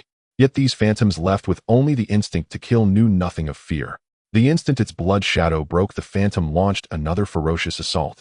When its accumulated damage soared into the millions, its defensive measures were mostly depleted. With the final blow, the entire phantom dissolved into a cloud of blood mist. You have defeated the first challenger's phantom. You have 5 minutes to rest, optional. As the new prompt appeared before him, Ming casually selected to continue. The Slaughter Phantom had dispatched itself rather quickly. Not an instant kill, but it took less than half a minute. Matching a Tower Guardian. Match successful. Your opponent is the level 200 Divine Class Phantom of Tang San. Seeing the name of the second Guardian, a peculiar expression crossed Ming's face. The god of the sewers. He hadn't expected to encounter that figure in this world. As his mind wandered, the Guardian Phantom, wielding a heavy hammer, launched a furious combo attack. The outcome was predictable. It exploded even faster than the previous one. You have defeated the second challenger's phantom. You have 5 minutes to rest, optional. His expression returning to normal, Ming rolled his neck, preparing to activate speedrun mode. Level 200 Divine Class was nothing special. They were akin to level 200 boss monsters, possessing some unique survival abilities and powerful skills, but little else. As terrifying explosions echoed within the Slaughter Tower, one floor after another lit up rapidly. Meanwhile, on the 100th floor, a blood-red steel was constantly cracking and healing. This object was the Slaughter Stele used by the tower to replicate challenger phantoms. Had any ordinary level 200 Divine Class been present, it could have fully replicated them. But Ming was far too terrifying. The Slaughter Stele strained to replicate even a fraction of his power, leaving behind only a severely weakened phantom within the tower. Even so, for future challengers, it would become an exceedingly dreadful nightmare. Should anyone be unlucky enough to randomly draw his phantom, they would find no escape from heaven or earth. Death would be inevitable. As he speedran the Slaughter Tower, the Slaughter leaderboard, hanging atop a mountain peak outside the secret realm, suddenly trembled slightly. Then an illusory blood-red leaderboard materialized out of thin air within the secret realm. Unable to withstand the relentless pleading of the high-ranking members from the 7 Kills Extreme Dao and Guardian Academies, the Federation's chief examiner made an exception and projected the leaderboard. When the leaderboard's projection appeared in the void of the secret realm, professionals in every region instinctively looked up at the sky. The next second, a torrent of expletives erupted from countless mouths. Holy shit! Holy shit! The leaderboard's first place, marked in a deep luminous red and bolded, bore a score that left onlookers dizzy. Thighs. I don't even have 1,000 points, and he's already in the tens of millions. Unbelievable. Cheat, definitely a cheat, or he'll eat my words. It's only been a day. My god, it's like a little cow standing on its head. Absolutely sky-high awesome. After recovering from the shock, every professional felt a chill run down their spine. Among them, the 6 Divine Class from the 7 Kills Extreme Dao and Guardian Academies had dazed expressions. The 8-digit slaughter score on the blood-red leaderboard sent a shiver through them. That guy is an absolute freak. And we actually thought about stopping him from reaching first place. Few, if Xinhua hadn't sensed danger yesterday, I think after the exams the Academy would be eating at our funeral. Normally the slaughter leaderboard isn't projected into the secret realm. Its sudden appearance now. I suspect the Federation wants to avoid too many casualties. Could it be a way to make us face reality and stop banging our heads against a wall? Highly likely. Just thinking about it now gives me chills. With over 10 million points, he must have killed the 8-armed Rakshasa King. All of us combined wouldn't be enough for him to kill. So Xinhua, it's on you. Sense the danger, and we run. Hearing their words, Shangwan Xinyuan nodded slightly. Matters of life and death were not something she would take lightly. As the six conversed, a group of four in a certain area of the one-star slaughter grassland stared with vacant eyes. Captain, is that name I'm seeing correct? 1, 2, 3, 4, 5, 6, 7, 8. Over 10 million slaughter points. It's almost as long as my account password. Truly terrifying. Staring at his good brother's blinding name, and score, Wang Tung felt his mind go numb. He realized the golden thigh he was clinging to seemed to be growing thicker by the day. If this pace continued, all he needed to do was cling to a single strand of hair to soar into the sky. After retracting his gaze from the upward look, Wang Tung took a deep breath to calm his mind. Since his brother was a big shot, he couldn't afford to fall too far behind. Leveling up was still necessary. Everyone snap out of it. Seeing the little stars sparkling in the eyes of the three girls, Wang Tung gave a light cough to interrupt their fantasies. From now on, I'm the #1 fan of Ming the Divine. Captain, remember to get me another signed photo next time. Count me in too. Three women make a drama. Hearing the chattering voices buzzing around him, Wang Tung felt his head spin. While the professionals across the entire slaughter secret realm were embroiled in heated discussions over the projected rankings, Su Ming was currently standing on the 100th floor of the slaughter tower. Challenging 100 different phantom professionals was merely a matter of speed for him. Those with more survival tricks lasted a few seconds longer. Ordinary ones were instant kills. You have successfully completed the Slaughter Tower Challenge. Congratulations on earning the title Slaughter King. You may leave your name or alias on the slaughter steel. Seeing the blood-red text prompt appear, Su Ming casually inscribed the alias Shura on the steel's projection. Out in the world, identities were whatever one chose to claim. Write whatever you like. After leaving his name, the projection on the blood-colored steel slowly faded. Simultaneously, a brilliant blood-red beam shot out from the steel and merged into Su Ming's body. Slaughter King title description: when equipped, this title allows entry into a slaughter state, increasing attack power by 10%. A percentage-based title, quite impressive. Compared to the Necromancer Vanquisher title obtained earlier in the Nether Crypt, the Slaughter King was clearly on a higher tier. The former only provided damage bonuses against undead creatures, while the latter directly amplified attack power. Glancing at the over 10 million enhancement points in his panel, Su Ming focused his mind and began enhancing. Do you wish to consume 500 enhancement points to enhance the title? Do you wish to consume 100 enhancement points to enhance the title? After a modest expenditure of 2.75 million, the Slaughter King was enhanced to the 10 level. Slaughter King 10 item description: when equipped, this title allows entry into a slaughter state, increasing attack power by 110%. Enhancement trait: Slaughter. Each kill permanently increases maximum HP by 1 point. Upon reading the Slaughter King's trait, Su Ming almost thought his eyes were playing tricks on him. A permanent increase of 1 HP per kill, absolutely game-breaking. It was no exaggeration to say that this trait alone could be considered a cheat. For a moment, he felt like he had spent little and hit the jackpot on a legendary artifact. Coming to the Slaughter King's capital was worth it. He hadn't expected such a pleasant surprise. Suppressing the slight excitement in his mind, he focused and equipped the title. The moment he wore it, a faint crimson glint flashed deep within Su Ming's pupils before vanishing. With one last look at the silent slaughter tower, he turned and strode away swiftly. The first benefit of the Slaughter King's capital was secured. Next, he needed to see what the slaughter token could exchange for. Leaving the slaughter tower, Su Ming followed the street signs and soon found the slaughter pawn shop. Slaughter pawn shop description: use slaughter chi to exchange for items within the pawn shop. As he stepped into the pawn shop, a clear information prompt appeared before Su Ming. Please place your slaughter token on the tray. Seeing this, he casually took out the token and placed it on the blood-red tray. Counting, please wait. Slaughter token 1008,500 slaughter chi. Available for item exchange: wings of slaughter 500, wings of Shura 500, slaughter puppet 500, slaughter heart 500, wings of Yiksha 700. There were many items to exchange, from various flying equipment to some peculiar oddities. Slaughter puppet item description: summons a level 250 slaughter puppet. Slaughter heart item description: refines the initial aptitude of blood-type pets. Slaughter talisman item description: increases attack power by 10% when used. Gazing at the dazzling array of item projections before him, Su Ming began to pick and choose. Flying equipment was ruled out first. The 100 wings of slaughter were sufficient for now. When he had spare enhancement points, he would acquire a better set to upgrade. After a major shopping spree, he purchased slaughter talisman, slaughter net, slaughter bead, and others. Slaughter net item description: can trap monsters and professionals below level 200. Note: trapping duration depends on the target's strength. Slaughter bead item description: stores slaughter chi when used. Apart from the slaughter talisman, all other items were prepared by Su Ming for his big buddy. No helping it. His own strength was too overwhelming. These pawnshop items were like children's toys to him. It could only be said that Wang Tung had stumbled upon a peculiar cheat, maxing out playing dumb from the start and hitching a ride on a hyperspeed rocket. Small matters revealed character. That guy would split money straight down the middle, even loaning points to share equally.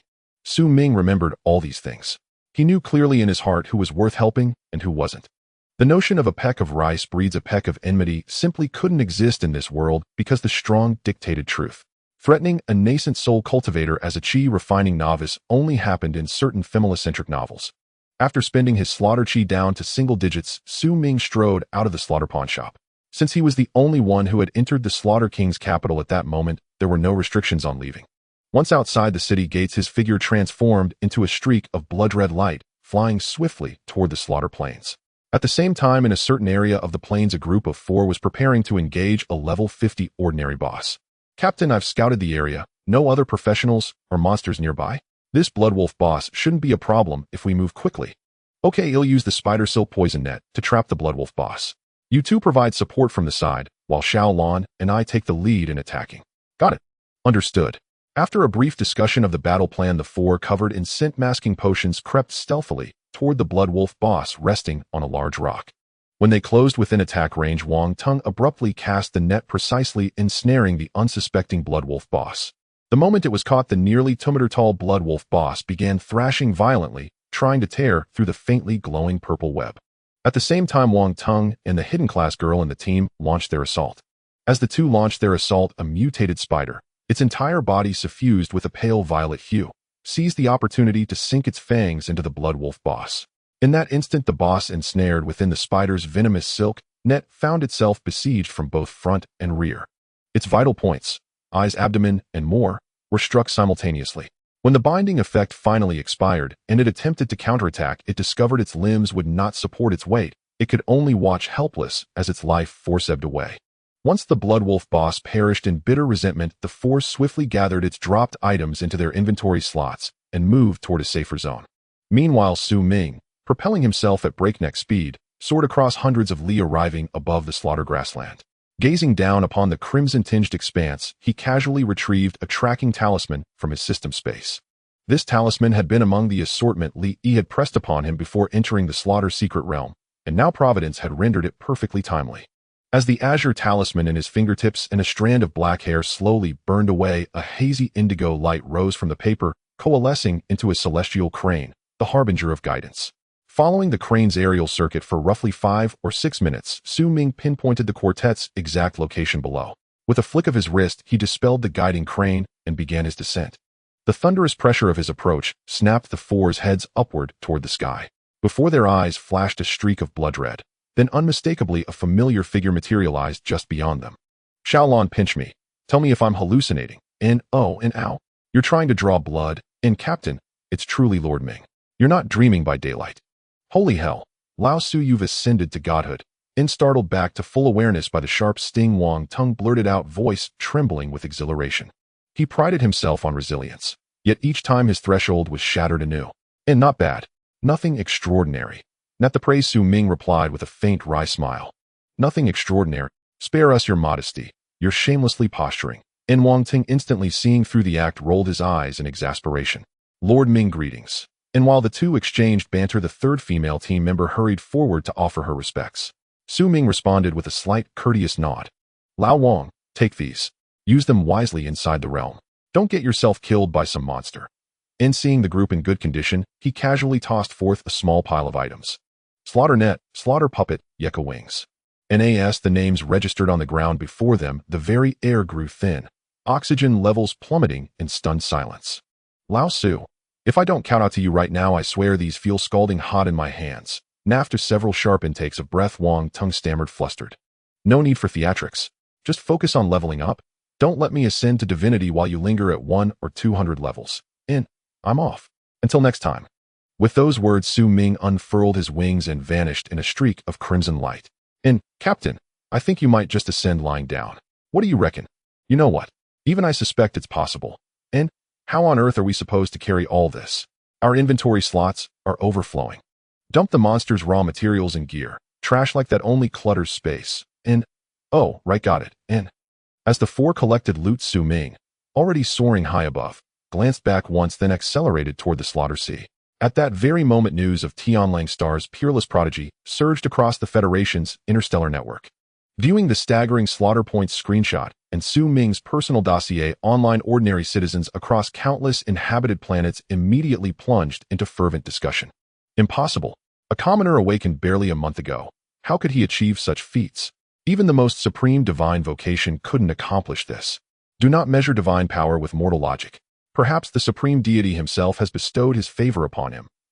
This will ignite chaos. The Federation's golden list is certain to tremble. May the Federation protect this prodigy well. Let no cultist of the abyssal gods slip through the cracks. Tianlang Star just struck cosmic gold. Its Federation ranking will surely surge by 1,000 places.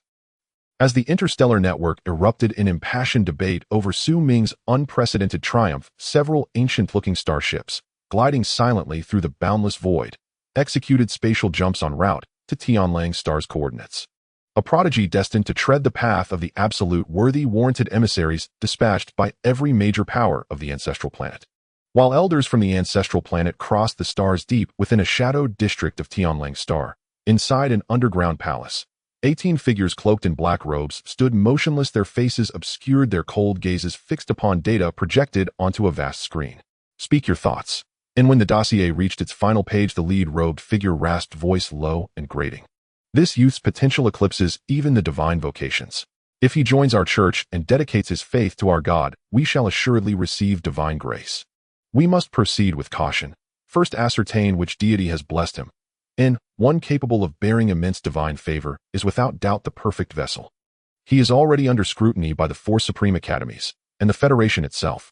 To snatch him from such guardians, that is pure fantasy. The Federation is no longer what it once was. Time's decay inevitably breeds corruption, vermin gnawing at its core. I shall deliver our God's statue into his hands. Then I shall incite those vermin to brand him a heretic, a worshipper of the abyssal gods. Only then will he have no choice but to seek refuge in our church. Where light dwells, darkness also gathers. Yet Su Ming, now returning to the slaughter sea, remained utterly unaware that the abyssal god church had already marked him, intending to lure him into their fold and sacrifice him to their so-called deity. At this moment, he was capturing blood Yeka, subjugating them with the Azura war chariot. As his fishing method grew less efficient, he resolved to try law enforcement fishing, using Yeka to lure more Yeka. Minute by minute, the ranks of Yeka before the Azura war chariot swelled, from a mere handful to the full complement of 81. Unlike elite bosses such as the Azura King or Yeka King, ordinary Yeka possessed negligible sentience, governed solely by primal instinct bereft of higher cognition. Under the chariot's command, the 81 blood Yeka emitted a unique mating pulse across the sea's periphery.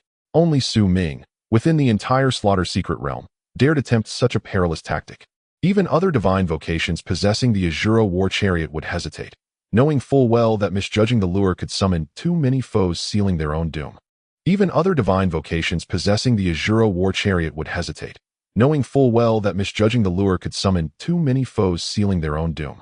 As the mating waves emitted from the Yacha charioteer spread out, some blood Yacha hidden deep within the sea of slaughter instinctively felt attracted and began to gather in the direction of the waves. However, what awaited them was not a mating partner, but an intensely fiery storm of flames. They were obliterated the moment they revealed themselves with no chance at all. After annihilating 45 blood Yacha with a single strike, Su Ming discovered that his maximum life value had increased by 45 points. At this pace, he was confident he could raise his life value to over 1 million before leaving the slaughter secret realm. There were quite a few low-level monsters in the 1-star and 2-star regions, and he planned to take some time in the next few days to sweep through them.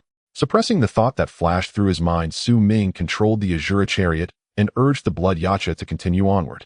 As he swept across the sea of slaughter in the 3-star area of the secret realm, a young man clad in a black robe suddenly flashed a trace of black light in his eyes.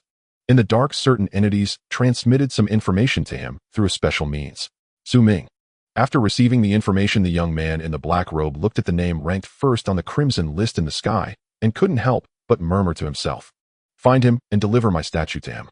As he murmured, a slightly hoarse voice echoed in his mind across the endless void, continuing until the black light in his eyes dissipated, allowing the young man in the black robe to regain his senses. His identity was not simply that of an ordinary examination student, but a formal member of a dark god organization from Sirius. He infiltrated the examination to develop connections for the organization. Originally, the Dark God statue he possessed was meant to ensnare certain clergy members, but now that Su Ming had emerged, the Dark God organization had to revise its plan. Retrieving his gaze from above, the young man in the black robe chanted, taking out a statue crafted from special materials that depicted a human-headed spider from his backpack. "Oh my God, your humble servant pleads for your guidance." After placing the statue on the ground, the young man in the black robe casually sliced his palm, letting his blood drip onto the statue, and knelt in homage. As the crimson light flickered on the statue, a beam of blood-red light shot out from the statue, manifesting an illusory arrow in the void. Seeing the divine guidance pointing the way, the kneeling young man in the black robe hurriedly stood up, retrieved the statue, and bolted in the direction indicated by the arrow. It must be said that the Dark God the organization believed in indeed had some merit. The indicated direction was precisely the area of the Sea of Slaughter. At that moment, Su Ming, lying back on the Azura chariot and beginning to leisurely hunt monsters, had no idea that a cultist was coming to find him with a Dark God statue. As the young man in the black robe hurried on his journey within the headquarters of the Dark God organization, outside the secret realm, several figures with obscured faces were solemnly watching the figure seated prominently. High Priest, was the information transmitted smoothly. Very smoothly, with the aid of a trace of my God's power, that Federal Chief Examiner, who controls the slaughter list, did not detect me. As long as the Dark God statue comes into contact with Su Ming, we can initiate the next phase of the plan. Will there be any issues? After all, Yang Feng's strength isn't particularly strong. With my God statue to protect, it should be fine. Then that's good. During the conspiracy planning of the Dark God organization, time was also rapidly passing. In the blink of an eye, night had fallen in the Slaughter secret realm. At this moment, in a certain area of the Sea of Slaughter, Su Ming was counting the spoils from the day. The effect of his fishing law enforcement was quite impressive. In total, he had wiped out 48 waves of blood yacha of varying levels. Some had as few as 10, while others numbered over 100. Altogether, he had amassed a total of 75412,457 enhancement points, but it was a pity that he hadn't encountered a BOSS, only small monsters. Seeing the blood moon rise, Su Ming casually threw 21 fireballs into the sky, preparing to watch a fireworks display. When the azure fireballs soared to 1,000 meters, they exploded directly, transforming into a rain of blue flames that fell from the sky, creating an exceptionally dazzling spectacle alongside the blood moon. After enjoying a small display of fireworks, Su Ming began to enter night mode. When it came to competition, he was unmatched. With his advantages, he could drive those clergy members to despair.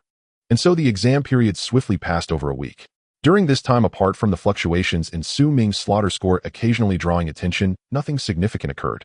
At that moment, on a barely habitable reef in the Sea of Slaughter, a somewhat pale-faced Yang Feng dressed in black was quietly praying while cradling the Dark God statue. These past few days had been particularly tough for him, as he simply could not keep up with Su Ming. His opponent was always on the move, never stopping. In the face of such a situation, even with several flying artifacts in rotation, he felt a deep sense of helplessness. After all, the Sea of Slaughter was not his backyard where he could chase as he pleased. As the Dark God statue once again emitted a trace of crimson light, Yang Feng, who was too impatient to recover, hurriedly flapped his wings and flew towards the direction indicated by the arrow.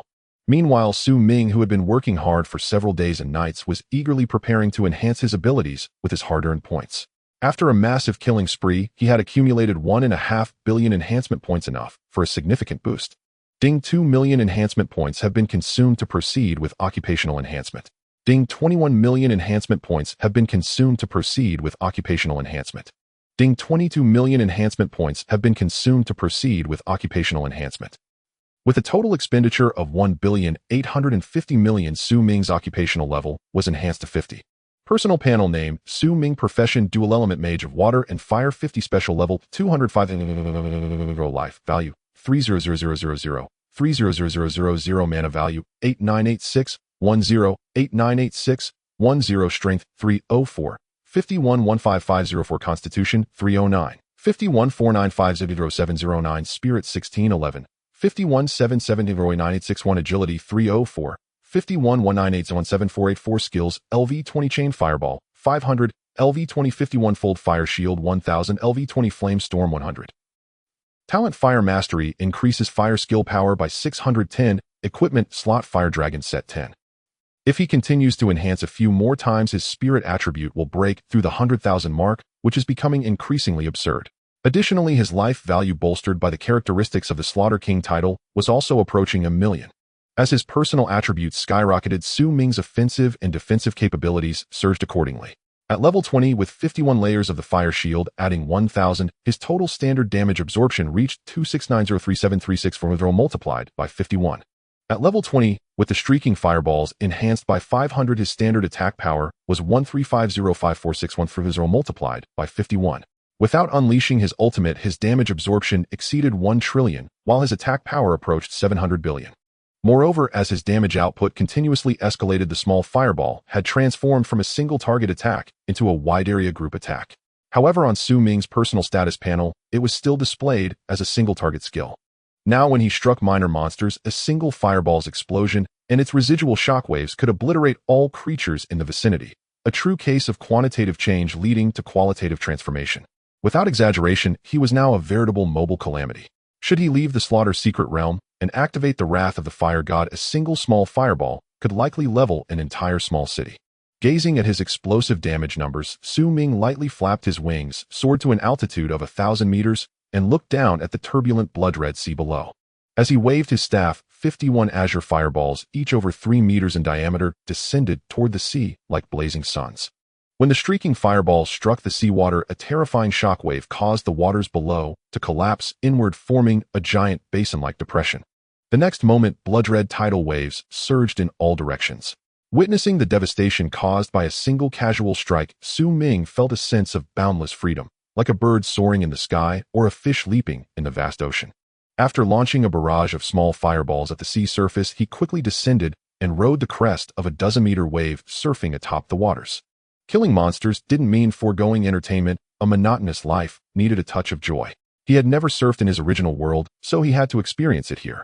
While Su Ming was in high spirits from his paid enhancements, and stealing a moment of leisure, Yang Feng, clutching the evil god statue, was flying at top speed toward the designated direction. At that moment, a strong intuition told him he would find his target this time. About half an hour later, Su Ming, who had finished surfing and was about to move to another area for a fishing expedition, suddenly looked up toward the southeast. With his extraordinary vision, he spotted a young man in a black robe rapidly approaching his location. Meanwhile, as Yang Feng flew through the air and closed in to a certain distance, he hastily shouted at the top of his lungs, "Are you Su Ming? I am a student from the academy under Jixia Academy." Hearing this call, Su Ming raised an eyebrow slightly. When the black-robed young man approached within 50 meters, Su Ming, using his killing intent perception, detected the changes in the numerical values above the other's head. The numerical value of murderous intent had already marked him as one deserving death. With an indifferent glance at the black-robed youth rushing toward him, Su Ming casually snapped his fingers. In an instant, a whirlwind of azure flames materialized from nowhere upon the opponent's body, completely engulfing him. Caught off guard by the sudden attack, Yang Feng had no time to react before being instantly incinerated. In the moment his health bar emptied, the last shred of his fading consciousness was still bewildered. This script was all wrong. The divine statue was still in his inventory grid. How could he be killed without even a chance to take it out for protection? You have slain a level 100 professional, gaining 100 enhancement points. Seeing the opponent's figure quickly fading, Su Ming lightly flapped his wings and returned to his azure chariot. An insignificant nobody, he didn't even care to know the name. As long as there was murderous intent, there was no need to ask too many questions. Immediate deliverance would suffice. At the moment of Yang Feng's death, the evil god statue stored in his inventory grid was utterly baffled. What the hell? How had it been exiled into the void? Before the faint will attached to the evil god statue could ponder further, a spatial storm swept it deep into the void. At the same time, in the lair of the evil god organization outside the Slaughter secret realm, a statue over 10 meters tall trembled faintly. Sensing this tremor, the high priest's face instantly changed. Trying to steal a chicken, but losing the rice. Yang Feng was dead, and the divine statue was lost. Damn it, this idiot. After receiving the fragmented information, the high priest of the evil god organization couldn't help but curse aloud. After muttering furiously for a while, he forcibly suppressed his rage and strode quickly out of the hall. The first plan had failed. He had to initiate the second plan. A perfect vessel for a god. He must find a way to recruit him into the organization, and perhaps then the god could descend in an avatar. While the evil god organization set its contingency plan in motion, Su Ming, situated in the Sea of Slaughter, was embarking on a new round of hunting. He couldn't be bothered to ponder the true origins of the young man from earlier. There were only two possibilities: either he could defeat the forces behind the opponent, or he couldn't. Overthinking was pointless. Better to focus on gathering more enhancement points to boost his strength. As the blood sun and blood moon alternated, night fell silently, and the hour of monster revelry arrived. Su Ming, now riding his chariot sweeping through the sea of slaughter, caught sight of a massive creature spewing blood-colored light in the distance, and a flicker of joy passed through his eyes. After several days, he had finally spotted another chieftain-level boss. The Slaughter Serpent King boss, much like the Blood Python King, was a minor overlord of the Sea of Slaughter, usually lurking deep within the Blood Sea in slumber. Encountering it required a stroke of luck. Closing into a distance of 100 meters, Su Ming cast Flamestorm. The Slaughter Serpent King, which had been absorbing the blood moonlight, felt a searing pain, and its body tensed up, beginning to shed its skin. Facing a lethal attack, its lifebound skill, Snake Shedding Escape, activated passively. But the lifebound skill could only save it once. As the shed skin was burned away, a new wave of azure flames erupted upon its body.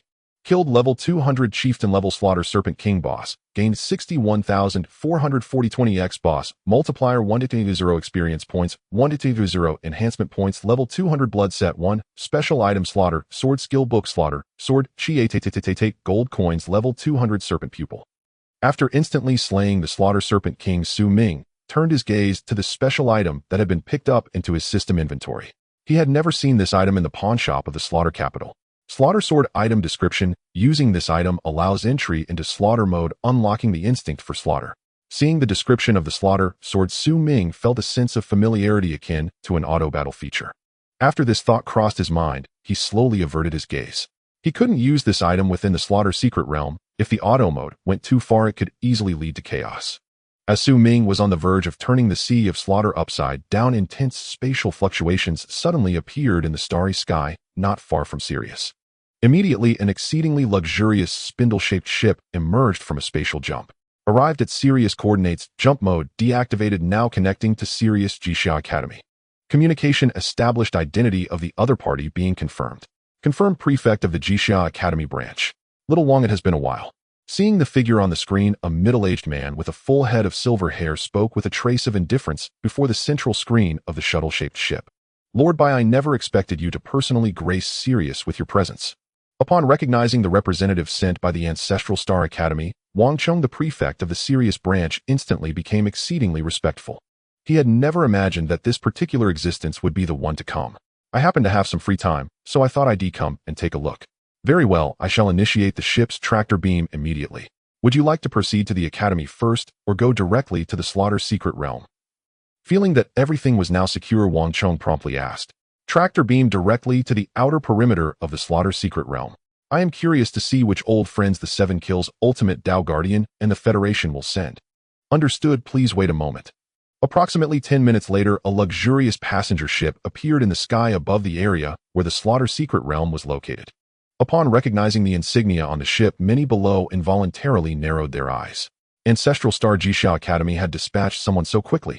When the ship's hatch opened and Bai Xian, with his flowing silver-white hair, stepped out into the void, the high-ranking members of the 7 Kills Ultimate Tao and Guardian Academies turned pale and hastily averted their gazes.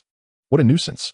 Jixia Academy was playing dirty, sending a Star of Slaughter who was infinitely close to a deity and had even ventured into the Abyss battlefield. Observing the reactions of those below, Bai Xian's expression remained largely unchanged. Locating the Academy branch's ship, he took a single step and appeared on its deck. Greetings, Lord Bai. Li Changxing, who had already received the prefect's message, hurried forward to pay his respects. Little Li, it seems your swordsmanship has advanced further in these past few years. A flicker of bloodlight vanishing from his pupils, Bai Xian responded with a light chuckle. Just a minor improvement. Lord Bai, please have a seat. Acknowledging the praise with a smile, Li Changxing replied. Once the other was seated, he began to prepare, steep, and pour the tea. I have read the information you sent back to the Ancestral Star. That young man named Su Ming is quite mysterious. Even Senior Star, using the power of the stars, could not ascertain which deity's blessing he has received. Glancing at the Slaughter ranking hanging high on the mountain peak, a flicker of light passed through Bai Xian's eyes. Li Changxing, who was pouring tea, could not help but tremble upon hearing these words. It was not a lack of composure, but the information contained in that statement was too astonishing.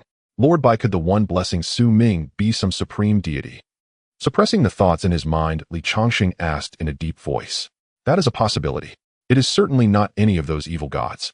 As for which supreme deity it might be, that remains uncertain. Raising his teacup and taking a light sip, Bai Xian shook his head slightly.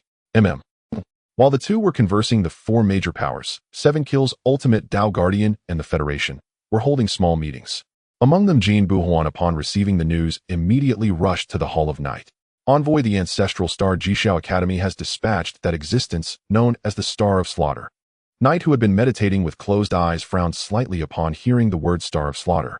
For he could not defeat Bai Xian. That fellow was said to be infinitely close to a deity and had once fought a false god to a standstill, his strength unfathomable. Continue to monitor. The other's astonishing feats flashing through his mind, Knight issued a deep command to those below. Understood. Acknowledging in a low voice, Jin Buhuan slowly withdrew from the Hall of Night. Only after putting a certain distance between himself and the hall did he clasp his hands behind his back and walk away into the distance. As long as no fighting broke out, it was a good thing for him, for when giants clashed, the small fry suffer. With the arrival of a Star of Slaughter to keep order, many would likely become much more restrained. As time passed, the representatives of the four major powers, Seven Kills, Ultimate, Tao Guardian, and the Federation, also descended upon Sirius over the following days. However, upon learning who Jishao Academy had sent, several of these figures felt a pang of regret. Had they known, they would not have waded into these troubled waters. Given his temperament, anyone who tried to stand out and poach students would surely earn his enmity. As the saying goes, one fears a thief's stealth more than his theft. It was hardly worth being targeted by a Star of Slaughter just to recruit a single student. In light of the current situation, the existences who had descended from the ancestral star decided to wait for the grand examination to conclude before deciding on their next course of action. By now, less than a day remained until the Slaughter secret realm closed. At that moment, deep within the secret realm Slaughter cavern, Ming had cleared a zone using a string of fireballs. It was not that he wished to relocate, but the respawn rate of monsters in the Sea of Slaughter could not keep pace with his slaughter. As the returns began to diminish, he had to switch from a 5-star zone to a 4-star one. After days and nights of relentless combat, he had accumulated his enhancement points back into the tens of billions. Combined with the points left over from his previous class enhancements, he now had a total of 1 billion. Contemplating how to spend these enhancement points, Ming decided to invest in several items with high cost-performance ratios. For instance, the Slaughter King title, he planned to enhance it to 100 to unlock its second trait. Ding 5500 enhancement points consumed for title enhancement. Ding 6000 enhancement points consumed for title enhancement. Ding 6500 enhancement points consumed for title enhancement. After spending a total of 2497500 points, the 100 title was finally born. Slaughter King 100 item description. When this title is equipped, the user enters a slaughter state, increasing attack power by 1010. Enhanced trait 1 Slaughter. Each target killed grants a permanent increase of 1 point to maximum health. Enhanced trait 2 Kill Domain. Killing creatures gathers the will to kill, condensing into a kill domain. Creatures enveloped by the domain will suffer mental attacks from the killing intent. Note, the more kills, the larger the kill domain's coverage area and the stronger its attacks. Seeing the second trait, Ming felt it was quite similar to the domains described in certain novels from his original world, a perfect tool for showing off. Observing the blood-red glow flickering on the title panel, he activated the kill domain with a thought. The next second, a blood-colored barrier rapidly expanded to cover an area 10 meters in radius around him. The initial area was acceptable. Once he could expand it to cover an entire region with a single thought, that would be the true moment for idle monster farming. After a brief attempt at his new abilities, Ming withdrew the kill domain with a thought and resumed his relentless strengthening through spending. As for skills, it was time to elevate his trump card, the Scorching Fireball, to level 1000 and unlock its third trait. Ding consumed 5000 enhancement points for skill enhancement. Ding consumed 5000 enhancement points for skill enhancement. Ding consumed 5030 enhancement points for skill enhancement. Ding consumed 1000 enhancement points for skill enhancement. With a simple expenditure of 375,250,000, the Scorching Fireball leaped directly to the 1000 tier. LV20 Scorching Fireball 1000 Enhancement Trait 1 Cooldown halved. Enhancement Trait 2 Attack Range x10. Enhancement Trait 3 True Damage. Upon seeing the third trait, a faint smile curled at the corner of Ming's lips. Yet another weakness had been addressed. Now let the spending continue. His ultimate skill, Wrath of the Fire God, also needed an upgrade. While reaching 1000 might be impossible, pushing it to 500 was well within reach. As for his profession, reaching 100 would have to wait due to insufficient enhancement points. He would only consider it after entering the Slaughter secret realm, where higher-level grinding zones awaited. Ding consumed 1000 enhancement points for skill enhancement. Ding consumed 1000 enhancement points for skill enhancement. Ding consumed 1000 enhancement points for skill enhancement. Ding consumed 5000 enhancement points for skill enhancement. When 1,202,000,000 enhancement points had been spent, the attributes of Wrath of the Fire God skyrocketed. LV6 Wrath of the Fire God 500 skill description consumes 3500 mana to condense an avatar of the Fire God, amplifying fire-type skill power by 50-60, lasting 51 minutes, with a cooldown of 5 minutes. Enhancement Trait 1 cooldown halved. Enhancement Trait 2 Fire Immunity. A nearly 51-fold amplification, and it could remain active indefinitely. Wasn't that simply extraordinary? Glancing at the changes in his skill panel, Ming turned his attention to the remaining 273 million enhancement points. With such a meager amount, further stacking skills wouldn't unlock new traits, so he decided to upgrade a few items instead. Whether he would need them or not was irrelevant. He simply wanted to see how formidable a 1000 death substitute puppet could be. After spending 95 million enhancement points, the puppet bathed in prismatic light 900 times unlocked a new trait. Death Substitute Puppet 1000 Item Description. Binding: this item grants death substitution and damage immunity, uses 1001-1001. Enhancement Trait 1 during death substitution, gain 3 seconds of unstoppable status. Enhancement Trait 2, refresh, recovers 1 use per day after use. Enhancement Trait 3, last stand upon death substitution, all attributes increase by 500. Seeing the third trait, Ming was tempted to test just how powerful he could become in that burst mode. He wondered when someone or some monster would finally break through his shield. With 1001 uses of death substitution and damage immunity, they were simply inexhaustible. Suppressing that thought, he turned to upgrading the small teleportation talisman. As prismatic light flashed, the talisman reached its maximum level. Small teleportation talisman 1000 item description. Using this item instantly teleports the user 100 li 1001-1001. Enhancement Trait 1, safe teleportation. Enhancement Trait 2, refresh, recovers 1 use per day after use. Enhancement Trait 3, divine journey, teleportation distance increased 100-fold. The third trait of the small teleportation talisman was equally impressive, offering exceptional value for its cost. As things stood, Ming's defenses were impregnable. To slay him, one would need the might of a deity capable of overturning the sun and moon. Any profession below that level was utterly hopeless. Scanning the remaining 170 million enhancement points, he decided to invest in his innate talent. With 147 million spent, his fire affinity was enhanced to the 45 tier, boosting his overall strength by yet another infinitesimal margin. After setting aside 23 million enhancement points as reserves, Ming flapped his wings lightly and shot out of the slaughter cavern at breakneck speed. With little time left before the secret realm closed, he had no interest in wandering elsewhere and headed straight for the exit. In his state of extreme speed, his figure soon appeared before the blood-colored portal bound by chains of crimson. At the secret realm's entrance, a crowd of professionals had already gathered, each bearing signs of wear and tear. When a figure enveloped in a sanguine glow hovered before the portal, countless professionals cast their gazes upward, scrutinizing the newcomer. As the blood light around the figure dissipated, revealing a face beneath the mage robe, a wave of scalp-numbing terror swept through the crowd, leaving many gasping for breath. This was no illusion. At that moment, Ming was still under the effect of the Slaughter King title. Low-level professionals dared not meet his eyes directly. Looking down at the clusters of professionals below, Ming summoned the Azura War Chariot from his system space with a flicker of thought and released the 81 blood yakshas that had been slumbering within. As a legion of high-level blood yakshas materialized in the sky, the legs of many low-level professionals below began to tremble.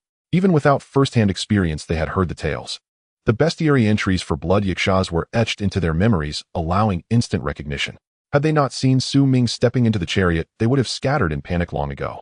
While the 81 blood yakshas hoisted the Azura War Chariot aloft, a group of professionals engaged in heated discussions within their team chat. Holy crap, he's captured so many blood yakshas to pull his chariot. Absolutely terrifying. Is this Ming the top-ranked one? Truly fearsome. This grand exam is his one-man show. The kill leaderboard scores are dazzling. No doubt about it. Someone like him is destined to ascend to godhood. Just being in the same exam cohort as him is a badge of honor. Haha, true. I wonder if those divine profession candidates will clash with him when they meet. That could be interesting. I doubt it. They're not stupid. As more professionals converged at the secret realm's entrance outside the Slaughter secret realm, the big shots of various major powers awaited its opening. Among them, several beings from the ancestral star were eager to meet Ming, the unparalleled prodigy who had forged a legend on Sirius Star. As time ticked by, the illusory chains on the blood-colored portal began to shatter piece by piece, and the great gates of the secret realm swung open to both sides. Under the gaze of the eagerly awaiting crowd, the neatly arrayed blood yakshas dragged a war chariot engraved with blood-red patterns slowly emerging from the gates of the secret realm. Witnessing this, many professionals couldn't help but click their tongues in amazement. Since the 8-armed Azura King had fallen and wouldn't respawn anytime soon, who else could be seated inside the Azura War Chariot? This kid sure knows how to make an entrance. A prodigy never mingles with the mundane. Jishao Academy has hit the jackpot this time. As the Azura War Chariot fully emerged from the blood-red gates, countless thoughts raced through the minds of the professionals. Among them, a few Grandmaster-level figures flickered with subtle, fleeting ripples of power. Sensing the external gazes probing him, Su Ming, seated within the Azura War Chariot, raised an eyebrow slightly. Under the influence of his killing title, he detected several covert energies attempting to spy on him. As he pondered, the voice of the Federation's chief examiner echoed through the void. "Candidate Su Ming, please dismiss your chariot and prepare to ascend the stage to receive your award." Hearing this, Su Ming lifted the chariot's curtain and stepped out slowly. The moment he left the Azura War Chariot, the brows of several experts on the decks of the 7 Kills Guardian and Supreme Dao faction vessels furrowed deeply. Such heavy killing intent, just like that murderous fiend from Jishao Academy.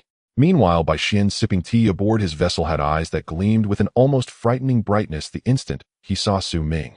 He felt the killing heart within him exult and leap as if greeting an old friend long unseen. Only one possibility could explain this: they were cut from the same cloth. "Xiao Su, come sit over here for a while." Suppressing the thoughts rising in his mind, Bai Xian called out softly. At this, Su Ming quickly turned his gaze toward the source of the voice. When he saw Li Nangongjing and Li Changxing standing together with an unfamiliar silver-haired middle-aged man, he moved with a thought, commanding the 81 blood yakshas to enter the Azura War Chariot and fall into a dormant state. After storing the chariot in his system space, he flickered and appeared on the deck of the vessel. Before he could speak, Li Changxing, who had already risen from his seat, smiled lightly. "Xiao Su, let me introduce you. This is Senior Bai Xian from Jishao Academy on the Ancestral Star, a peak 10th turn demigod." "Greetings, Senior Bai." Upon learning that he was a demigod from the Ancestral Star, Su Ming offered a courteous greeting. "Not bad. You're impressive. Don't just stand there. Have a seat." The more Bai Xian observed, the more satisfied he became, nodding slightly in approval. The very fact that Su Ming remained composed under his gaze marked him as no ordinary mortal. Once they were all seated, Li Changxing seized the moment to ask, "Xiao Su, did you encounter any trouble in the secret realm this time? Like some peculiar fellows?" "There was one, but I don't know which faction he belonged to. I dealt with him on the spot." Recalling the black-robed youth he had effortlessly slain in the Sea of Slaughter, Su Ming answered truthfully. "Did he have any distinctive features, eh?" At the mention of a peculiar individual, Li Changxing's expression turned instantly grave. He wore a black robe and looked rather haggard. Nothing else stood out, but I had a feeling he was like those cultists who go around recruiting members. After a moment's thought, Su Ming offered his speculation. The 7 Kills, Supreme Dao, and Guardian Academies, along with the Federation's authorities, would hardly send a minor figure to approach him. By process of elimination, the cult of the evil god seemed the most likely. It seems some little rats lurking in the shadows are getting restless again. "Young man, did you notice any statue on him?" Bai Xian, who had been listening intently, had a dangerous, bloodthirsty glint flickering in his eyes at the mention of cultists. "No, I didn't give him a chance to get close. I struck him down from a distance." After a careful recollection, Su Ming shook his head slightly. His words made Li Changxing, Li Yi, and Nangongjing's eyelids twitch. What a guy. He hadn't given the opponent any opportunity and had simply annihilated him the moment something felt off. Well done. Better to kill 1,000 by mistake than let one escape. After you receive your grand exam reward, you'll coordinate with other major factions to sweep through Sirius and root out those little rats. With murderous intent seething within him, Bai Xian casually outlined a plan. Now that a prodigy had emerged, those little rats were stirring up trouble again. It would be inexcusable not to make an example of them. As they conversed, professionals streamed out one by one from the blood-red gates of the Slaughter secret realm. Not a single member from the 7 Kills Guardian and Supreme Dao Academies, nor the Federation's divine officers, had been lost. Among the hidden professionals from major academies, barring a few unlucky ones, the survival rate remained above 98%. Only the rare professionals suffered higher casualties, reaching 5%, still within acceptable limits. After all, monster slaying carried risks, and not everyone could cheat.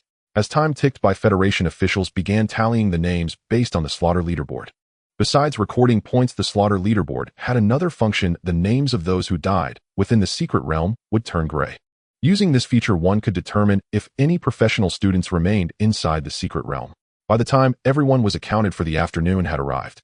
The host responsible for announcing the exam rankings, having received authorization from his superiors, stepped onto the pre-built award stage and declared loudly, "Let us welcome with a warm round of applause the top scorer of this grand exam, student Su Ming." The moment the host's words fell, thunderous applause erupted across the venue. Who would dare to show disrespect at such a moment and provoke Jishao Academy? No one was foolish enough. Go on. One of life's greatest joys is having your name on the golden list. Seeing the award ceremony begin, Li Changxing urged him with a smile. At this, Su Ming nodded slightly. His wings of slaughter unfurled, and he transformed into a streak of blood light, appearing above the award stage with astonishing speed that made many high-level professionals' eyes twitch. Gazing down at the crowd below with all eyes fixed on him, Su Ming slowly descended and landed on the stage. This scene was broadcast live across online platforms. Immediately, netizens erupted in fervent discussions, flooding the comments. Absolutely epic. This is the stuff of my dreams. This might just be the most prestigious grand exam in serious history. Unprecedented and likely unrivaled in the future. Over 100 million slaughter points. Who could ever break that record? As netizens engaged in fervent discussion, the host on site spoke with heartfelt emotion. Student Su Ming, having earned 1086.01 points within the slaughter secret realm, has shattered all past records of our serious star. He has brought unparalleled glory to our serious. Now let us invite our commander Jin Buhuan to personally bestow the award. Without wasting words on lengthy platitudes, the host delivered a brief pep talk before moving to the ceremony. As Jin Buhuan, clad in a golden robe, stepped forward, a third of the cameras instantly focused on him. Student Su Ming, you have done exceptionally well. Please wear your serious badge. Taking the exquisite badge from the wooden box held by an attendant, Jin Buhuan said with a smile. Item description: the highest honor badge of Serious Star. Taking the badge, Su Ming casually hung it around his neck. The moment he put it on, reporters below rapidly clicked their shutters, capturing this historic moment. Student Su Ming, would you care to share your acceptance speech? Having presented the badge, Jin Buhuan added with a beaming smile. No. Hearing that he had to deliver some trite acceptance speech, Su Ming immediately shook his head in refusal. Jin Buhuan's radiant smile froze at the word no. This kid wasn't playing by the rules. Any normal person would have said at least a few words, but he simply said no. How could a mouth at 37 degrees Celsius utter such chilling words? As he felt a loss of face, a sinister voice suddenly rang out from below the podium. I see the top prodigy of Sirius is nothing special. I have an investigation report here. According to the data, this Su Ming awakened as a Fire Element Mage. How can a rare class contend with a divine profession? He must have secretly joined the evil god's camp and obtained its favor. Su Ming, dare you tell us which deity blessed you? As the voice trailed off, an old man in a gray robe drew the attention of many. The gossiping souls among the professionals began to burn with curiosity. None had expected such a spectacle. Publicly questioning the top scorer of the federal exam. This old man must be a pawn of some faction stirring up trouble. Jin Buhuan, overseeing the ceremony, cast a fleeting, enigmatic glance at the gray-robed elder, but did not immediately intervene. Before anyone else could act, the hot-tempered Bai Xian stepped from the airship deck to the speaker, gripping his neck with a single move. A mere ant dares to question the prodigy of our Jixia Academy. Facing the camera, he uttered words that sent chills down spines. A flash of blood light in his hand, and the gray-robed elder, the pawn, was instantly slain. He flicked the fading corpse to the ground and turned his gaze to the stage. Meeting those blood-red pupils, Jin Buhuan, standing beside Su Ming, felt a shiver run down his spine. I'll give you 3 days to find the force behind this man. Otherwise, I'll pay a visit to the night hall myself. Understood. Knowing the other wasn't joking, Jin Buhuan quickly responded. Reasoning with a killer was futile. They wouldn't listen. The only way to survive was to obediently follow their orders. Su Ming, watching from the podium, said nothing. With different power came a different mindset. To him, the gray-robed elder was nothing but a buffoon. Even if the senior from the ancestral star hadn't acted, he would have. The weak needed to explain, the strong only needed to wield the blade. Suppressing many thoughts, Su Ming flapped his wings lightly and ascended, returning to the airship deck. Bai Xian nodded inwardly. Calm, unflappable, unswayed by external emotions. Excellent. After a cold sweep of the professionals from various factions, his figure flickered and vanished. The terrified host quickly began to smooth things over. Ladies and gentlemen, a minor incident occurred during the ceremony. A mentally troubled professional attempted to disrupt the order.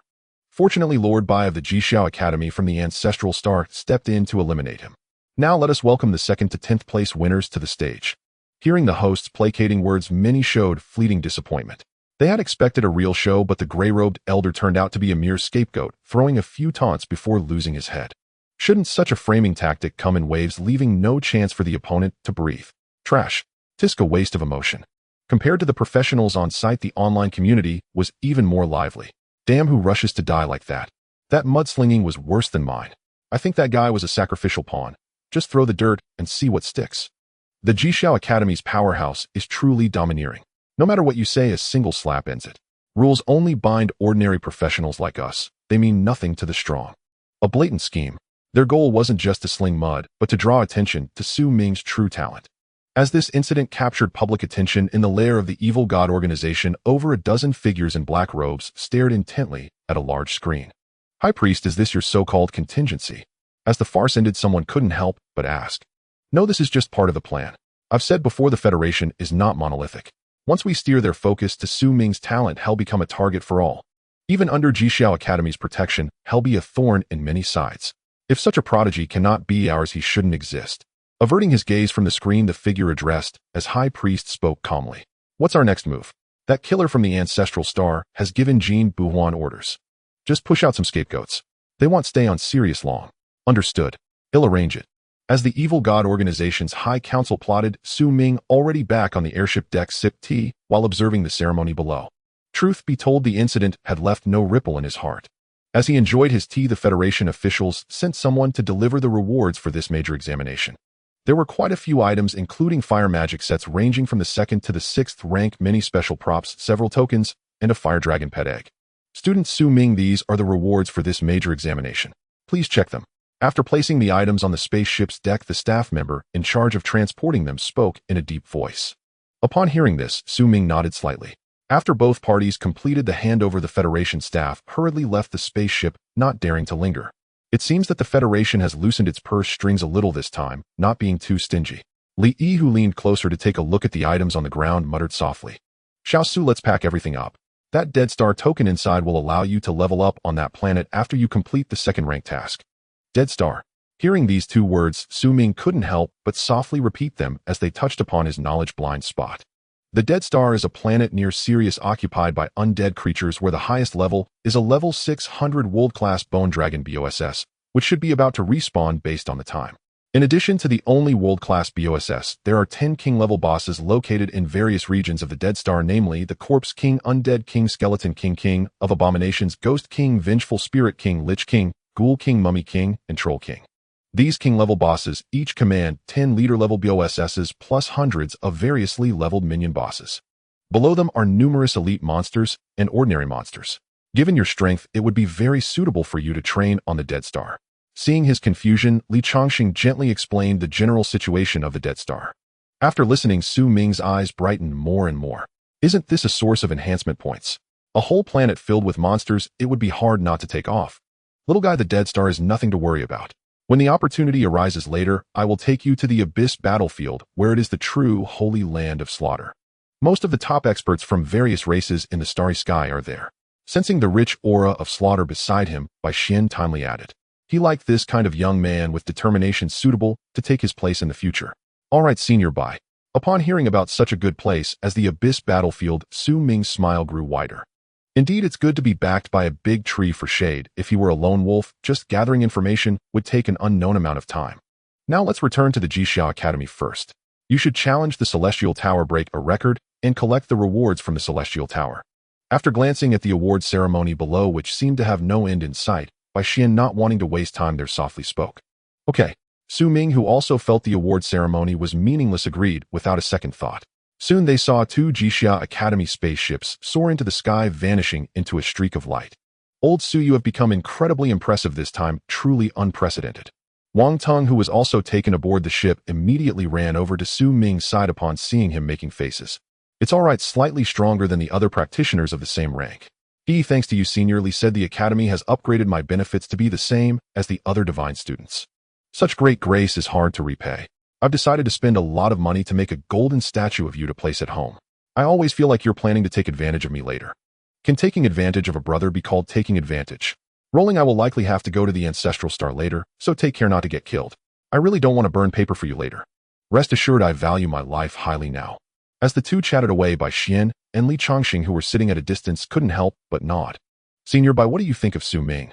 Pouring tea into a cup, Li Changxing asked with a light smile. One thought leads to demonic transformation, one thought leads to divinity. After pondering for 2 seconds, Bai Xian gave his evaluation. When I take him to the Ancestral Star, you must take good care of that little guy named Wang Tong. Otherwise, I'm afraid that Sirius will become a dead star. Upon hearing this, Li Changxing couldn't help but gasp. Is it really that serious?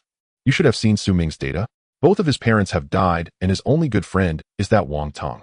If something happens to Wang Tung later and he wants to become a god, wouldn't he choose to bury a star to eradicate the demonic thoughts arising in his heart, thus transforming into divinity? Based on my years of experience, there is definitely this possibility, as his desire for slaughter is exceptionally strong. I understand now.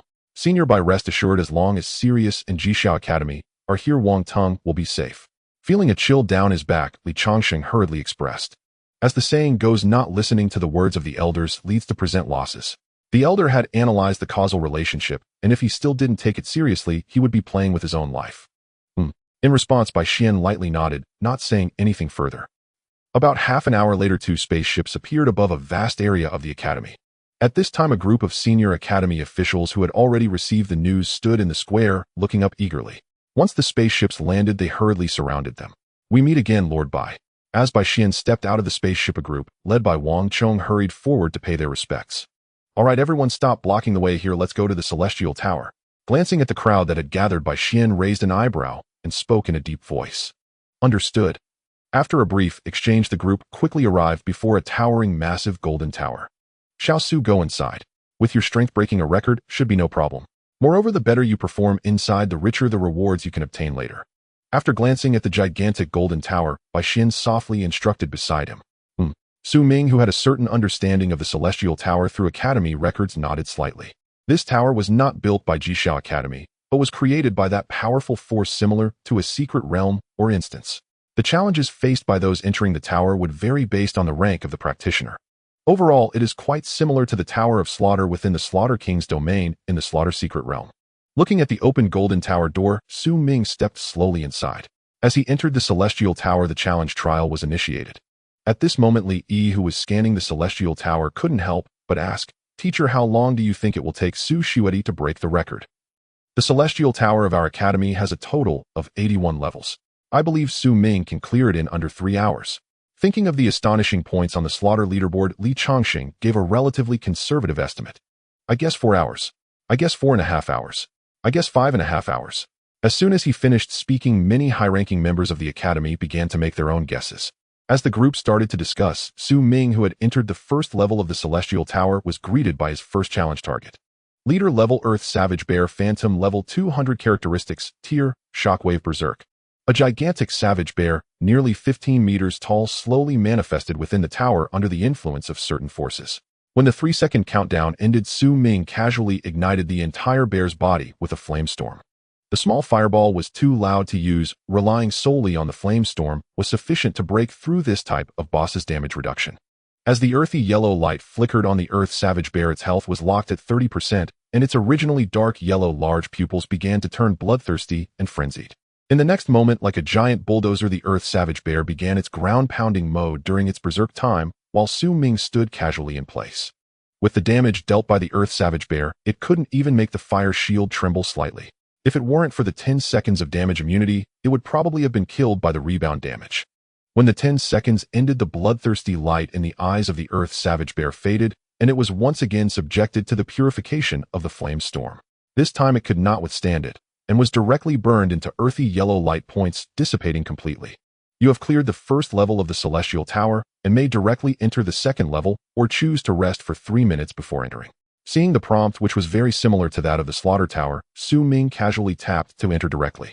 As the radiance flowed, his figure vanished from the first level of the Celestial Tower. Meanwhile, a golden numeric value lit up on the exterior of the Celestial Tower. That was fast. It took less than 15 seconds. Generally speaking, the monsters guarding the first level are basically leader-level BOSSES, most of which have damage immunity for 10 seconds. Therefore, it can be determined that the monsters in the first level had no chance against Su Ming and were instantly killed after the immunity ended. Today's youth are truly becoming more terrifying. I must say the quality of this major examination is indeed high. Wow, he cleared the second level too. Could it be that we can witness a speed run of the Celestial Tower? As the crowd exchanged their thoughts, the golden numeric value outside the Celestial Tower changed from 1 to 2. This scene caused a high-ranking member to exclaim involuntarily. At this moment, Li Yi, standing among the crowd, felt a slight ache in his teeth. He had also challenged the Celestial Tower when he was at level 200, and it took him quite a while to pass the first level. Under normal circumstances, the leader boss at level 200 is not much weaker than an ordinary divine professional. Even for someone like him, a sword immortal, it would take considerable effort to defeat it. Recalling this, Li Yi remembered the small competition that day. A single misstep could lead to eternal regret. Losing the family heirloom was painful to think about. As his thoughts wandered, the golden numeric value outside the celestial tower began to change at a constant speed. The Academy's high-ranking members who had been discussing fervently suddenly fell silent upon seeing the latest tower clearing level. It was simply absurd. They had passed the 10th level in less than 3 minutes. At this rate, wouldn't he clear the entire tower in half an hour? Do you really call this a special favored one? Are you sure he isn't an infant divine spirit? Senior, do you think we have somewhat underestimated Su Ming's strength? Looking at the changing golden numeric value on the tower, Li Changsheng asked softly. Invincible at the same level and far stronger than some ordinary divine offspring. As for just how strong he is, perhaps only he himself knows. Bai Xian, who had withdrawn his gaze, said with a hint of emotion. Challenging the celestial tower can directly reveal just how strong a professional's potential is. Generally speaking, weaker divine professionals find it very difficult to clear the 9th level. Stronger divine professionals can reach the 36th level. To clear all 81 levels, one must be at the level of a divine child. At present, Su Ming's tower clearing speed undoubtedly highlights his terrifying capabilities. If it weren't for the monsters inside the tower having a damage immunity mechanism, many believe that this celestial tower would likely have been completely cleared by now. Under the expectant gazes of the crowd, the golden numeric value outside the celestial tower continued to change at a steady pace. This indicated that Su Ming was still in a state of rapid clearing. When his figure appeared on the 36th level, he was surprised to find that there was one more guarding monster than the previous 35 levels. Leader level Earth, Giant Lizard Phantom level 200 characteristics, Poison Pollution Devour. Leader level Dark Tiger Phantom level 200 characteristics, Tear, Bloodthirst Penetrate. Glancing at the monster information, Su Ming remained unfazed. Having 2 versus 1 was of no difference to him. It was merely a matter of executing a flame storm. With a professional enhancement of 50, his flame storm could lock onto the ignited target, raising its effectiveness to 510. 2 small bosses hardly counted as anything. As the countdown ended, the 2 leader bosses launched an attack from different directions. Halfway through their pounce, they were burned by the azure flame, triggering their damage immunity. 10 seconds later, Su Ming's figure stepped into the 37th level. At the same time, the group outside the celestial tower, closely watching the progress, twitched their eyes when they saw the numeric value jump from 36 to 37. So fast, too fast. Clearing the 36th level was like a simple chicken slaughter. Do you think the final level's king-level boss will also be cleared instantly? At this moment, a beautiful young woman in a red robe among the crowd made a bold guess. Well, probably maybe it shouldn't be right. Lord Bai, what do you think? I believe that a king-level boss at the same level is no match for him. Only a world boss might stand a chance against him. Seeing the crowd looking at him, Bai Xian offered a relatively fair evaluation. It seems that soon a new deity will be born in our Jixia Academy. Anyone with discerning eyes can see that Su Ming is already on the rise. The Tianlingxing Jixia Academy is merely a stepping stone, while the vast starry sea is his ultimate destination. After a brief passage of time, around 10 minutes later, the tower level value outside the Tongtian Tower jumped to 80. Indeed, each floor took about 15 seconds and no boss could hinder progress even for a moment. At this moment, Su Ming, who had reached the highest level, cast his gaze towards the central area.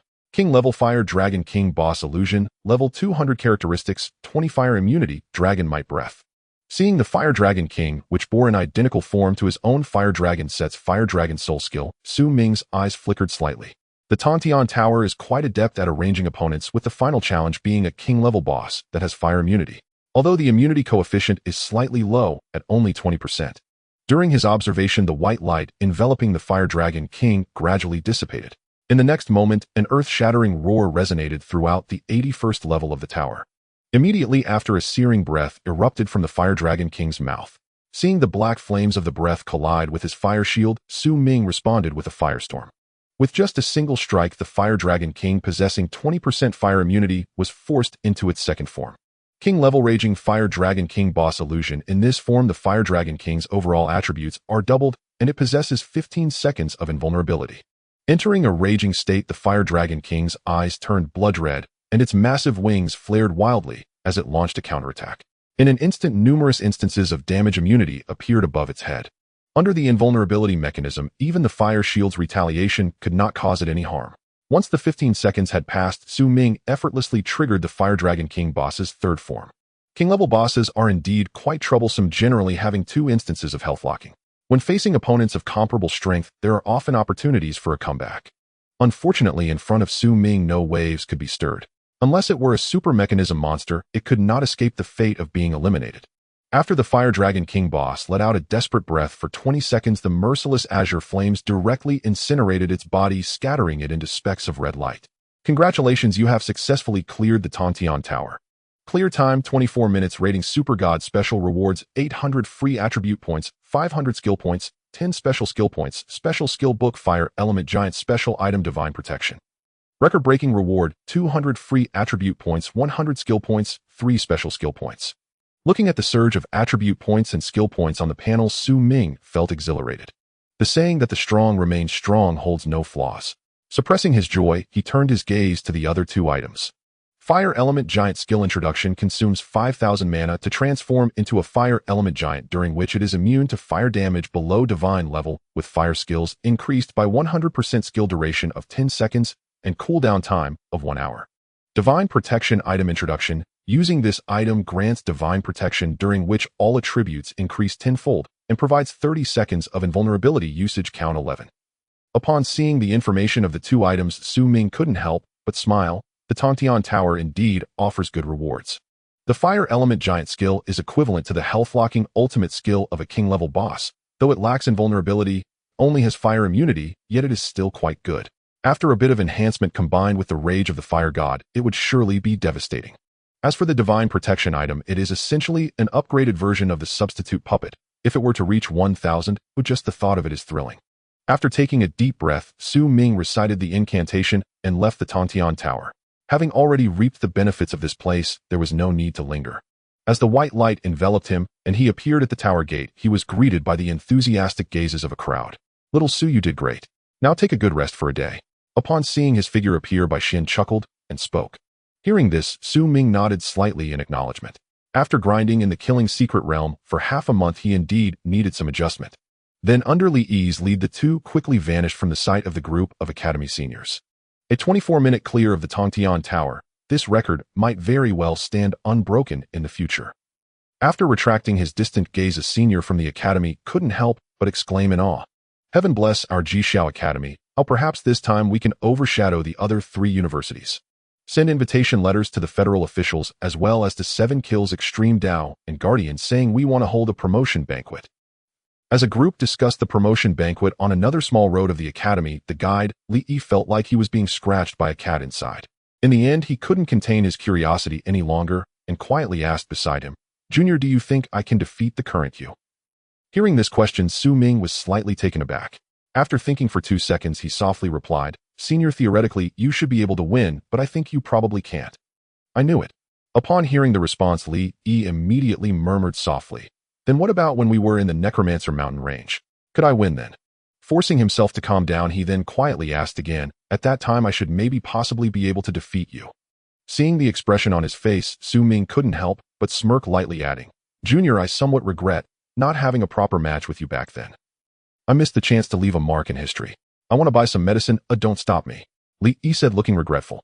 Suppressing certain thoughts within his mind, Li Yi extended his hand, pointing towards a luxurious mansion that had come into view ahead. Junior, that mansion is your residence. If you wish to eat something or purchase anything, simply instruct the steward and they will handle it for you. If you encounter matters they cannot resolve, just send a message directly to me or my mentor. In short, whatever you desire, Jishao Academy will arrange it for you. All right. Hearing this, Su Ming nodded with great satisfaction. The two then walked side by side, quickly arriving outside the villa. The steward, who had already received word, hurried forward to greet them upon seeing their figures. After a brief handover, Li Yi strode away with a noticeably light step, gradually fading into the distance. Su Ming, on the other hand, followed the steward into the villa. Entering the master bedroom, he dismissed the steward with a wave and began to tally the gains from the Slaughter Secret Realm. First were the rewards for ranking first in the Federation Grand Examination. Aside from the Death Star token, there were also Flame Mage sets of various tiers and a multitude of rare artifacts. Spirit Flame set level 200. Quality orange. Additional attributes: Spirit 1550 of Physique, 1050 Agility, 560 Penetration, 480 Fire Damage 15. Active skill Spirit Flame. Activating this skill causes normal skills to inflict continuous burning damage. Set bonus: Spirit 450 Physique, 300. Opening the set that matched his current level and inspecting its attributes, Su Ming found it quite satisfactory, far superior to the unupgraded Flame Dragon set. After a small investment to enhance the Spirit Flame set to 10, he replaced his current attire with a mere thought, resulting in a significant boost to his own attributes. Glancing at the changes in his status panel, Ming began examining the remaining items. Concealment Talisman item description used to conceal one's own life aura. Flame Dragon Egg item description used to hatch a young flame dragon with king-level potential. The items were all decent, but there were no artifacts like substitute puppets or minor teleportation talismans. It seemed that such items were considered treasures even within the Federation. Looking at the dragon egg covered in fiery red patterns within his system space, Ming had no intention of hatching it. To him, a king-level potential flame dragon was merely a burden, utterly useless. To put it in a single phrase, it was trash not worth investing enhancement points in. After roughly categorizing the items in his space, Ming casually tapped the smartwatch on his wrist. With facial recognition verified, he smoothly logged into the exclusive platform of Jishao Academy on Sirius. Welcome, esteemed No. 1 sequence online. Your initial credits are 100 million and you enjoy a 50 shopping discount. Seeing the 9-digit credit balance on the holographic screen, Ming lightly swiped his finger and entered the skills section. Gold, Wood, Water, Fire, Earth, Lightning. Melee Summoning Support. A single glance revealed a dense array of skill options before his eyes. Fire, Fire, Shield, Fire, Serpent, Fire, Wall, Fire, Lance, Flame, Summon. Water, Water, Shield, Water, Bolt, Water, Wall. Opening the Fire and Water skill options for a quick scan, Ming found that all common skills were available, and even special techniques like Wrath of the Fire God and Wrath of the Water God were present. Only special skills like the Fire Elemental Giant, a reward from the Celestial Tower, were absent. It was clear that a major power was indeed a major power far beyond what minor factions could compare to. Checking the boxes for Water, Fire, and several passive skills, Ming proceeded to place the order directly. For an ordinary rare profession at level 200, including the initial 5 skill slots, and 1 unlocked every 30 levels, 1 would have a total of 11 slots. However, due to the effects of his enhancement, his skill slots were multiplied by 50, so he had no worries about running out of space. Yet Ming didn't plan to learn too many active skills. For him, mastering one skill was enough to conquer all. Learning too many skills would only scatter his focus. He would simply learn a few primary water attack skills and fill the rest with passives. About half an hour later, the steward knocked on the door carrying a silver-white case. Hearing the knock, Ming quickly walked to the door and opened it. Master Su, this was delivered by the Academy's logistics staff. They said it's the items you ordered. Thank you for your trouble. Taking the case, Ming nodded slightly. You're too kind. I won't disturb your rest. Just call for me if you need anything. All right. Upon receiving the confirmation, the middle-aged steward slowly walked away. Back in his room, Ming retrieved a stack of skill books from the silver-white case. Water Shield, Wrath of the Water God, Water Dragon, Twister, Water Bolt, passive skills, Iron Bones, Mana, Spring, Beast Instinct. There were 4 water skills, 2 fire skills, and 10 passive skills in total. Skills like Water Shield and Wrath of the Water God had the same base values as their fire counterparts, differing only in attribute. The passive skills each had their unique merits. Iron Bones skill description passively increases physique by 150 points. Mana Spring skill description passively recovers 0.1 mana per second. Beast Instinct skill description provides a certain perception of danger. Ding, the Water Shield skill has received an initial enhancement due to the profession's influence. Ding, the Wrath of the Water God skill has received an initial enhancement due to the profession's influence. Ding, the Iron Bone skill has received an initial enhancement due to the profession's influence. After learning a series of skills, Ming felt overwhelmingly powerful. Under the influence of his profession's enhancement, the passive skills began to induce subtle changes in his body. To explain it in novel terms, passive skills were products derived from the laws. The more types one learned, the higher their bonus adaptability to the laws became. Closing his eyes to perceive his physical condition, Ming lazily laid down on the bed and began to rest. Meanwhile, in a large conference room at Jishao Academy, a group, led by Xian, was staring intently at the procurement data displayed on a large screen. Lord Bai, why did Ming buy so many passive skills and water skills? Isn't he a Fire Elemental Mage? Looking at the feedback data from logistics, a high-ranking Academy official couldn't help but whisper his question. He has over 100 million slaughter points and cleared the Celestial Tower in 24 minutes, and you still think of him as a Fire Elemental Mage. Are you out of your mind? This matter is not to be discussed privately. All data must be destroyed. I do not wish for anyone other than those present to know of this. Withdrawing his gaze from the large screen, Bai Xian issued a stern command. Understood. Understood.